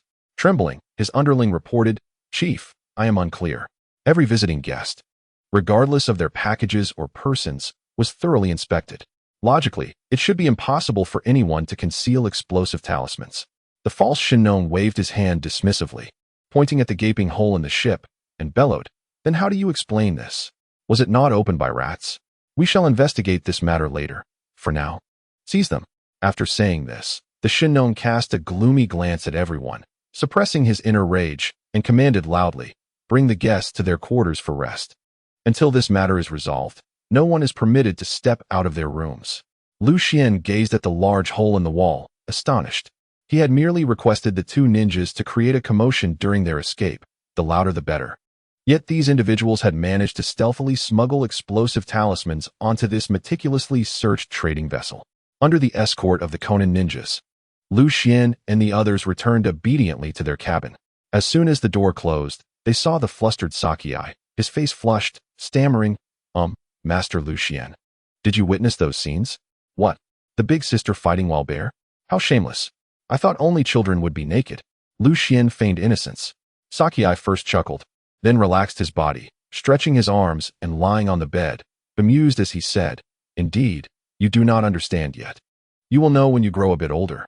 Lu Xian yawned, his eyes heavy with sleep, and lay down on the bed, burying his head in the covers. Murmuring drowsily, "Then I shall wait until I grow up to discuss it.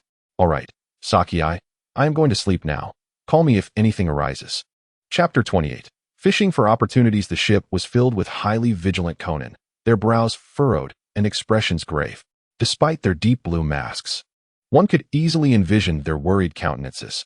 A man donned in a raccoon mask hurriedly approached the end of a corridor, accompanied by two Conan subordinates.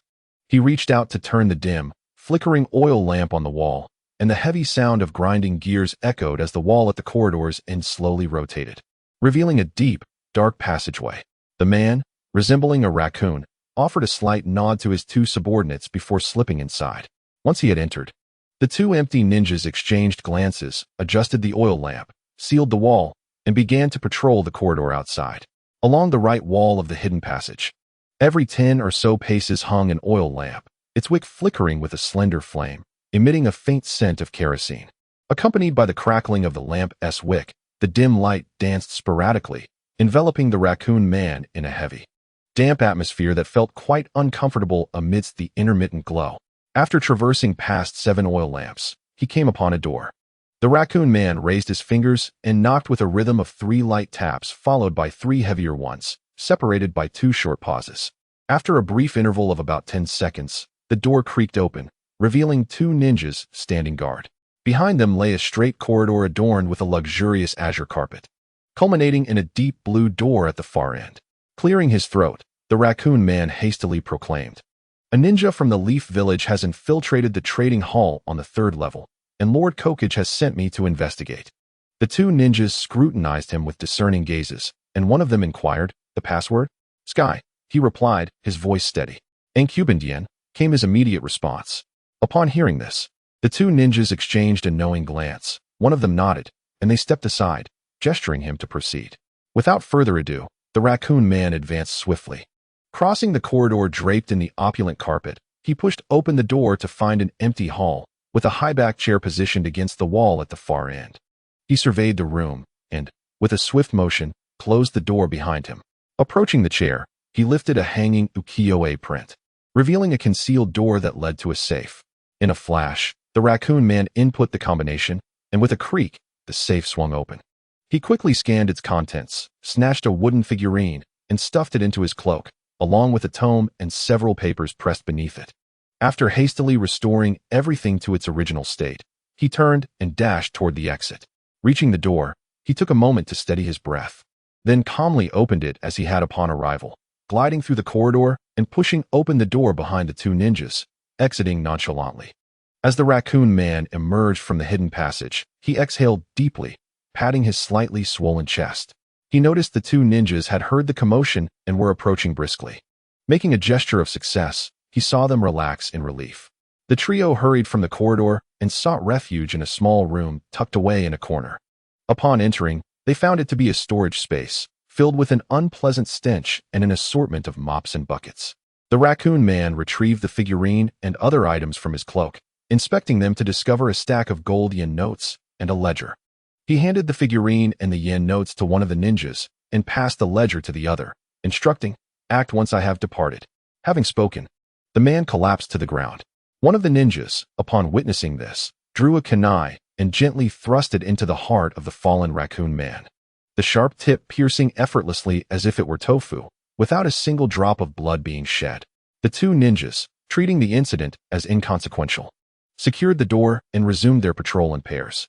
Meanwhile, Lu Xian opened his eyes to find Boss Sakai fidgeting uneasily nearby. With a composed demeanor, Lu Xian inquired, "What troubles you, Boss Sakai? You seem rather flustered."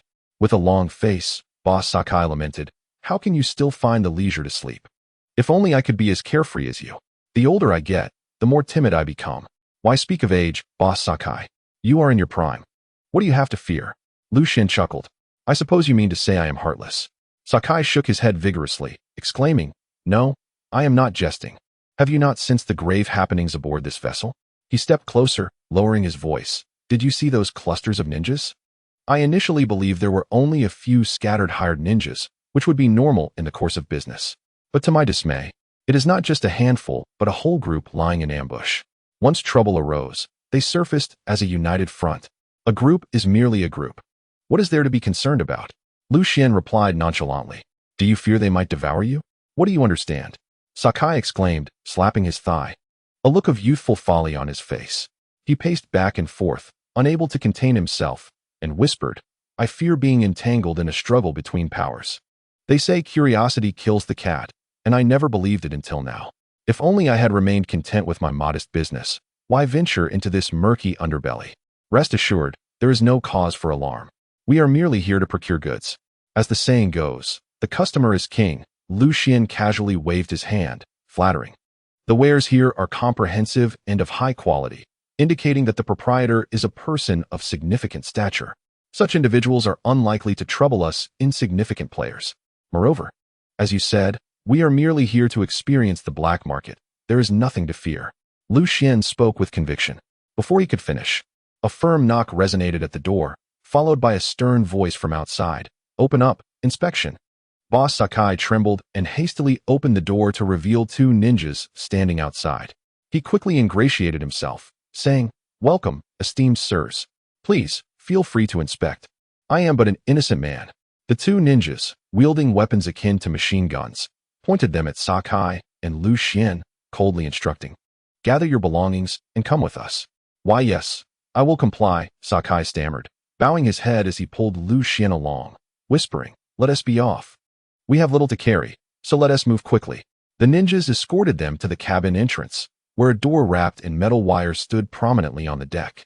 One of the ninjas impatiently waved his hand, ordering, "You two, step through that door. Do not move too quickly. Is that understood? Is this a security check for a high-speed train?" Uncertain of the principles governing these metallic wires, Lu Xian marveled quietly and approached with unreserved boldness.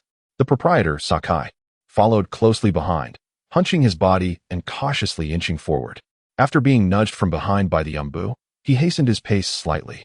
As they passed through the detection gate, Lu Xian paused deliberately, scanning the surroundings before elegantly proceeding through the threshold.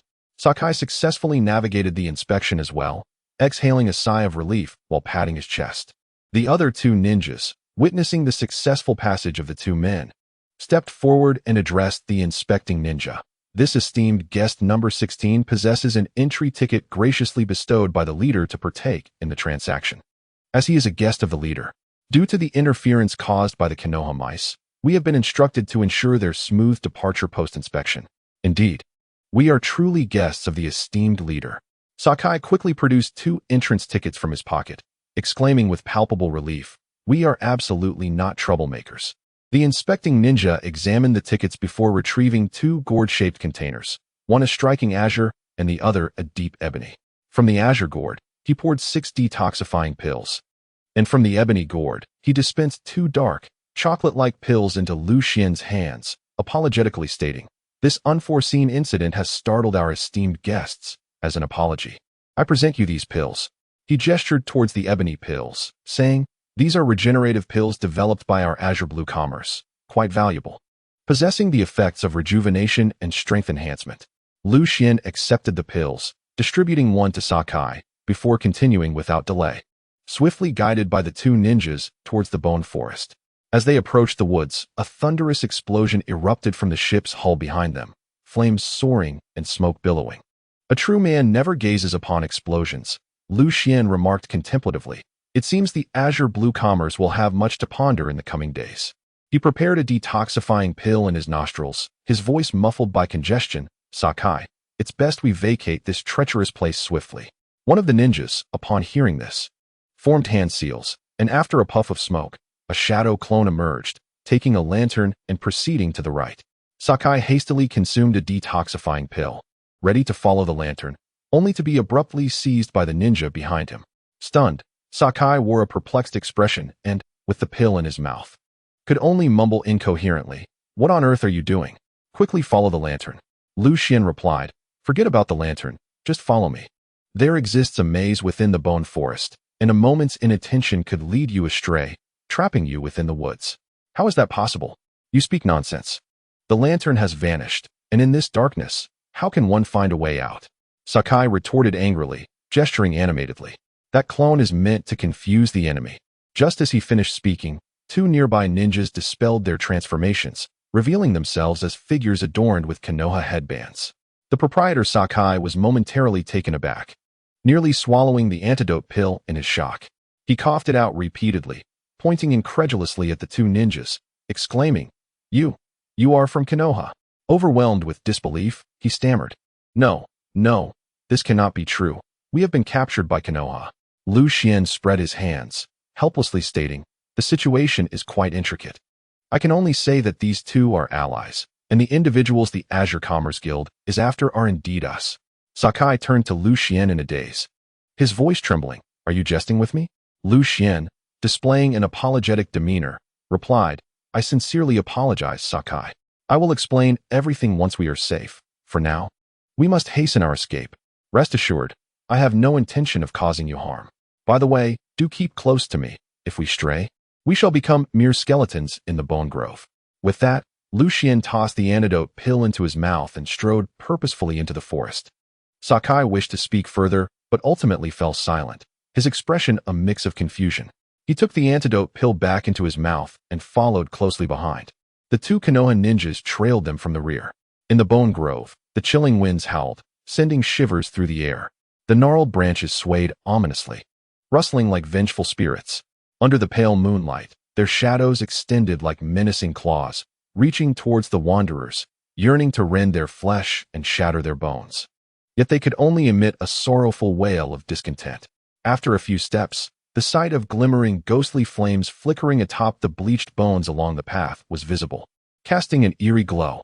If upon their arrival, Sakai had felt 1 part fear, 2 parts excitement, and 7 parts curiosity, on the return journey, his emotions shifted to 7 parts fear, 2 parts confusion, and 1 part concern. Why had the ninjas of the Azure Commerce Guild transformed into Konoha's ninjas? He gazed at Lu Xian's back, his mind swirling with questions. Chapter 29. Dawn. As dawn broke, the crimson sun began to rise. The eastern sky, once shrouded in darkness, gradually brightened, revealing streaks of refreshing red against the pale gray horizon. The hues of the morning glow, delicate yet vibrant, resembled a young maiden's beauty, exquisite, yet slightly unrefined, infusing the previously somber sky with vitality. The newly born sun radiated exuberance. Though tender, it inspired boundless affection. A weathered cart lumbered from east to west, adorned in the hues of dawn, its rolling wheels crushing the shadows beneath, dispelling the chill of the night. Lu Xian stifled a yawn, stretching his legs across the cold wooden floor, imagining that beneath him lay not straw, but soft mink fur. He glanced at the two individuals in the cart and smiled gently, saying, "At last, we have departed from this place of turmoil. We are safe." Sakai hesitated, glancing at the Konoha ninja beside him. The events of the night had been overwhelming, leaving him with a myriad of questions he did not know how to voice. The ninja turned to Lu Xian, inquiring, "Who are you? How do you know Yamamoto Suki?" Lu Xian did not respond directly. Instead, he stretched leisurely and replied nonchalantly, "The matter is rather complicated. Let us begin from the start. First, let us introduce ourselves. My name is Lu Xian, a disciple of the Qingshan Temple. By the way, I am an old acquaintance of the guardian ninja from Shimizu Town, Jiumiantian. This is Boss Sakai, the proprietor of the Aoyama study affiliated with Qingshan Temple. We can be considered friends of Konoha, Lu Xian remarked. Indeed, we are good citizens of the land of fire and close friends of Konoha. Boss Sakai nodded repeatedly. As for Jiumiantian, the ninja relaxed his rigid posture slightly and stated, I have encountered him a few times. I am Ishifune Daigo, a special jonin of Konoha, and my partner is outside. Lu Xian nodded and said, the matter is quite simple. Boss Sakai informed me that a black market association has invited me to translate several inscriptions on bamboo slips for them.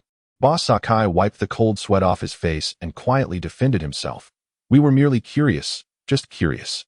Lu Xian laughed and said, Boss Sakai, while participating in the black market is not ideal, you need not be anxious. Konoha will not make things difficult for us merely because we engage with the black market.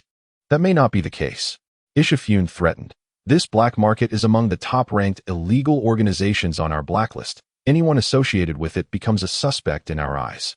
After saying this, he glanced at Lu Xian, whose expression remained unchanged. Realizing that attempts to intimidate him for conversational dominance were futile, he resignedly continued. A year ago, we received word of a mysterious black market appearing at the Poison Dragon Pond, elusive in presence and departure, with many prohibited items from Konoha for sale. Ishifune sighed. We waited at the Poison Dragon Pond for over 2 months without any news of this black market. So our superiors ordered us to monitor the area in shifts. Just yesterday afternoon, while we were on duty, a merchant responsible for procuring goods for Konoha stealthily approached me and revealed that the black market at the Poison Dragon Pond would take place that very night. Thus, you disguised yourselves as merchants, intending to infiltrate and coordinate a decisive operation against the Azure Chamber. Lu Xian interjected, shaking his head, lamenting, unfortunately, you never anticipated that shortly after boarding, your true identities would be discovered by the Azure Chamber. A look of shame crossed Ishifune's face as he questioned, had it not been for Yamashiro Suki's warning, we would still be oblivious to our exposure. Even now, I remain perplexed as to how we revealed ourselves and were discovered. Because of this, Lu Xian produced a mask, explaining, embedded within is a monitoring device capable of eavesdropping and locating the wearer. How could that be? When we donned the masks, we checked for traces of ninjutsu with chakra and found no signs of surveillance. Ishifune responded, astonished. Lu Xian observed Ishifune's bewilderment and clarified, this is not a ninjutsu or anything of the sort. It does not require chakra. It appears to be a kind of specialized electronic device. Electronic device? Like an earpiece? Ishifune exclaimed, realization dawning upon him, followed by a sense of dread. So, all our actions have been under their scrutiny. An earpiece? You actually possess earpieces? Lu Xian inquired, astonished. What is an earpiece? The proprietor Sakai cautiously inquired. Noticing Shurfeng's gaze upon him, he hastily waved his hands, stating, if it pertains to the secrets of the ninja village, there's no need to discuss it. I am merely curious. Nothing much, Shurfeng replied nonchalantly. That technology was developed during wartime, employing radio waves for communication. Unfortunately, it has considerable limitations. According to the researchers in Konoha, an unusual energy permeates the air around us, which interferes with these radio waves. The farther the distance, the stronger the interference. Thus, this headset is only effective over short ranges. Beyond that, it becomes useless. Shurfeng smiled at Sakai, adding, Konoha's technical department plans to release a civilian version soon. So you need not worry. We adhere to confidentiality regulations, and I would never disclose truly sensitive matters to outsiders. Lu Xian pondered deeply, reflecting on his long-standing confusion. Could this peculiar energy be the very force that continuously guides the human body, condensing physical and mental energy into chakra? Ever since leaving the Araki shrine, he had diligently practiced the meditation mantra daily to solidify his memories and enhance his mental fortitude. However, he soon discovered a mysterious power in the cosmos that incessantly hindered his progress. The practice of the meditation mantra demanded mental energy to be independent, akin to remaining single. Yet, this enigmatic force continually tempted his internal mental and physical energies to elope. In the beginning, when his mental energy was unstable, this peculiar force caused him considerable trouble, resulting in a frustrating cycle of advancement and regression, truly a tale of bittersweet struggle, filled with futile efforts.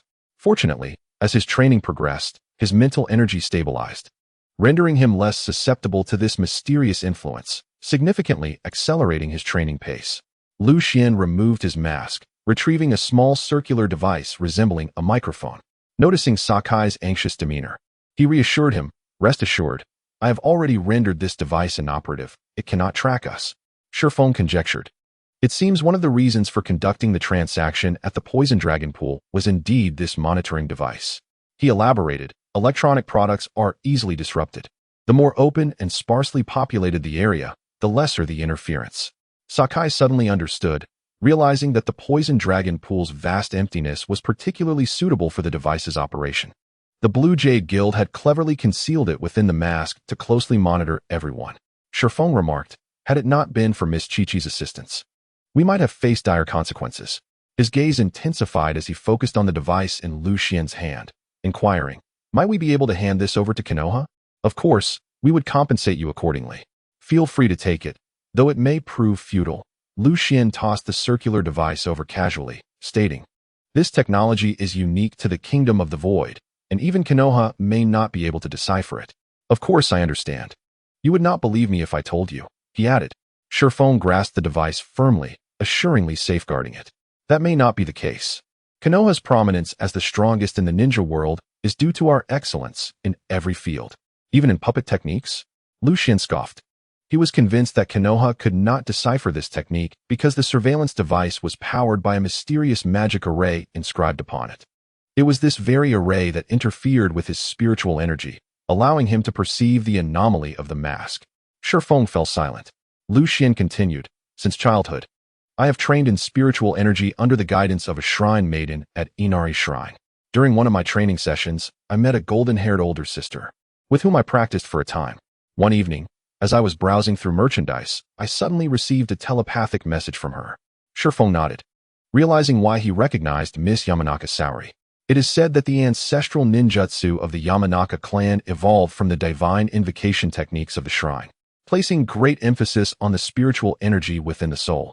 The older sister informed me that the shadowy forces behind the Azure Commerce Guild are the sky ninjas from the land of sky. They eavesdrop on customers through their masks and closely monitor any movements on the ground via aerial devices, transforming the withered bone forest into a labyrinth. As Lu Xian spoke, he mentally slapped himself several times. When fabricating the identity of Yamanaka Saori, his mind was filled with thoughts of golden-haired girls like Yamanaka Ino and Shihoin Yono, never anticipating that it would lead to his own predicament. "Sister Saori entrusted me with taking you out. Firstly, she imparted to me a technique for spiritual shielding that can disrupt the surveillance device within the mask. Secondly, she transmitted the map of the withered bone forest into my mind." At this point, Lu Xian gazed at Shifeng with profound meaning, stating earnestly, in return, "She will return to me a wooden statue she stole from the sky ninjas, which rightfully belongs to our shrine." Shifeng smiled wryly and nodded, saying, "You have indeed risked much. Since Miss Saori has requested it, I shall comply. If it were not for her tonight, my partner and I might have perished in the Poison Dragon Pool." As he spoke, he produced the wooden statue and several sheets of decorative paper from his bosom, placing them upon the wooden board. Upon seeing the papers, Boss Sakai's breath quickened, and he greedily licked his lips. "The statue is yours," Shifeng said, pushing it towards Lu Xian. Then, with a smile, he pointed at the remaining sheets of paper, inquiring, "These are unexpected gains, golden yen coupons, unregistered, each worth 1 million yen." Boss Sakai chuckled awkwardly, expressing a reluctant yet righteous stance. "Since these are illicit goods, they surely belong to Konoha. Rest assured, we have never seen these." Observing the pained expression on Sakai's face, Shifeng couldn't help but laugh, saying, "Rest assured, there are a total of 7 golden yen coupons. I will take 3. Give 2 to Miss Saori, 1 to this young friend, and 1 to Boss Sakai." With a serious demeanor, he added, "Since we shared hardships yesterday, I shall consider us comrades on a joint mission, and I will distribute the spoils strictly according to the ninja regulations." Suddenly, Shifeng's expression turned somber as he withdrew 2 golden yen coupons, stating, "These 2 will be passed on to the family of our fallen comrade. I feel truly ashamed. We contributed nothing, yet were saved by Miss Saori and you all. Logically, we should not be sharing the spoils, but..." Shifeng's face displayed an expression of embarrassment as he awkwardly rubbed his nose and murmured, The explosive talisman from that night is our most valuable ninja tool. We must replenish our stock. However, he hesitated. Although Miss Shangzhong Qiqi came to our aid, I do not personally know her. Therefore, I shall pass her share onto the Shangzhong clan. Absolutely not. Lu Xian felt a surge of panic. There is no Miss Shangzhong Qiqi. That was purely a fabrication of my own. With a quick flicker of his eyes, he said, Sister Shangzhong mentioned she would contact me in a couple of days. Why don't you just leave those 2 golden yen vouchers with me? After all, I am just a child, and with your formidable ninja abilities, there's no need to worry about me running off with them. After a moment's contemplation, Shifeng nodded in agreement. Indeed, Lu Xian was the only one acquainted with Miss Shangzhong Qiqi. Yet, a question lingered in Lu Xian's curious gaze as he inquired. How did you manage to evade their scrutiny and smuggle in such a large number of explosive talismans? Chapter 30. Scheming Shifeng merely smiled and refrained from answering, choosing instead to close his eyes and rest. Lu Xian instantly grasped that their conversation had reached its end. The matter of the explosive talismans was a secret not meant for outsiders. Humph, do you think I wanted to chat with you? I suspect it's not due to confidentiality, but rather because I caught you off guard, and you're feeling a bit petty about it, Lu Xian retorted. Having obtained the wooden puppet, he decided to disregard Shifeng and also shut his eyes for a moment of respite. The golden yen vouchers were a delightful windfall, and as for the mystery surrounding the explosive talismans, he would inquire later under the guise of Miss Shangzhong Qiqi. If he couldn't find out, it would not matter. His objective for the night had already been fulfilled. Boss Sakai gleefully examined the golden yen vouchers, glancing around to see that both parties had fallen silent. He too wisely kept his mouth shut, although he had not slept all night and had spent the latter half in anxiety. The acquisition of these vouchers made him feel that last night was worth it. Oh, by the way, Boss Sakai, let's consider your involvement in the black market last night a closed chapter. However, should you continue to speak recklessly and spread unfounded rumors about Lord Sandame's chakra bloodline, do not blame us for being unceremonious. We may just pay a visit to the Konoha prison. Shifeng suddenly opened his eyes and fixed his gaze on Boss Sakai. I wouldn't dare. I shall never spread rumors again. Boss Sakai exclaimed, startled, as he waved his hands in denial. That is good to hear. Shifeng closed his eyes once more.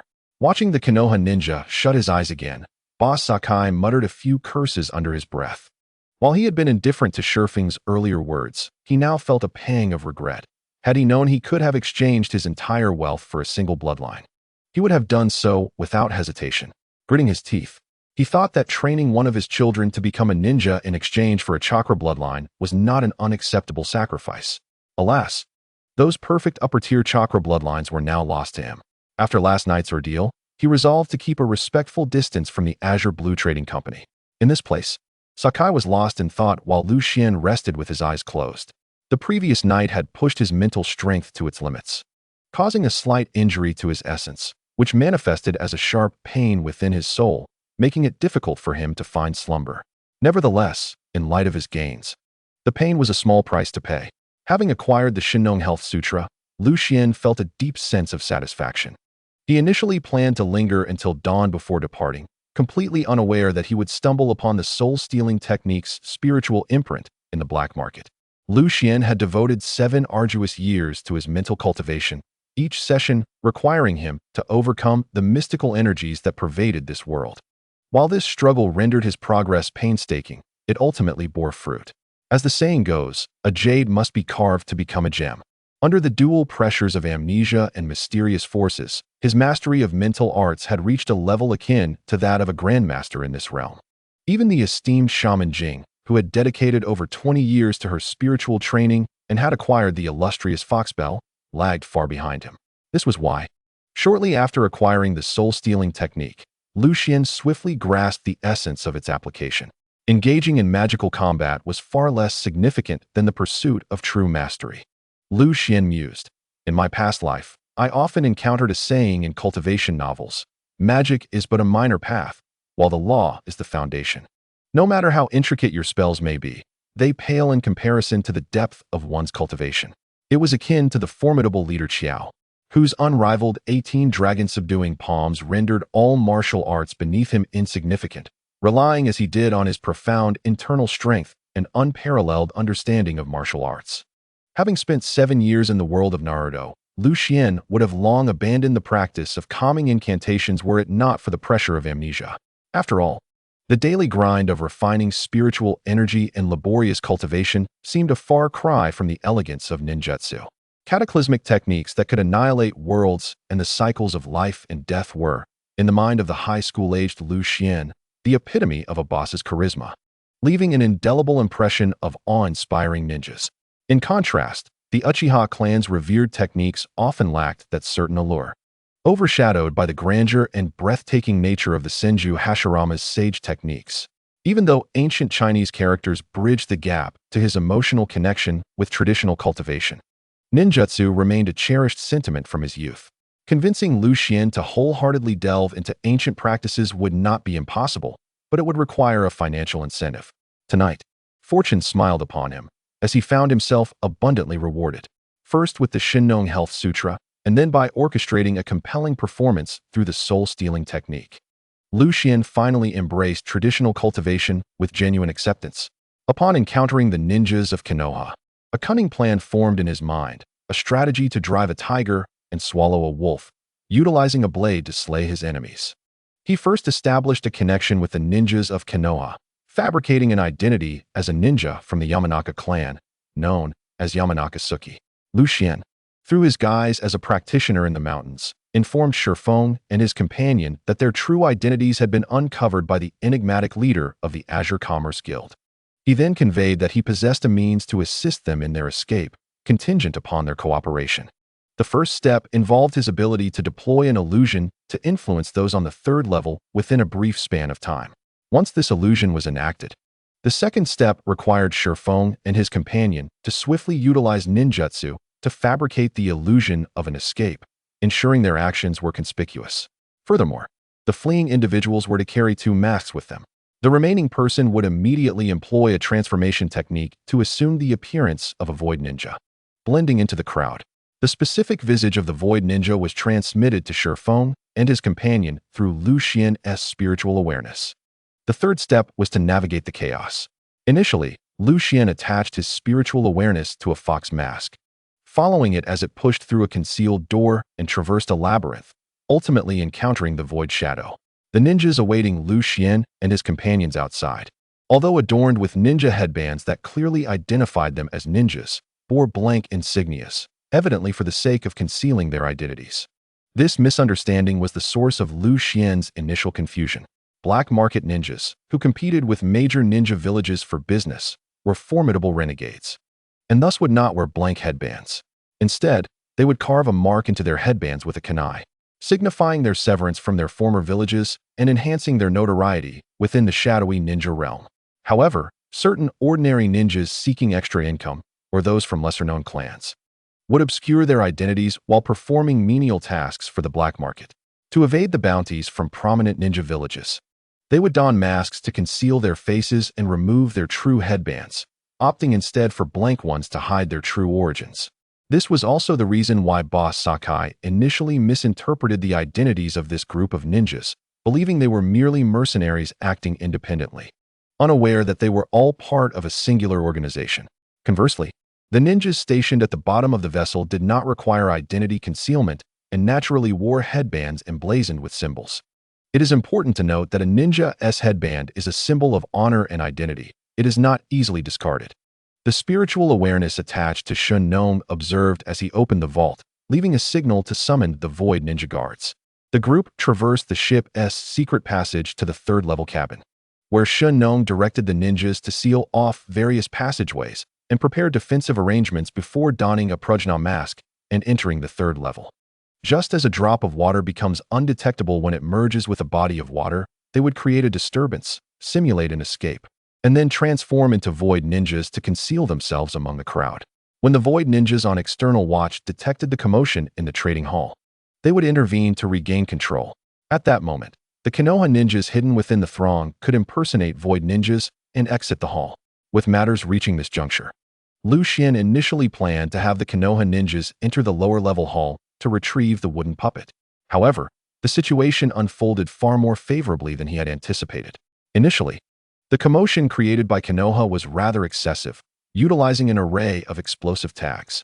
Furthermore, both individuals from Konoha were adept in the shadow clone technique. Lu Xian had anticipated that it might require the sacrifice of a ninja as bait.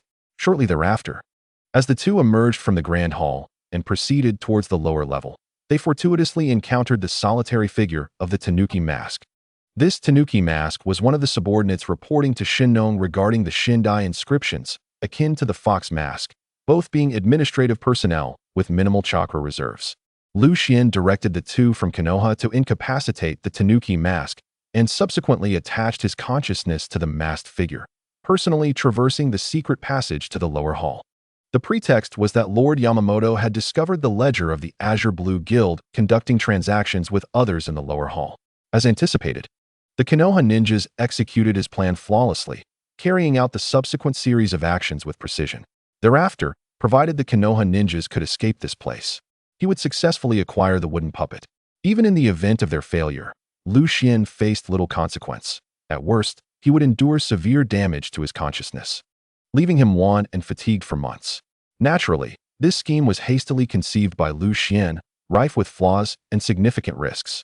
Should there be a ninja among the Void Ninjas skilled in illusion techniques, or if the Void Ninjas' leadership exhibited any semblance of competence, or if their discipline were commendable, Lu Xian's plan would surely collapse.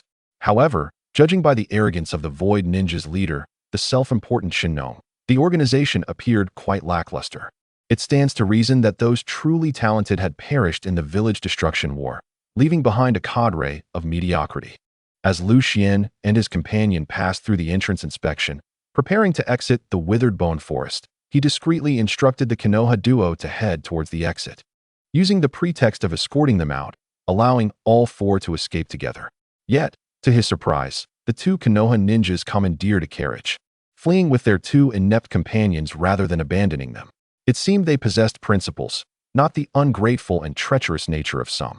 Lost in thought, Lu Xian ultimately succumbed to the fatigue of his consciousness and fell into a deep slumber. When he awoke, he found himself in the parlor of the Qingshan study, where the proprietor, Sakai, wore a complex expression, seemingly lost in contemplation. "What are you pondering, Sakai?" Lu Xian inquired, stretching languidly.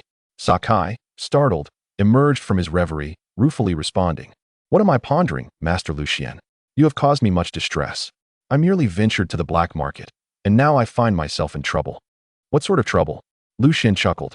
"The people in the black market are oblivious to our involvement, and certainly, Konoha will soon target them with a series of measures. They will be too busy retreating into their shells to concern themselves with us. But what if the black market resorts to murder and silencing?" Sakai expressed his apprehension. "If they act irrationally, would we not be doomed?" "Nonsense," Lu Xian retorted decisively. "The black market is merely a pursuit of wealth. Consider this. Those who can afford their goods are either affluent or powerful figures, the local tyrants of Konoha's southeastern region. If the black market truly slays these individuals, they may as well forget about remaining in Konoha." Lu Xian patted the chest of boss Sakai and chuckled. "Moreover, we do have our rewards, don't we? 1,000,000 yen in vouchers. If you're truly afraid, that should be enough for you to relocate." As he spoke, Lu Xian glanced out at the brilliant sunshine and was taken aback, exclaiming, "Oh no, what time is it now?" "It's 9 o'clock, Master Lu Xian. Once you fall asleep, you become as heavy as lead. No amount of calling can rouse you. So the Konoha ninjas had no choice but to leave you here with me." "Oh dear," Lu Xian lamented, "I have become a sluggard." Chapter 31. The medical ninja in a flurry, Lu Xian hurried towards the Qingshan temple, having completely forgotten amidst yesterday's busyness that he was supposed to accompany Tanaka for a chakra test today. Sure enough, upon arriving outside the temple, he spotted Tanaka anxiously waiting at the entrance. Only upon seeing Lu Xian did Tanaka exhale a sigh of relief. With a glum expression, Lu Xian approached, feeling both apologetic and fortunate. "Thank goodness it's you, Brother Tanaka, and not Sister Momoko. Brother Tanaka has a good temperament and surely wouldn't be angry. If it were Sister Momoko, I would have to endure her scolding for a week. The ugly daughter-in-law must eventually meet her in-laws. The pigeon one has released must ultimately be retrieved by oneself." With a tone of regret, Lu Xian said, "I'm sorry, Brother Tanaka, I was held up by something." Tanaka, with a generous wave, indicated that it was no issue and remarked, "I understand. At your age, it's only natural to be lively and spirited. Sometimes it's normal not to find you. However, next time you plan to go somewhere, at least let me know so I won't worry." As he spoke, Tanaka affectionately ruffled Lu Xian's hair and added, "You've always been quite independent, like a little adult. But in the end, you're still a child. And wandering off carelessly isn't good. I used to play outside a lot as a kid and occasionally disappeared. If you have plans, just tell me in advance. And I can help cover for you. Don't worry, I'm not like your sister Momoko, who insists on controlling everything you do." Lu Xian felt a twinge of shame. Both Tanaka and Momoko genuinely cared for him, and Lu Xian certainly wouldn't take their kindness for granted. After Tanaka had imparted a few more words of advice and was about to take Lu Xian for the test, an unfamiliar voice suddenly called from behind. "Are you Tanaka, the Chunin?" Lu Xian's brow furrowed. He didn't need to turn around to know that the person behind him was Shifeng Daigo. "Ah, I am Tanaka. Who might you be?"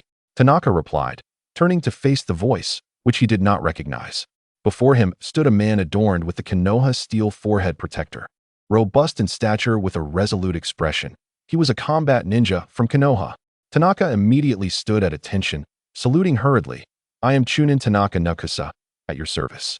"You're too courteous. Just call me Shifeng," Shifeng Daigo said, waving his hand to indicate that Tanaka needn't be so formal. He then turned to Lu Xian with a smile, asking, "This child is rather adorable. Is he the younger brother of Chunin Tanaka?" "Ah, this child is named Lu Xian, a disciple of Qingshan Temple. Although we are not related by blood, I indeed regard him as my younger brother, having watched him grow up since childhood." Tanaka affectionately patted Lu Xian's shoulder. "Oh, Lu Xian." Shifeng elongated his tone and inquired, "By the way, Tianzhong, where are you headed?" "I am taking Lu Xian to undergo a chakra aptitude test." Tianzhong replied, perplexed. Shifeng waved his hand dismissively, saying, "Oh, there is no particular task at hand, just a casual greeting." With that, he gently ruffled Lu Xian's hair and said, "Little one, I wish you success in your chakra aptitude test. From your appearance, it seems highly likely that you will become an exceptional ninja in the future." Tianzhong hurriedly expressed his gratitude, grinning, "Really? Thank you, Lord Shifeng, for your kind words." Although he was puzzled as to why a high-ranking ninja from Konoha would seek him out, it was evident that this individual held Lu Xian in high regard. Lu Xian brushed Shifeng's hand away, scowling and retorting, "What? Are Konoha's ninjas so idle that they take on palm reading as a side gig?" Shifeng laughed heartily. "Not at all. I merely observed that you possess a keen intellect, a promising trait for a ninja." Lu Xian chuckled softly, choosing not to engage further. Noticing the exchange, Tianzhong awkwardly scratched his head and discreetly patted Lu Xian's back, apologizing. "This child is a bit shy. I hope Lord Shifeng won't take offense." He leaned down and whispered to Lu Xian, "Don't be so rude. Otherwise, I may have to report you to Sister Taozi." Reluctantly, Lu Xian muttered, "Thank you for your praise. I am young and impolite. Please forgive my impudence, my lord." The earnest Tianzhong, of course, failed to detect Lu Xian's sarcasm. Shifeng merely shook his head with a smile, indicating that it was of no consequence. After exchanging a few more pleasantries with Tianzhong, he cast a lingering glance at Lu Xian before departing. "How dull it is," Lu Xian mused. "Did he think I would deceive him? He even came to investigate me. I cannot help but feel displeased. Although I understand Shifeng's intentions, my irritation remains unabated. To come early in the morning to scrutinize me. Does he wish to flaunt his ability to monitor my movements? I must admit, the ninja profession is not as glorious as it appeared during my days of watching Naruto." After Shifeng's intrusion, Tianzhong abandoned his intention to lecture Lu Xian. Once separated from Shifeng, he found himself deep in thought, pondering whether he had ever encountered Shifeng and why he would recognize him and greet him so unexpectedly. After much contemplation, Tianzhong settled on a plausible hypothesis. Perhaps Lord Shifeng was acquainted with teacher Jiujian Tian and learned of him through that connection, leading to this chance encounter. Meanwhile, Lu Xian chose to extend a fragment of his consciousness to follow Shifeng. He observed Shifeng's figure vanish around the corner, while his middle-aged companion approached, puzzled. "Lord Shifeng, are you not at ease with that young lad and the merchant?" Shifeng furrowed his brow, remaining silent for a while before finally responding. "It is not that I lack trust in them, but the matter concerning the black market is of great significance. Particularly involving the elders, there must be no mistakes." He gazed blankly at the sky, troubled. "I cannot quite articulate why, but I have been feeling unsettled. I merely wish to meet that young boy for a moment, to ease my mind." Lu Xian intended to continue his surveillance, but Shifeng and his companion had already departed from the range of his consciousness. He couldn't help but smile wryly, realizing that the situation was ultimately of his own making. He casually tossed the pot onto Danzo. But who could have anticipated that the mere mention of Danzo would send a shiver down Shifeng's spine? Initially, it seemed that the matter had concluded, with both parties destined to part ways. However, it now appeared prudent to investigate what Shifeng intended to do that evening. On this side, Lu Xian and his companion harbored disparate thoughts, choosing silence as they walked. Before long, they arrived at the entrance of the Clearwater Hospital, the very venue for the chakra aptitude test. This hospital had been established following the conclusion of the Second Shinobi World War. Standing before it, Lu Xian suddenly recalled a book he had once perused, titled The Chronicles of Konoha, which contained accounts of the Second Shinobi World War. Due to the economic disparities between nations, the struggle for territorial resources precipitated the Second Shinobi World War, which ultimately drew to a close in the 37th year of Konoha amidst the pressures of real-world contradictions. Major shinobi villages subsequently agreed to a ceasefire, leading to a tragic yet victorious outcome for Konoha, albeit at the cost of numerous esteemed ninjas. While it was a Pyrrhic victory, it nonetheless constituted a triumph, signifying that Konoha had not emerged empty-handed. After all, when all are weakened by war, the faction that endures with lesser detriment becomes relatively stronger. This conflict had given rise to a new generation of ninjas, epitomized by the legendary Sannin. More crucially, through this victory, the Konoha shinobi village reaffirmed its dominance over the Central Plains region. Positioned in a geographically advantageous locale, rich in natural resources, and with convenient transportation, the economic development of the Land of Fire enjoyed unparalleled benefits. As soon as the war concluded, the Land of Fire, spearheaded by Konoha, swiftly embarked on comprehensive post-war reconstruction efforts. The myriad issues wrought by the war, rampant violence, impoverished living conditions, and widespread devastation were promptly addressed, leading to a significant alleviation of domestic tensions. Yet, if a nationwide vote were to be conducted to identify the most remarkable change in the Land of Fire and the Konoha shinobi village post-Second Shinobi World War, there would be but one answer: the widespread adoption and promotion of medical ninjutsu among the populace. Following this description, an important report was highlighted. This report was published in the most authoritative Konoha shinobi newspaper, the Konoha Asahi Shinbun, prominently featured on the front page, occupying an entire section. Lu Xian reminisced about having remarked that this article bore immense political significance, akin to a front-page piece from the XX Daily. He sighed, recalling how he once criticized the article for reading more like a legendary tale than a credible news report. However, upon considering the absurdly grandiose titles like The Fearsome Tiger of the Empire from Neon, he realized that the fault lay not with the world, but rather with himself. This report primarily chronicled the remarkable achievements of medical ninjas during the latter stages of the Second Ninja World War. Propelled by the scientific counsel and vigorous advocacy of Princess Tsunade Senju. According to historical accounts, during an early ninja war conference, Princess Tsunade, stifling her grief over the sacrifice of her brother, Nawaki, presented remarkably visionary recommendations concerning the medical ninja system to her mentor, the third Hokage, Hiruzen Sarutobi, and the obstinately archaic Elder Council. She asserted that a four-person combat team, tasked with prolonged independent operations within enemy territory, would significantly enhance survival and mission success rates by incorporating a medical expert among them. Thus, the cultivation of medical ninjas with advanced medical techniques and the establishment of medical institutions became an urgent priority for Konoha.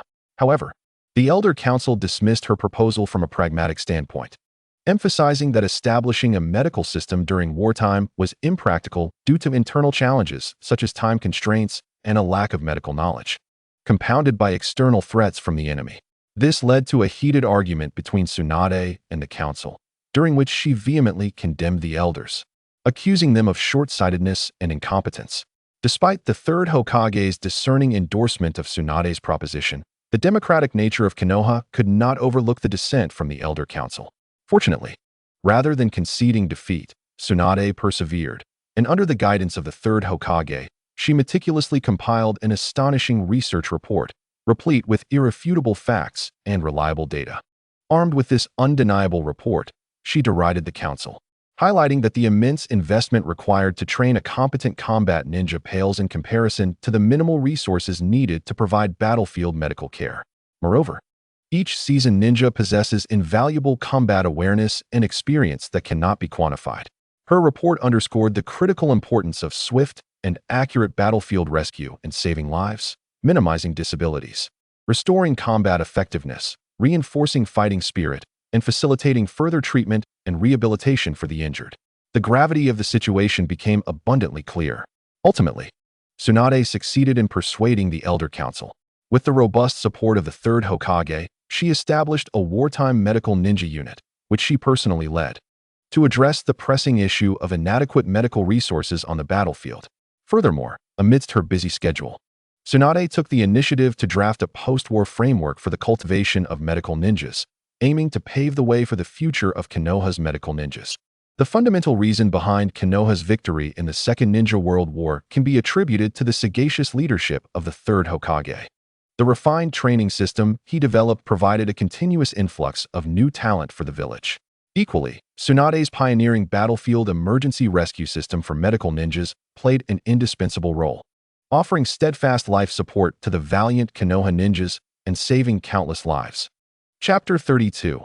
A word can serve as the law of the world within the pristine and orderly confines of the Clearwater Hospital. A steady stream of visitors flows through its halls. As Lu Xian awaits his chakra qualification test, he reflects on his past analyses and studies regarding the land of fire and Konoha, which began with the establishment of this very hospital. It is no surprise that Konoha Ninja Village ultimately secured victory in war, thanks to its comprehensive ninja training system and its innovative battlefield emergency medical framework. The Clearwater Hospital stands as the first ninja medical facility established in the post-war era of Clearwater Town, and is one of the mere 7 A-grade hospitals in the eastern region of the Land of Fire. Just as ninjutsu is ranked, hospitals are classified into levels S, A, B, and C. Within the entire Land of Fire, there exists only one S-grade ninja hospital, located in Konoha. This context underscores the esteemed position of Clearwater Hospital within Clearwater Town and its surrounding areas.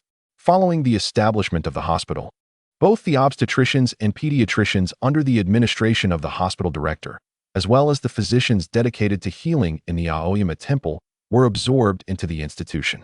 Thus, the ancient system of hereditary physicians, passed down through generations for millennia, came to an end, giving way to the modern ninja hospital system. Practitioners of medicine must acquire medical qualifications from Konoha to engage in healthcare practices. Otherwise, they would be in violation of the law. It is noteworthy that, for reasons unknown to the inhabitants of this world, they are generally much stronger and healthier than their counterparts in the past. Consequently, aside from the stringent assessments for medical ninjas, other medical qualification evaluations tend to be relatively lenient. The hospital serves as Lu Xian's gateway to understanding this world. A report concerning the hospital's establishment opened the door to the new world of Naruto in his mind. Reflecting on his former life, when he was merely a middle school student watching Naruto, he believed that Konoha emerged as the most formidable ninja village because its ninjas were the strongest, bolstered by the alliance of the Senju and Uchiha clans. The direct descendants of the Sage of Six Paths resided there, and the most powerful Jinchuriki of the Nine Tails also hailed from Konoha, alongside clans such as the Hyuga and the Inuzuka. However, upon transcending into this world, the original fantasies transformed into stark realities. Lu Xian was compelled to abandon his naive notions and adopt a serious and earnest attitude towards truly understanding the Naruto world in which he exists. To evade the fate of amnesia, the only method he has discovered thus far is the Tranquil Heart incantation, which necessitates the continuous exercise of his mental energy. Yet, the approach to cultivating mental energy starkly contrasts with the cultivation methods of chakra, essentially leading him in opposite directions. Lu Xian dared not forsake the training of his mental energy for the pursuit of chakra cultivation, for he could not gamble on the possibility of regaining his memories only to lose them again. If he were to forget his past, would he still be himself? Even if he achieved mastery over chakra, becoming invincible and triumphing over figures like Uchiha Madara and Senju Hashirama, would he be considered a native of the Naruto world or merely a traveler lost in time? However, without the cultivation of chakra, one cannot participate in the main narrative of the ninja world as a ninja. How can one ensure their safety in the impending ninja world war? Although the possibility of becoming a ninja is slim, it remains one of the cherished aspirations from my previous life in middle school. Ultimately, Lu Xian succumbed to reality, tearfully declaring that preserving his life took precedence over the title of a ninja. Unable to become a ninja, he was compelled to devise a path that would allow him to retain the memories of his past life while ensuring his safety in this one. At the age of 3, during the New Year festival in Qingshui town, as Tao Tao embraced him, he observed the town's mayor and the shrine maiden, Shizuku, engaging in light-hearted banter with ninjas from Konoha. A sudden epiphany struck him. Why must the daimyo hold dominion over the Hidden Leaf Village? Despite the Hokage and Konoha possessing the power to annihilate the Land of Fire, they still showed undue deference to the inept daimyo. Even during the critical moments of the Fourth Great Ninja War, their priority remained the safety of the 5 great nations' daimyo. Such an absurdity. Thus, Lu Xian resolved to begin his ascent from the position of a Shinto shrine worker, gradually making his way to the side of the highest authority of the Land of Fire, the daimyo, with the goal of navigating through the Fourth Great Ninja War safely. As for saving the world, let the chosen ones of this realm, like Naruto and Sasuke, handle that. He would simply traverse back to the ancient times, marry, have children, and live a stable life for a century. Even if he felt some discontent at not gaining extraordinary powers, it was certainly preferable to losing his life. Look at Naruto. In the end, he too has a family and a warm hearth. To this end, Lu Xian began to systematically and purposefully study various academic texts, focusing on history, culture, religion, ninja practices, and politics. Regardless of the world or era, the definitions of knowledge may vary. Yet the recognition of its importance remains universal, unless one belongs to a regime like the Qing dynasty, which, in its quest to suppress the populace, ultimately mutilated itself. An article praised Konoha's medical ninja training system profusely. This piece was published shortly after hospitals were established across the region, featured prominently in the front page of the Fire Country Asahi News. Although the name Fire Country Asahi News sounds quite prestigious, it was essentially a copy of Konoha's official publication, Konoha Asahi News, known for its sensationalist content. However, due to its habit of publishing provocative images of young women on the third page, complete with captions, its sales far surpassed the more serious Konoha Asahi News. The article was replete with praise for the third Hokage and his beloved disciple, Tsunade, the granddaughter of Hashirama Senju, the princess of Konoha, and one of the legendary Sannin. The content resembled a tedious and sycophantic endeavor to appease Konoha's authorities, filled with trivial and insipid flattery that occupied 6 layers of text. The remaining 4 layers of content opened Lu Xian's eyes, akin to a thread that strings together the scattered pearls of knowledge in his mind, bridging the chasm between the knowledge of his past life and the awareness of his present existence. The article elucidates that the fundamental turning point of Konoha's victory in the Second Shinobi War was the establishment of the Konoha Medical Ninja Corps by Tsunade. Historically, the battlefield has served as a stage for the development and application of new surgical techniques. Methods for treating ninjutsu injuries and combating infections have evolved within this arena. The battlefield has also been a domain for improvements in sanitation, rehabilitation, education dissemination, and nursing practices.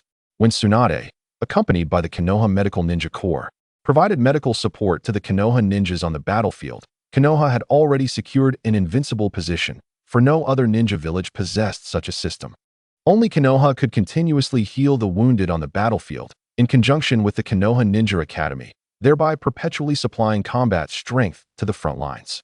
Shortly after the conclusion of the Second Ninja World War, various towns and cities in the Land of Fire began establishing a number of ninja hospitals, spearheaded by Konoha and co-funded by the Land of Fire, with assistance from local nobility. Clearly, the establishment of these hospitals indicates Konoha's intent to further harness the potential of medical ninjas.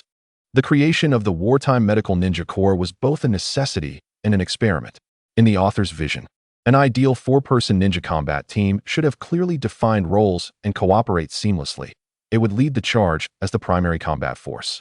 B would handle secondary combat duties and intelligence work. C would manage medical logistics and the replenishment of combat strength, while D would act as the team leader, fulfilling both leadership responsibilities on the battlefield and serving as the core combat force to maintain overarching control. Furthermore, the cultivation of medical ninjas differs markedly from that of combat ninjas. The training of combat ninjas is straightforward. Those who survive on the battlefield are deemed competent. In contrast, the training of medical ninjas is more intricate, beyond innate talent. Mastering medical ninjutsu requires an exceptionally precise control of chakra, extensive specialized knowledge, and the mental acuity and determination to apply this knowledge in practice.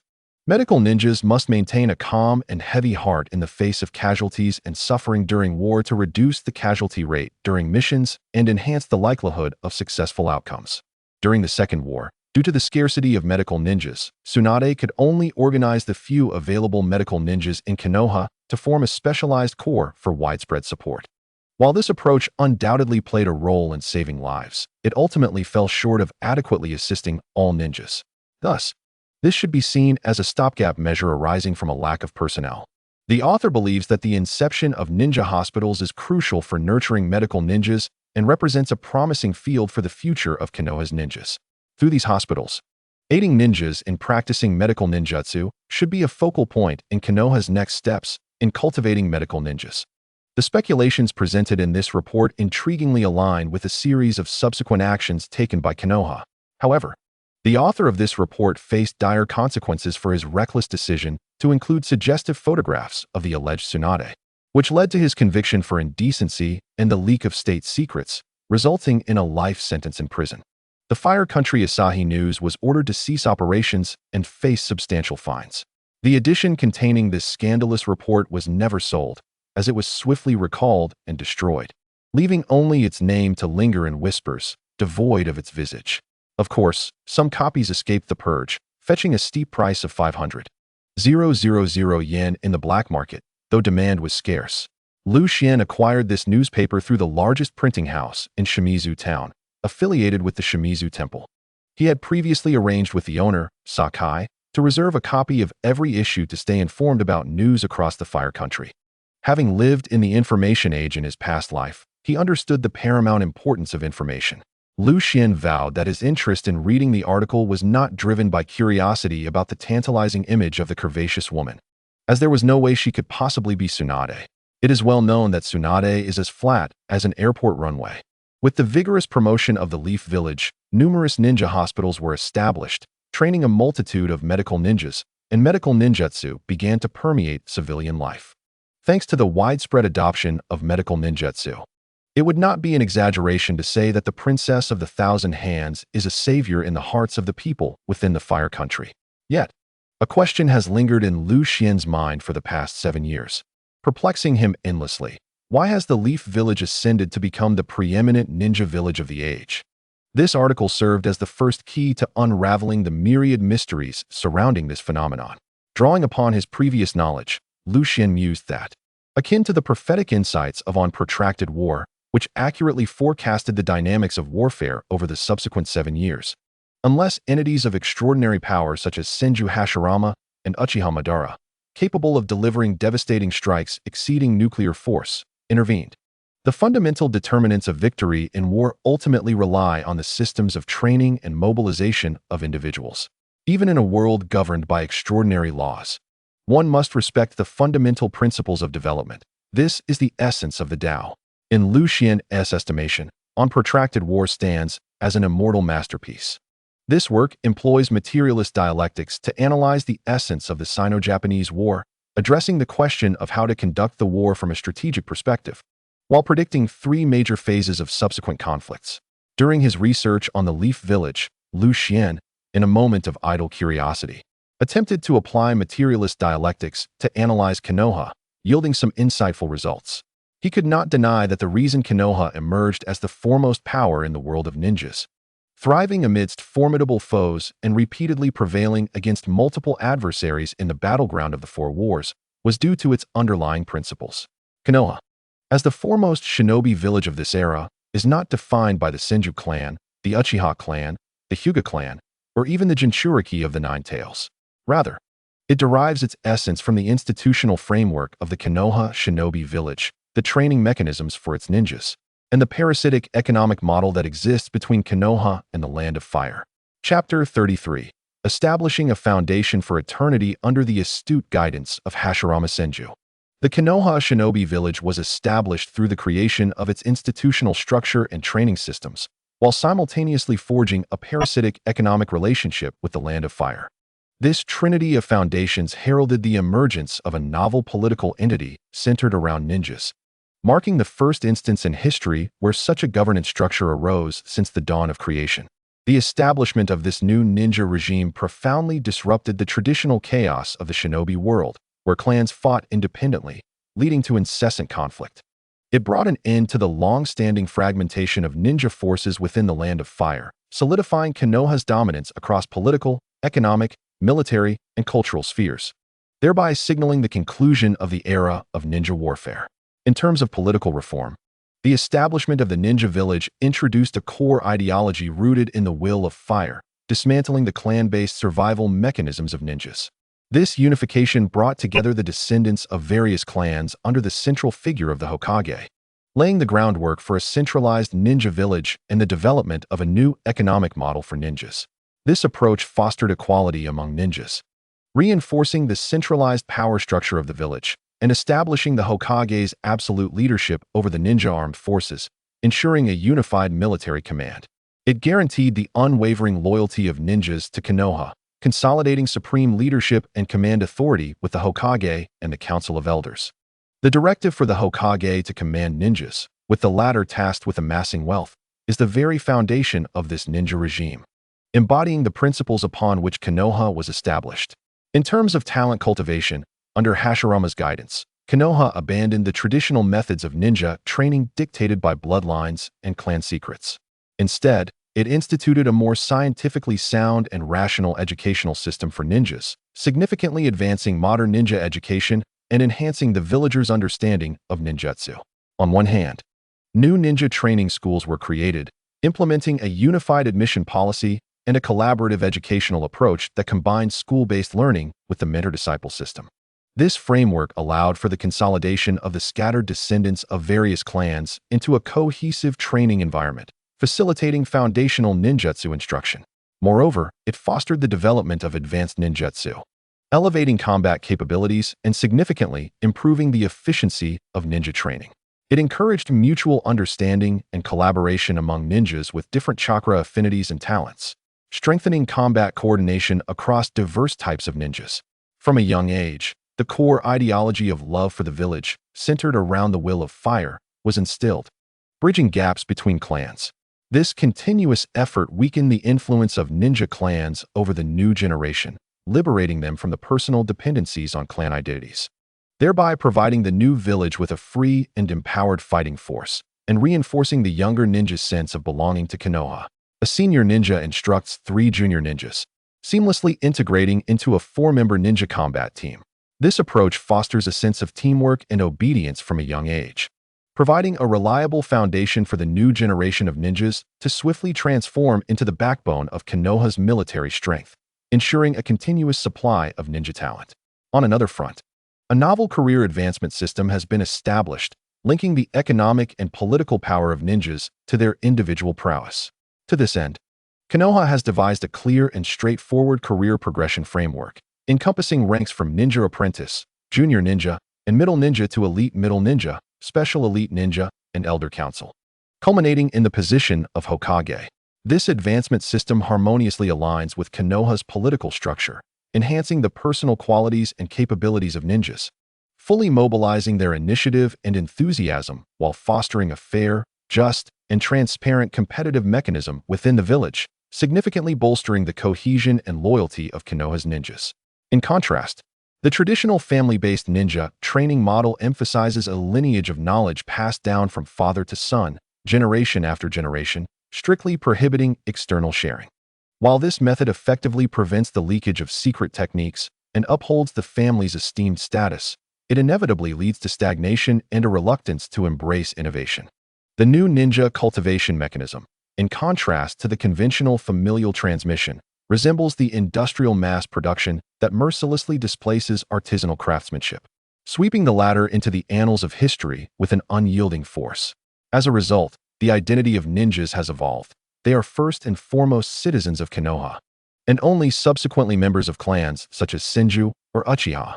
Witness how Senju Hashirama willingly sacrificed himself to become Hokage, or how Uchiha Shursui and Itachi chose to sever ties with their clan for the sake of Konoha. This embodies the legacy of the will of fire, Why has Konoha ascended to the zenith of the ninja world? It is not solely due to the transcendent prowess of Hashirama Senju and Madara Uchiha, nor is it a matter of the Senju, Uchiha, or Hyuga clans, or the deterrent power of the Nine-Tails Jinchuriki. Rather, it is the establishment of Konoha itself, which represents a paradigm shift compared to the clan-based model of ninjas, akin to capitalist industrial nations overpowering feudal agrarian states. Ninjas serve as both the foremost combat force and the primary productive force in the ninja world. Internally, on the foundation of reform, Konoha has forged a parasitic economic model with the Land of Fire, leveraging military hegemony to achieve economic dominance. Much like a metropolis draining resources from its surrounding counties, Konoha Ninja Village has solidified and refined the barriers to ninja identity, facilitating a siphoning development from the Land of Fire and neighboring smaller nations. Konoha Ninja Village absorbs various resources from adjacent regions, growing ever stronger, while the disparity with neighboring areas continues to widen. Consequently, Konoha enjoys superior infrastructure and conditions, perpetually attracting talent and capital from surrounding areas. As resources accumulate, the allure of Konoha will intensify, leading to a gradual exodus of talent from neighboring regions. In this paradigm, the Land of Fire allocates a dedicated national defense budget each year to compensate the Hidden Leaf Village for its guardianship. Concurrently, the Hidden Leaf Village deepens its economic exploitation of the Land of Fire through a ninja guild model. This guild systematically accepts external missions and internally distributes tasks while extracting commissions, regardless of who hires the ninjas. A portion of the employment fee must be remitted to the Hidden Leaf, part of which is then distributed as remuneration to the ninjas. The division of rewards varies according to the ninjas' ranks. The higher the rank, the greater the share, with elite ninjas achieving an even split in task commissions. Consequently, the Hidden Leaf Village is accountable only to its own residents, while the daimyo of the Land of Fire remains responsible for the realm itself. Much like the police in a lawless town, ninjas bear no obligation to the citizens of the Land of Fire, only to the Hidden Leaf Village, significantly alleviating their duties and burdens. For the nobility of the Land of Fire, this arrangement is not without its advantages. Rather, it aligns seamlessly with their vested interests. It mirrors the Qing dynasty's approach, where safeguarding the interests of the Eight Banners and local landlords allowed for a luxurious existence at the expense of the general populace. The nobility leverages the Hidden Leaf Village to maintain their aristocratic status, entirely evading the heavy military obligations. By simply hiring ninjas, they can exploit and oppress the common folk under their dominion. In this manner, the Hidden Leaf Village perpetually occupies a position of detachment within the Land of Fire. They need only occasionally address a few disgruntled lords to win the favor of the people, effectively diverting tensions between ninjas and ordinary citizens. Lu Xian lamented, "To nurture a village with the strength of a nation, only to have that village suppress an entire country. How pitiable it is for ordinary people in a world of the extraordinary. Indeed, they are worse off than pigs and dogs." Fortunately, in this extraordinary realm, the overall physical resilience of the populace far exceeds that of the ordinary world, and resource production and utilization surpass that of previous eras, allowing life to persist without collapse. Conversely, the destruction and obstacles faced by ordinary people seeking self-development are significantly greater. Yet, even in an extraordinary world, the fundamental laws of social development must be adhered to. The establishment of the Hidden Leaf Village has greatly liberated and enhanced the combat prowess and productivity of ninjas, signifying a triumph of institutional governance. Ultimately, the victory of the Hidden Leaf is, at its core, a victory of the system. Consider the Land of Rain, where a ninja known as Hanzo, dubbed a demigod, became insufferably arrogant, only to meet a tragic end, leaving a legacy of suffering for future generations. The Hidden Leaf Village, however, stands apart. The will of fire is perpetuated, and since its founding, a steady stream of talent has emerged, unbroken through the ages. The ninjas are indeed the core competitive force of the world of Hokage. Since the inception of the Hidden Leaf Village, its ninjas have ventured east and west, waged wars to the south and north, expanding their influence to the eastern seas, bordering the western deserts, and reaching the northern mountains, while the central plains, the most accessible region, have all come under the dominion of the Land of Fire. Under the expansion of Konoha, the small nations surrounding the Land of Fire are left with few options. Either they inhabit the perpetually rainy Land of Rain, characterized by its dreary and inhospitable climate, or they reside in the treacherous terrain of the land of waterfalls, surrounded by mountains and waterfalls. The remaining small nations all look up to the Hidden Leaf Village. Reflecting on the Chunin exams hosted by Konoha, participants such as the Sand Village, the Grass Village, the Waterfall Village, the Sound Village, and the Rain Village are either vassals of Konoha or have been defeated by it. While this event is grandly termed an important occasion for observing the strength among great nations, its true purpose is merely for Konoha to flaunt its military prowess to the other ninja villages. Lu Xian could not help but sigh. It is akin to a gathering convened by my sister during her time of the month. Those who attend are either my subordinates or my loyal followers. Why would I invite the unruly bears and rabbits to disrupt my gathering? Konoha would not invite the Earth and Thunder nations either. After Konoha unified the Central Plains with its overwhelming dominance, the other ninja clans, belatedly realizing the situation, began to unite and emulate Konoha's model to establish their own ninja villages.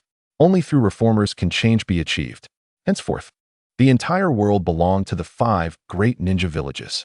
The 5 great nations were delineated by towering mountains and vast seas, with numerous small nations serving as buffer zones along their borders, temporarily ceasing the incessant conflicts among ninjas. The establishment of the Hidden Leaf Village marked the end of the Warring States period and the dawn of the Ninja Village era. What a remarkable figure Senju Hashirama was. Not only did he possess unparalleled strength within the ninja world, transcending the realm of gods, but he also embodied a compassionate spirit, devoted to ending the chaos of war and setting aside centuries of animosity. With his humility, magnanimity, integrity, and benevolent character, he inspired Uchiha Madara and fostered cooperation between the Senju and Uchiha clans, ultimately leading to the creation of Konoha. This was no small feat. It is essential to recognize that since the Warring States period, the Uchiha clan has been notoriously known for its volatile and gloomy temperament. Lu Xun pondered. Given Senju Hashirama's character, it was improbable that he was aware of modern sociological principles when founding Konoha. However, the principles of nature prevail regardless of human influence. Scientific laws do not bend to the will of individuals. Social science is indeed a form of science.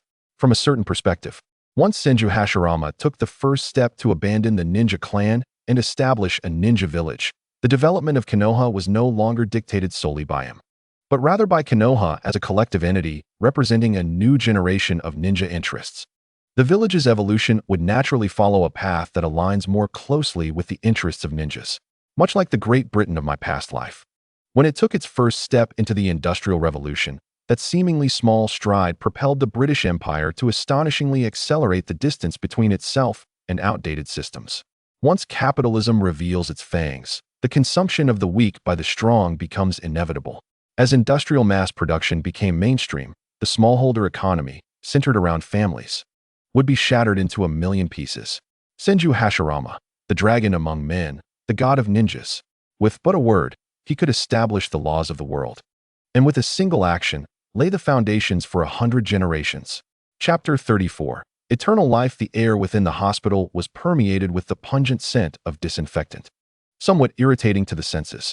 Arriving a tad late, Lu Xian was assigned a later number, allowing Tianzhong to take advantage of the idle time to enlighten Lu Xian about the chakra aptitude test. The chakra aptitude test is remarkably straightforward, employing a method known as the chakra test paper reaction. As the name suggests, it assesses an individual's potential for chakra cultivation by observing the reaction between the chakra test paper and the person's chakra. The chakra test paper is a highly sensitive sheet made from special trees and grasses that absorb chakra. Due to the prosperity of the Land of Fire, every child residing there can partake in a complimentary chakra aptitude test at the ninja hospital after reaching the age of 7. Lu Xian remarked, Brother Tianzhong, as far as I know, chakra possesses 5 fundamental attributes: fire, wind, lightning, water, and earth.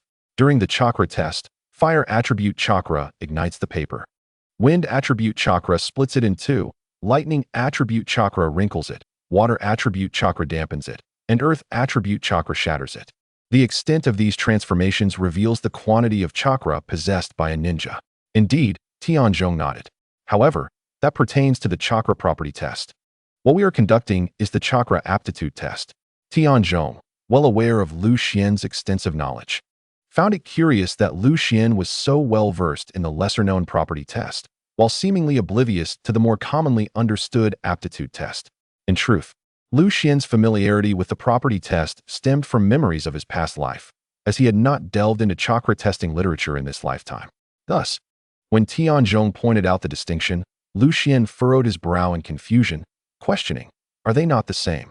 Tianzhong shrugged, a slight smirk on his lips. "The principles are alike, yet the focus of the tests differs.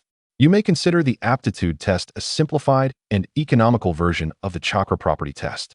The latter demands a high sensitivity from the chakra test paper, with a single sheet costing 10,000 yen.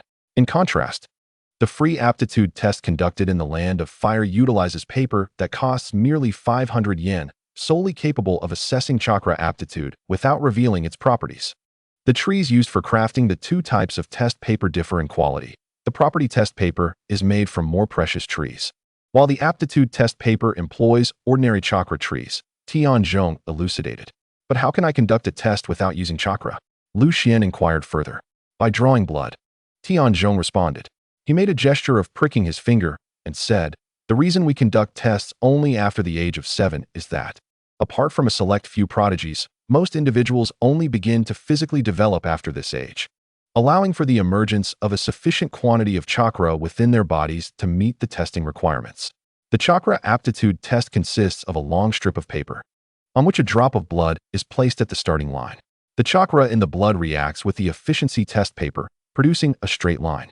By observing the length of this line after 1 minute, one can ascertain an individual's aptitude for cultivating chakra. After 1 minute, a length of less than 1 centimeter indicates poor aptitude, 13 centimeters signifies average, 35 centimeters denotes good, and 58 centimeters represents excellent." Lu Xian nodded, falling silent and closing his eyes to rest, as his spiritual energy had been quite exhausted from the previous night. As expected, I possess no talent for being a ninja.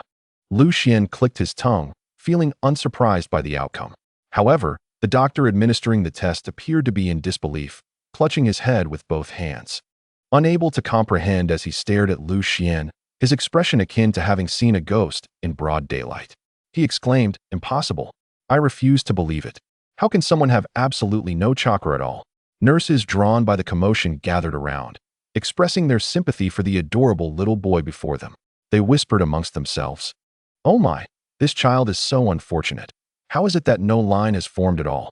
Indeed, even newborns possess some chakra. Could he be non-human, perhaps a ghost? Have you watched too many horror stories? It's broad daylight, with the sun shining. Where could a ghost possibly come from? I suspect the test paper is faulty. The person who provided it had a shifty demeanor. Surely the defect rate is high. We should test again. We cannot let this child be at a disadvantage." Lu Xian felt a wave of frustration as he observed a rather plump nurse eagerly brandishing a gleaming blood extraction needle, her eyes fixed on him. He hastily addressed the doctor. "Doctor, please expedite the results. Each individual has their fate. Some are born geniuses while others are destined to lag behind. It is what it is. Without chakra aptitude, there's nothing to be done." The doctor remained in a state of disbelief, shaking his head repeatedly and muttering impossible. Were it not for the fact that he had used 3 test strips and even tested himself, he might have questioned the quality of the strips. Under Lu Xian's insistence, the doctor ultimately swallowed the words of further testing and marked poor on the report. After a moment's thought, he gazed at Lu Xian with a touch of pity, ultimately striking through the poor designation and handwritten extremely poor beneath it, marking it with a check. Lu Xian was not surprised by this result. His spiritual energy, honed over 7 years of diligent practice, had long since merged into a singularity. Regardless of how the physical energy was coaxed, his spiritual energy remained steadfast and unmoved, leaving no trace of chakra behind. Without chakra, there could naturally be no reaction on the chakra test paper. Extremely poor is just extremely poor, he mused. He had only ever heard of others' fascination with prodigies. For someone like him, the distinction between poor and extremely poor held little significance. After Lu Xian departed, the doctor pondered deeply and ultimately could not resist reporting this peculiar test to his mentor.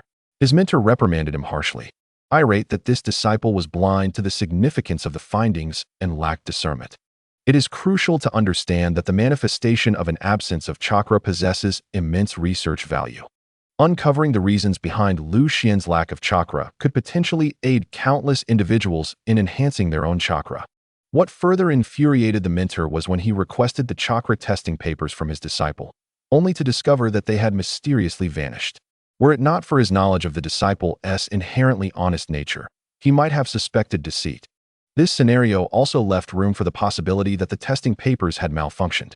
In a world devoid of interconnected data, and with the doctor unfamiliar with Lu Xian's identity, he found himself on the receiving end of his mentor's wrath. Upon encountering Lu Xian once more, the doctor implored him to undergo the test again. The results revealed that Lu Xian possessed exceptionally remarkable chakra aptitude, compelling the doctor to concede that it was merely an exceedingly rare coincidence that all 3 testing papers had been defective during the previous examination. Meanwhile, Tanaka, waiting outside with growing impatience, approached Lu Xian as he exited the testing room, inquiring with concern about the results. Before Lu Xian could respond, Tanaka reassured him, stating that a near miss was inconsequential, for this aptitude test served merely as a preliminary assessment. Some individuals develop later, while others, through diligent training, experience a significant acceleration in their chakra cultivation speed. They would find a way forward together. Chakra aptitude is a clear reflection of an individual's physical prowess. In recent years, the town of Shimizu had witnessed a surge of children with extraordinary chakra cultivation talents. Although still in their youth, these children had already surpassed their parents in terms of physical fitness, speed, and strength. Lu Xian had never exhibited any extraordinary physical attributes, a fact unbeknownst to Taozi but well recognized by Tanaka. Tanaka continued to console Lu Xian, escorting him back to the Zen quarters at Aoyama Temple. Noticing Lu Xian's fatigued demeanor, he offered a few more words of encouragement before taking his leave. Once Tanaka departed, Lu Xian promptly retrieved the wooden puppet from his pocket, meticulously examining the meridians depicted on it. The puppet boasted twin horns atop its head, fiery red hair, and was adorned with 12 primary meridians and 8 extraordinary vessels. The 365 black dots along the meridians indicated the locations of significant acupoints within the human body. Lu Xian had invested considerable effort to reclaim this figure from the false Shinno. Motivated not only by a desire to prevent a treasure from falling into nefarious hands, but also by the warm, life-affirming energy he sensed emanating from the statue, suggesting it was indeed a valuable artifact. As he held the puppet, Lu Xian found himself exclaiming softly, for he perceived the life energy within the statue pulsating with a wondrous rhythm. He realized, when I employed my spiritual sense to perceive the puppet, I was only utilizing a fraction of my consciousness, which lacked precision, causing me to overlook the subtle fluctuations in the life energy contained within this figure. At present, he sat cross-legged upon the ground, focusing his mind and calming his breath, holding a wooden puppet figure in his hands, while silently reciting the calming mantra. He attuned himself to the rhythmic fluctuations emanating from the puppet, and indeed, he discovered a subtle profundity. Lu Xian distinctly sensed that within the dantian of his body, under the guidance of the puppet, a faint energy began to manifest. This energy ebbed and flowed in harmony with the rhythmic vibrations of the puppet, gradually spreading from the dantian to the 12 meridians and the 8 extraordinary vessels. The pulsation of this energy behaved as if it were programmed, originating from the dantian, starting at the hand Taiyin lung meridian, sequentially transmitting to the hand Yangming large intestine meridian, the foot Yangming stomach meridian, the foot Taiyin spleen meridian, the hand Shaoyin heart meridian, the hand Taiyang small intestine meridian, the foot Taiyang bladder meridian, the foot Shaoyin kidney meridian, the hand Juyin pericardium meridian, the hand Shaoyang sanjiao meridian, the foot Shaoyang gallbladder meridian, and the foot Juyin liver meridian, before returning to the hand Taiyin lung meridian. He hesitated only briefly before yielding to the urge to manipulate this energy and attempt the practice. As the energy traversed the 12 meridians and 8 extraordinary vessels, with each circuit, the energy at the dantian grew stronger. Traveling through the Shaoyang meridian, it blossomed like the awakening of spring. Upon reaching the Taiyang meridian, it radiated with the brilliance of the sun at its zenith. Passing through the Shaoyin meridian, it became desolate, akin to trees shedding their leaves. And returning to the Taiyin meridian, it enveloped the world in a singular hue. Thus, the cycle of spring giving way to summer, autumn harvesting, and winter storing embodies the grand principles of the heavenly way. The sun signifies the beginning, Yangming the closing, and Shaoyang the pivot. To open is to reveal. To close is to converge, and the pivot is the transformation. Indeed, This must be the method of cultivation recorded in the Shinnong's treatise on nurturing life, Lu Xian affirmed with certainty. As he meticulously perceived the energetic rhythm of the puppet, he corresponded it with the memories of the Shinnong's treatise in his mind. With a solid foundation, a robust spirit, and the calming mantra as his ally, his thoughts became clear and inspired. He grasped the puppet figure, silently contemplating the Shinnong's treatise. With each breath, the primordial energy of heaven and earth flowed from his lungs into the 12 meridians, circulating throughout his body, ultimately residing within his limbs and bones, giving rise to various sensations of numbness, heaviness, and comfort. After half an hour, Lu Xian felt a heaviness in his dantian, and at last, a quantitative change induced a qualitative transformation, resulting in the birth of a strand of true qi. Upon opening his eyes, he felt an overwhelming sense of satisfaction. As if basking in the winter sun, his entire being warmed and invigorated, akin to the gentle caress of spring breezes, a sign of the initial stirrings of yang, heralding the resurgence of vitality. Lu Xian stretched lazily, and with a slight exertion of his legs, he astonishingly leaped to the roof beams. He was taken aback, completely unaware of his newfound height. Fortunately, his powerful spirit quickly adapted to this surge of strength. Little did he know that the mental energy and physical energy of the human body are two facets of the same coin. A robust physique naturally fosters a vibrant spirit, and a vibrant spirit enables fluid movement.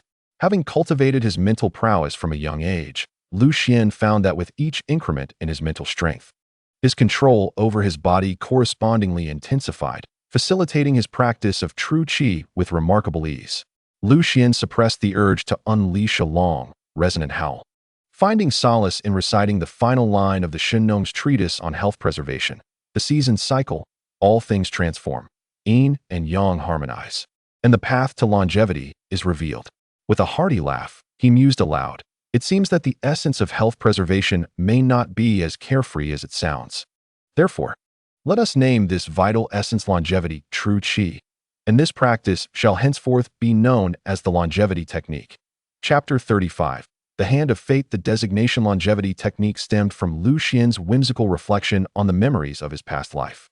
More significantly, the generation of longevity true qi allowed him to genuinely exhale a sigh of relief for the first time since his arrival in this new world. Although he had resolved to cling steadfastly to the divine teachings and the illustrious name of the shinobi, simply enduring until the conclusion of the Fourth Great Ninja War, he could not quell the discontent within his heart. To traverse the world of Naruto without the ability to cultivate chakra was akin to a group of eunuchs venturing into a brothel. Tears would flow even before words were uttered. Now, while he still lacked the capacity to practice chakra, he had embarked upon an alternative path of cultivation, affirming the notion that no situation is devoid of hope. The principle of Da Yin suggests that of the 50 possibilities, 49 are utilized, leaving but a single thread of survival. This realization also explained his leisurely engagement with the tales of the Tang dynasty's dual dragons. Once his emotions settled, Lu Xian contemplated for a moment before informing Tianzhong of his intention to wander to the secluded area behind the small green mountain. Thus he ventured alone to a quiet clearing. His true purpose was to evade the scrutiny of others and to conduct a test regarding the efficacy of longevity true qi. Lu Xian first expanded his spiritual awareness, meticulously scanning the surroundings to ensure he was alone. Only after confirming this did he assess his abilities in terms of strength, speed, and endurance, comparing them against the average standards of a ninja. Ultimately, he concluded that, under the influence of longevity, true qi, his current level approximated that of an ordinary genin. In his reflections, Lu Xian noted, "With the enhancement of longevity true qi, my physical attributes have reached the average level of a genin, with strength and speed values around 3.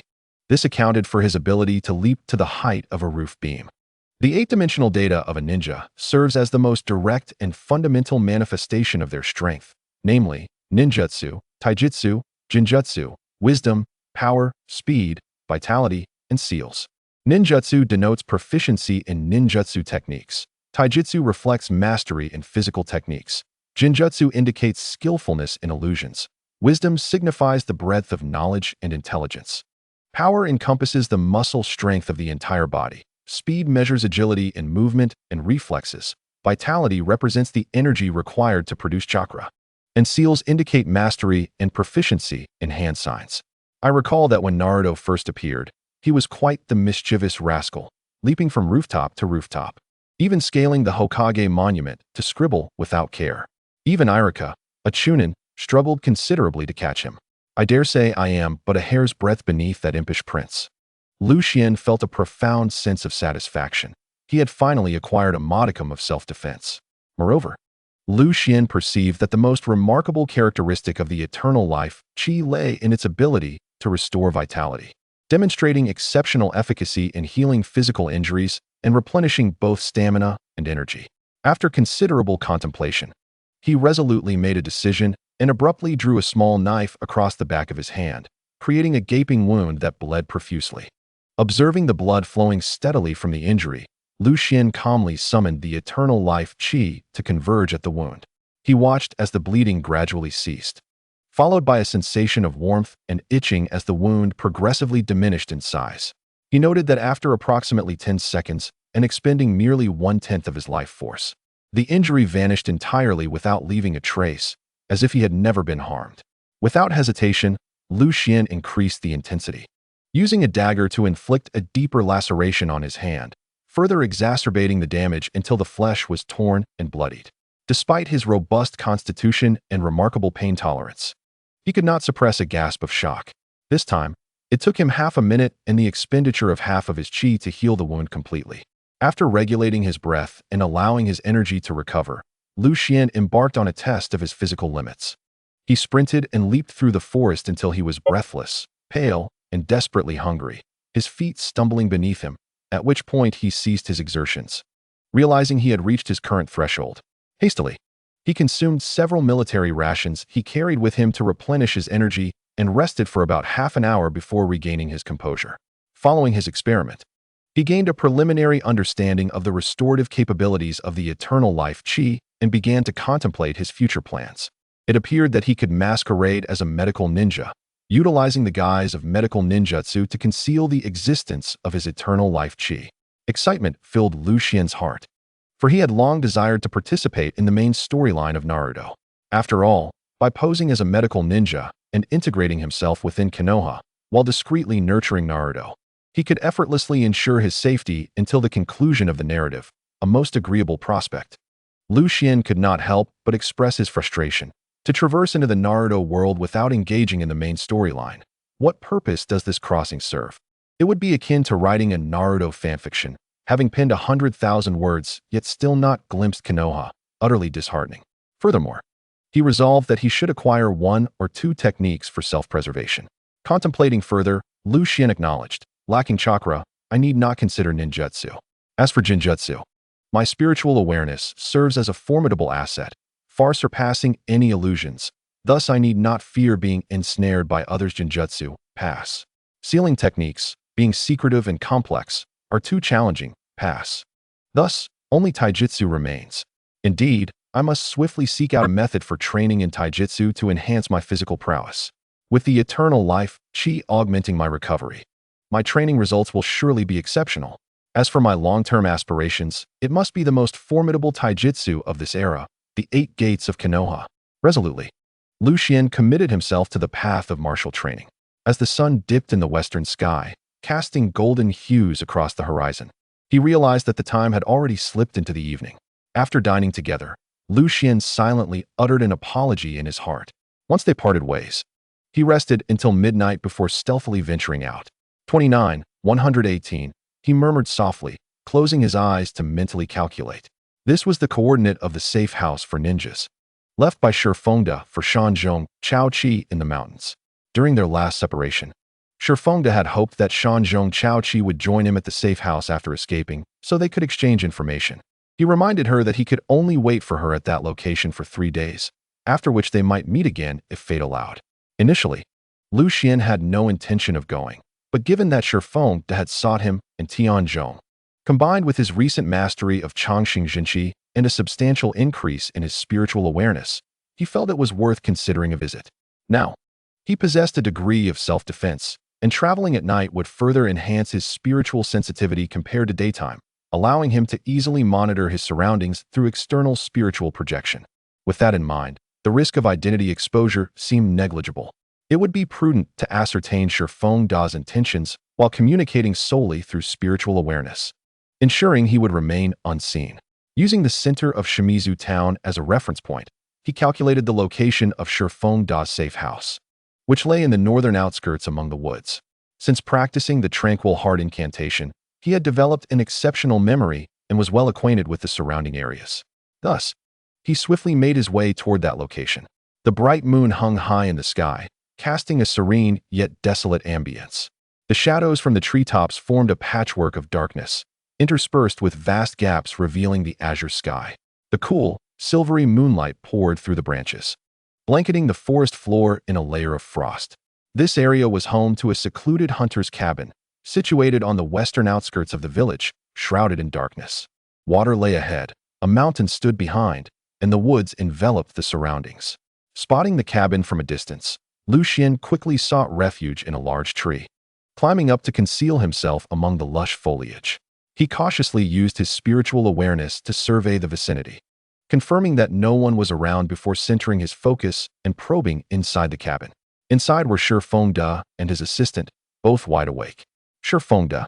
This is Shanzhong Chao Qi. Lu Xian connected with Shifeng Da through his spiritual awareness, conveying his thoughts. Shifeng Da was momentarily taken aback, standing up to head outside, but suddenly halted and sat back down. His middle-aged partner, disturbed by this, inquired, "Captain Shifeng, what is the matter?" Irritated, Shifeng Da waved his hand dismissively, grumbling, "Nothing, just a craving for alcohol." "Never mind, the mission takes precedence." He gazed dreamily at the moonlight spilling onto the floor, reminiscing, "Old partner, how long has it been since we got drunk together? This time, we must indulge thoroughly." The middle-aged partner chuckled in response, reassuringly replying, "It's a promise. Captain, once we return to Konoha, I will treat you to a grand feast, and we shan't leave until we're thoroughly intoxicated." Shifeng Da, with a glimmer of yearning in his eyes, draped his left arm around the shoulder of his middle-aged companion and sighed deeply. "It is settled, my old comrade. In the next life, let us be brothers once more." Before his words could fully dissipate into the air, two bolts of cold light shot from Shifeng Da's eyes. His right hand, concealed within his sleeve, darted forth like a venomous serpent, striking at the man he embraced. A soft squelch echoed as it pierced through his companion's heart. Despite Lu Xian's mastery of meditation and spells, he was taken aback, struggling to comprehend whether the man had lost his sanity. Shifeng Da clung tightly to his companion's lifeless form, weeping softly in anguish. Initially bewildered, the companion soon gasped for breath, his eyes glazing over. Summoning the last vestiges of his strength, he murmured, "Forgive me, brother," before tilting his head, his eyes remaining forever closed. Wiping away his tears, Shifeng's voice trembled as he said, "Brother, you go ahead. I shall join you shortly." He dried his tears and internally lamented, "I apologize, Miss Yamashiro, for frightening you." Lu Xian, devoid of any emotion, coldly replied, "I am not frightened. Rather, I have witnessed quite a performance. I wonder why Lord Shifeng has resorted to such lethal measures." Shifeng sighed heavily. He was once a man of integrity. He has betrayed Konoha and become a pawn of Danzo. "Danzo?" Lu Xian inquired, puzzled. "The curse of the tongue's eradication seal." Shifeng ground his teeth, forcing each word out. With utmost care, Shifeng laid the lifeless body to rest, gently closing his companion's eyes before regaining his composure. "Ever since our return from the mission, I have attempted several times to discuss the shadowy figure mentioned by Miss Yamashiro, but he consistently evaded the conversation, speaking in vague terms whenever Danzo's name was brought up." Lu Xian narrowed his eyes slightly, stroking his chin in contemplation. The sealing techniques exclusive to Konoha's root are said to involve Danzo placing a curse seal on the tongues of his subordinates. If they utter anything related to him, they become paralyzed, rendered unable to speak or move. Danzo employs this to bind his underlings, preventing them from revealing his secrets. With a fierce determination, Shifeng pried open his companion's mouth and severed his tongue at its root, casting a disdainful glance at the severed piece before discarding it on the ground. In anguish, he murmured, "My friend, forgive my desecration of your body, but I believe you would never wish to remain under Danzo's control in the realm of the dead." Lu Xian's spiritual sense probed the severed tongue, revealing a sinister energy coiling around it, manifesting the hexagram of the upper and lower trigrams. His pupils constricted as he pondered, Is this the curse of the tongue's eradication seal? Shurfeng's voice rose in anger. This is the dark seal that binds the soul. The Shimura clan truly lives up to its reputation as the legendary masters of dark sealing techniques, employing various despicable spells to manipulate others. His tone softened as he reminisced. About 3 years ago, after many years apart, we became partners again. The man who once reveled in drink claimed to have given it up. Soon after, I realized that the kind-hearted optimist I once knew had transformed. As he spoke, Shurfeng's demeanor remained devoid of joy or sorrow, as if the words belonged to another. Yet, the sorrow in his eyes was so profound that it dimmed the very moonlight above. Chapter 36. The 10 Clans. There is no greater sorrow than a heart that has ceased to hope. Shurfeng continued, saying that since then, he had become taciturn. It is no wonder. I understand that he has suffered a tremendous blow and been hurt by his teammates. However, I never anticipated that he would thus devote himself to Danzo. Lu Xian interjected. I have heard that although Danzo is paranoid and gloomy, he is exceedingly loyal to Konoha. Aligning oneself with Danzo does not necessarily imply betrayal of Konoha, does it? Furthermore, the information I have gathered suggests that there are merely shadows of Danzo behind the black market, which remains speculative and unverified. Why then did you hastily resort to such drastic measures? Lu Xian, in his heart, scorned the notion that Shurfeng would cast blame upon the infamous Danzo merely for amusement. Were it not for Benzema's absence, who could possibly challenge Danzo's position? If his careless words were to lead to someone's demise, the repercussions would be dire. Just as Lu Xian completed his inquiry with his spiritual sense, he could still hear laughter emanating from the cabin in the distance, despite his concealed position among the trees. In the stillness of the night, that abrupt laughter was jarring. Upon hearing it, Shurfeng laughed heartily a few times, yet his expression bore no trace of mirth, and his laughter dripped with scorn. He coldly remarked, "Loyal to Konoha? Humph. Even Danzo himself might be inclined to believe such a notion. The rhetoric of shouldering the village's darkness, of being the sunlit leaf while I remained the root in shadows. His words have deceived not only the third Hokage but even himself, as he has long since become a true believer in his own fabrications." Shurfeng derided inwardly, thinking, deceiving others is challenging. Maintaining the deception is even more arduous. Yet the most difficult task is to deceive oneself to the point of unwavering belief.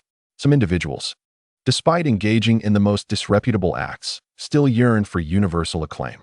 Lu Xian nodded in agreement, recalling that the ancients could discern virtue from vice through one's words and actions.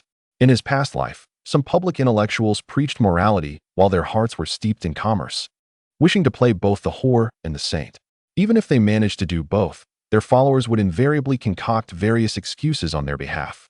With a derisive chuckle, Shurfeng bitterly stated, Danzo is ruthless and cunning, yet he insists on adopting the guise of self-sacrifice for Konoha, seeking justification for his actions and indulging in self-pity. After all, when one has committed numerous misdeeds, one must find some grand excuse. Otherwise, they would not dare traverse the night roads. Shurfeng, still brimming with anger, continued in his thoughts. I would not wrongfully accuse Danzo. In truth, I have long been covertly gathering evidence of his betrayal against Konoha. The ledger I pilfered that day has been deciphered, serving as irrefutable proof of Danzo's guilt. Alas, it is infuriating. Why did you choose to align yourself with Danzo? 2 lines of blood tears suddenly streamed down Shurfeng's pale face. Even though Lu Xian observed this with his spiritual sense, he was taken aback and hastily inquired, My lord Shurfeng, are you all right? Nothing of concern, no need to fret. Shurfeng calmly wiped away the blood tears and continued, He is my benefactor and my esteemed mentor. It was he who first guided me onto the battlefield. Regrettably, after I became a Jonin, he remained a Chunin. Although he professes indifference, I know in my heart that he harbors great resentment. He is truly discontented. He could have been promoted to Jonin long ago.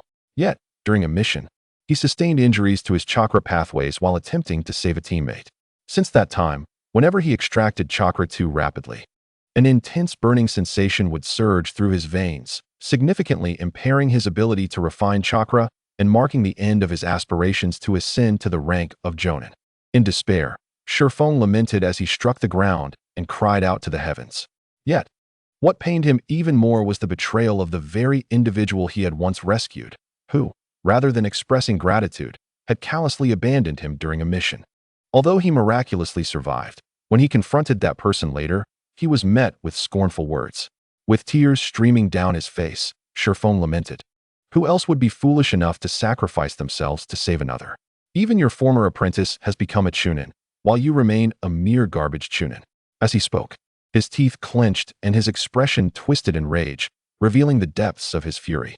That individual continued, asserting that one must prioritize their own interests, for a ninja, whose profession is to kill, must inherently be ruthless and devoid of compassion. Overcome with rage, Shifeng instinctively swung a fist, yet as a mere chunin. He was no match for his opponent, a jonin.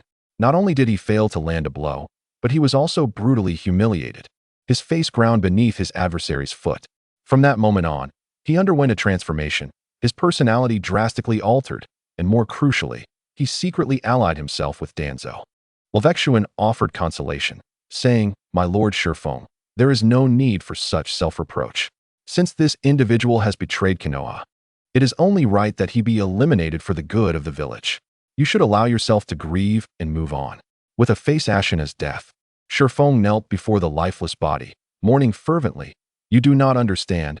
You do not understand." He shifted the topic, inquiring, as a member of the Yamashiro clan, Miss Saori, you must be familiar with the legends of the 10 great clans of Konoha, correct? The 10 great clans of Konoha? They must be the prominent ninja families within the village, Levexuan mused, counting them off. Senju, Uchiha, Sarutobi, Hyuga, Inazuka, Nara, Akimichi, Yamanaka, Uzumaki, and Inazuka. Not quite. Shifeng shook his head. While the relationship between Konoha and the Uzumaki clan has been amicable for generations, with Lady Uzumaki Mido, the wife of Lord Senju Hashirama, being a member of the Uzumaki clan, they do not belong to the 10 great clans of Konoha. Oh, Levexuan queried, puzzled. If these 10 clans are so renowned within the village, then who could possibly be excluded if not the Uzumaki clan? It cannot be the Fuma clan or the Taketorai clan. Shifeng remained non-committal, responding thoughtfully. The 10 great clans refer to the founding families of Konoha, revered as the clans of the 10 pillars of the country, each capable of rivaling an entire nation. Families such as the Senju, Uchiha, and Hyuga, known for their bloodline limits, require no further elaboration. The Sarutobi clan, as you may know, Miss Saori, is also significant, or you might consult your little friend, Levexuan. Is it a chakra bloodline? Levexuan inquired. Indeed, Shifeng nodded. Such hidden matters can be uncovered by those who seek them. In the past, the Sarutobi clan, through their chakra bloodline techniques, extended favors to many ninja families, earning them the title of the foremost ninja clan beneath the Sage clan, despite their small numbers. Moreover, the 3 clans of the pig, deer, and butterfly are interconnected, each possessing exquisitely unique secretive ninjutsu. Each clan has its strengths, and since Miss Chi-Chi hails from the mountain tribe, she is undoubtedly well-versed in these matters. I shall refrain from embarrassing myself before you. Additionally, there exists the Oilwoman clan, adept in insect manipulation, and the Inazuka clan, known for their breeding of ninja dogs. Shifeng spoke solemnly. In times past, the collaboration between Lord Senju Hashirama and Uchiha Madara to establish the ninja village reverberated throughout the ninja world, and the name of Konoha soared to unprecedented heights. Its prestige unmatched. In that moment, the ninja world was engulfed in a tempest, with heroes from all directions vying to join. Konoha entered a golden age of development and expansion, its name echoing across the land. A nostalgic expression crossed Shifeng's face as he unconsciously puffed out his chest, clearly taking pride in this legacy. Subsequently, under Hashirama's leadership, the 10 great clans collectively signed the Konoha Treaty. The first stipulation mandated that from that point onward, all ninjas of Konoha would prioritize the interests of Konoha above all else, respecting the Hokage's central authority over the village and affirming the Hokage's independent command. The second clause delineated the rights and freedoms of ninjas. Shifeng continued, once the treaty was established, it was imperative to delineate roles and clarify hierarchies. Lucian secretly concurred. For the principle of respecting the virtuous ensures stability, social stratification brings order, familiarity and distance dictate conduct, and the distinction between the young and the old fosters success in endeavors. Even the notorious Kurizakuro, merely a criminal leader, would reference cosmic principles to classify the 108 warriors into ranks, invoking the natural order and numerical laws, daring anyone to defy them. Such hierarchical distinctions are an inevitable aspect of all organizations. Shifeng, with genuine admiration, remarked, "The heads of the 10 clans affixed their signatures." And the assembly unanimously proclaimed Senju Hashirama as the foremost leader, with Uchiha Madara following as the second. Lu Xun nodded, acknowledging that throughout the establishment of Konoha, in terms of strength, prestige, and the hearts of the people, Hashirama indeed stood as the preeminent figure. As for Madara, who would dare place anyone before him? Unless it were through the might of Susanoo that could obliterate an adversary. At this point, Shifeng halted abruptly, his features contorting as Lu Xun sensed a complex blend of shame and resentment emanating from Shifeng's spirit energy. However, the identity of the third signatory sparked controversy. Lu Xun inquired, "Was it not the Hyuga clan?" Shifeng shook his head. "No, while the Hyuga clan is also a bloodline limit clan, they excel solely in taijutsu, displaying an excessive specialization. At that time, the universally recognized clans beneath the bloodline limit were two. One, the esteemed but sparse Sarutobi clan, and the other, the populous and fervent Shimura clan." The Shimura clan? Shimura Danzo. Was he not a solitary figure? Lu Xun, perplexed, questioned, "Why have I never heard of any kin belonging to the old ghost Danzo?" It was only natural for Lu Xun to be astonished. In his previous life, while watching Naruto, Sarutobi Hiruzen had at least descendants, yet Danzo stood alone, devoid of any clan. You are unaware, for the Shimura clan, alongside the Sarutobi clan, was lauded as the foremost clan beneath the bloodline limit, renowned for their extensive ninjutsu and enigmatic sealing techniques. Shifeng expressed his disdain, stating that unlike the Sarutobi clan, who generously extend their kindness and cultivate friendships in the light, the Shimura clan is not a lineage passed down through blood, but rather a collective of scattered ninjas who forge contracts of servitude through ninjutsu, coalescing into a clandestine mercenary group shrouded in darkness. During the Warring States period, the Shimura clan became renowned for their omnipresent intelligence gathering, their ninjas pledging never to betray. And one might wonder what enabled such loyalty.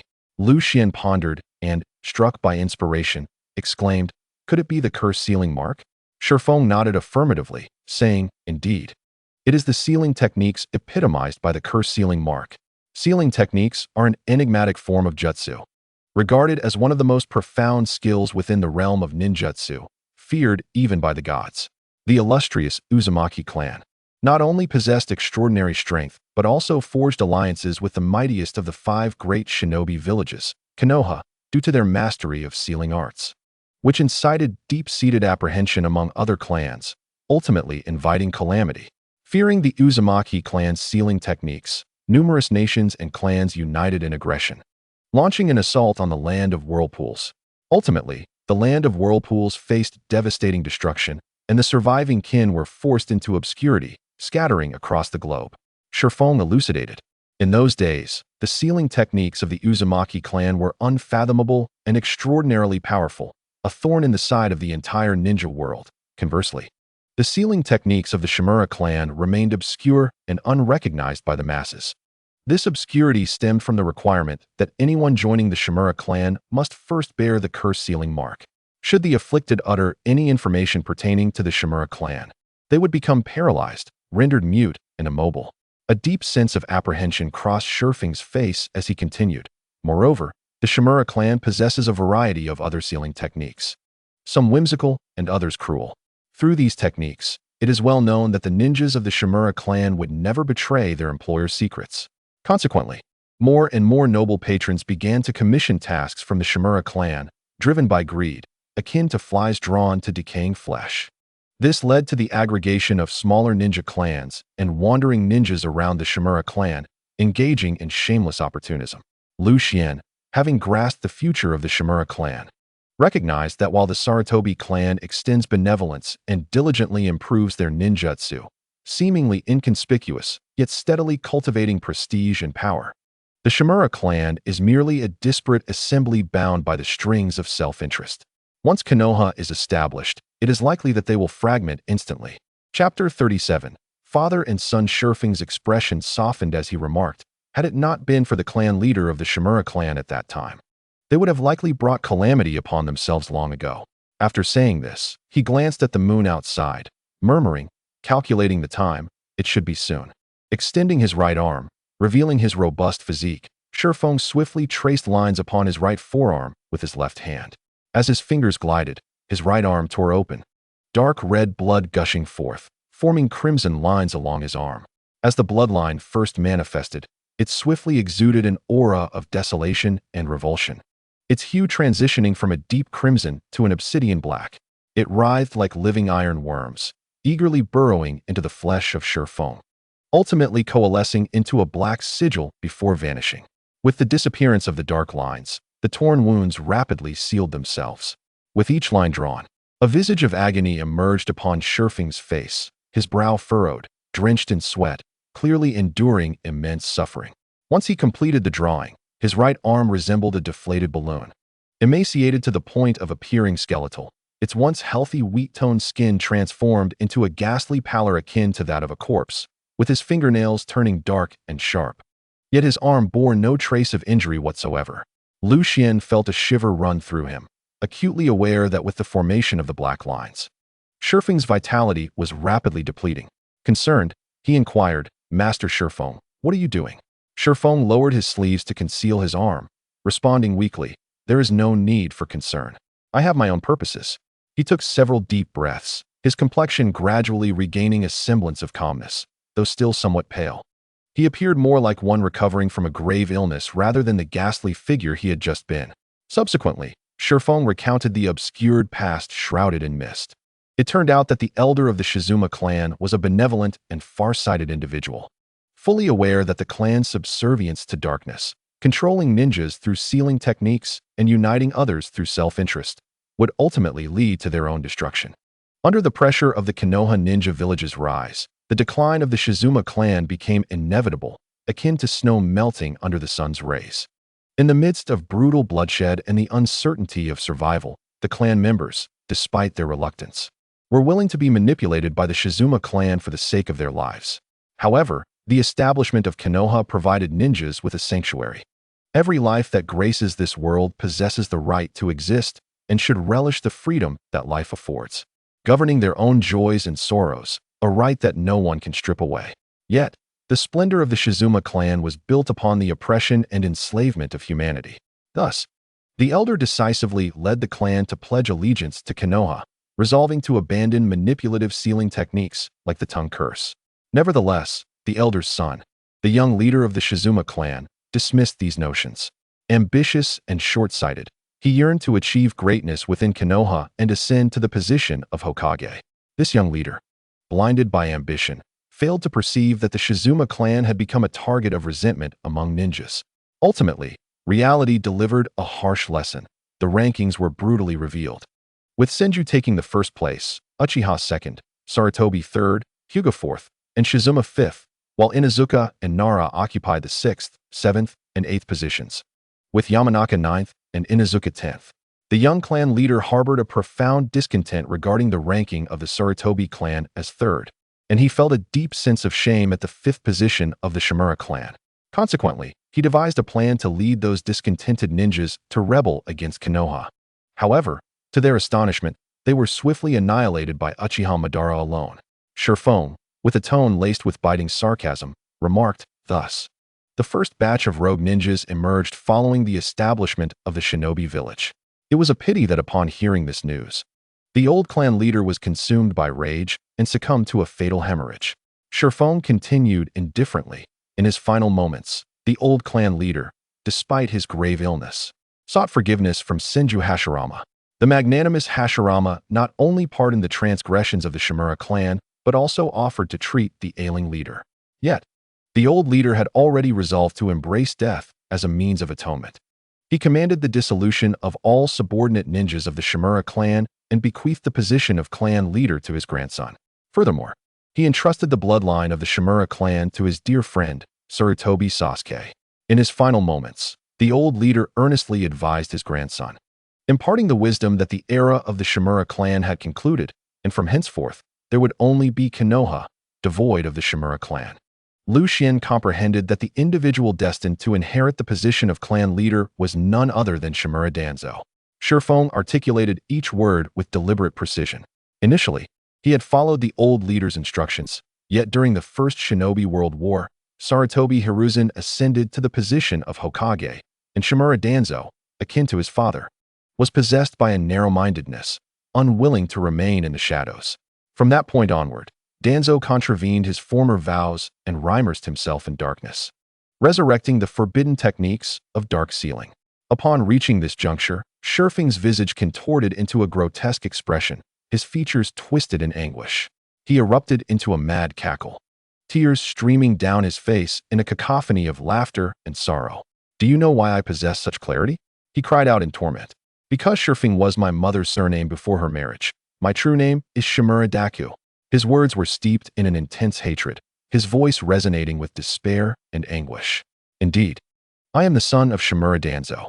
I am the very first individual in this world to have been ensnared by Danzo's dark sealing techniques. From the moment of my birth, I was marked by the seals of the Shimura clan." Lu Xian was taken aback, grappling with the revelation that Shurfeng was indeed the son of Shimura Danzo. Witnessing Shurfeng's tormented existence, he felt a surge of compassion and offered solace, saying, "Lord Shurfeng, why must you dwell on this? We do not choose our birth, but we can shape our future. You have freed yourself from the Shimura clan, have you not?" Shurfeng gradually regained his composure, initially nodding before shaking his head, letting out a deep sigh as he remarked, "To sever ties with the Shimura clan is no simple feat. As I grew, Danzo gradually assigned me tasks of a nefarious nature. After all, I am not only his son but also bound by the bloodline's cursed seals." After participating in the inhumane and merciless human experiments orchestrated by Danzo, I was engulfed by a profound sense of fear and shame. If this continues, Danzo will inevitably drag the Shimura clan into an abyss from which there is no return, inflicting grave harm upon Konoha. Shurfeng, with a sense of helplessness, lamented, "Bound by the seal of tongue calamity, I am unable to divulge any secrets regarding Danzo's inhumane experiments on human subjects." He evidently recalled something profoundly repugnant and terrifying, trembling all over, his face reflecting both revulsion and a deep-seated fear. Shurfeng doubled over, retching painfully, his countenance pale, as he remarked, "You have no idea just how inhumane Shimura Danzo truly is."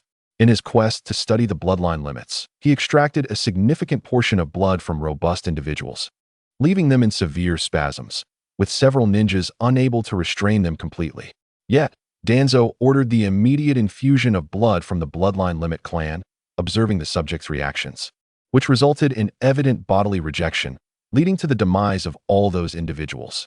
He frantically researched the impact of bloodline limit blood on fetuses, compelling women to conceive and then injecting them with this blood, performing vivisections once the fetus developed, scrutinizing its condition. Additionally, there were various other diabolical human experiments, embodying the most merciless trials conceivable, particularly those aimed at mass destruction of enemies or healing one's own kin. Danzo spared no effort in conducting them. The countless victims who perished tragically left no ashes behind. Their fate was even worse than that of the animals used in experiments, which at least received burial. All of this was meticulously documented in Experiment Report number 137. Lu Xian felt a chill in his heart as he recalled that Danzo had 10 Sharingan implanted in his right arm, with the right eye being that of Uchiha Shursui. The burden of 11 Sharingan would inflict immense mental strain on the body, hence Danzo had integrated Hashirama's cells into his right arm. It now appeared that behind these experiments lay mountains of bleached bones, irredeemably stained with fresh blood, an insurmountable catalog of heinous crimes. Perhaps Danzo adhered to the belief, "I will protect Konoha at all costs. But what of us? We are the price." Shurfeng bitterly exclaimed, "However, I have still uncovered the lifeline of that old wretch. To conduct these malevolent human experiments, he must carefully conceal his actions from Konoha. Initially, he could line his pockets and cobble together resources. But as the demands for funding grew increasingly vast, I stumbled upon an opportunity that revealed Danzo was orchestrating trade smuggling to finance his experiments in the southeastern coastal region of the Land of Fire. Thus, I assumed a new identity to investigate. If I can uncover evidence of smuggling and disrupt that old beast's financial network, I shall deliver him a significant blow." Shurfeng glanced at the pitch-black night outside, alluding, "And then, I encountered you, Miss Yamashiro Kaki." Shurfeng had also practiced the dark sealing technique. And when Yamashiro Kaki communicated through her spiritual sense about Konoha, he felt a familiar resonance emanating from his partner, indicative of the dark ceiling restriction. It was evident that his partner, intimidated by the name Shimura Danzo, had inadvertently revealed that they were ensnared by a dark ceiling restriction. Shifeng was regarded by Danzo as the natural successor, receiving careful instruction from him. Thus he possessed a profound familiarity with dark ceiling techniques. Under a shroud of doubt, he cautiously tested various avenues, ultimately confirming that his partner had indeed allied with Shimura Danzo. He himself was the route placed in the southeastern region of Konoha by Shimura Danzo, tasked with safeguarding smuggling operations. Shifeng Dama speculated that, firstly, his partner exhibited a conspicuous psychological vulnerability, driven by a desire to heal his own internal channels and cleanse the shame of past experiences, thus providing Danzo with an opportunity to exploit. Secondly, although merely a chunin, his partner was a native ninja of the southeastern region. Any outsider seeking trust from the village must first serve in the Yambu, primarily as a spy, lurking abroad to demonstrate loyalty. This speaks volumes about his partner's adeptness at infiltration. Moreover, his affable and generous companion had friends scattered throughout the southeastern region, rendering him unsuspected by anyone as a benign presence. Meanwhile, Shifeng Dama found it curious that the mental communication with Lu Xian had not triggered the prohibitive seal of the tongue harm root. He had summoned Shanzhong Caoqi, intent on conveying the entirety of the situation. Shifeng Dama expressed relief, stating, "I once thought these sins would remain unspoken until Shimura Danzo's death. But the prospect of his demise is daunting."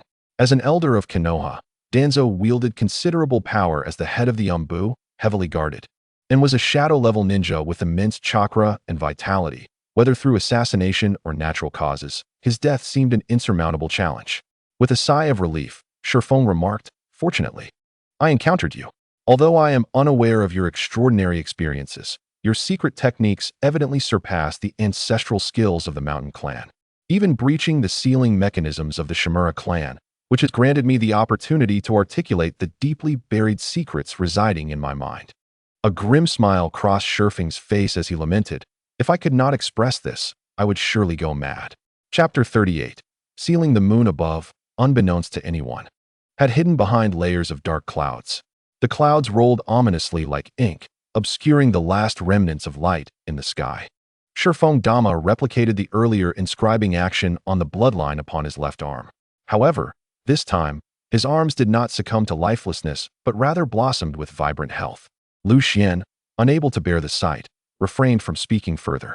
At this moment, Shifeng Dama had reached a state of utter exhaustion, burning through his own life force in a frenzied display of vitality.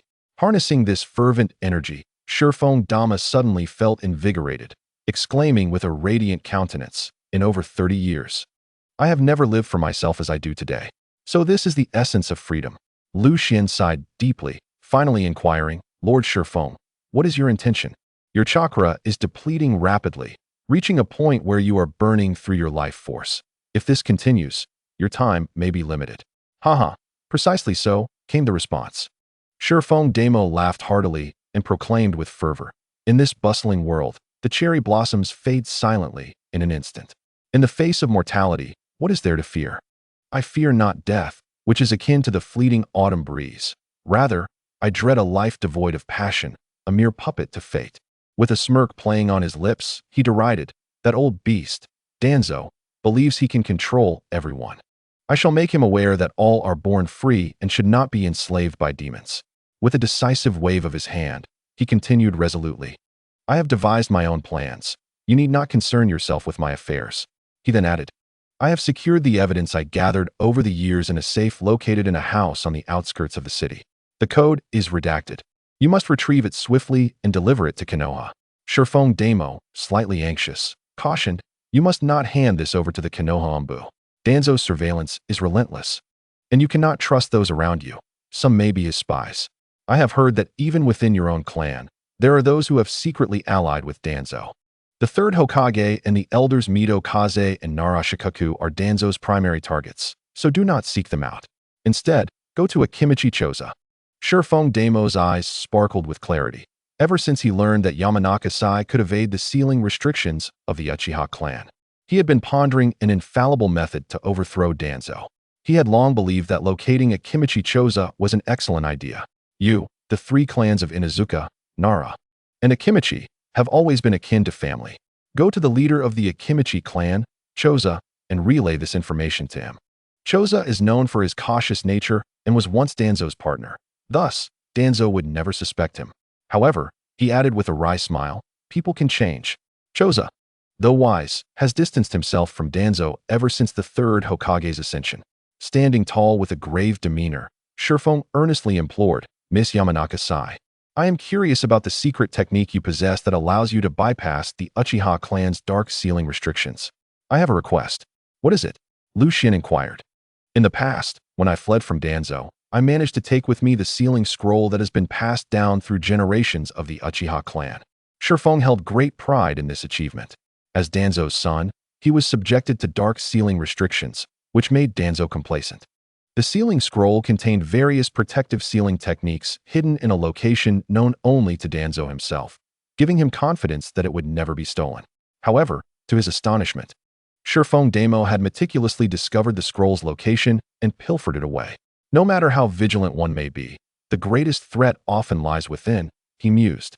For Danzo had ultimately faltered, allowing him to seize the scroll. With a serious expression, Shifeng implored, I had intended to destroy the sealing scroll, but there are many, like myself, who have been enslaved by Danzo. The key to liberating them lies within that scroll. Once I incinerate the Book of Seals, this world shall be left solely with the clarity of Tuanzo's dark sealing secrets. Thus, I earnestly beseech Miss Yamashiro to delve into the mysteries of breaking the dark sealing techniques and liberate those enslaved by Tuanzo. Lu Xian remained silent for a moment, furrowing his brow in confusion. Are you not concerned that I might fall into the same darkness as the new Shimura Tuanzo? Shifeng waved his hand dismissively, his confidence unshaken. Tuanzo's ability to summon storms with the Book of Dark Seals stems from his borrowed might, wielding the power of Konoha's Umbu for personal gain. And what of Miss Oki? What do you intend to rely upon? The Yamashiro clan? Do not forget that the bond among the Inuzuka, Nara, and Akimichi clans lies in their equal strength. None can dominate the others. When united, they stand unafraid of other clans. Should the Yamashiro clan attempt to exploit the dark sealing techniques, the Inuzuka, Nara, and Akimichi clans would surely become a relic of the past. Moreover, it is not that I underestimate Miss Oki. Your ability to break the dark sealing techniques is indeed remarkable. However, the Shimura clan's dark sealing arts are a legacy of ancient divine techniques. Without the support of Konoha, Miss Oki could perhaps unravel one or two seals on her own, but to break them all would likely be beyond her reach. Shifeng's gaze burned with intensity as he focused ahead, as if Miss Oki stood before him. He was unaware of the method she employed to circumvent the dark sealing techniques, but it was certainly not derived from the Yamashiro clan's ninjutsu. He hoped fervently that Miss Oki would research and decipher the sealing arts, rescuing those tormented souls under Tuanzo's control from their suffering.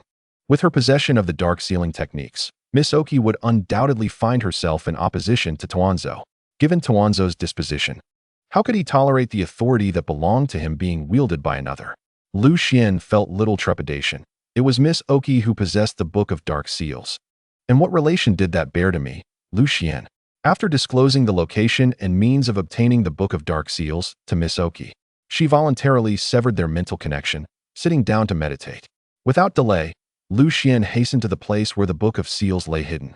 Deep within the forest stood a millennium-old locust tree, its gnarled roots and sprawling branches creating a formidable presence, nearly eclipsing the entire world.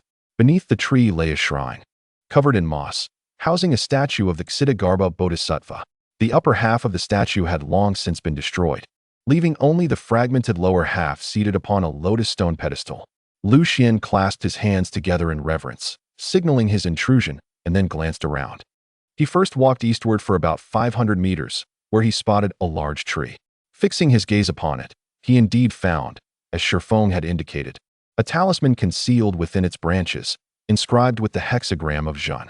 Li is south, Qin is north, Zhen is east, and Dui is west. The later heaven's 8 trigrams? Lu Xian murmured. Following Shifeng's guidance, he centered himself at the shrine with a radius of 500 meters, using the Zhen hexagram as a starting point to locate 8 trees adorned with talismans. The talisman affixed to the great tree, as described by Shifeng, was concealed by a sealing technique, rendering it invisible to the average observer.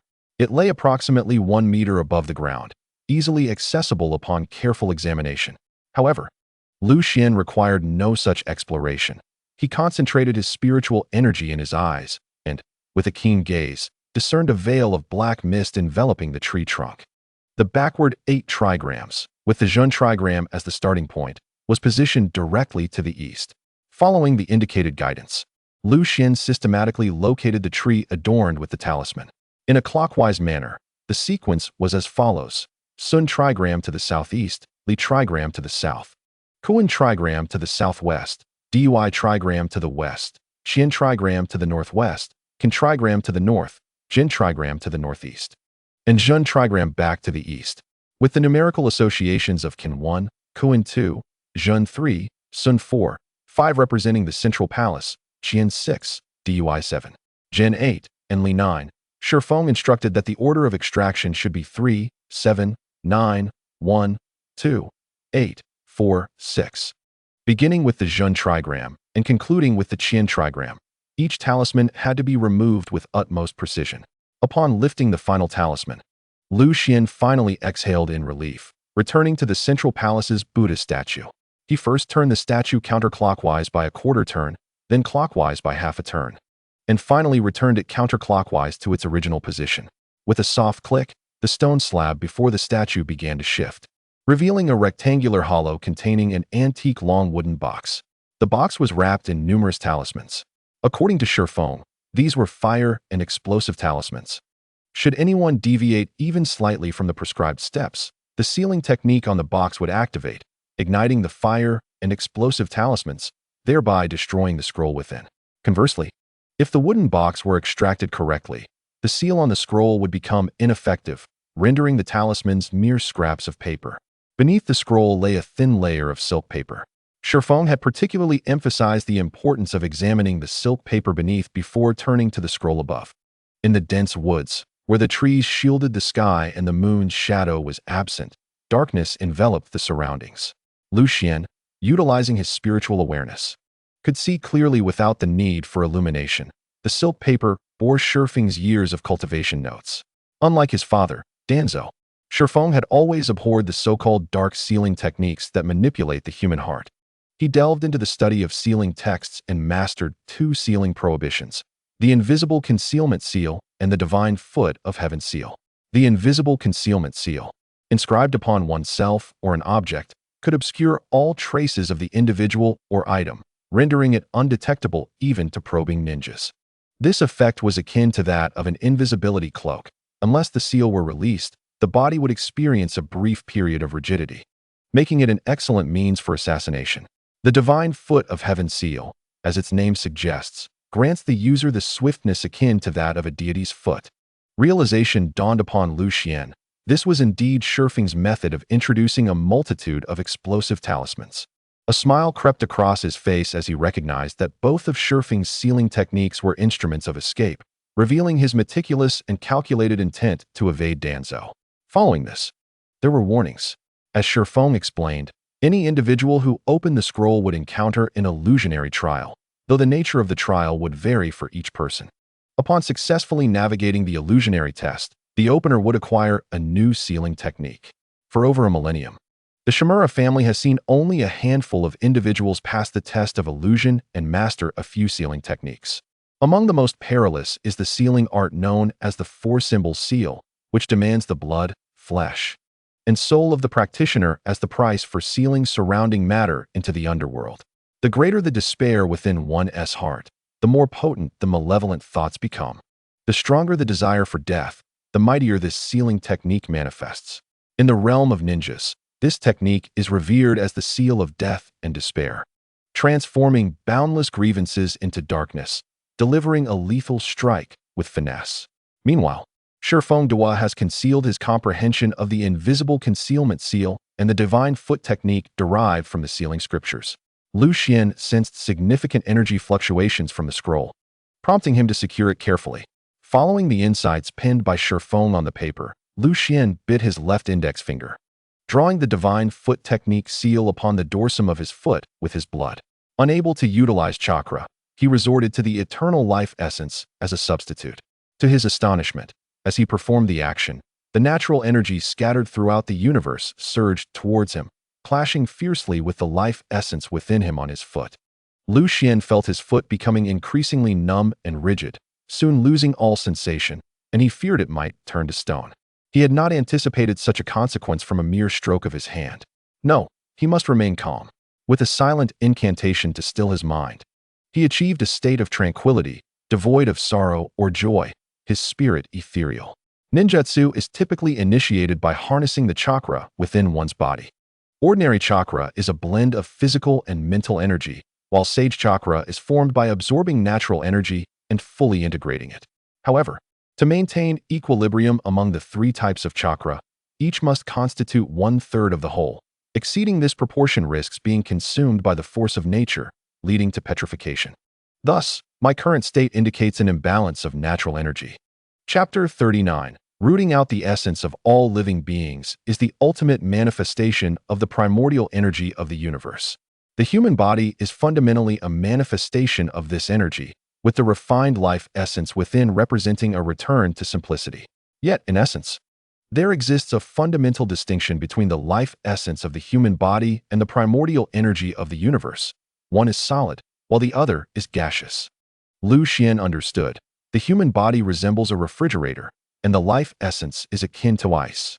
The body tightly confines the life essence within, preventing it from melting. However, if one carelessly removes this ice from the protective confines of the refrigerator, the primordial energy will rush forth, unimpeded. Without intervention, the ice will melt into a puddle, ultimately vanishing without a trace. Thus, it is imperative to first open the 365 meridians within the body to solidify the foundation before constructing the bridge to the universe and unlocking the mysterious gate, ensuring that the life essence does not succumb to the primordial energy. In essence, I must gradually open the refrigerator door while simultaneously enhancing its cooling efficiency, so that the ice within does not melt. However, my spiritual essence is formidable, and inadvertently, I forcefully summoned the eternal life energy within me to inscribe the talisman, recklessly intertwining it with the primordial energies of the universe.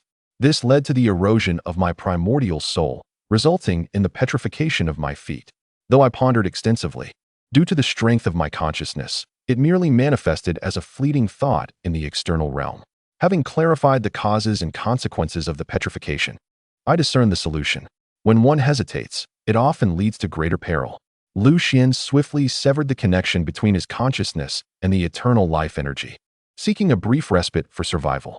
Then, he used his mental energy as a brush, the eternal life energy as ink, and the primordial energies of the universe as water, merging the two to create the ink. What a significant loss. The mental energy I sacrificed this time amounts to nearly 2/3 of my spiritual essence.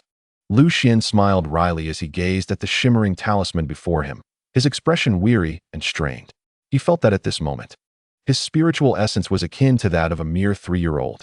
Before him, dazzling yet gentle rays of light intertwined and flickered, ultimately coalescing into a pale golden talisman. Guided by Lu Xian's consciousness, the talisman slowly merged into his feet, revealing symbols above that were too short and one long, and below that were too long and one short. Simultaneously, under the influence of the talisman's energy, the sealing scroll that had been nestled in Lu Xian's embrace soared into the air, unfurling gracefully. Initially blank, the scroll began to resonate with a voice. And as the sound echoed, golden characters gradually emerged upon the once blank surface, much like the stone walls of the Iraqi shrine in my childhood. These characters were imperceptible to the naked eye and inaudible to the ear, perceivable only by the soul's consciousness. The upper trigram represented thunder, while the lower trigram represented wind. Thus, thunder and wind stirred together, with thunder borrowing the might of the wind, and the wind aiding the ferocity of thunder, reinforcing each other's strength. Constancy, prosperous, without blame, beneficial for determination, advantageous for pursuits. The commentary states, constancy signifies duration. Firm above and yielding below, thunder and wind cooperate, moving in harmony. Both firmness and gentleness responding to one another.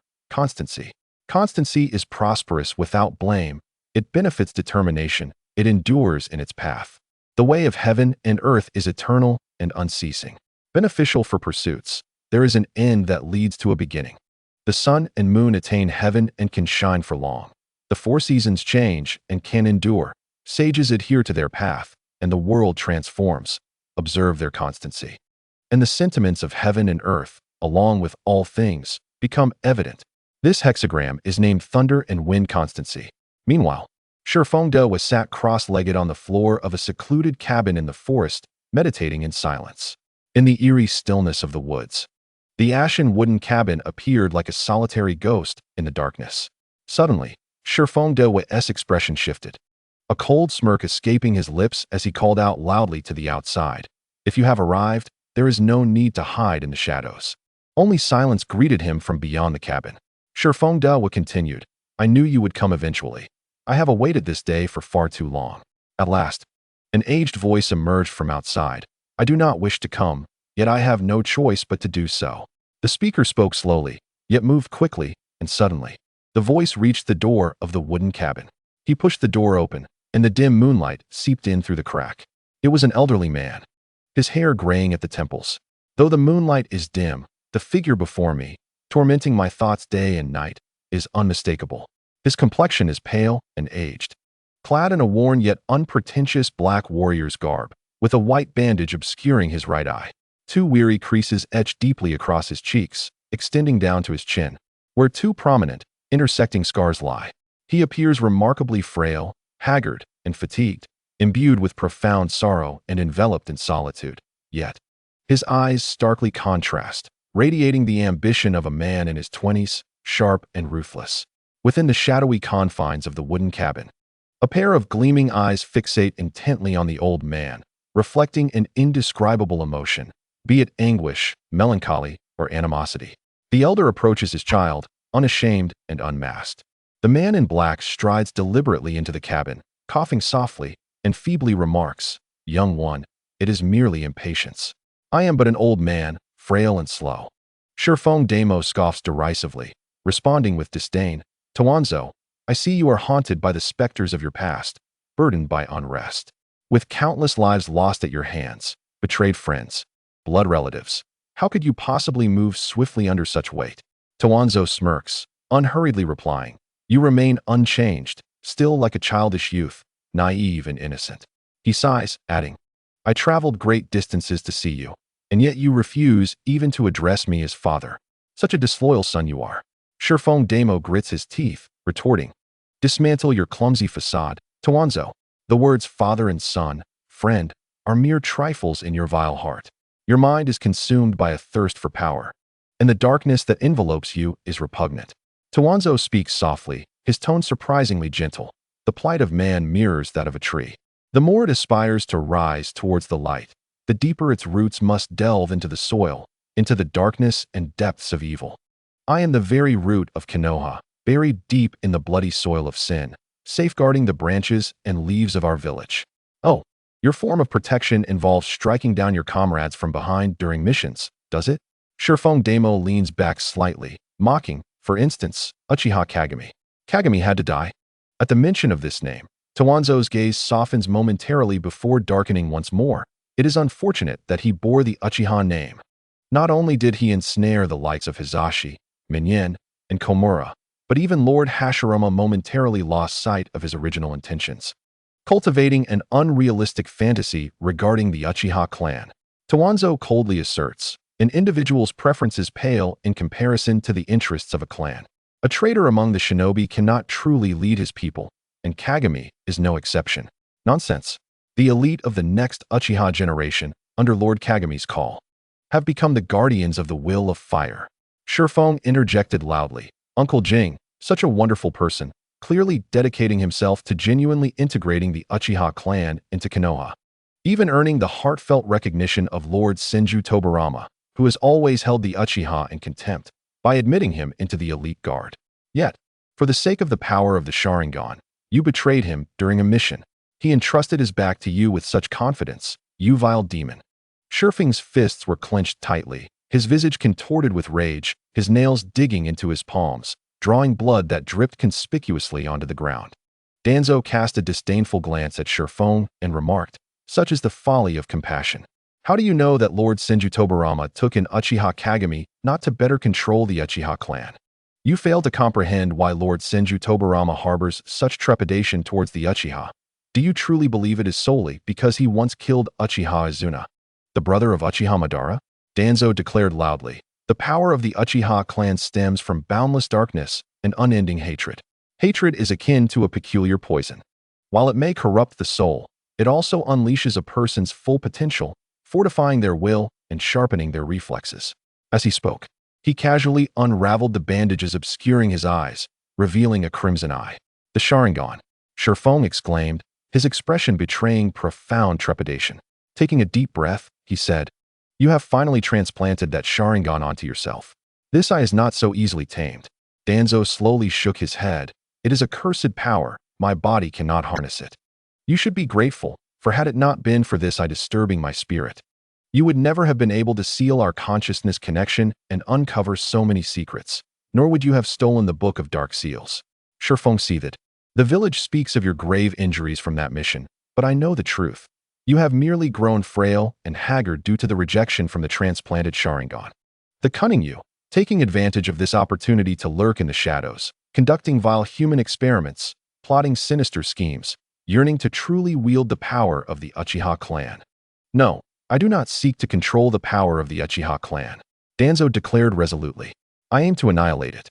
Only by truly merging with this power can one eradicate it fundamentally. Thanks to Uchiha Kagami's eye, I have realized that the Sharingan is a cursed eye. This has only solidified my resolve to exterminate the Uchiha clan." His tone was firm and self-assured, exuding confidence in his assertion. He continued, "The Uchiha clan, which grows stronger through hatred, is itself an original sin. If a person bears a tumor, the most prudent course of action is to excise it. And what of a village that harbors a tumor? The safety of countless lives hinges on the village's well-being. Thus the tumor must be eradicated." Tuan Zhang's voice suddenly brimmed with resentment.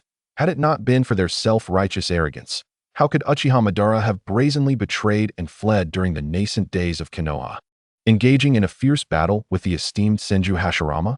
Tuan Zhang clenched his fists and remarked, "Even the Senju clan willingly relinquished the glory of being the foremost ninja clan, abandoning their parochial views to fragment into subclans such as the Nara and Haruno, forging marital alliances with the various clans of Konoha.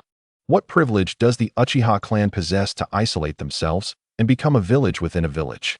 Shifeng was scoffed. "Such grandiloquent rhetoric is best saved for others." He disdainfully added, "To put it bluntly, your true envy lies in the power of the Uchiha clan. The Hyuga clan has not forsaken their own residence either. Once exalted, the Shimura clan was effortlessly dealt with by Uchiha Madara, rendering them a mere jest." Tuanzong immediately interrupted, his gaze sharp and filled with fury. "You too are a descendant of the Shimura clan. While you may reject my authority as your father, you must never insult the honor of the Shimura lineage." His anger was quickly subdued. The reason the Hyuga clan does not pose a dire threat to Konoha is that they have sealed themselves like caged birds. But what of the Uchiha clan? They are lawless. Tuanzong seethed. Until the Uchiha clan is eradicated, Konoha shall know no peace. Gentle measures, like those of Rijan, will not remedy the Uchiha's obstinate affliction anytime soon. With resolute determination, he proclaimed, "Konoha is rife with peril. There is no time to delay. We must employ swift and decisive measures to excise the poison." Utterly hypocritical, Shifeng retorted with disgust. "At that time, your failure to ascend as the third Hokage against Rijan left you deeply regretful. Uchiha Kagami was widely regarded as the foremost candidate for the next Hokage. He formed hand seals. Perhaps this is the very reason you sought to eliminate him, killing two birds with one stone, seizing his eyes while eliminating a formidable adversary to your own ambitions for the Hokage position. Yet, I must thank you for our idle chatter." From beneath their feet, scorching black seals emerged, enveloping their bodies and transforming into dark shackles. A profound sorrow and agony etched upon Shifeng's face, bearing the sin of patricide. "I can only descend into hell alongside you, my father." Chapter 40. Life and death. Towering trees reached for the heavens, shrouding the sun. The narrow forest path exuded an air of gloom and foreboding. Suddenly, a small figure darted out from the woods, seemingly defying gravity. Moving with the swiftness of a spectral entity, wild and fearsome, akin to a phantom of the woods, particularly eerie beneath the cold, pale moonlight. A sharp cry of pain echoed as the figure collided with the trunk of a towering tree, landing in a crumpled heap, moaning as they fell, revealing a rosy, youthful visage. Indeed a ghost, but merely a mischievous child, none other than Lucien. Lucien grimaced in pain, yet felt a surge of joy within. The technique known as the thunderous wind sign, which he had named, manifested as azure streaks of lightning entwining his feet, ultimately forming a black symbol of thunder and wind upon them. As the stripes emerged, a surge of azure energy converged beneath his feet, giving rise to two small wings at his ankles, crackling with thunder and shimmering with lightning. When the divination symbol ultimately transformed into a shade of black, the anomaly above his feet vanished. However, Lucien felt as though he had been equipped with an electric motor, bounding and leaping with unrestrained vigor, moving with astonishing swiftness. In a moment of exhilaration, he took great strides to test his maximum speed, only to find himself unable to halt, colliding into a tree and becoming momentarily disoriented. Had it not been for the protective aura of life energy within him, he might have suffered a nosebleed from the impact. By heavens, what exhilaration! If I had possessed this in my past life, I could have outshone Jordan in basketball and surpassed Bolt in athletics with effortless ease. Lucien mused, rubbing his face as he assessed his abilities. After invoking the stamp of thunderous speed, his top velocity rivaled that of the most advanced supercars from his previous existence. More importantly, this seal was a manifestation of his own spiritual essence, allowing him to wield it with remarkable dexterity, as if it were an extension of his own being, without the need to recite incantations or draw symbols anew. Although it did consume considerable energy, Lucien contemplated the two methods of utilizing it, either powering it continuously with life energy or depleting the seal's energy and storing it within his body for future use. In any case, he found himself thoroughly satisfied with this seal and began to daydream about the 8 trigrams, which consist of 8 symbols. The thunder and wind hexagrams are formed by the combination of the Jun and Sun trigrams, leading to a total of 64 possible seals through various permutations. If I were to master all 64 seals, wouldn't I be able to summon wind and rain at will? Although he was unaware of the existence of the 64 hexagrams in the I Ching, he nonetheless calculated their total based on his mathematical knowledge. Before Lucien could indulge further in his reverie, an abrupt jolt of awareness alerted him to the approach of 3 figures swiftly advancing towards his location. Having expended much of his life energy while playing with the stamp of thunderous speed, he realized he had little time to escape. Lucien hastily rose, disregarding the dust on his clothes, and, while extending his perception outward to cautiously survey his surroundings, he sought refuge in a large tree. He leaped into the lush canopy, crouching low on a sturdy branch, simultaneously calming his mind, holding his breath, and channeling his life energy to conceal his presence. The life energy contained within him allowed him to blend seamlessly into the forest, rendering him nearly invisible in this vibrant oasis rich with vitality, perfect for concealing oneself in the depths of the wilderness. The newcomers were 3 individuals clad in black robes, agile and nimble, their heads adorned with white masks featuring bizarre patterns, clearly intent on concealing their identities. After each selected a direction to investigate, they regrouped, their voices muffled by the masks. All clear, there's no one here. Indeed, no one at all. The earlier noise must have been caused by some monkeys or similar creatures. The master has commanded that no one is to approach the wooden cabin tonight. Anyone who dares to come near will be dealt with mercilessly. The wooden cabin? What wooden cabin? Besides the one at the stone peak, what other wooden cabin could there be in this vicinity? It appears that these 3 individuals are indeed rooted in their purpose, with the adult presumably referring to Danzo. Shurfeng's intention to distance himself was to avoid falling into Danzo's grasp. However, he never anticipated that he would swiftly cultivate the swift thunder seal. He had managed to evade his pursuers during the first half of the night and returned after traversing most of the county by dawn. Once the trio departed, Lucien uncovered Shurfeng's seal inscription, locating the concealment seal, and upon examination, discerned its core was based on the combination of Jin and Qian. Lucien, drawing a comparison to the swift thunder seal, which Shurfeng referred to as the divine foot technique, proceeded to replicate the concealment seal on his chest, masking his aura. He then activated the swift thunder seal on his feet and stealthily approached the wooden cabin. This particular concealment seal was crafted with the wisdom of experience. He first drew in natural energy, then blended it with his true qi before etching the design. Unlike the swift thunder seal, which had become an integral part of him, this seal would only remain effective for half an hour, making it a consumable resource. Just as he arrived at the cabin's entrance, he overheard the discussion regarding Uchiha Kagami. Danzo, restrained by Shifeng, expressed neither sorrow nor joy, stating, Uchiha Kagami lacks strategy, and Sarutobi Hiruzen is indecisive. Who else, but I should ascend to the position of Hokage. Only when I become Hokage and eradicate the internal threats can the flames of Konoha truly blaze. With a hopeful gaze directed at Shifeng, he continued with a gentle demeanor, You carry the blood of the Uchiha clan. You are destined to inherit the will of fire. Return to my side. Let us together reshape Konoha. Shifeng's gaze remained resolute, and he offered no response. Danzo persisted, You are the one I trust most. We are like father and son, bound by blood. Understand that blood is thicker than water. Though you may have misunderstood my past actions, know that everything I do is for the sake of Konoha and your future. Shifeng, filled with disdain, suddenly gasped for breath, perspiring profusely, his eyes growing distant. He stammered, Do not try to deceive me anymore, Danzo. Let us perish together. As the vitality within him rapidly diminished, he resembled a deflated balloon. His skin turning a ghastly shade of dark blue, large patches of decomposition manifesting across his body. Just as he appeared to be nothing but skin and bones.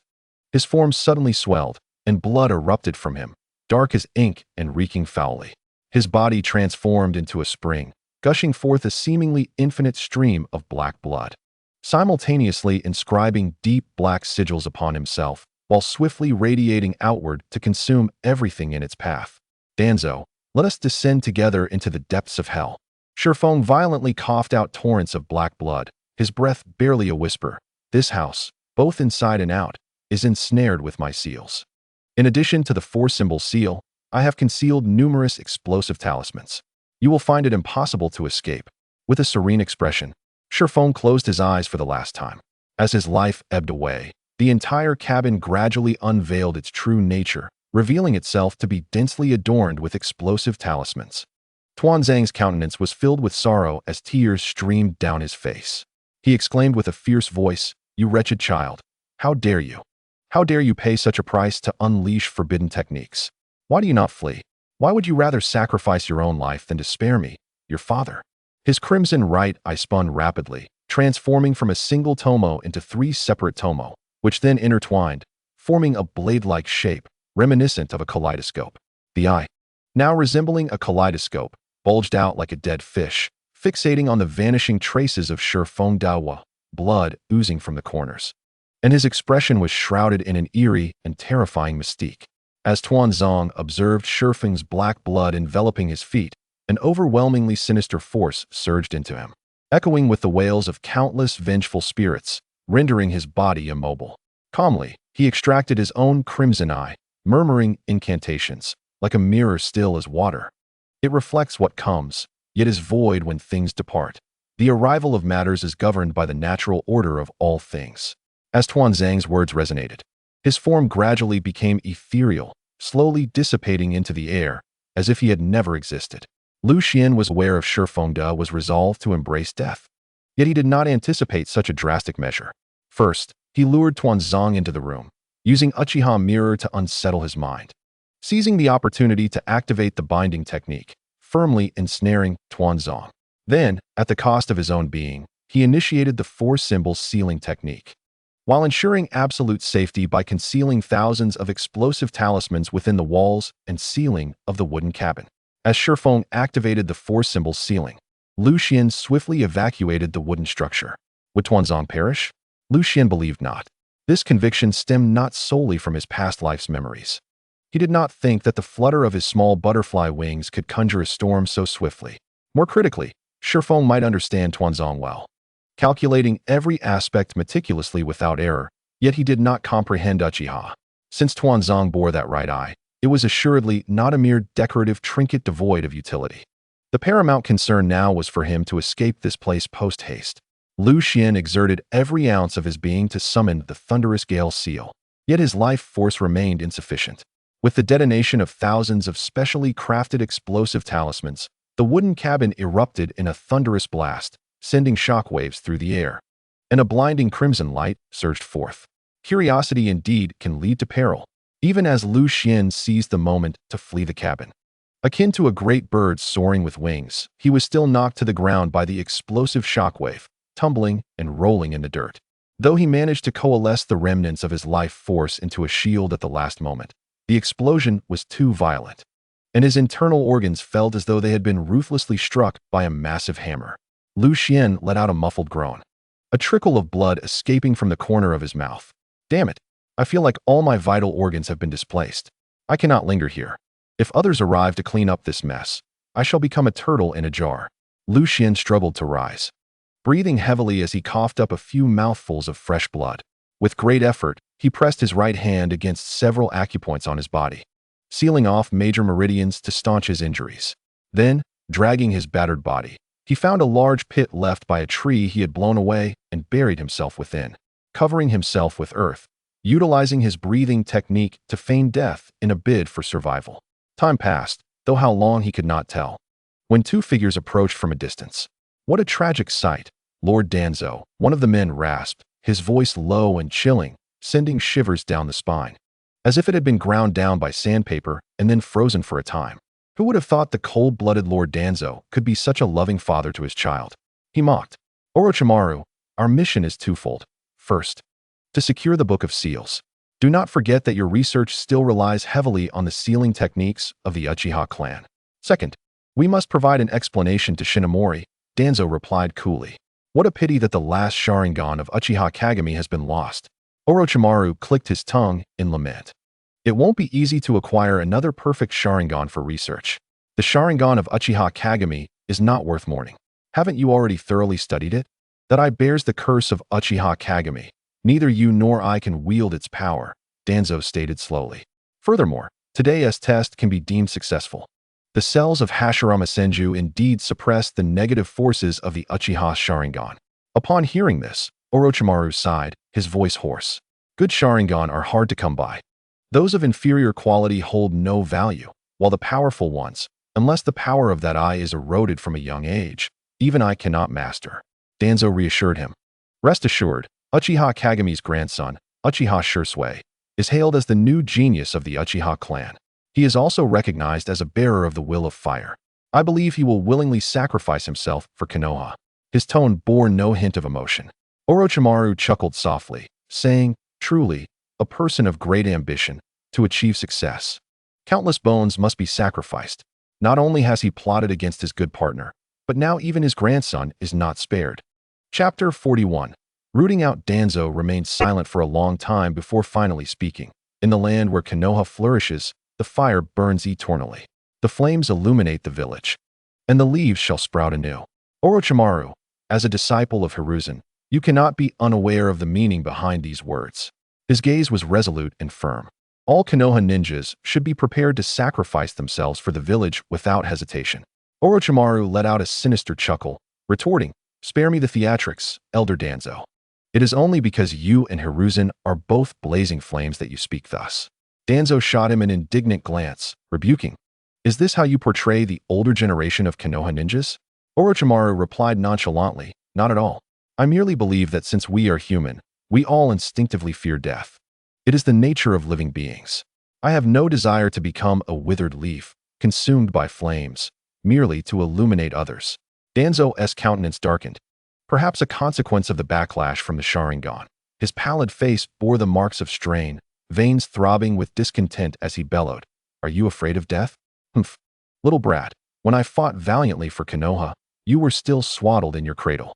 Should Konoha genuinely require my sacrifice, I would not hesitate. However, that moment is not now. He retorted fiercely, I am not a coward, yet I fear a death devoid of meaning. With a disdainful snort, Danzo remarked, Orochimaru. As one of the legendary three, you are a popular candidate for the next Hokage. With such superficial talent and shallow insight, I truly wonder how Hiruzen's educated you. As the direct disciple of the third Hokage, the legendary three have long been regarded as the most suitable candidates to inherit the Hokage title. Yet, Tsunade's gambling habits and impulsive nature, Jiraiya's lecherousness and frivolity, and Orochimaru's sinister cunning have sparked ongoing debates within the Elder Council. Fortunately, the bonds among the legendary three are akin to brotherhood. Tsunade, the most qualified to inherit the Hokage position, possesses the least flaws in her character. With Orochimaru and Jiraiya as her capable aides, alongside the support of Konoha's White Fang, the leadership team appears quite formidable. Such is the nature of the world. Most developments do not unfold as smoothly as envisioned. Even the Hokage cannot expect everything to proceed according to their wishes. Orochimaru, with a sardonic laugh, remarked, "What worth is the Hokage? Merely a fragile idol propped up by the masses, toiling for the village, yet upon death, transforming into stone, destined to weather and decay." His gaze grew cold as he absorbed the devastation of the scene before him, the harrowing images of war resurfacing in his mind, prompting him to cover his face, revealing only his icy eyes, murmuring, "This explosion's aftermath feels eerily familiar. Let me ponder. Senju Rope Tree was ensnared in a trap much like this, obliterated by a barrage of explosive tags, leaving no trace of his body. The human form is indeed fragile." He squinted slightly, surveying Danzo with a contemplative gaze. "TSK. To have escaped such a meticulous trap, the Sharingan possesses a talent that even the heavens envy. Such a remarkable Sharingan, wasted, what a pity." "Humph, Orochimaru. That is merely an illusion," Danzo asserted resolutely. "Forgetting our objective would be unwise. We seek the ultimate perfect ocular technique of the Uchiha clan. Born from the Sage of Six Paths ninjutsu, capable of reversing the tides of battle, is Anaji. The kaleidoscopic Sharingan's mirror technique is far more than just an illusion." Orochimaru chuckled dismissively. Reflecting thoughtfully, the Sharingan is indeed a wondrous ability. The art of reflection, akin to a mirror, creates replicas identical to the original entity, unless one vanquishes the duplicate. The original remains impervious to harm, a truly underhanded ability.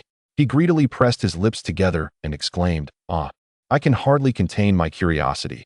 Can Shirsue's Sharingan truly replicate his grandfather's prowess?" Orochimaru regarded Danzo with a few scrutinizing glances, then cackled, "I wonder." Between the moment when Lord Danzo covertly harmed his own trusted partner and today's loss of his son, which brings greater sorrow? "Do not provoke me, Orochimaru. What gain do you expect?" Danzo retorted coldly. "We are, after all, like grasshoppers on the same boat." "Indeed, it is due to dissatisfaction, Elder Danzo. My patience is rather thin," Orochimaru asserted, his demeanor turning grave. "I have traveled a great distance to assist you in testing the Hashirama cells. Not for the sake of charity. My intentions are threefold: the sealing scroll of the Uchiha clan, the forbidden resurrection technique from Shinobi, and the funding required for the experiments. But now, the sealing scroll is mere fantasy, and should Shinobi falter once more, do not blame me for turning against you. Strictly speaking, your use of the Sharingan this time amounts to self-serving manipulation, which contravenes our original agreement." Orochimaru cast a disdainful glance at Danzo. Exuding contempt, when one's greed eclipses reason, it is all too easy to make profoundly foolish decisions. "You so astute. Could not wait to affix the eyes of Uchiha Kagami to yourself. Yet you failed to anticipate that the spirit of Uchiha Kagami would cling to you like a curse for over a decade. However, it is thanks to your folly that I now have the opportunity to study the Uchiha eyes and the cells of Hashirama Senju. Ha! This is the unparalleled power of the shinobi world. With it, I shall attain immortality." His laughter echoed through the vast mountains, wild and unrestrained. Danzo, undeterred, replied, "Orochimaru, the true fool here is you. Do you believe your secret laboratory, constructed with mere lackeys, is secure? Without my protection, you would have been eradicated by Hiruzen Sarutobi long ago. Do not forget, the Sharingan of Uchiha Kagami is inherently mine. I shall wield it as I please. The curse of that I can be destroyed without your aid. There is no need to worry about Shinobi. But without me, do not even think of acquiring the cells of Lord Hashirama, let alone the Sharingan of the Uchiha clan. Can you, one of the legendary Sannin, contend against the Uchiha clan to obtain the Sharingan? You still rely on me." Danzo pointed to his own chest, enunciating each word deliberately. Observing Orochimaru's expression dark enough to drip with water, he felt a surge of satisfaction. Stepping forward, with his back turned to Orochimaru, he grasped the situation deftly. "This matter of the Konoha smuggling, I shall suppress with all my might. In this affair, I am not alone. Which clan elder has not benefited from smuggling? The Oil clan nurtures insects. The Inuzuka clan tames ferocious hounds. The Yamenka clan hones mental prowess. And then there is your laboratory, Orochimaru. Which of these endeavors does not require financial resources? Which of them is not built upon the foundation of actual gold and silver? Danzo stood tall and proclaimed with bravado, "The tides are in my favor. Every human harbors desires. By satisfying their cravings, one can forge indestructible bonds with them. Do not assume that Hiruzen Sarutobi is oblivious to my machinations. Even if he were aware, what of it? The 10 great clans of Konoha are bound together by my influence, and even Hiruzen's son, merely by turning a blind eye, can reap hundreds of thousands of ryo annually from my dealings. And what of those gluttonous old vultures from various clans, who thrive in the shadows of smuggling? Their bellies full and their minds bloated. None would allow the lucrative trade to falter.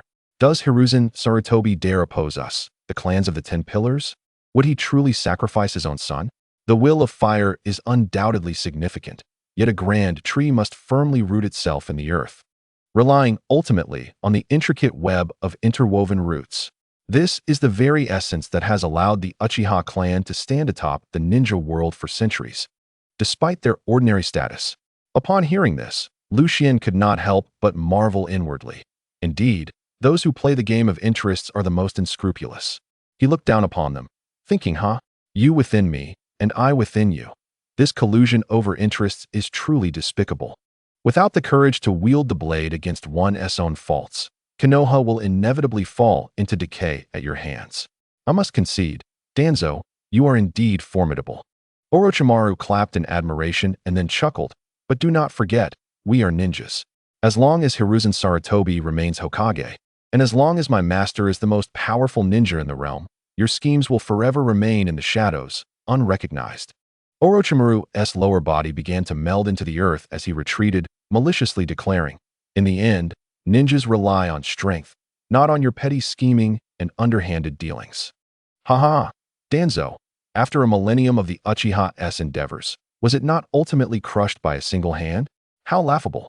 With that, Orochimaru cunningly made his exit. After a prolonged silence, Danzo erupted, cursed Orochimaru, cursed Hiruzen Sarutobi. What fear is there in death? What difficulty lies in dying? Sarutobi, I shall never again concede defeat to you. I shall never again concede defeat. Danzo's voice echoed as he pounded the ground in fury. Once he regained his composure, he formed a hand seal, and shortly thereafter, 3 members of the Root organization appeared before him. Danzo commanded, what progress has been made on the tasks I assigned? The lead ninja of Root bowed respectfully, replying, my lord, we have gathered intelligence on the recent movements of the elite shinobi, Ishibumi Daigo. The most suspicious among them is a chunin named Tanaka Naoko. A chunin? Danzo questioned, perplexed. How could a mere guard ninja be entrusted with the ledger? Please allow me to explain. Tanaka Naoko's master, named Jumin Tadayoshi, once studied at the Konoha Ninja Academy, although Tanaka has yet to make contact with him. However, my subordinate speculates that the most likely scenario is that Tianzhong is momentarily unavailable. He should serve as the intermediary between Shifeng Damo and his friend, Jujianshin. Shifeng Damo can establish contact with Konoha through Jujianshin. Danzo, with his ruthless nature, declared, better to wrongfully kill 3,000 than to let one slip away. After capturing Tianzhong, a mere powerless and insignificant guard ninja, there would be no concern for his life. He must be rigorously interrogated. I do not care what methods you employ, but within half a day, you must extract information regarding the ledger from his lips, or else it will be your demise. As for Jujianshin, Danzo pondered for a moment and then said, keep a close watch on him, but do not alert him. From what I know, Shifeng Damo was rescued by someone named Yamashiro Suki. It seems that Ryzen has made progress. Aside from the Umbu and the Hokage Guard, he possesses other direct forces. Dig 3 feet into the ground. I must capture Yamashiro Suki, whether alive or dead. Once his subordinates departed, Danzo clapped his hands in praise, muttering to himself, I cannot believe I was deceived as well. Ryzen, you truly are my destined rival, but you can only triumph over me once. You shall never succeed a second time. Danzo coughed twice, darkly stating, once I acquire the Sharingan, I will surpass you even in the art of ninjutsu. At that time, not only will your strength pale in comparison to mine, but all the great ninja clans will rally behind me, elevating me to the position of Hokage. I must prove to the second Hokage that I am not one who fears death. I am the true heir to the will of fire. I am destined to lead Konoha to dominate the entire ninja realm. Meanwhile, hidden beneath the ground, Lu Xian was too preoccupied to continue listening to Danzou's ambitions. His mind was consumed with worry for Tianzhong. He never anticipated that his casual interaction with Shifeng Damo would inadvertently embroil an innocent into Konoha's conflict, bringing calamity upon Tianzhong. Lu Xian felt his heart bleed with despair, regret, frustration, and fury. He despised Danzou's heartlessness and his own powerlessness. He yearned to emerge from the earth and confront Danzou in a life-or-death struggle. Yet he knew that such actions would bear no fruit.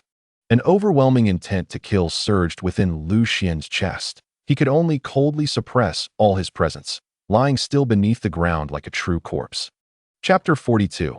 Conspiracy. The moon waxes and wanes, just as people experience joy and sorrow, separation and reunion. This is a timeless truth. May we all enjoy longevity, sharing the beauty of the moon from afar. As humans, we cannot escape the cycle of life and death. As it is said, the one who suffers from deep sorrow knows only separation. The pain of parting is already heart-wrenching. How much more so is the anguish of death?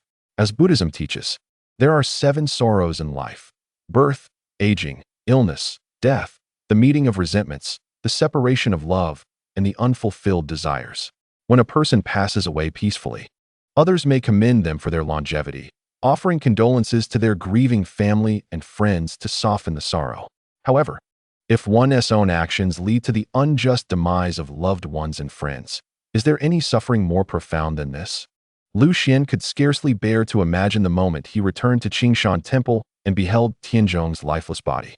Upon confirming that Danzou had departed and the surroundings were deserted, he immediately sprang forth from the earth, disregarding the dirt clinging to his body, and fled with the swiftness of the wind. Indeed, he no longer resembled a living being, but rather a veritable corpse, pallid and enveloped in an aura of despair.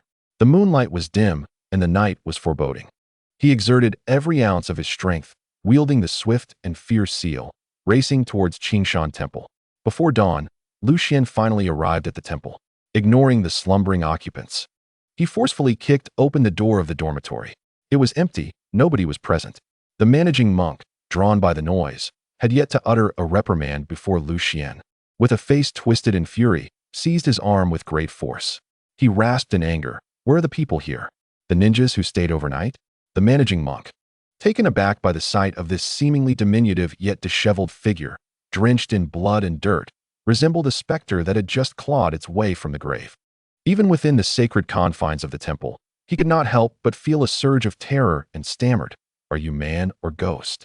Before he could finish, he felt an overwhelming strength emanating from Lu Xian's grip, nearly tearing his arm from its socket. The diminutive specter barked, "Speak quickly." With the specter's roar, the managing monk felt as though he had plunged into a boundless hell, surrounded by howling winds and the mournful cries of malevolent spirits. Overcome with emotion, Lu Xian's mental energy surged, casting a profound shadow of terror upon the monk. The managing monk let out a cry of despair and, trembling, replied. The ninjas here received a sudden mission and left hurriedly with the group, leaving behind only a note. Lu Xian forced himself to regain composure and coldly inquired, "Where's the note?" The monk, quaking with fear, cautiously reached into his sleeve and produced a pristine piece of paper, which Lu Xian snatched away. He swiftly opened it, tossed a gold coin aside, and darted away. It was not until Lu Xian's figure vanished over the wall that the monk awoke from his fright. Was he a man or a ghost? If he were human, how could he possess such strength and speed without a trace of chakra? If he were a ghost, what audacity allowed such a fiend to invade Qingshan Temple?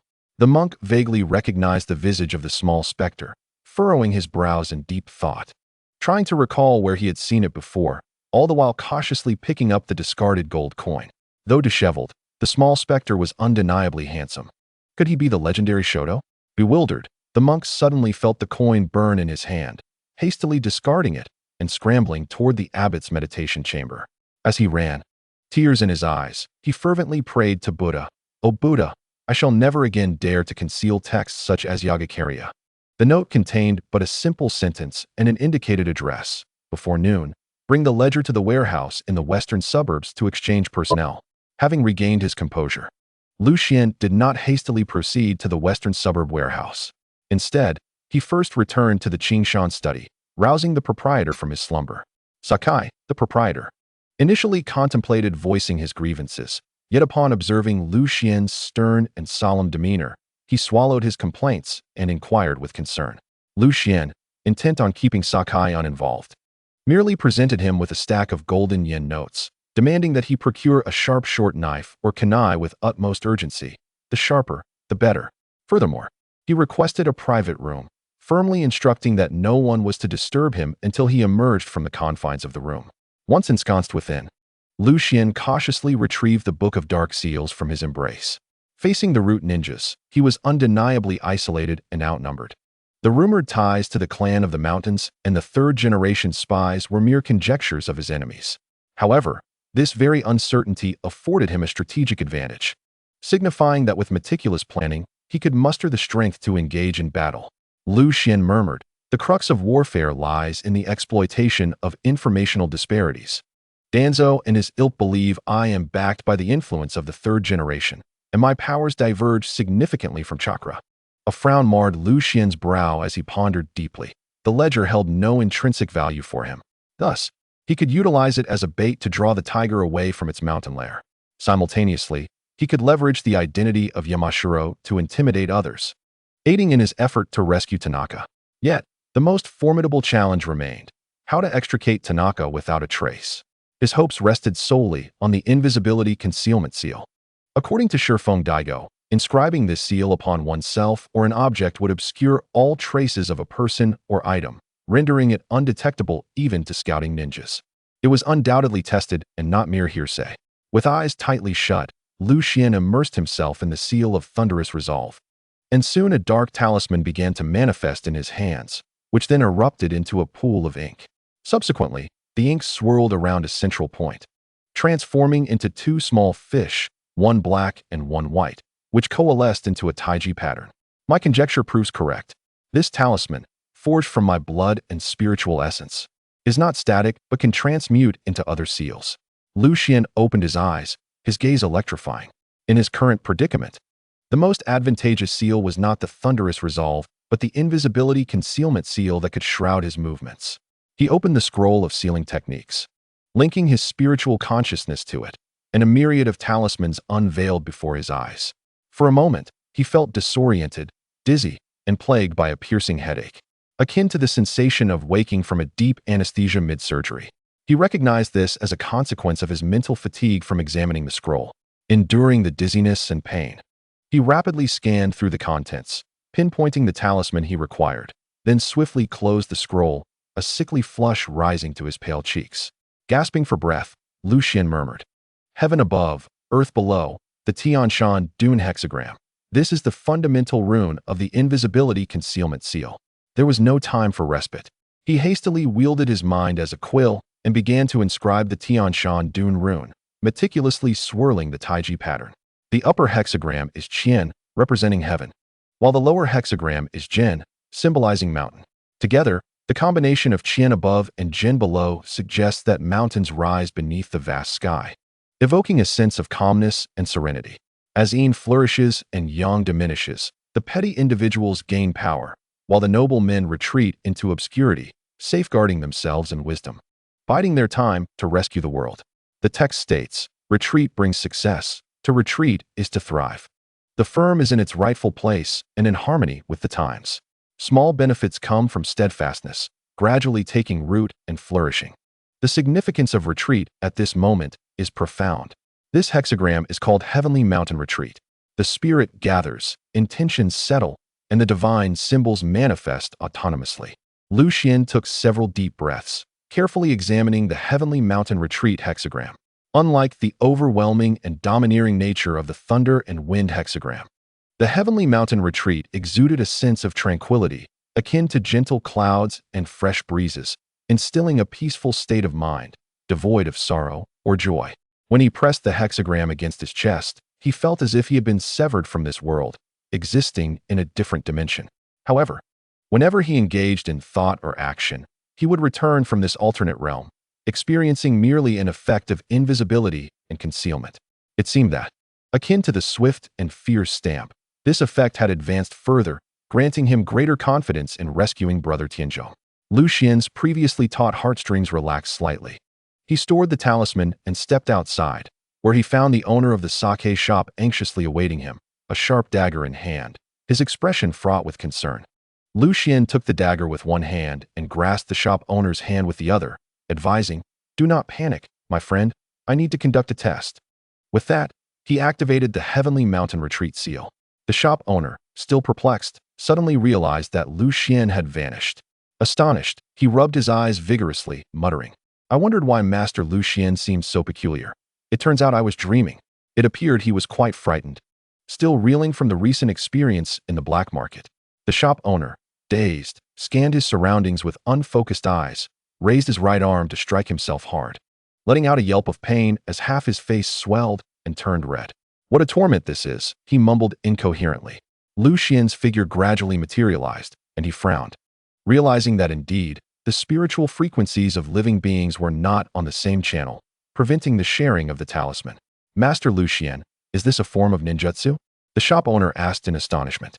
Lu Xian's brow furrowed, and he apologized. "I beg your pardon, my friend." With that, he delivered a swift strike with the edge of his hand, leaping to hit the fleshy area beneath the shop owner's neck, a region that could loosely be defined as the nape. The shop owner, caught off guard, instantly fell unconscious. Lu Xian grasped the shop owner's hand and attempted once more, but he still could not conceal their forms together. What to do? To inscribe the talisman on Brother Tianzhong, a significant amount of time was essential. Yet the enemy would not grant him that reprieve. Anxiety swelled in Lu Xian's heart. He paced back and forth, suddenly clapping his hands in realization. "How foolish of me." The shop owner is now unconscious, his spiritual frequency akin to a blank canvas. He is still not on the same channel as I. He held the shop owner's hands tightly, seeking to communicate with his spirit, and indeed, he felt a faint connection to the somewhat dazed spiritual energy of the unconscious shop owner. This time, he successfully concealed himself alongside Boss Sakai, shrouded in the void. Lu Xian exhaled a sigh of relief, glanced at the short knife in his hand, and continued his experimentation. According to Shifeng Dao, utilizing the concealment seal required complete stillness. Otherwise, not only would the concealment effect dissipate, but there would also be a significant period of rigidity. Initially, Lu Xian did not grasp the reasoning behind this, but last night, while hastening his journey with the Thunderous Wind seal, he had an inkling of a hypothesis. Now was the moment to validate that conjecture. He divided his focus, endeavoring to synchronize his mental fluctuations with those of Boss Sakai, while gradually extending the short knife forward. Then, silently and invisibly, he pierced through the wall, creating a small opening. As anticipated, the rigidity effect stemmed from the abrupt transformation of mental energy. The instant a new thought emerged, the spiritual energy would produce fresh fluctuations. If not adequately controlled, it would adversely affect the seal's efficacy. The seal, through mystical runes, summoned natural energy. Ninjas inscribed seals using chakra, with a layer of physical energy acting as a barrier between spiritual and natural energies. This undoubtedly served to protect the ninja from being eroded by natural forces, significantly reducing the difficulty of inscribing seals. Yet it also resulted in adverse contact, leading to noticeable rigidity after alteration. However, Lu Xian's innate seal was different. It directly invoked the primordial energy of heaven and earth with his spiritual energy. Much like a web, where a faster connection opens instantly, while a slower one requires an agonizing wait for the image to materialize. Lu Xian truly felt a sense of relief. With the aid of my innate seal, I can wield a blade even in a concealed state. A grim expression settled upon his face as he regarded the sharp short knife, brimming with murderous intent. Chapter 43. Infiltration. Lu Xian, somewhat greedily, mused, regrettably. With my current level of spiritual power, I am far from capable of engaging in vigorous movement in the physical realm while maintaining my invisibility. The preliminary phase of the transformation between the real and the illusory is rather prolonged. Otherwise, the Tianshan escape seal would rival the might of a Beidou. I wonder if, once my spiritual power further amplifies, I might achieve such formidable prowess. Shaking his head, he dispelled this unrealistic fantasy from his mind and prioritized rescuing Brother Tianzhong. Lu Xian swiftly made his preparations. First, he visited the Shimizu Town Municipal Office for inquiries, effortlessly acquiring the desired information. Then, following Shifeng Dao's instructions, he retrieved the account books and other evidence, barely sparing them a glance before using his spiritual sense to control an ordinary person. Manipulating this individual, Lu Xian had him deliver the evidence to the Shimizu Town Ninja Association, exclaiming that it was incriminating evidence of smuggling by the Elder Council, before using his spiritual power to render the person unconscious. As the entire ninja association descended into chaos, Lu Xian quickly donned a disguise, casually purchased a lunchbox, and boarded a public carriage heading to the western suburbs warehouse.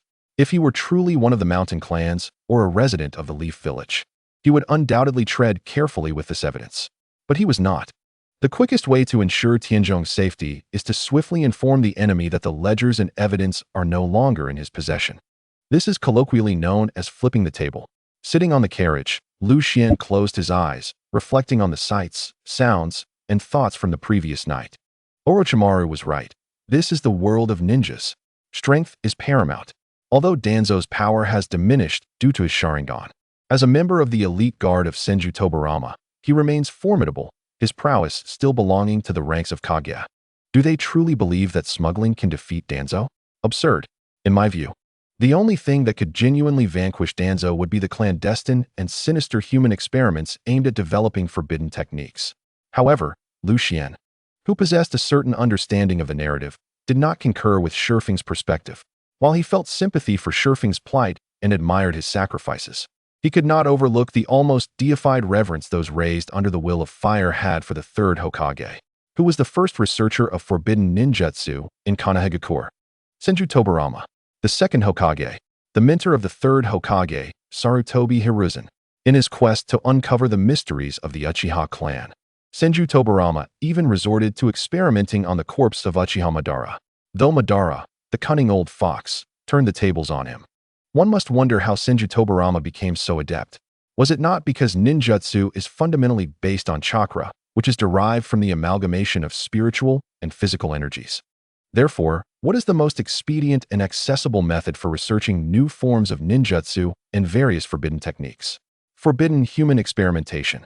Newton once said, "If I have seen further, it is by standing on the shoulders of giants." Without the foundational experiments laid by predecessors, how could later figures such as Orochimaru engage in forbidden human trials from the outset? During times of war, ninja corpses are readily available. Researching the bodies of enemy ninjas is likely an accepted practice among the various ninja villages. Did the Cloud Ninja abduct Hinata merely to have her assist them in producing little Hinatas? After their failed abduction, did they demand the corpses of the Hyuga clan to vent their frustrations? Does the leader of the Land of Beauty not have better pursuits than propagating dreams of beauty, thus delaying their indulgence in the Epstein household? Are they not stalling their gradual relaxation of firearm and drug regulations? One should neither heed nor blindly believe everything. Danzo, confident in his cunning and machinations, believes himself to be a master manipulator. However, under the third Hokage's reign, the entire Konoha has been fortified as if it were a bastion, with every matter meticulously controlled by him. Contemplating this, Lu Xian couldn't help but smirk. The likelihood of such an individual being naive is exceedingly low. He continued to reminisce. The circumstances surrounding Orochimaru's defection were fraught with suspicion. The reasons likely extend beyond forbidden human experimentation, as Orochimaru's ambitions had reached towards the ninjas of Konoha. Indeed, Lu Xian's eyes grew increasingly bright. Orochimaru, gradually dissatisfied with mere ninjutsu, set his sights on the higher echelons of Senju Hashirama's cells and the Uchiha Sharingan. When the Uchiha clan was still intact, the third Hokage could afford to turn a blind eye to Orochimaru's ambitions. However, once the Uchiha clan met its demise and Orochimaru's gaze shifted towards the remnants of the Uchiha, the rift between the third Hokage and Orochimaru became irreconcilable. The foundation of Konoha lies in the equality of all shinobi, rooted in the legacy of the 10 clans. Konoha cannot harbor an ambitious village within a village, nor can it bear the burden of annihilating the Uchiha clan. Today, Konoha may have extinguished the Uchiha, but tomorrow, it could find justification to eliminate the Hyuga, the Inuzuka, or the Yamanaka. Thus, the annihilator of the Uchiha must be one of their own. It is no wonder that Senju Tobarama harbored such animosity towards the Uchiha, yet accepted Uchiha Kagami. Nor is it surprising that, following Tobarama, Uchiha Obito became the disciple of the fourth Hokage, Minato Namikaze, and that Uchiha Sasuke was mentored by Minato's direct successor, Hitaki Kakashi, alongside Uchiha Itachi and Uchiha Shisui. who entered the direct service of the Hokage Zumbu. Regrettably, the third Hokage, that cunning old fox, misjudged the Uchiha clan. Lu Xian mused with a hint of derision. He likely believed that the Uchiha's internal strife would resolve the clan's issues, attempting to rally those who revered the will of fire to gradually replace the Uchiha hardliners.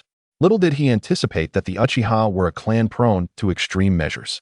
But that is a digression. It is prudent to consider the current situation. Lu Xian's thoughts continued to wander, analyzing Danzo. The principle of no deceit between us was upheld until the third Hokage's demise, which allowed Danzo to return to the forefront of Konoha, indicating the extent of the third Hokage's suppression. More terrifyingly, Danzo felt no sense of wrongdoing. Rather, he took pride in his role as a guardian of Konoha shrouded in darkness. Danzo's perspective on political strife is foolish. The foremost priority of any leader should be to connect with the people, thus solidifying Konoha's foundational support. If Danzo remains hidden in the shadows, no child in Konoha will cease their cries at the mere mention of his name, let alone choose him as their leader.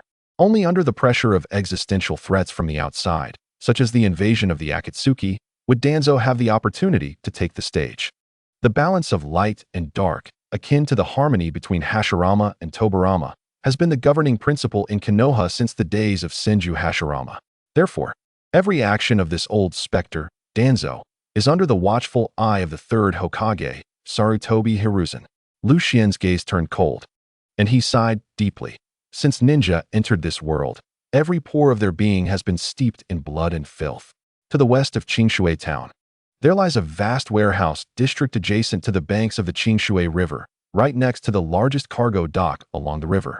Merchants from east to west, and goods traveling north and south, converge here, then flow along the waterways, radiating throughout the southeastern region.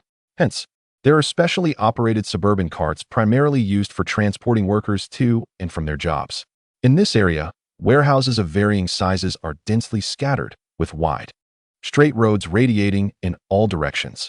The paths are as flat as a polished stone and as straight as a rope, where sunlight illuminates the fragrant dust kicked up by the horses' hooves, shimmering like gold.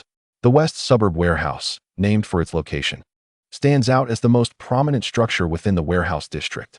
It is a robust four-story building, constructed with a framework of reinforced concrete and granite stone walls, making it the tallest edifice in the Qingshui town area. Surrounded by tall walls on three sides, it only has doors and windows facing south towards the Qingshui River. Its terrain is easily defensible and challenging to assault, providing a vantage point that facilitates observation with a broad field of fire. This warehouse is the most renowned building in the outskirts of Qingshui town, a collaborative investment by various local nobles. Lu Xian, clad in a tattered canvas shirt and wearing a straw hat, his face smudged with dust and oil stains, resembled any common worker's son. He carried a lunchbox, appearing unhurried and carefree as he strolled along the road, occasionally stopping a middle-aged passerby to inquire with an innocent smile, "Excuse me, sir, could you tell me where the Qingshui Town Transport Company is? My mother asked me to bring lunch to my father." However, he had already feigned being lost, circling his destination while discreetly scanning the area with his spiritual perception. Inside the warehouse, the layout was indeed tightly secured. Each staircase was guarded by an iron gate, and two personnel were stationed at the rear of the warehouse, with guards on every floor. Additionally, Lu Xian noticed several staircases descending into the basement, but halfway down, his spiritual perception was obstructed, an effective protective seals designed to prevent reconnaissance by ninjas.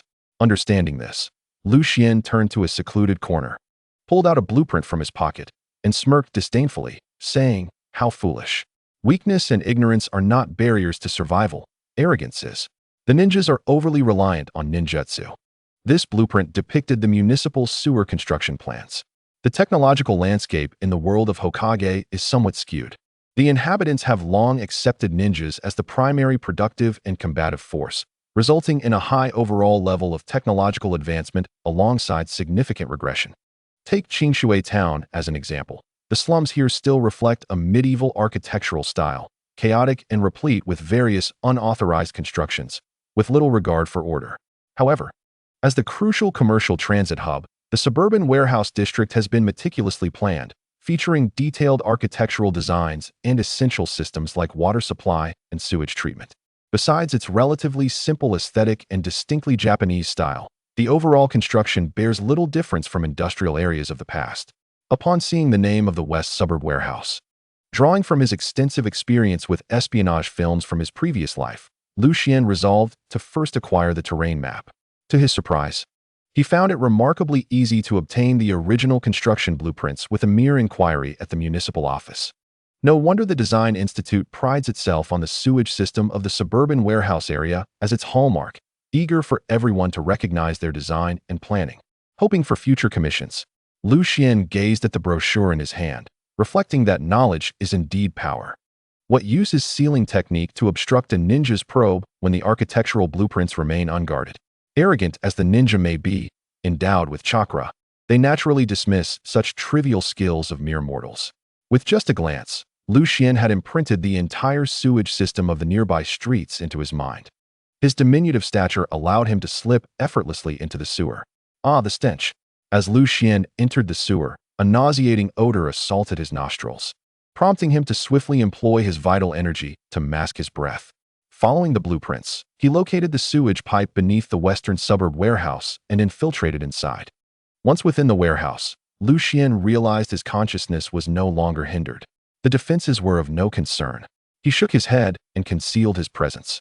Immersing himself in concentration, he expanded his spiritual awareness and soon detected a familiar aura not far away. It was Tianzhong. At that moment, Tianzhong's presence flickered like a dying candle in the wind, clearly teetering on the brink of life and death.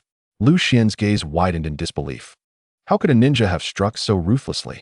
Tianzhong was drenched in blood, evidently having endured a brutal beating. Unconscious on the ground, Lu Xian scrutinized him, noting the cruel welts of whip marks across his face, arms, and legs. A ninja's robust physique would typically withstand such injuries without fatal consequence. However, Lu Xian quickly discerned that Tianzhong had been subjected to an illusory torture. Such torment, which directly ravages the victim's mind, could amplify the agony 100-fold in the realm of consciousness, rendering the suffering interminable. Lu Xian's eyes turned blood red, his mood chilling to the core.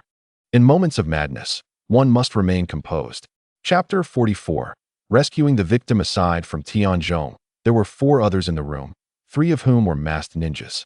The remaining unmasked individual exuded a somewhat familiar aura that Lu Xian instinctively recognized. Before he could recall, the leader among the masked ninjas spoke coldly. Lord Yagyu, I remember you and Tianzhong were once classmates and teammates. It was young Master Yagyu. Lu Xian realized with sudden clarity. Who? This lowly scoundrel. Yagyu spat in fury. Humph. Were it not for that scoundrel Jiao Jiantian's bias, he would not even be worthy of teaming with me. Since you promised to hand this person over to me, why linger here and hinder? At that moment, Yagyu was a stark contrast to the graceful youth etched in Lu Xian's memory. His left sleeve was empty, having lost an arm. His once handsome face was marred, devoid of smooth, unblemished skin, resembling a visage formed from the hardened lava of a volcanic eruption. Raw, crimson flesh, gaping wounds, and ghastly scars rendered him as if he had clawed his way out of hell itself. Lu Xian was suddenly enlightened. No wonder he could not recognize him. At that time, he was still young, having only met Lu Sheng a few times, and now Lu Sheng had transformed into this state. Observing the deep-seated resentment on Lu Sheng's face, Lu Xian tightened his grip and proceeded with the plan. The masked figure cast a complex gaze towards Tianzhong and coldly addressed Lu Sheng. My lord, since my master has given the order, this person is naturally yours to dispose of. However, he is already in a state of more exhalation than inhalation, nearing death. I advise you to show kindness to one on the brink of demise. Preposterous. Lu Sheng scoffed. You are the ones who have tormented him to this extent. Yet you come to advise me to treat him kindly. Truly, this is the height of absurdity. Upon hearing this, the masked figure fell silent, waved his hand, and exited the room with his subordinates. Once outside, the 3 exchanged glances, and one of them, unable to contain himself, spoke up. My lord, allowing Lu Sheng to harm his teammate seems rather inappropriate. This contradicts the bond of life and death we share with our comrades. The leading ninja replied indifferently. Tianzhong is already a traitor ninja. Once one becomes a traitor, they are no longer our concern. How others choose to deal with him is irrelevant to us. The individual wished to speak further but suddenly changed expression, respectfully declaring, "My lord, what brings you here?" The other two turned to look and saw the dimly lit corridor behind them, where Danzo was approaching with deliberate steps. The trio hastily knelt.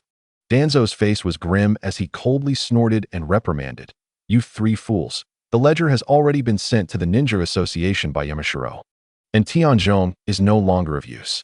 I will handle him personally." "My lord, did you not give orders?" the leader inquired, perplexed. "Orders?" Danzo's expression darkened, his displeasure evident. "You instructed us to hand Tianzhong over to Lu Sheng-Ichiro for disposal. The situation has changed. Have them wait at the exit. I need to speak with you privately," Danzo said, his tone heavy. The leading ninja immediately waved off the others and quietly asked, "What instructions do you have, my lord?" "Jiraiya has arrived." Danzo suppressed his fury. "Sarutobi has sent Jiraiya to demand a person. Tianzhong is a spy under Jiraiya." "Jiraiya-sama." The leading ninja gasped in disbelief, unable to comprehend. Wasn't Orochimaru already sent to investigate? Danzo frowned at this, slightly tilting his head and rubbing his temples, a headache brewing. "Not only has he come, but he is right behind you." "What?" The leader was taken aback, quickly turning around to find a wild-haired, imposing man glaring at him with fury. "Jiraiya-sama." The leading ninja stuttered. Just as he attempted to say more, a sharp pain struck his chest, and he felt a short sword suddenly pierce through his heart from behind. Simultaneously, Jiraiya's figure before him grew faint and vanished. "Is Danzo-sama trying to kill me?" "No, wait. I am trapped in an illusion. Impossible. There are no signs of chakra flow." The leading ninja wished to shout a warning to his subordinates, only to realize an unfamiliar energy was emanating from his back, firmly binding his body in place. An unfamiliar energy precisely obstructed the chakra meridians within him, rendering him incapable of mobilizing any chakra or making any movement or sound. What had happened to him? The leading ninja could only emit a faint gasp from his throat, gradually collapsing to the ground. This technique is known as pressure point sealing, and you may now close your eyes. Just before his demise, he heard a youthful voice behind him, uttering words of chilling indifference. Once the man had completely perished, Lu Xian collapsed to the ground, panting heavily. This individual, the leader, possessed the strength of a Jonin, exerting the greatest psychological pressure on Lu Xian. However, Lu Xian keenly sensed that a significant portion of this Jonin's spiritual energy had been depleted. Considering that Tianzhong had endured a brutal interrogation, it became clear that this ninja was the interrogator, having expended a considerable amount of chakra primarily composed of spiritual energy. This presented Lu Xian with an opportunity to deceive the three individuals. First, he utilized his psychic powers to project a three-dimensional image of Danzo, causing the trio to separate. Then, while projecting a photograph of Jiraiya to disturb the ninja's mind, he pierced the man's heart with a kunai and locked his chakra meridians using the essence of longevity. Only by executing the plan did Lu Xian realize how precarious the situation was. He was filled with trepidation, recognizing that he had underestimated the ninja. Although his impulsiveness contributed to his recklessness, he had initially believed that stealthily eliminating a few individuals would suffice to rescue Brother Tianzhong, a notion that now seemed rather naive. Fortunately, fate had favored him. The Jonin's excessive depletion of spiritual energy granted Lu Xian the chance to deceive him with his psychic abilities. After resting for a moment, he replicated the method, conjuring Danzo's image with his psychic power to eliminate the remaining two ninjas. Subsequently, as he scanned the room with his psychic perception, he was astonished to find Yagyu applying medicine to Tianzhong's wounds. This revelation left Lu Xian in disbelief. Yagyu's animosity towards Tianzhong was genuine.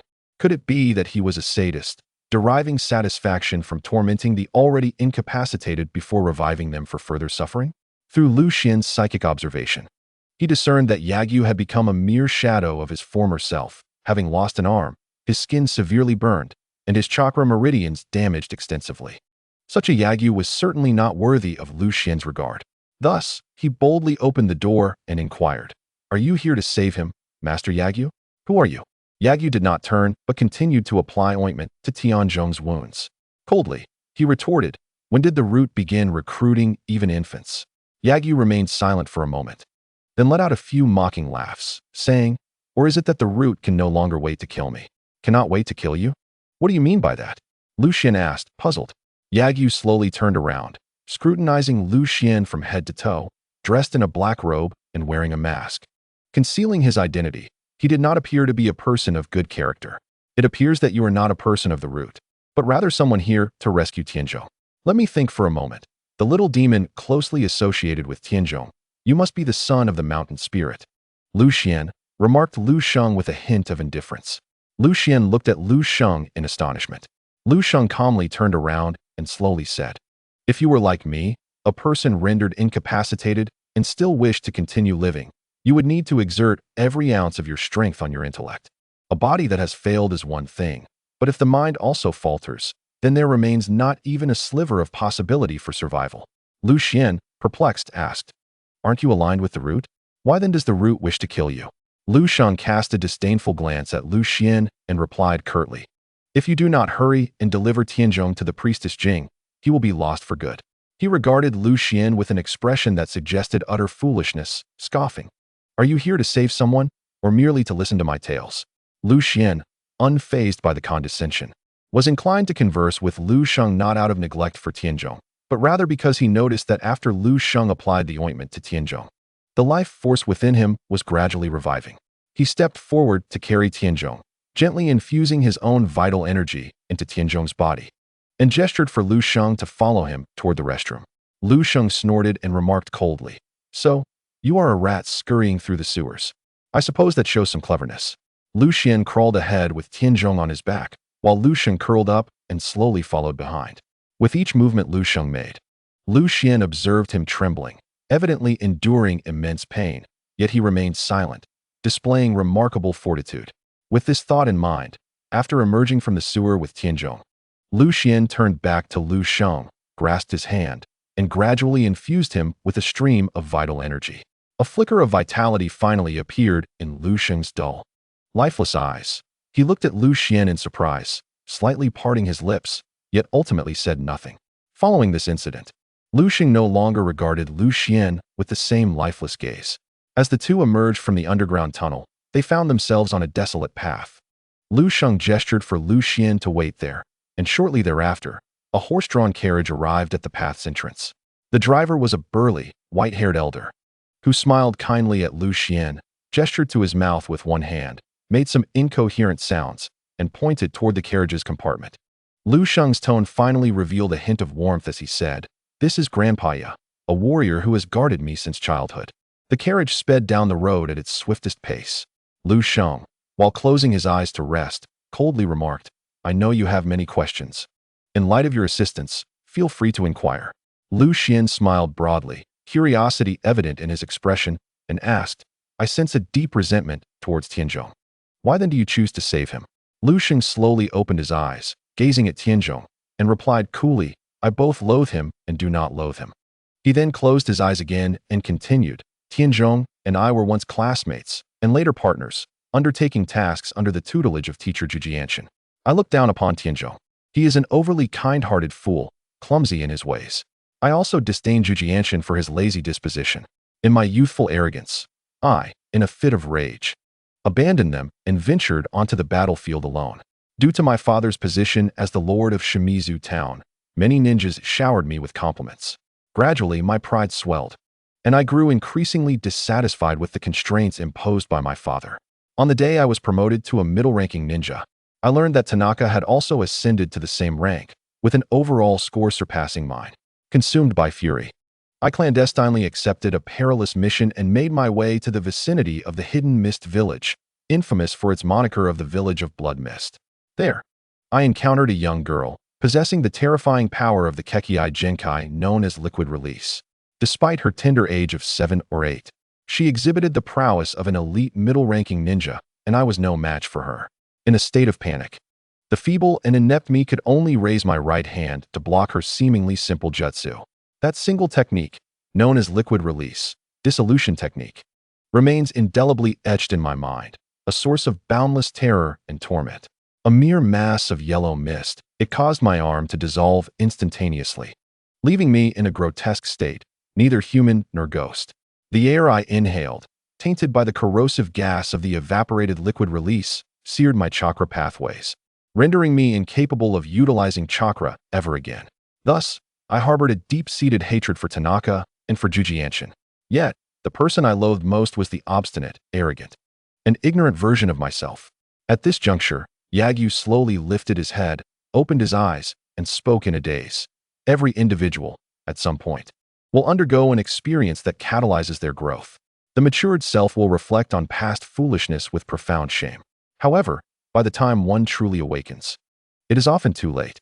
Yagyu calmly continued, reality itself resembles hell more than hell does.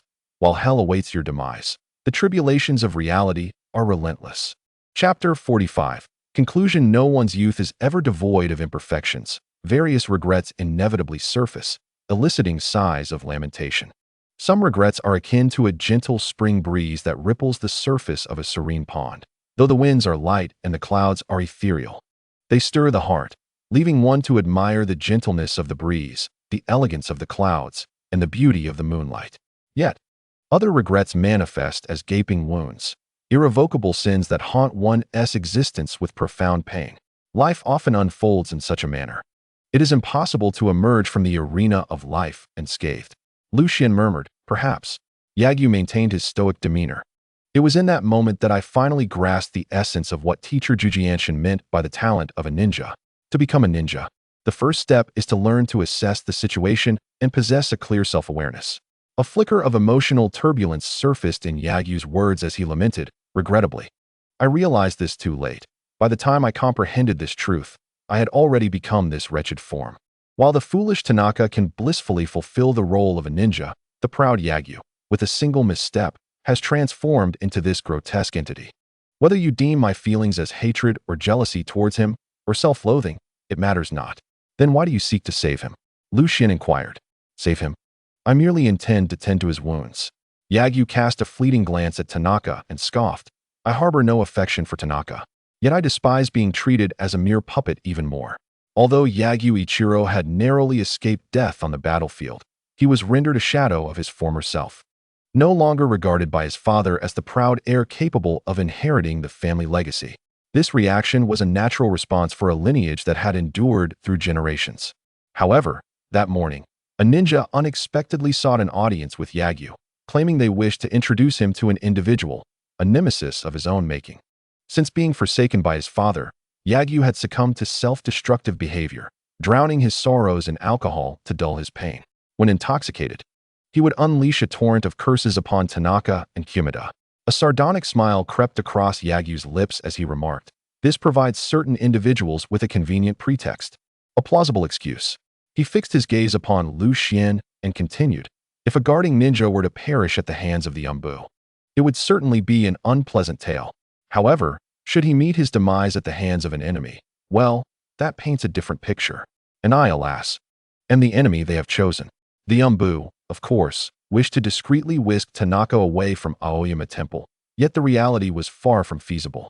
The identity of Tanaka as a guarding ninja equated to that of a local constable, supported by Kumita, a prominent figure once entrenched in the military of Kanahagakure. The Umbu merely requested Tanaka's cooperation in an investigation. "I am but a broken man. What purpose would it serve to summon me?" Yagyu scoffed. "Though the Yagyu clan may be an unremarkable samurai lineage, we have been rooted here for generations. Each creature has its own path. While the abduction of Tanaka may have eluded the common populace, it certainly has not escaped my notice. At this juncture, the intent behind summoning me, one who harbors animosity towards Tanaka, is perplexing. Surely, it cannot be to redeem him, nor to incite his wrath." After a moment of contemplation, Yagyu expressed, "I am aware that Tanaka has never held a grudge against me. Thus, I surmise that they have called me forth merely to serve as a scapegoat. I may despise Tanaka, but not in such a manner." With that, Yagyu retrieved a healing ointment from within his robe, followed by a bottle of warm water, which he consumed before closing his eyes, retreating into silence. Lu Xian regarded Yagyu in bewilderment, uncertain of what to say. Empathizing with the situation, he mused, "If one day the secret police appeared at your door to escort you to meet a foe, how would you react?" He watched Yagyu with keen interest and remarked, "The ointment you use is likely due to injuries inflicted by the dissolving chakra upon your trachea and esophagus. You have sensed the unique energy I imparted, which alleviates your suffering." Yagyu responded indifferently, "And yet, what of it? You cannot remain by my side indefinitely, and I lack the means to employ a medical ninja for my care." His body was battered, devoid of the strength to cultivate chakra. which explained his continuous endurance of torment. Lu Xian smiled gently. My method does not rely on chakra. Oh, is that so? Are you suggesting that this is an ancient practice? Yagyu remained with his eyes shut. You are familiar with ancient practices? Lu Xian inquired, intrigued. Yagyu nodded and replied. Though we are but distant branches, we are still descendants of the Yagyu lineage. Yagyu Saoan, the esteemed master of swordsmanship, is my ancestor. Yagyu Saoan, a renowned swordsman of the nation, bore the name Saoan and was known as Shishuzi. The son of the esteemed family, a noble clan of Yamato, is the progenitor of the Yagyu Shinkage Ryu and the foremost swordsman in the Kinai region. To this day, the Yagyu clan remains among the most prominent families in the land of samurai. Samurai, he scoffed, are merely clinging to their past glories. Ultimately, they have forsaken traditional training methods, opting instead to cultivate chakra, claiming to channel it into their swords to vanquish foes. How does this differ from the ways of ninjas? In essence, they have become a variant of ninjas. Yagyu spoke with a stoic expression. Isn't it the same for the samurai of the Mitsuki sect? Curious, Lu Xian inquired. What is the Mitsuki sect? The Mitsuki sect was once one of the esteemed schools of swordsmanship, recognized by the emblem of the Mitsuki, one of the 5 great swords of the world. It was among the earliest samurai sects to ally with ninjas. This alliance led to a schism within the samurai community, with some denouncing them as traitors to the Bushido code, while others regarded the Mitsuki as pioneers of the ninja warrior. Over time, as the influence of ninjas grew, this discord gradually faded. After all, the samurai adhering to ancient practices have long been rendered obsolete by history. Lu Xian chuckled. Ancient practices may still hold merit. Why not give it a try? Is there really a need? If ancient practices were truly effective, why is this era dominated by ninjas? Yagyu finally opened his eyes, gazing intently at Lu Xian. There is indeed a necessity. Your current situation cannot deteriorate further. Why not take the chance? Lu Xian shrugged nonchalantly. What would I need to do if I were to adopt ancient practices? Yagyu asked. With a devilish grin, Lu Xian seductively replied, first and foremost, you must completely eradicate the chakra within you. Eradicate my chakra? Are you jesting? Without the protection of chakra, I would surely suffer even more. Yagyu responded coldly. Now it was Lu Xian's turn to close his eyes in repose. He casually remarked, you may choose to believe me or not. To be frank, I am merely experimenting with a path of cultivation through you. You are but my test subject. If the experiment succeeds, you may alleviate your current suffering. Yet should it fail, you would merely lose all your chakra and endure great agony. At worst, you can gradually refine your chakra again later. The choice is yours. Yagyu fell silent, lost in contemplation. The carriage sped along, arriving at the foot of the shrine as dusk approached. The setting sun cast a crimson hue across the sky, resembling blood. The evening breeze carried a newfound chill as wild grasses danced in the wind. The sun faded, and the earth seemed to be enveloped in a somber atmosphere. After much deliberation, Yagyu ultimately resolved to become Lu Xian's test subject. The Kayamizu Inari shrine rested atop the mountain, yet Lu Xian felt a deep anguish. Despite his efforts to channel life energy through the long-lasting vital qi into Tanaka, the latter remained in a deep unconsciousness. Until matters were settled, it was unwise to take Tanaka to an official hospital. The only recourse was to seek the Miko, Shizuka. Lu Xian could hardly bear to imagine the distress Sister Momo would feel upon witnessing Tanaka's plight, a pang of guilt gnawing at his conscience. Despite the towering stature of Tanaka and the diminutive frame of Lu Xian, with the aid of the swift and decisive Thunderbolt talisman, Lu Xian effortlessly carried Tanaka up the mountain. The shrine was serene, illuminated by gentle lights. Ultimately, Lu Xian had underestimated the psychological resilience of Momoko. Women, like water, embody the utmost softness, yet no force can surpass the steadfastness of water. At times, delicate women possess a stronger psychological fortitude than seemingly robust men. The priestess, Shizuka, meticulously examined Tanaka, her brow furrowing with concern as she glanced at Momoko. Though Momoko did not weep or raise her voice, the worry and sorrow were unmistakable in her reddened eyes. Shizuka, despite her reluctance to impart grim news, could only shake her head in resignation. Momoko's complexion suddenly turned ashen, and she collapsed to the ground, staring blankly at Tanaka, who lay on the bed. Lu Xian's heart sank, and he anxiously inquired, Lady Shizuka, what has happened to Tanaka? Shizuka replied somberly, Tanaka's spirit has suffered profound trauma, causing his 3 souls to wander and his 7 spirits to become unstable, though the reason remains a mystery. A flicker of life has preserved his existence, yet he has been rendered a vegetative state. A vegetative state? Momoko's lips trembled, blood seeping from her bite, as she stammered. No, Lady Shizuka, you must be deceiving me. Tanaka simply fell into a deep slumber and will awaken by morning, won't he? She gazed at Shizuka with fervent hope. Under the intensity of her gaze, even Shizuka, with years of disciplined training, felt compelled to avert her eyes, letting out a deep sigh, remaining silent. Momoko shut her eyes tightly, her face etched with anguish, her body trembling uncontrollably. Suddenly, she opened her eyes, her lips quivering, and with all her strength cried out. I refuse to believe it. Tanaka promised to come for me. He cannot fail to arrive. A sickly flush rose upon her cheeks, and amidst her pain, a glimmer of tenderness shone in her eyes as she slowly crawled to Tanaka's side, gently wiping his pale face with her hand, whispering softly, I will wait for him. No matter how long it takes, I shall wait. Momoko gazed intently at Tanaka, a single crystalline tear falling from the corner of her eye as she murmured, Look how peacefully he sleeps. Whether it be a day, 2 days, a month, a year, or a lifetime, he will eventually awaken. Lu Xian's expression darkened, heavy with despair. Feeling as though he were immersed in a lake of icy water, the surrounding chill gradually solidifying into ice, pressing down upon his soul and body. He felt agitated, thinking, how could this be? This is the world of Naruto, whether through the reanimation jutsu or the outer path samsara. There must be a way to awaken a person in a vegetative state. Suddenly, Shizuka sighed softly, her voice gentle. There are indeed means to address this. Lu Xian and Momoko turned towards Shizuka in unison, their voices echoing. What method? Shizuka sighed deeply, explaining, Tanaka's current condition signifies a severance between his soul and body.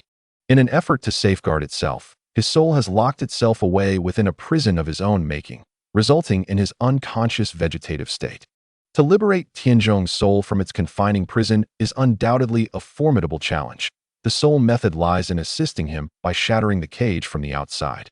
The priestess, Jing, remarked with a heavy heart. Yet, this task is not without its perils. A moment's carelessness could obliterate Tianzhong's very essence, leaving him devoid of any chance for reincarnation. She continued, each word deliberate. The only recourse available is a forbidden technique, the life-grafting art, an arcane sorcery devised by ancient nobility in pursuit of immortality. Forbidden sorcery. Lu Xian's expression shifted dramatically as he inquired urgently, Are there any taboos associated with it? Indeed, there are, Jing affirmed solemnly. Firstly, the practitioner must sacrifice their own life to perform this art. Secondly, the recipient may suffer from a split psyche, merging with the practitioner's spiritual energy. Thirdly, even if success is achieved by chance, the recipient will be cursed by death itself, often witnessing their vitality swiftly wither away within 100 days. Thus, this technique merely trades one life for a brief extension of another's. Yet, Tianzhong is unique. Lu Xian hastily asked, Is it because Brother Tianzhong has not truly perished? Precisely. Jing nodded. If we were to apply the life-grafting art to awaken Tianzhong from his stupor, it is the sole method I can conceive. Peach's eyes sparkled with hope as she implored, Lady Jing, please graft my life to Brother Tianzhong. Gently stroking her hair, Jing replied softly, Silly child. It is not yet your time. Moreover, I am not adept in such ninjutsu. Then who is? Lu Xian pressed anxiously. Chapter 46. The desert in the arid expanse of the Gobi Desert. The horizon melded seamlessly with the golden sands.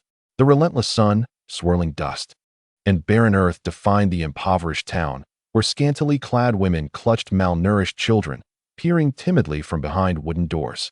A dilapidated camel cart trudged along the sand-laden road, its cargo wrapped in thick cowhide, occasionally rattled by the wind's swirling debris. The scene resembled a chaotic tempest of stones, yet the rugged camel, unperturbed, ambled steadily over the gravel pathway. In terms of speed, camels are naturally outpaced by horses, but in the desert, even the swiftest steed cannot surpass the endurance of a camel. Thanks to Jing's diligent care over the past days, Tianzhong's condition had stabilized, allowing Peach's anxious heart to find some semblance of peace. In Jing's possession was a passage document exclusively designated for clergy. During the Second Great War, a fierce conflict had erupted between the Sand Ninja Village and the Leaf Ninja Village. Although the war had concluded 7 years prior, The animosity endured far beyond that time frame. The Sand Ninja village, impoverished, had been compelled to humbly open trade routes with the Leaf village, establishing a horse market at the border. Any resident of the Land of Fire wishing to enter the Wind Country must possess a valid passage document, or else face execution as a spy without mercy. Fortunately, the constraints on outsiders are considerably lax, allowing their progress to be swifter than that of ordinary folk. The Land of Wind, the largest among the 5 great ninja nations, is predominantly consumed by desert, renowned for its abundant mineral resources, yet marked by the impoverishment of its populace. The annual rainfall is scant, compelling the citizens to establish villages in the oases scattered across the arid landscape. While the desert bestows upon the people of Wind a resilient, fierce, valiant, and proud temperament, it simultaneously erodes their will, torments their souls, and ravages their bodies. Here, tenacity and fragility coexist. The law of survival of the fittest is vividly illustrated. One must either live with the cruelty of a wolf or endure the harshness of a sheep. Historically, the Land of Wind has been a realm rife with slaughter, devoid of benevolence. In ancient times, Master Dao Yuan, the foremost disciple of the Kongyan Nishi under the Golden Mountain Zen Monastery, ventured alone to Sand Ninja Village. Inspired by the selfless spirit of the Buddha, who sacrificed his flesh to nourish an eagle, hoping to enlighten the masses, the priestess, gazing at the swirling sands, lamented. Yet, he did not succeed, did he not? Lu Xian observed the destitute women and children and shook his head. Human strength may wane, but the spirit of Master Dao Yuan shall endure eternally, ever present in this world. The priestess gently tapped Lu Xian's head as a caution, then spoke with reverence. Lu Xian chuckled, remarking, "Buddhism cannot save the Land of Wind." Sensing a hint of irritation in the priestess, he hastily shifted the subject. "Lady Jing, why have we come to Sand Ninja Village? Are there no descendants of the Golden Mountain Zen Monastery in the Land of Fire?" The priestess cast a glance at Lu Xian, exasperated by his diversion, and replied, "Since the rise of the ninja clans, both Buddhism and Shinto, as well as the Yin-Yang school, have gradually diminished, with their respective heirs becoming increasingly singular." With a tone of compassion, the priestess continued, "Among the 5 great nations, the Land of Wind endures the harshest living conditions. Master Dao Yuan excelled in the cultivation of human life, a practice that merely embellishes the lives of those in other regions but serves as a lifeline for the people of Wind, hence his arduous journey to impart wisdom here."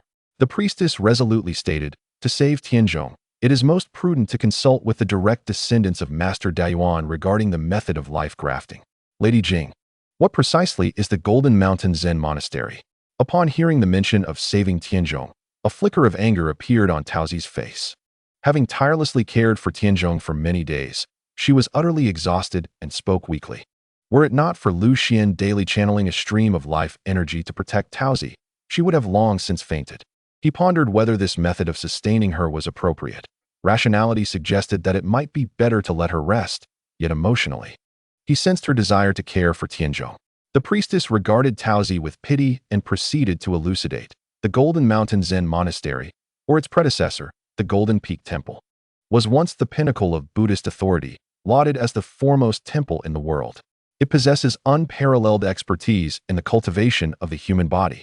Since you are well versed in the Diamond Sutra, you should comprehend the essence of diamond.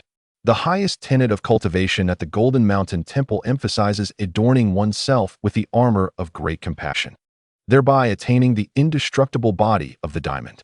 The indestructible diamond skill? Upon completion of cultivation, one's body becomes as resilient as steel, impervious to blades and fire alike. Lu Xian's expression was peculiar as he remarked that in the world of Naruto, hearing such martial and fantastical terminology felt surprisingly familiar. To put it lightly, this seems somewhat superficial. The Nirvana Sutra states, "How can one attain the indestructible body of the diamond?" The Treasure Accumulation Sutra mentions, "The body of the Tathagata is the indestructible body, the solid body." Lu Xian interjected, "As stated in the Great Treasure Accumulation Sutra, the diamond represents a remarkably sturdy mineral, often metaphorically used in Buddhist texts to describe the Dharmakaya of the Buddha. The body of the Tathagata is the Dharmakaya, the indestructible body, the solid body, transcending the 3 realms as the most exalted form." He smiled amiably and added, "Lady Jing, I was merely jesting. I am well aware that the indestructible body refers to the Buddha's form attained after enlightenment. The priestess Jing observed Lu Xian, who was incessantly seeking topics to discuss, aware that he was trying to alleviate Taozi's sorrow by diverting her attention from her grief. Although Taozi still bore a visage of sorrow concerning Tianzhong's treatment, her curiosity was piqued, and she began to listen intently to the priestess Jing's explanations. Shedding her earlier lost demeanor, Priestess Jing continued, "This leads us to a secret tale involving the Diamond Mountain Temple. In the past, the Sage of Six Paths sought enlightenment at the Diamond Mountain Monastery, engaging in discourse with the then abbot for 7 days and nights, ultimately returning in defeat. This incited the ire of a certain monk at that time. With a tone of regret, she continued, this individual was exceptionally gifted, regarded as a natural-born child of the Buddha. Unable to bear the disgrace of the Buddhist sect's defeat, he succumbed to inner demons and ultimately defected from the mountain, earning the title of the Wayward Monk. Unexpectedly, this wayward monk acquired the dark arts from an unknown source. Transitioning from regret to disdain, the priestess stated, he relied on the extraction of human essence to enhance his own power, self-styling as the demon Buddha. With his singular might, he obliterated the Diamond Mountain Monastery, causing the monks to flee in terror. The battle was cataclysmic. Even though the Diamond Peak Temple was safeguarded by barriers, it was cleaved at the summit by the demon Buddha, who shattered the temple with a single strike. At this juncture, the priestess Jing glanced at Lu Xian and remarked, speaking of which, young Lu Xian, you could be considered a descendant of the Diamond Peak Temple, as the Qingshan Temple was established by monks who escaped to this location. Lu Xian was slightly taken aback, continuing to listen to the priestess's tale.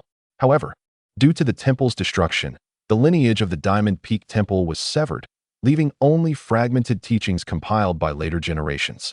With the Diamond Peak Temple in ruins, the monks sought out a nearby mountain to establish the Diamond Mountain Temple. Although they managed to preserve a semblance of the tradition, the true methods of cultivation from the Diamond Peak Temple have since vanished from the world.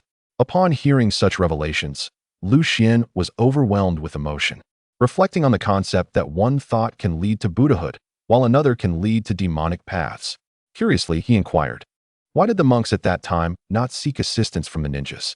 The priestess Jing shook her head in resignation, explaining, firstly, they were unwilling, as they were constrained by their sectarian views. Seeking help from outsiders in such matters of the Buddhist community was deemed inappropriate. Secondly, they were unable, as the Sage of Six Paths had already passed,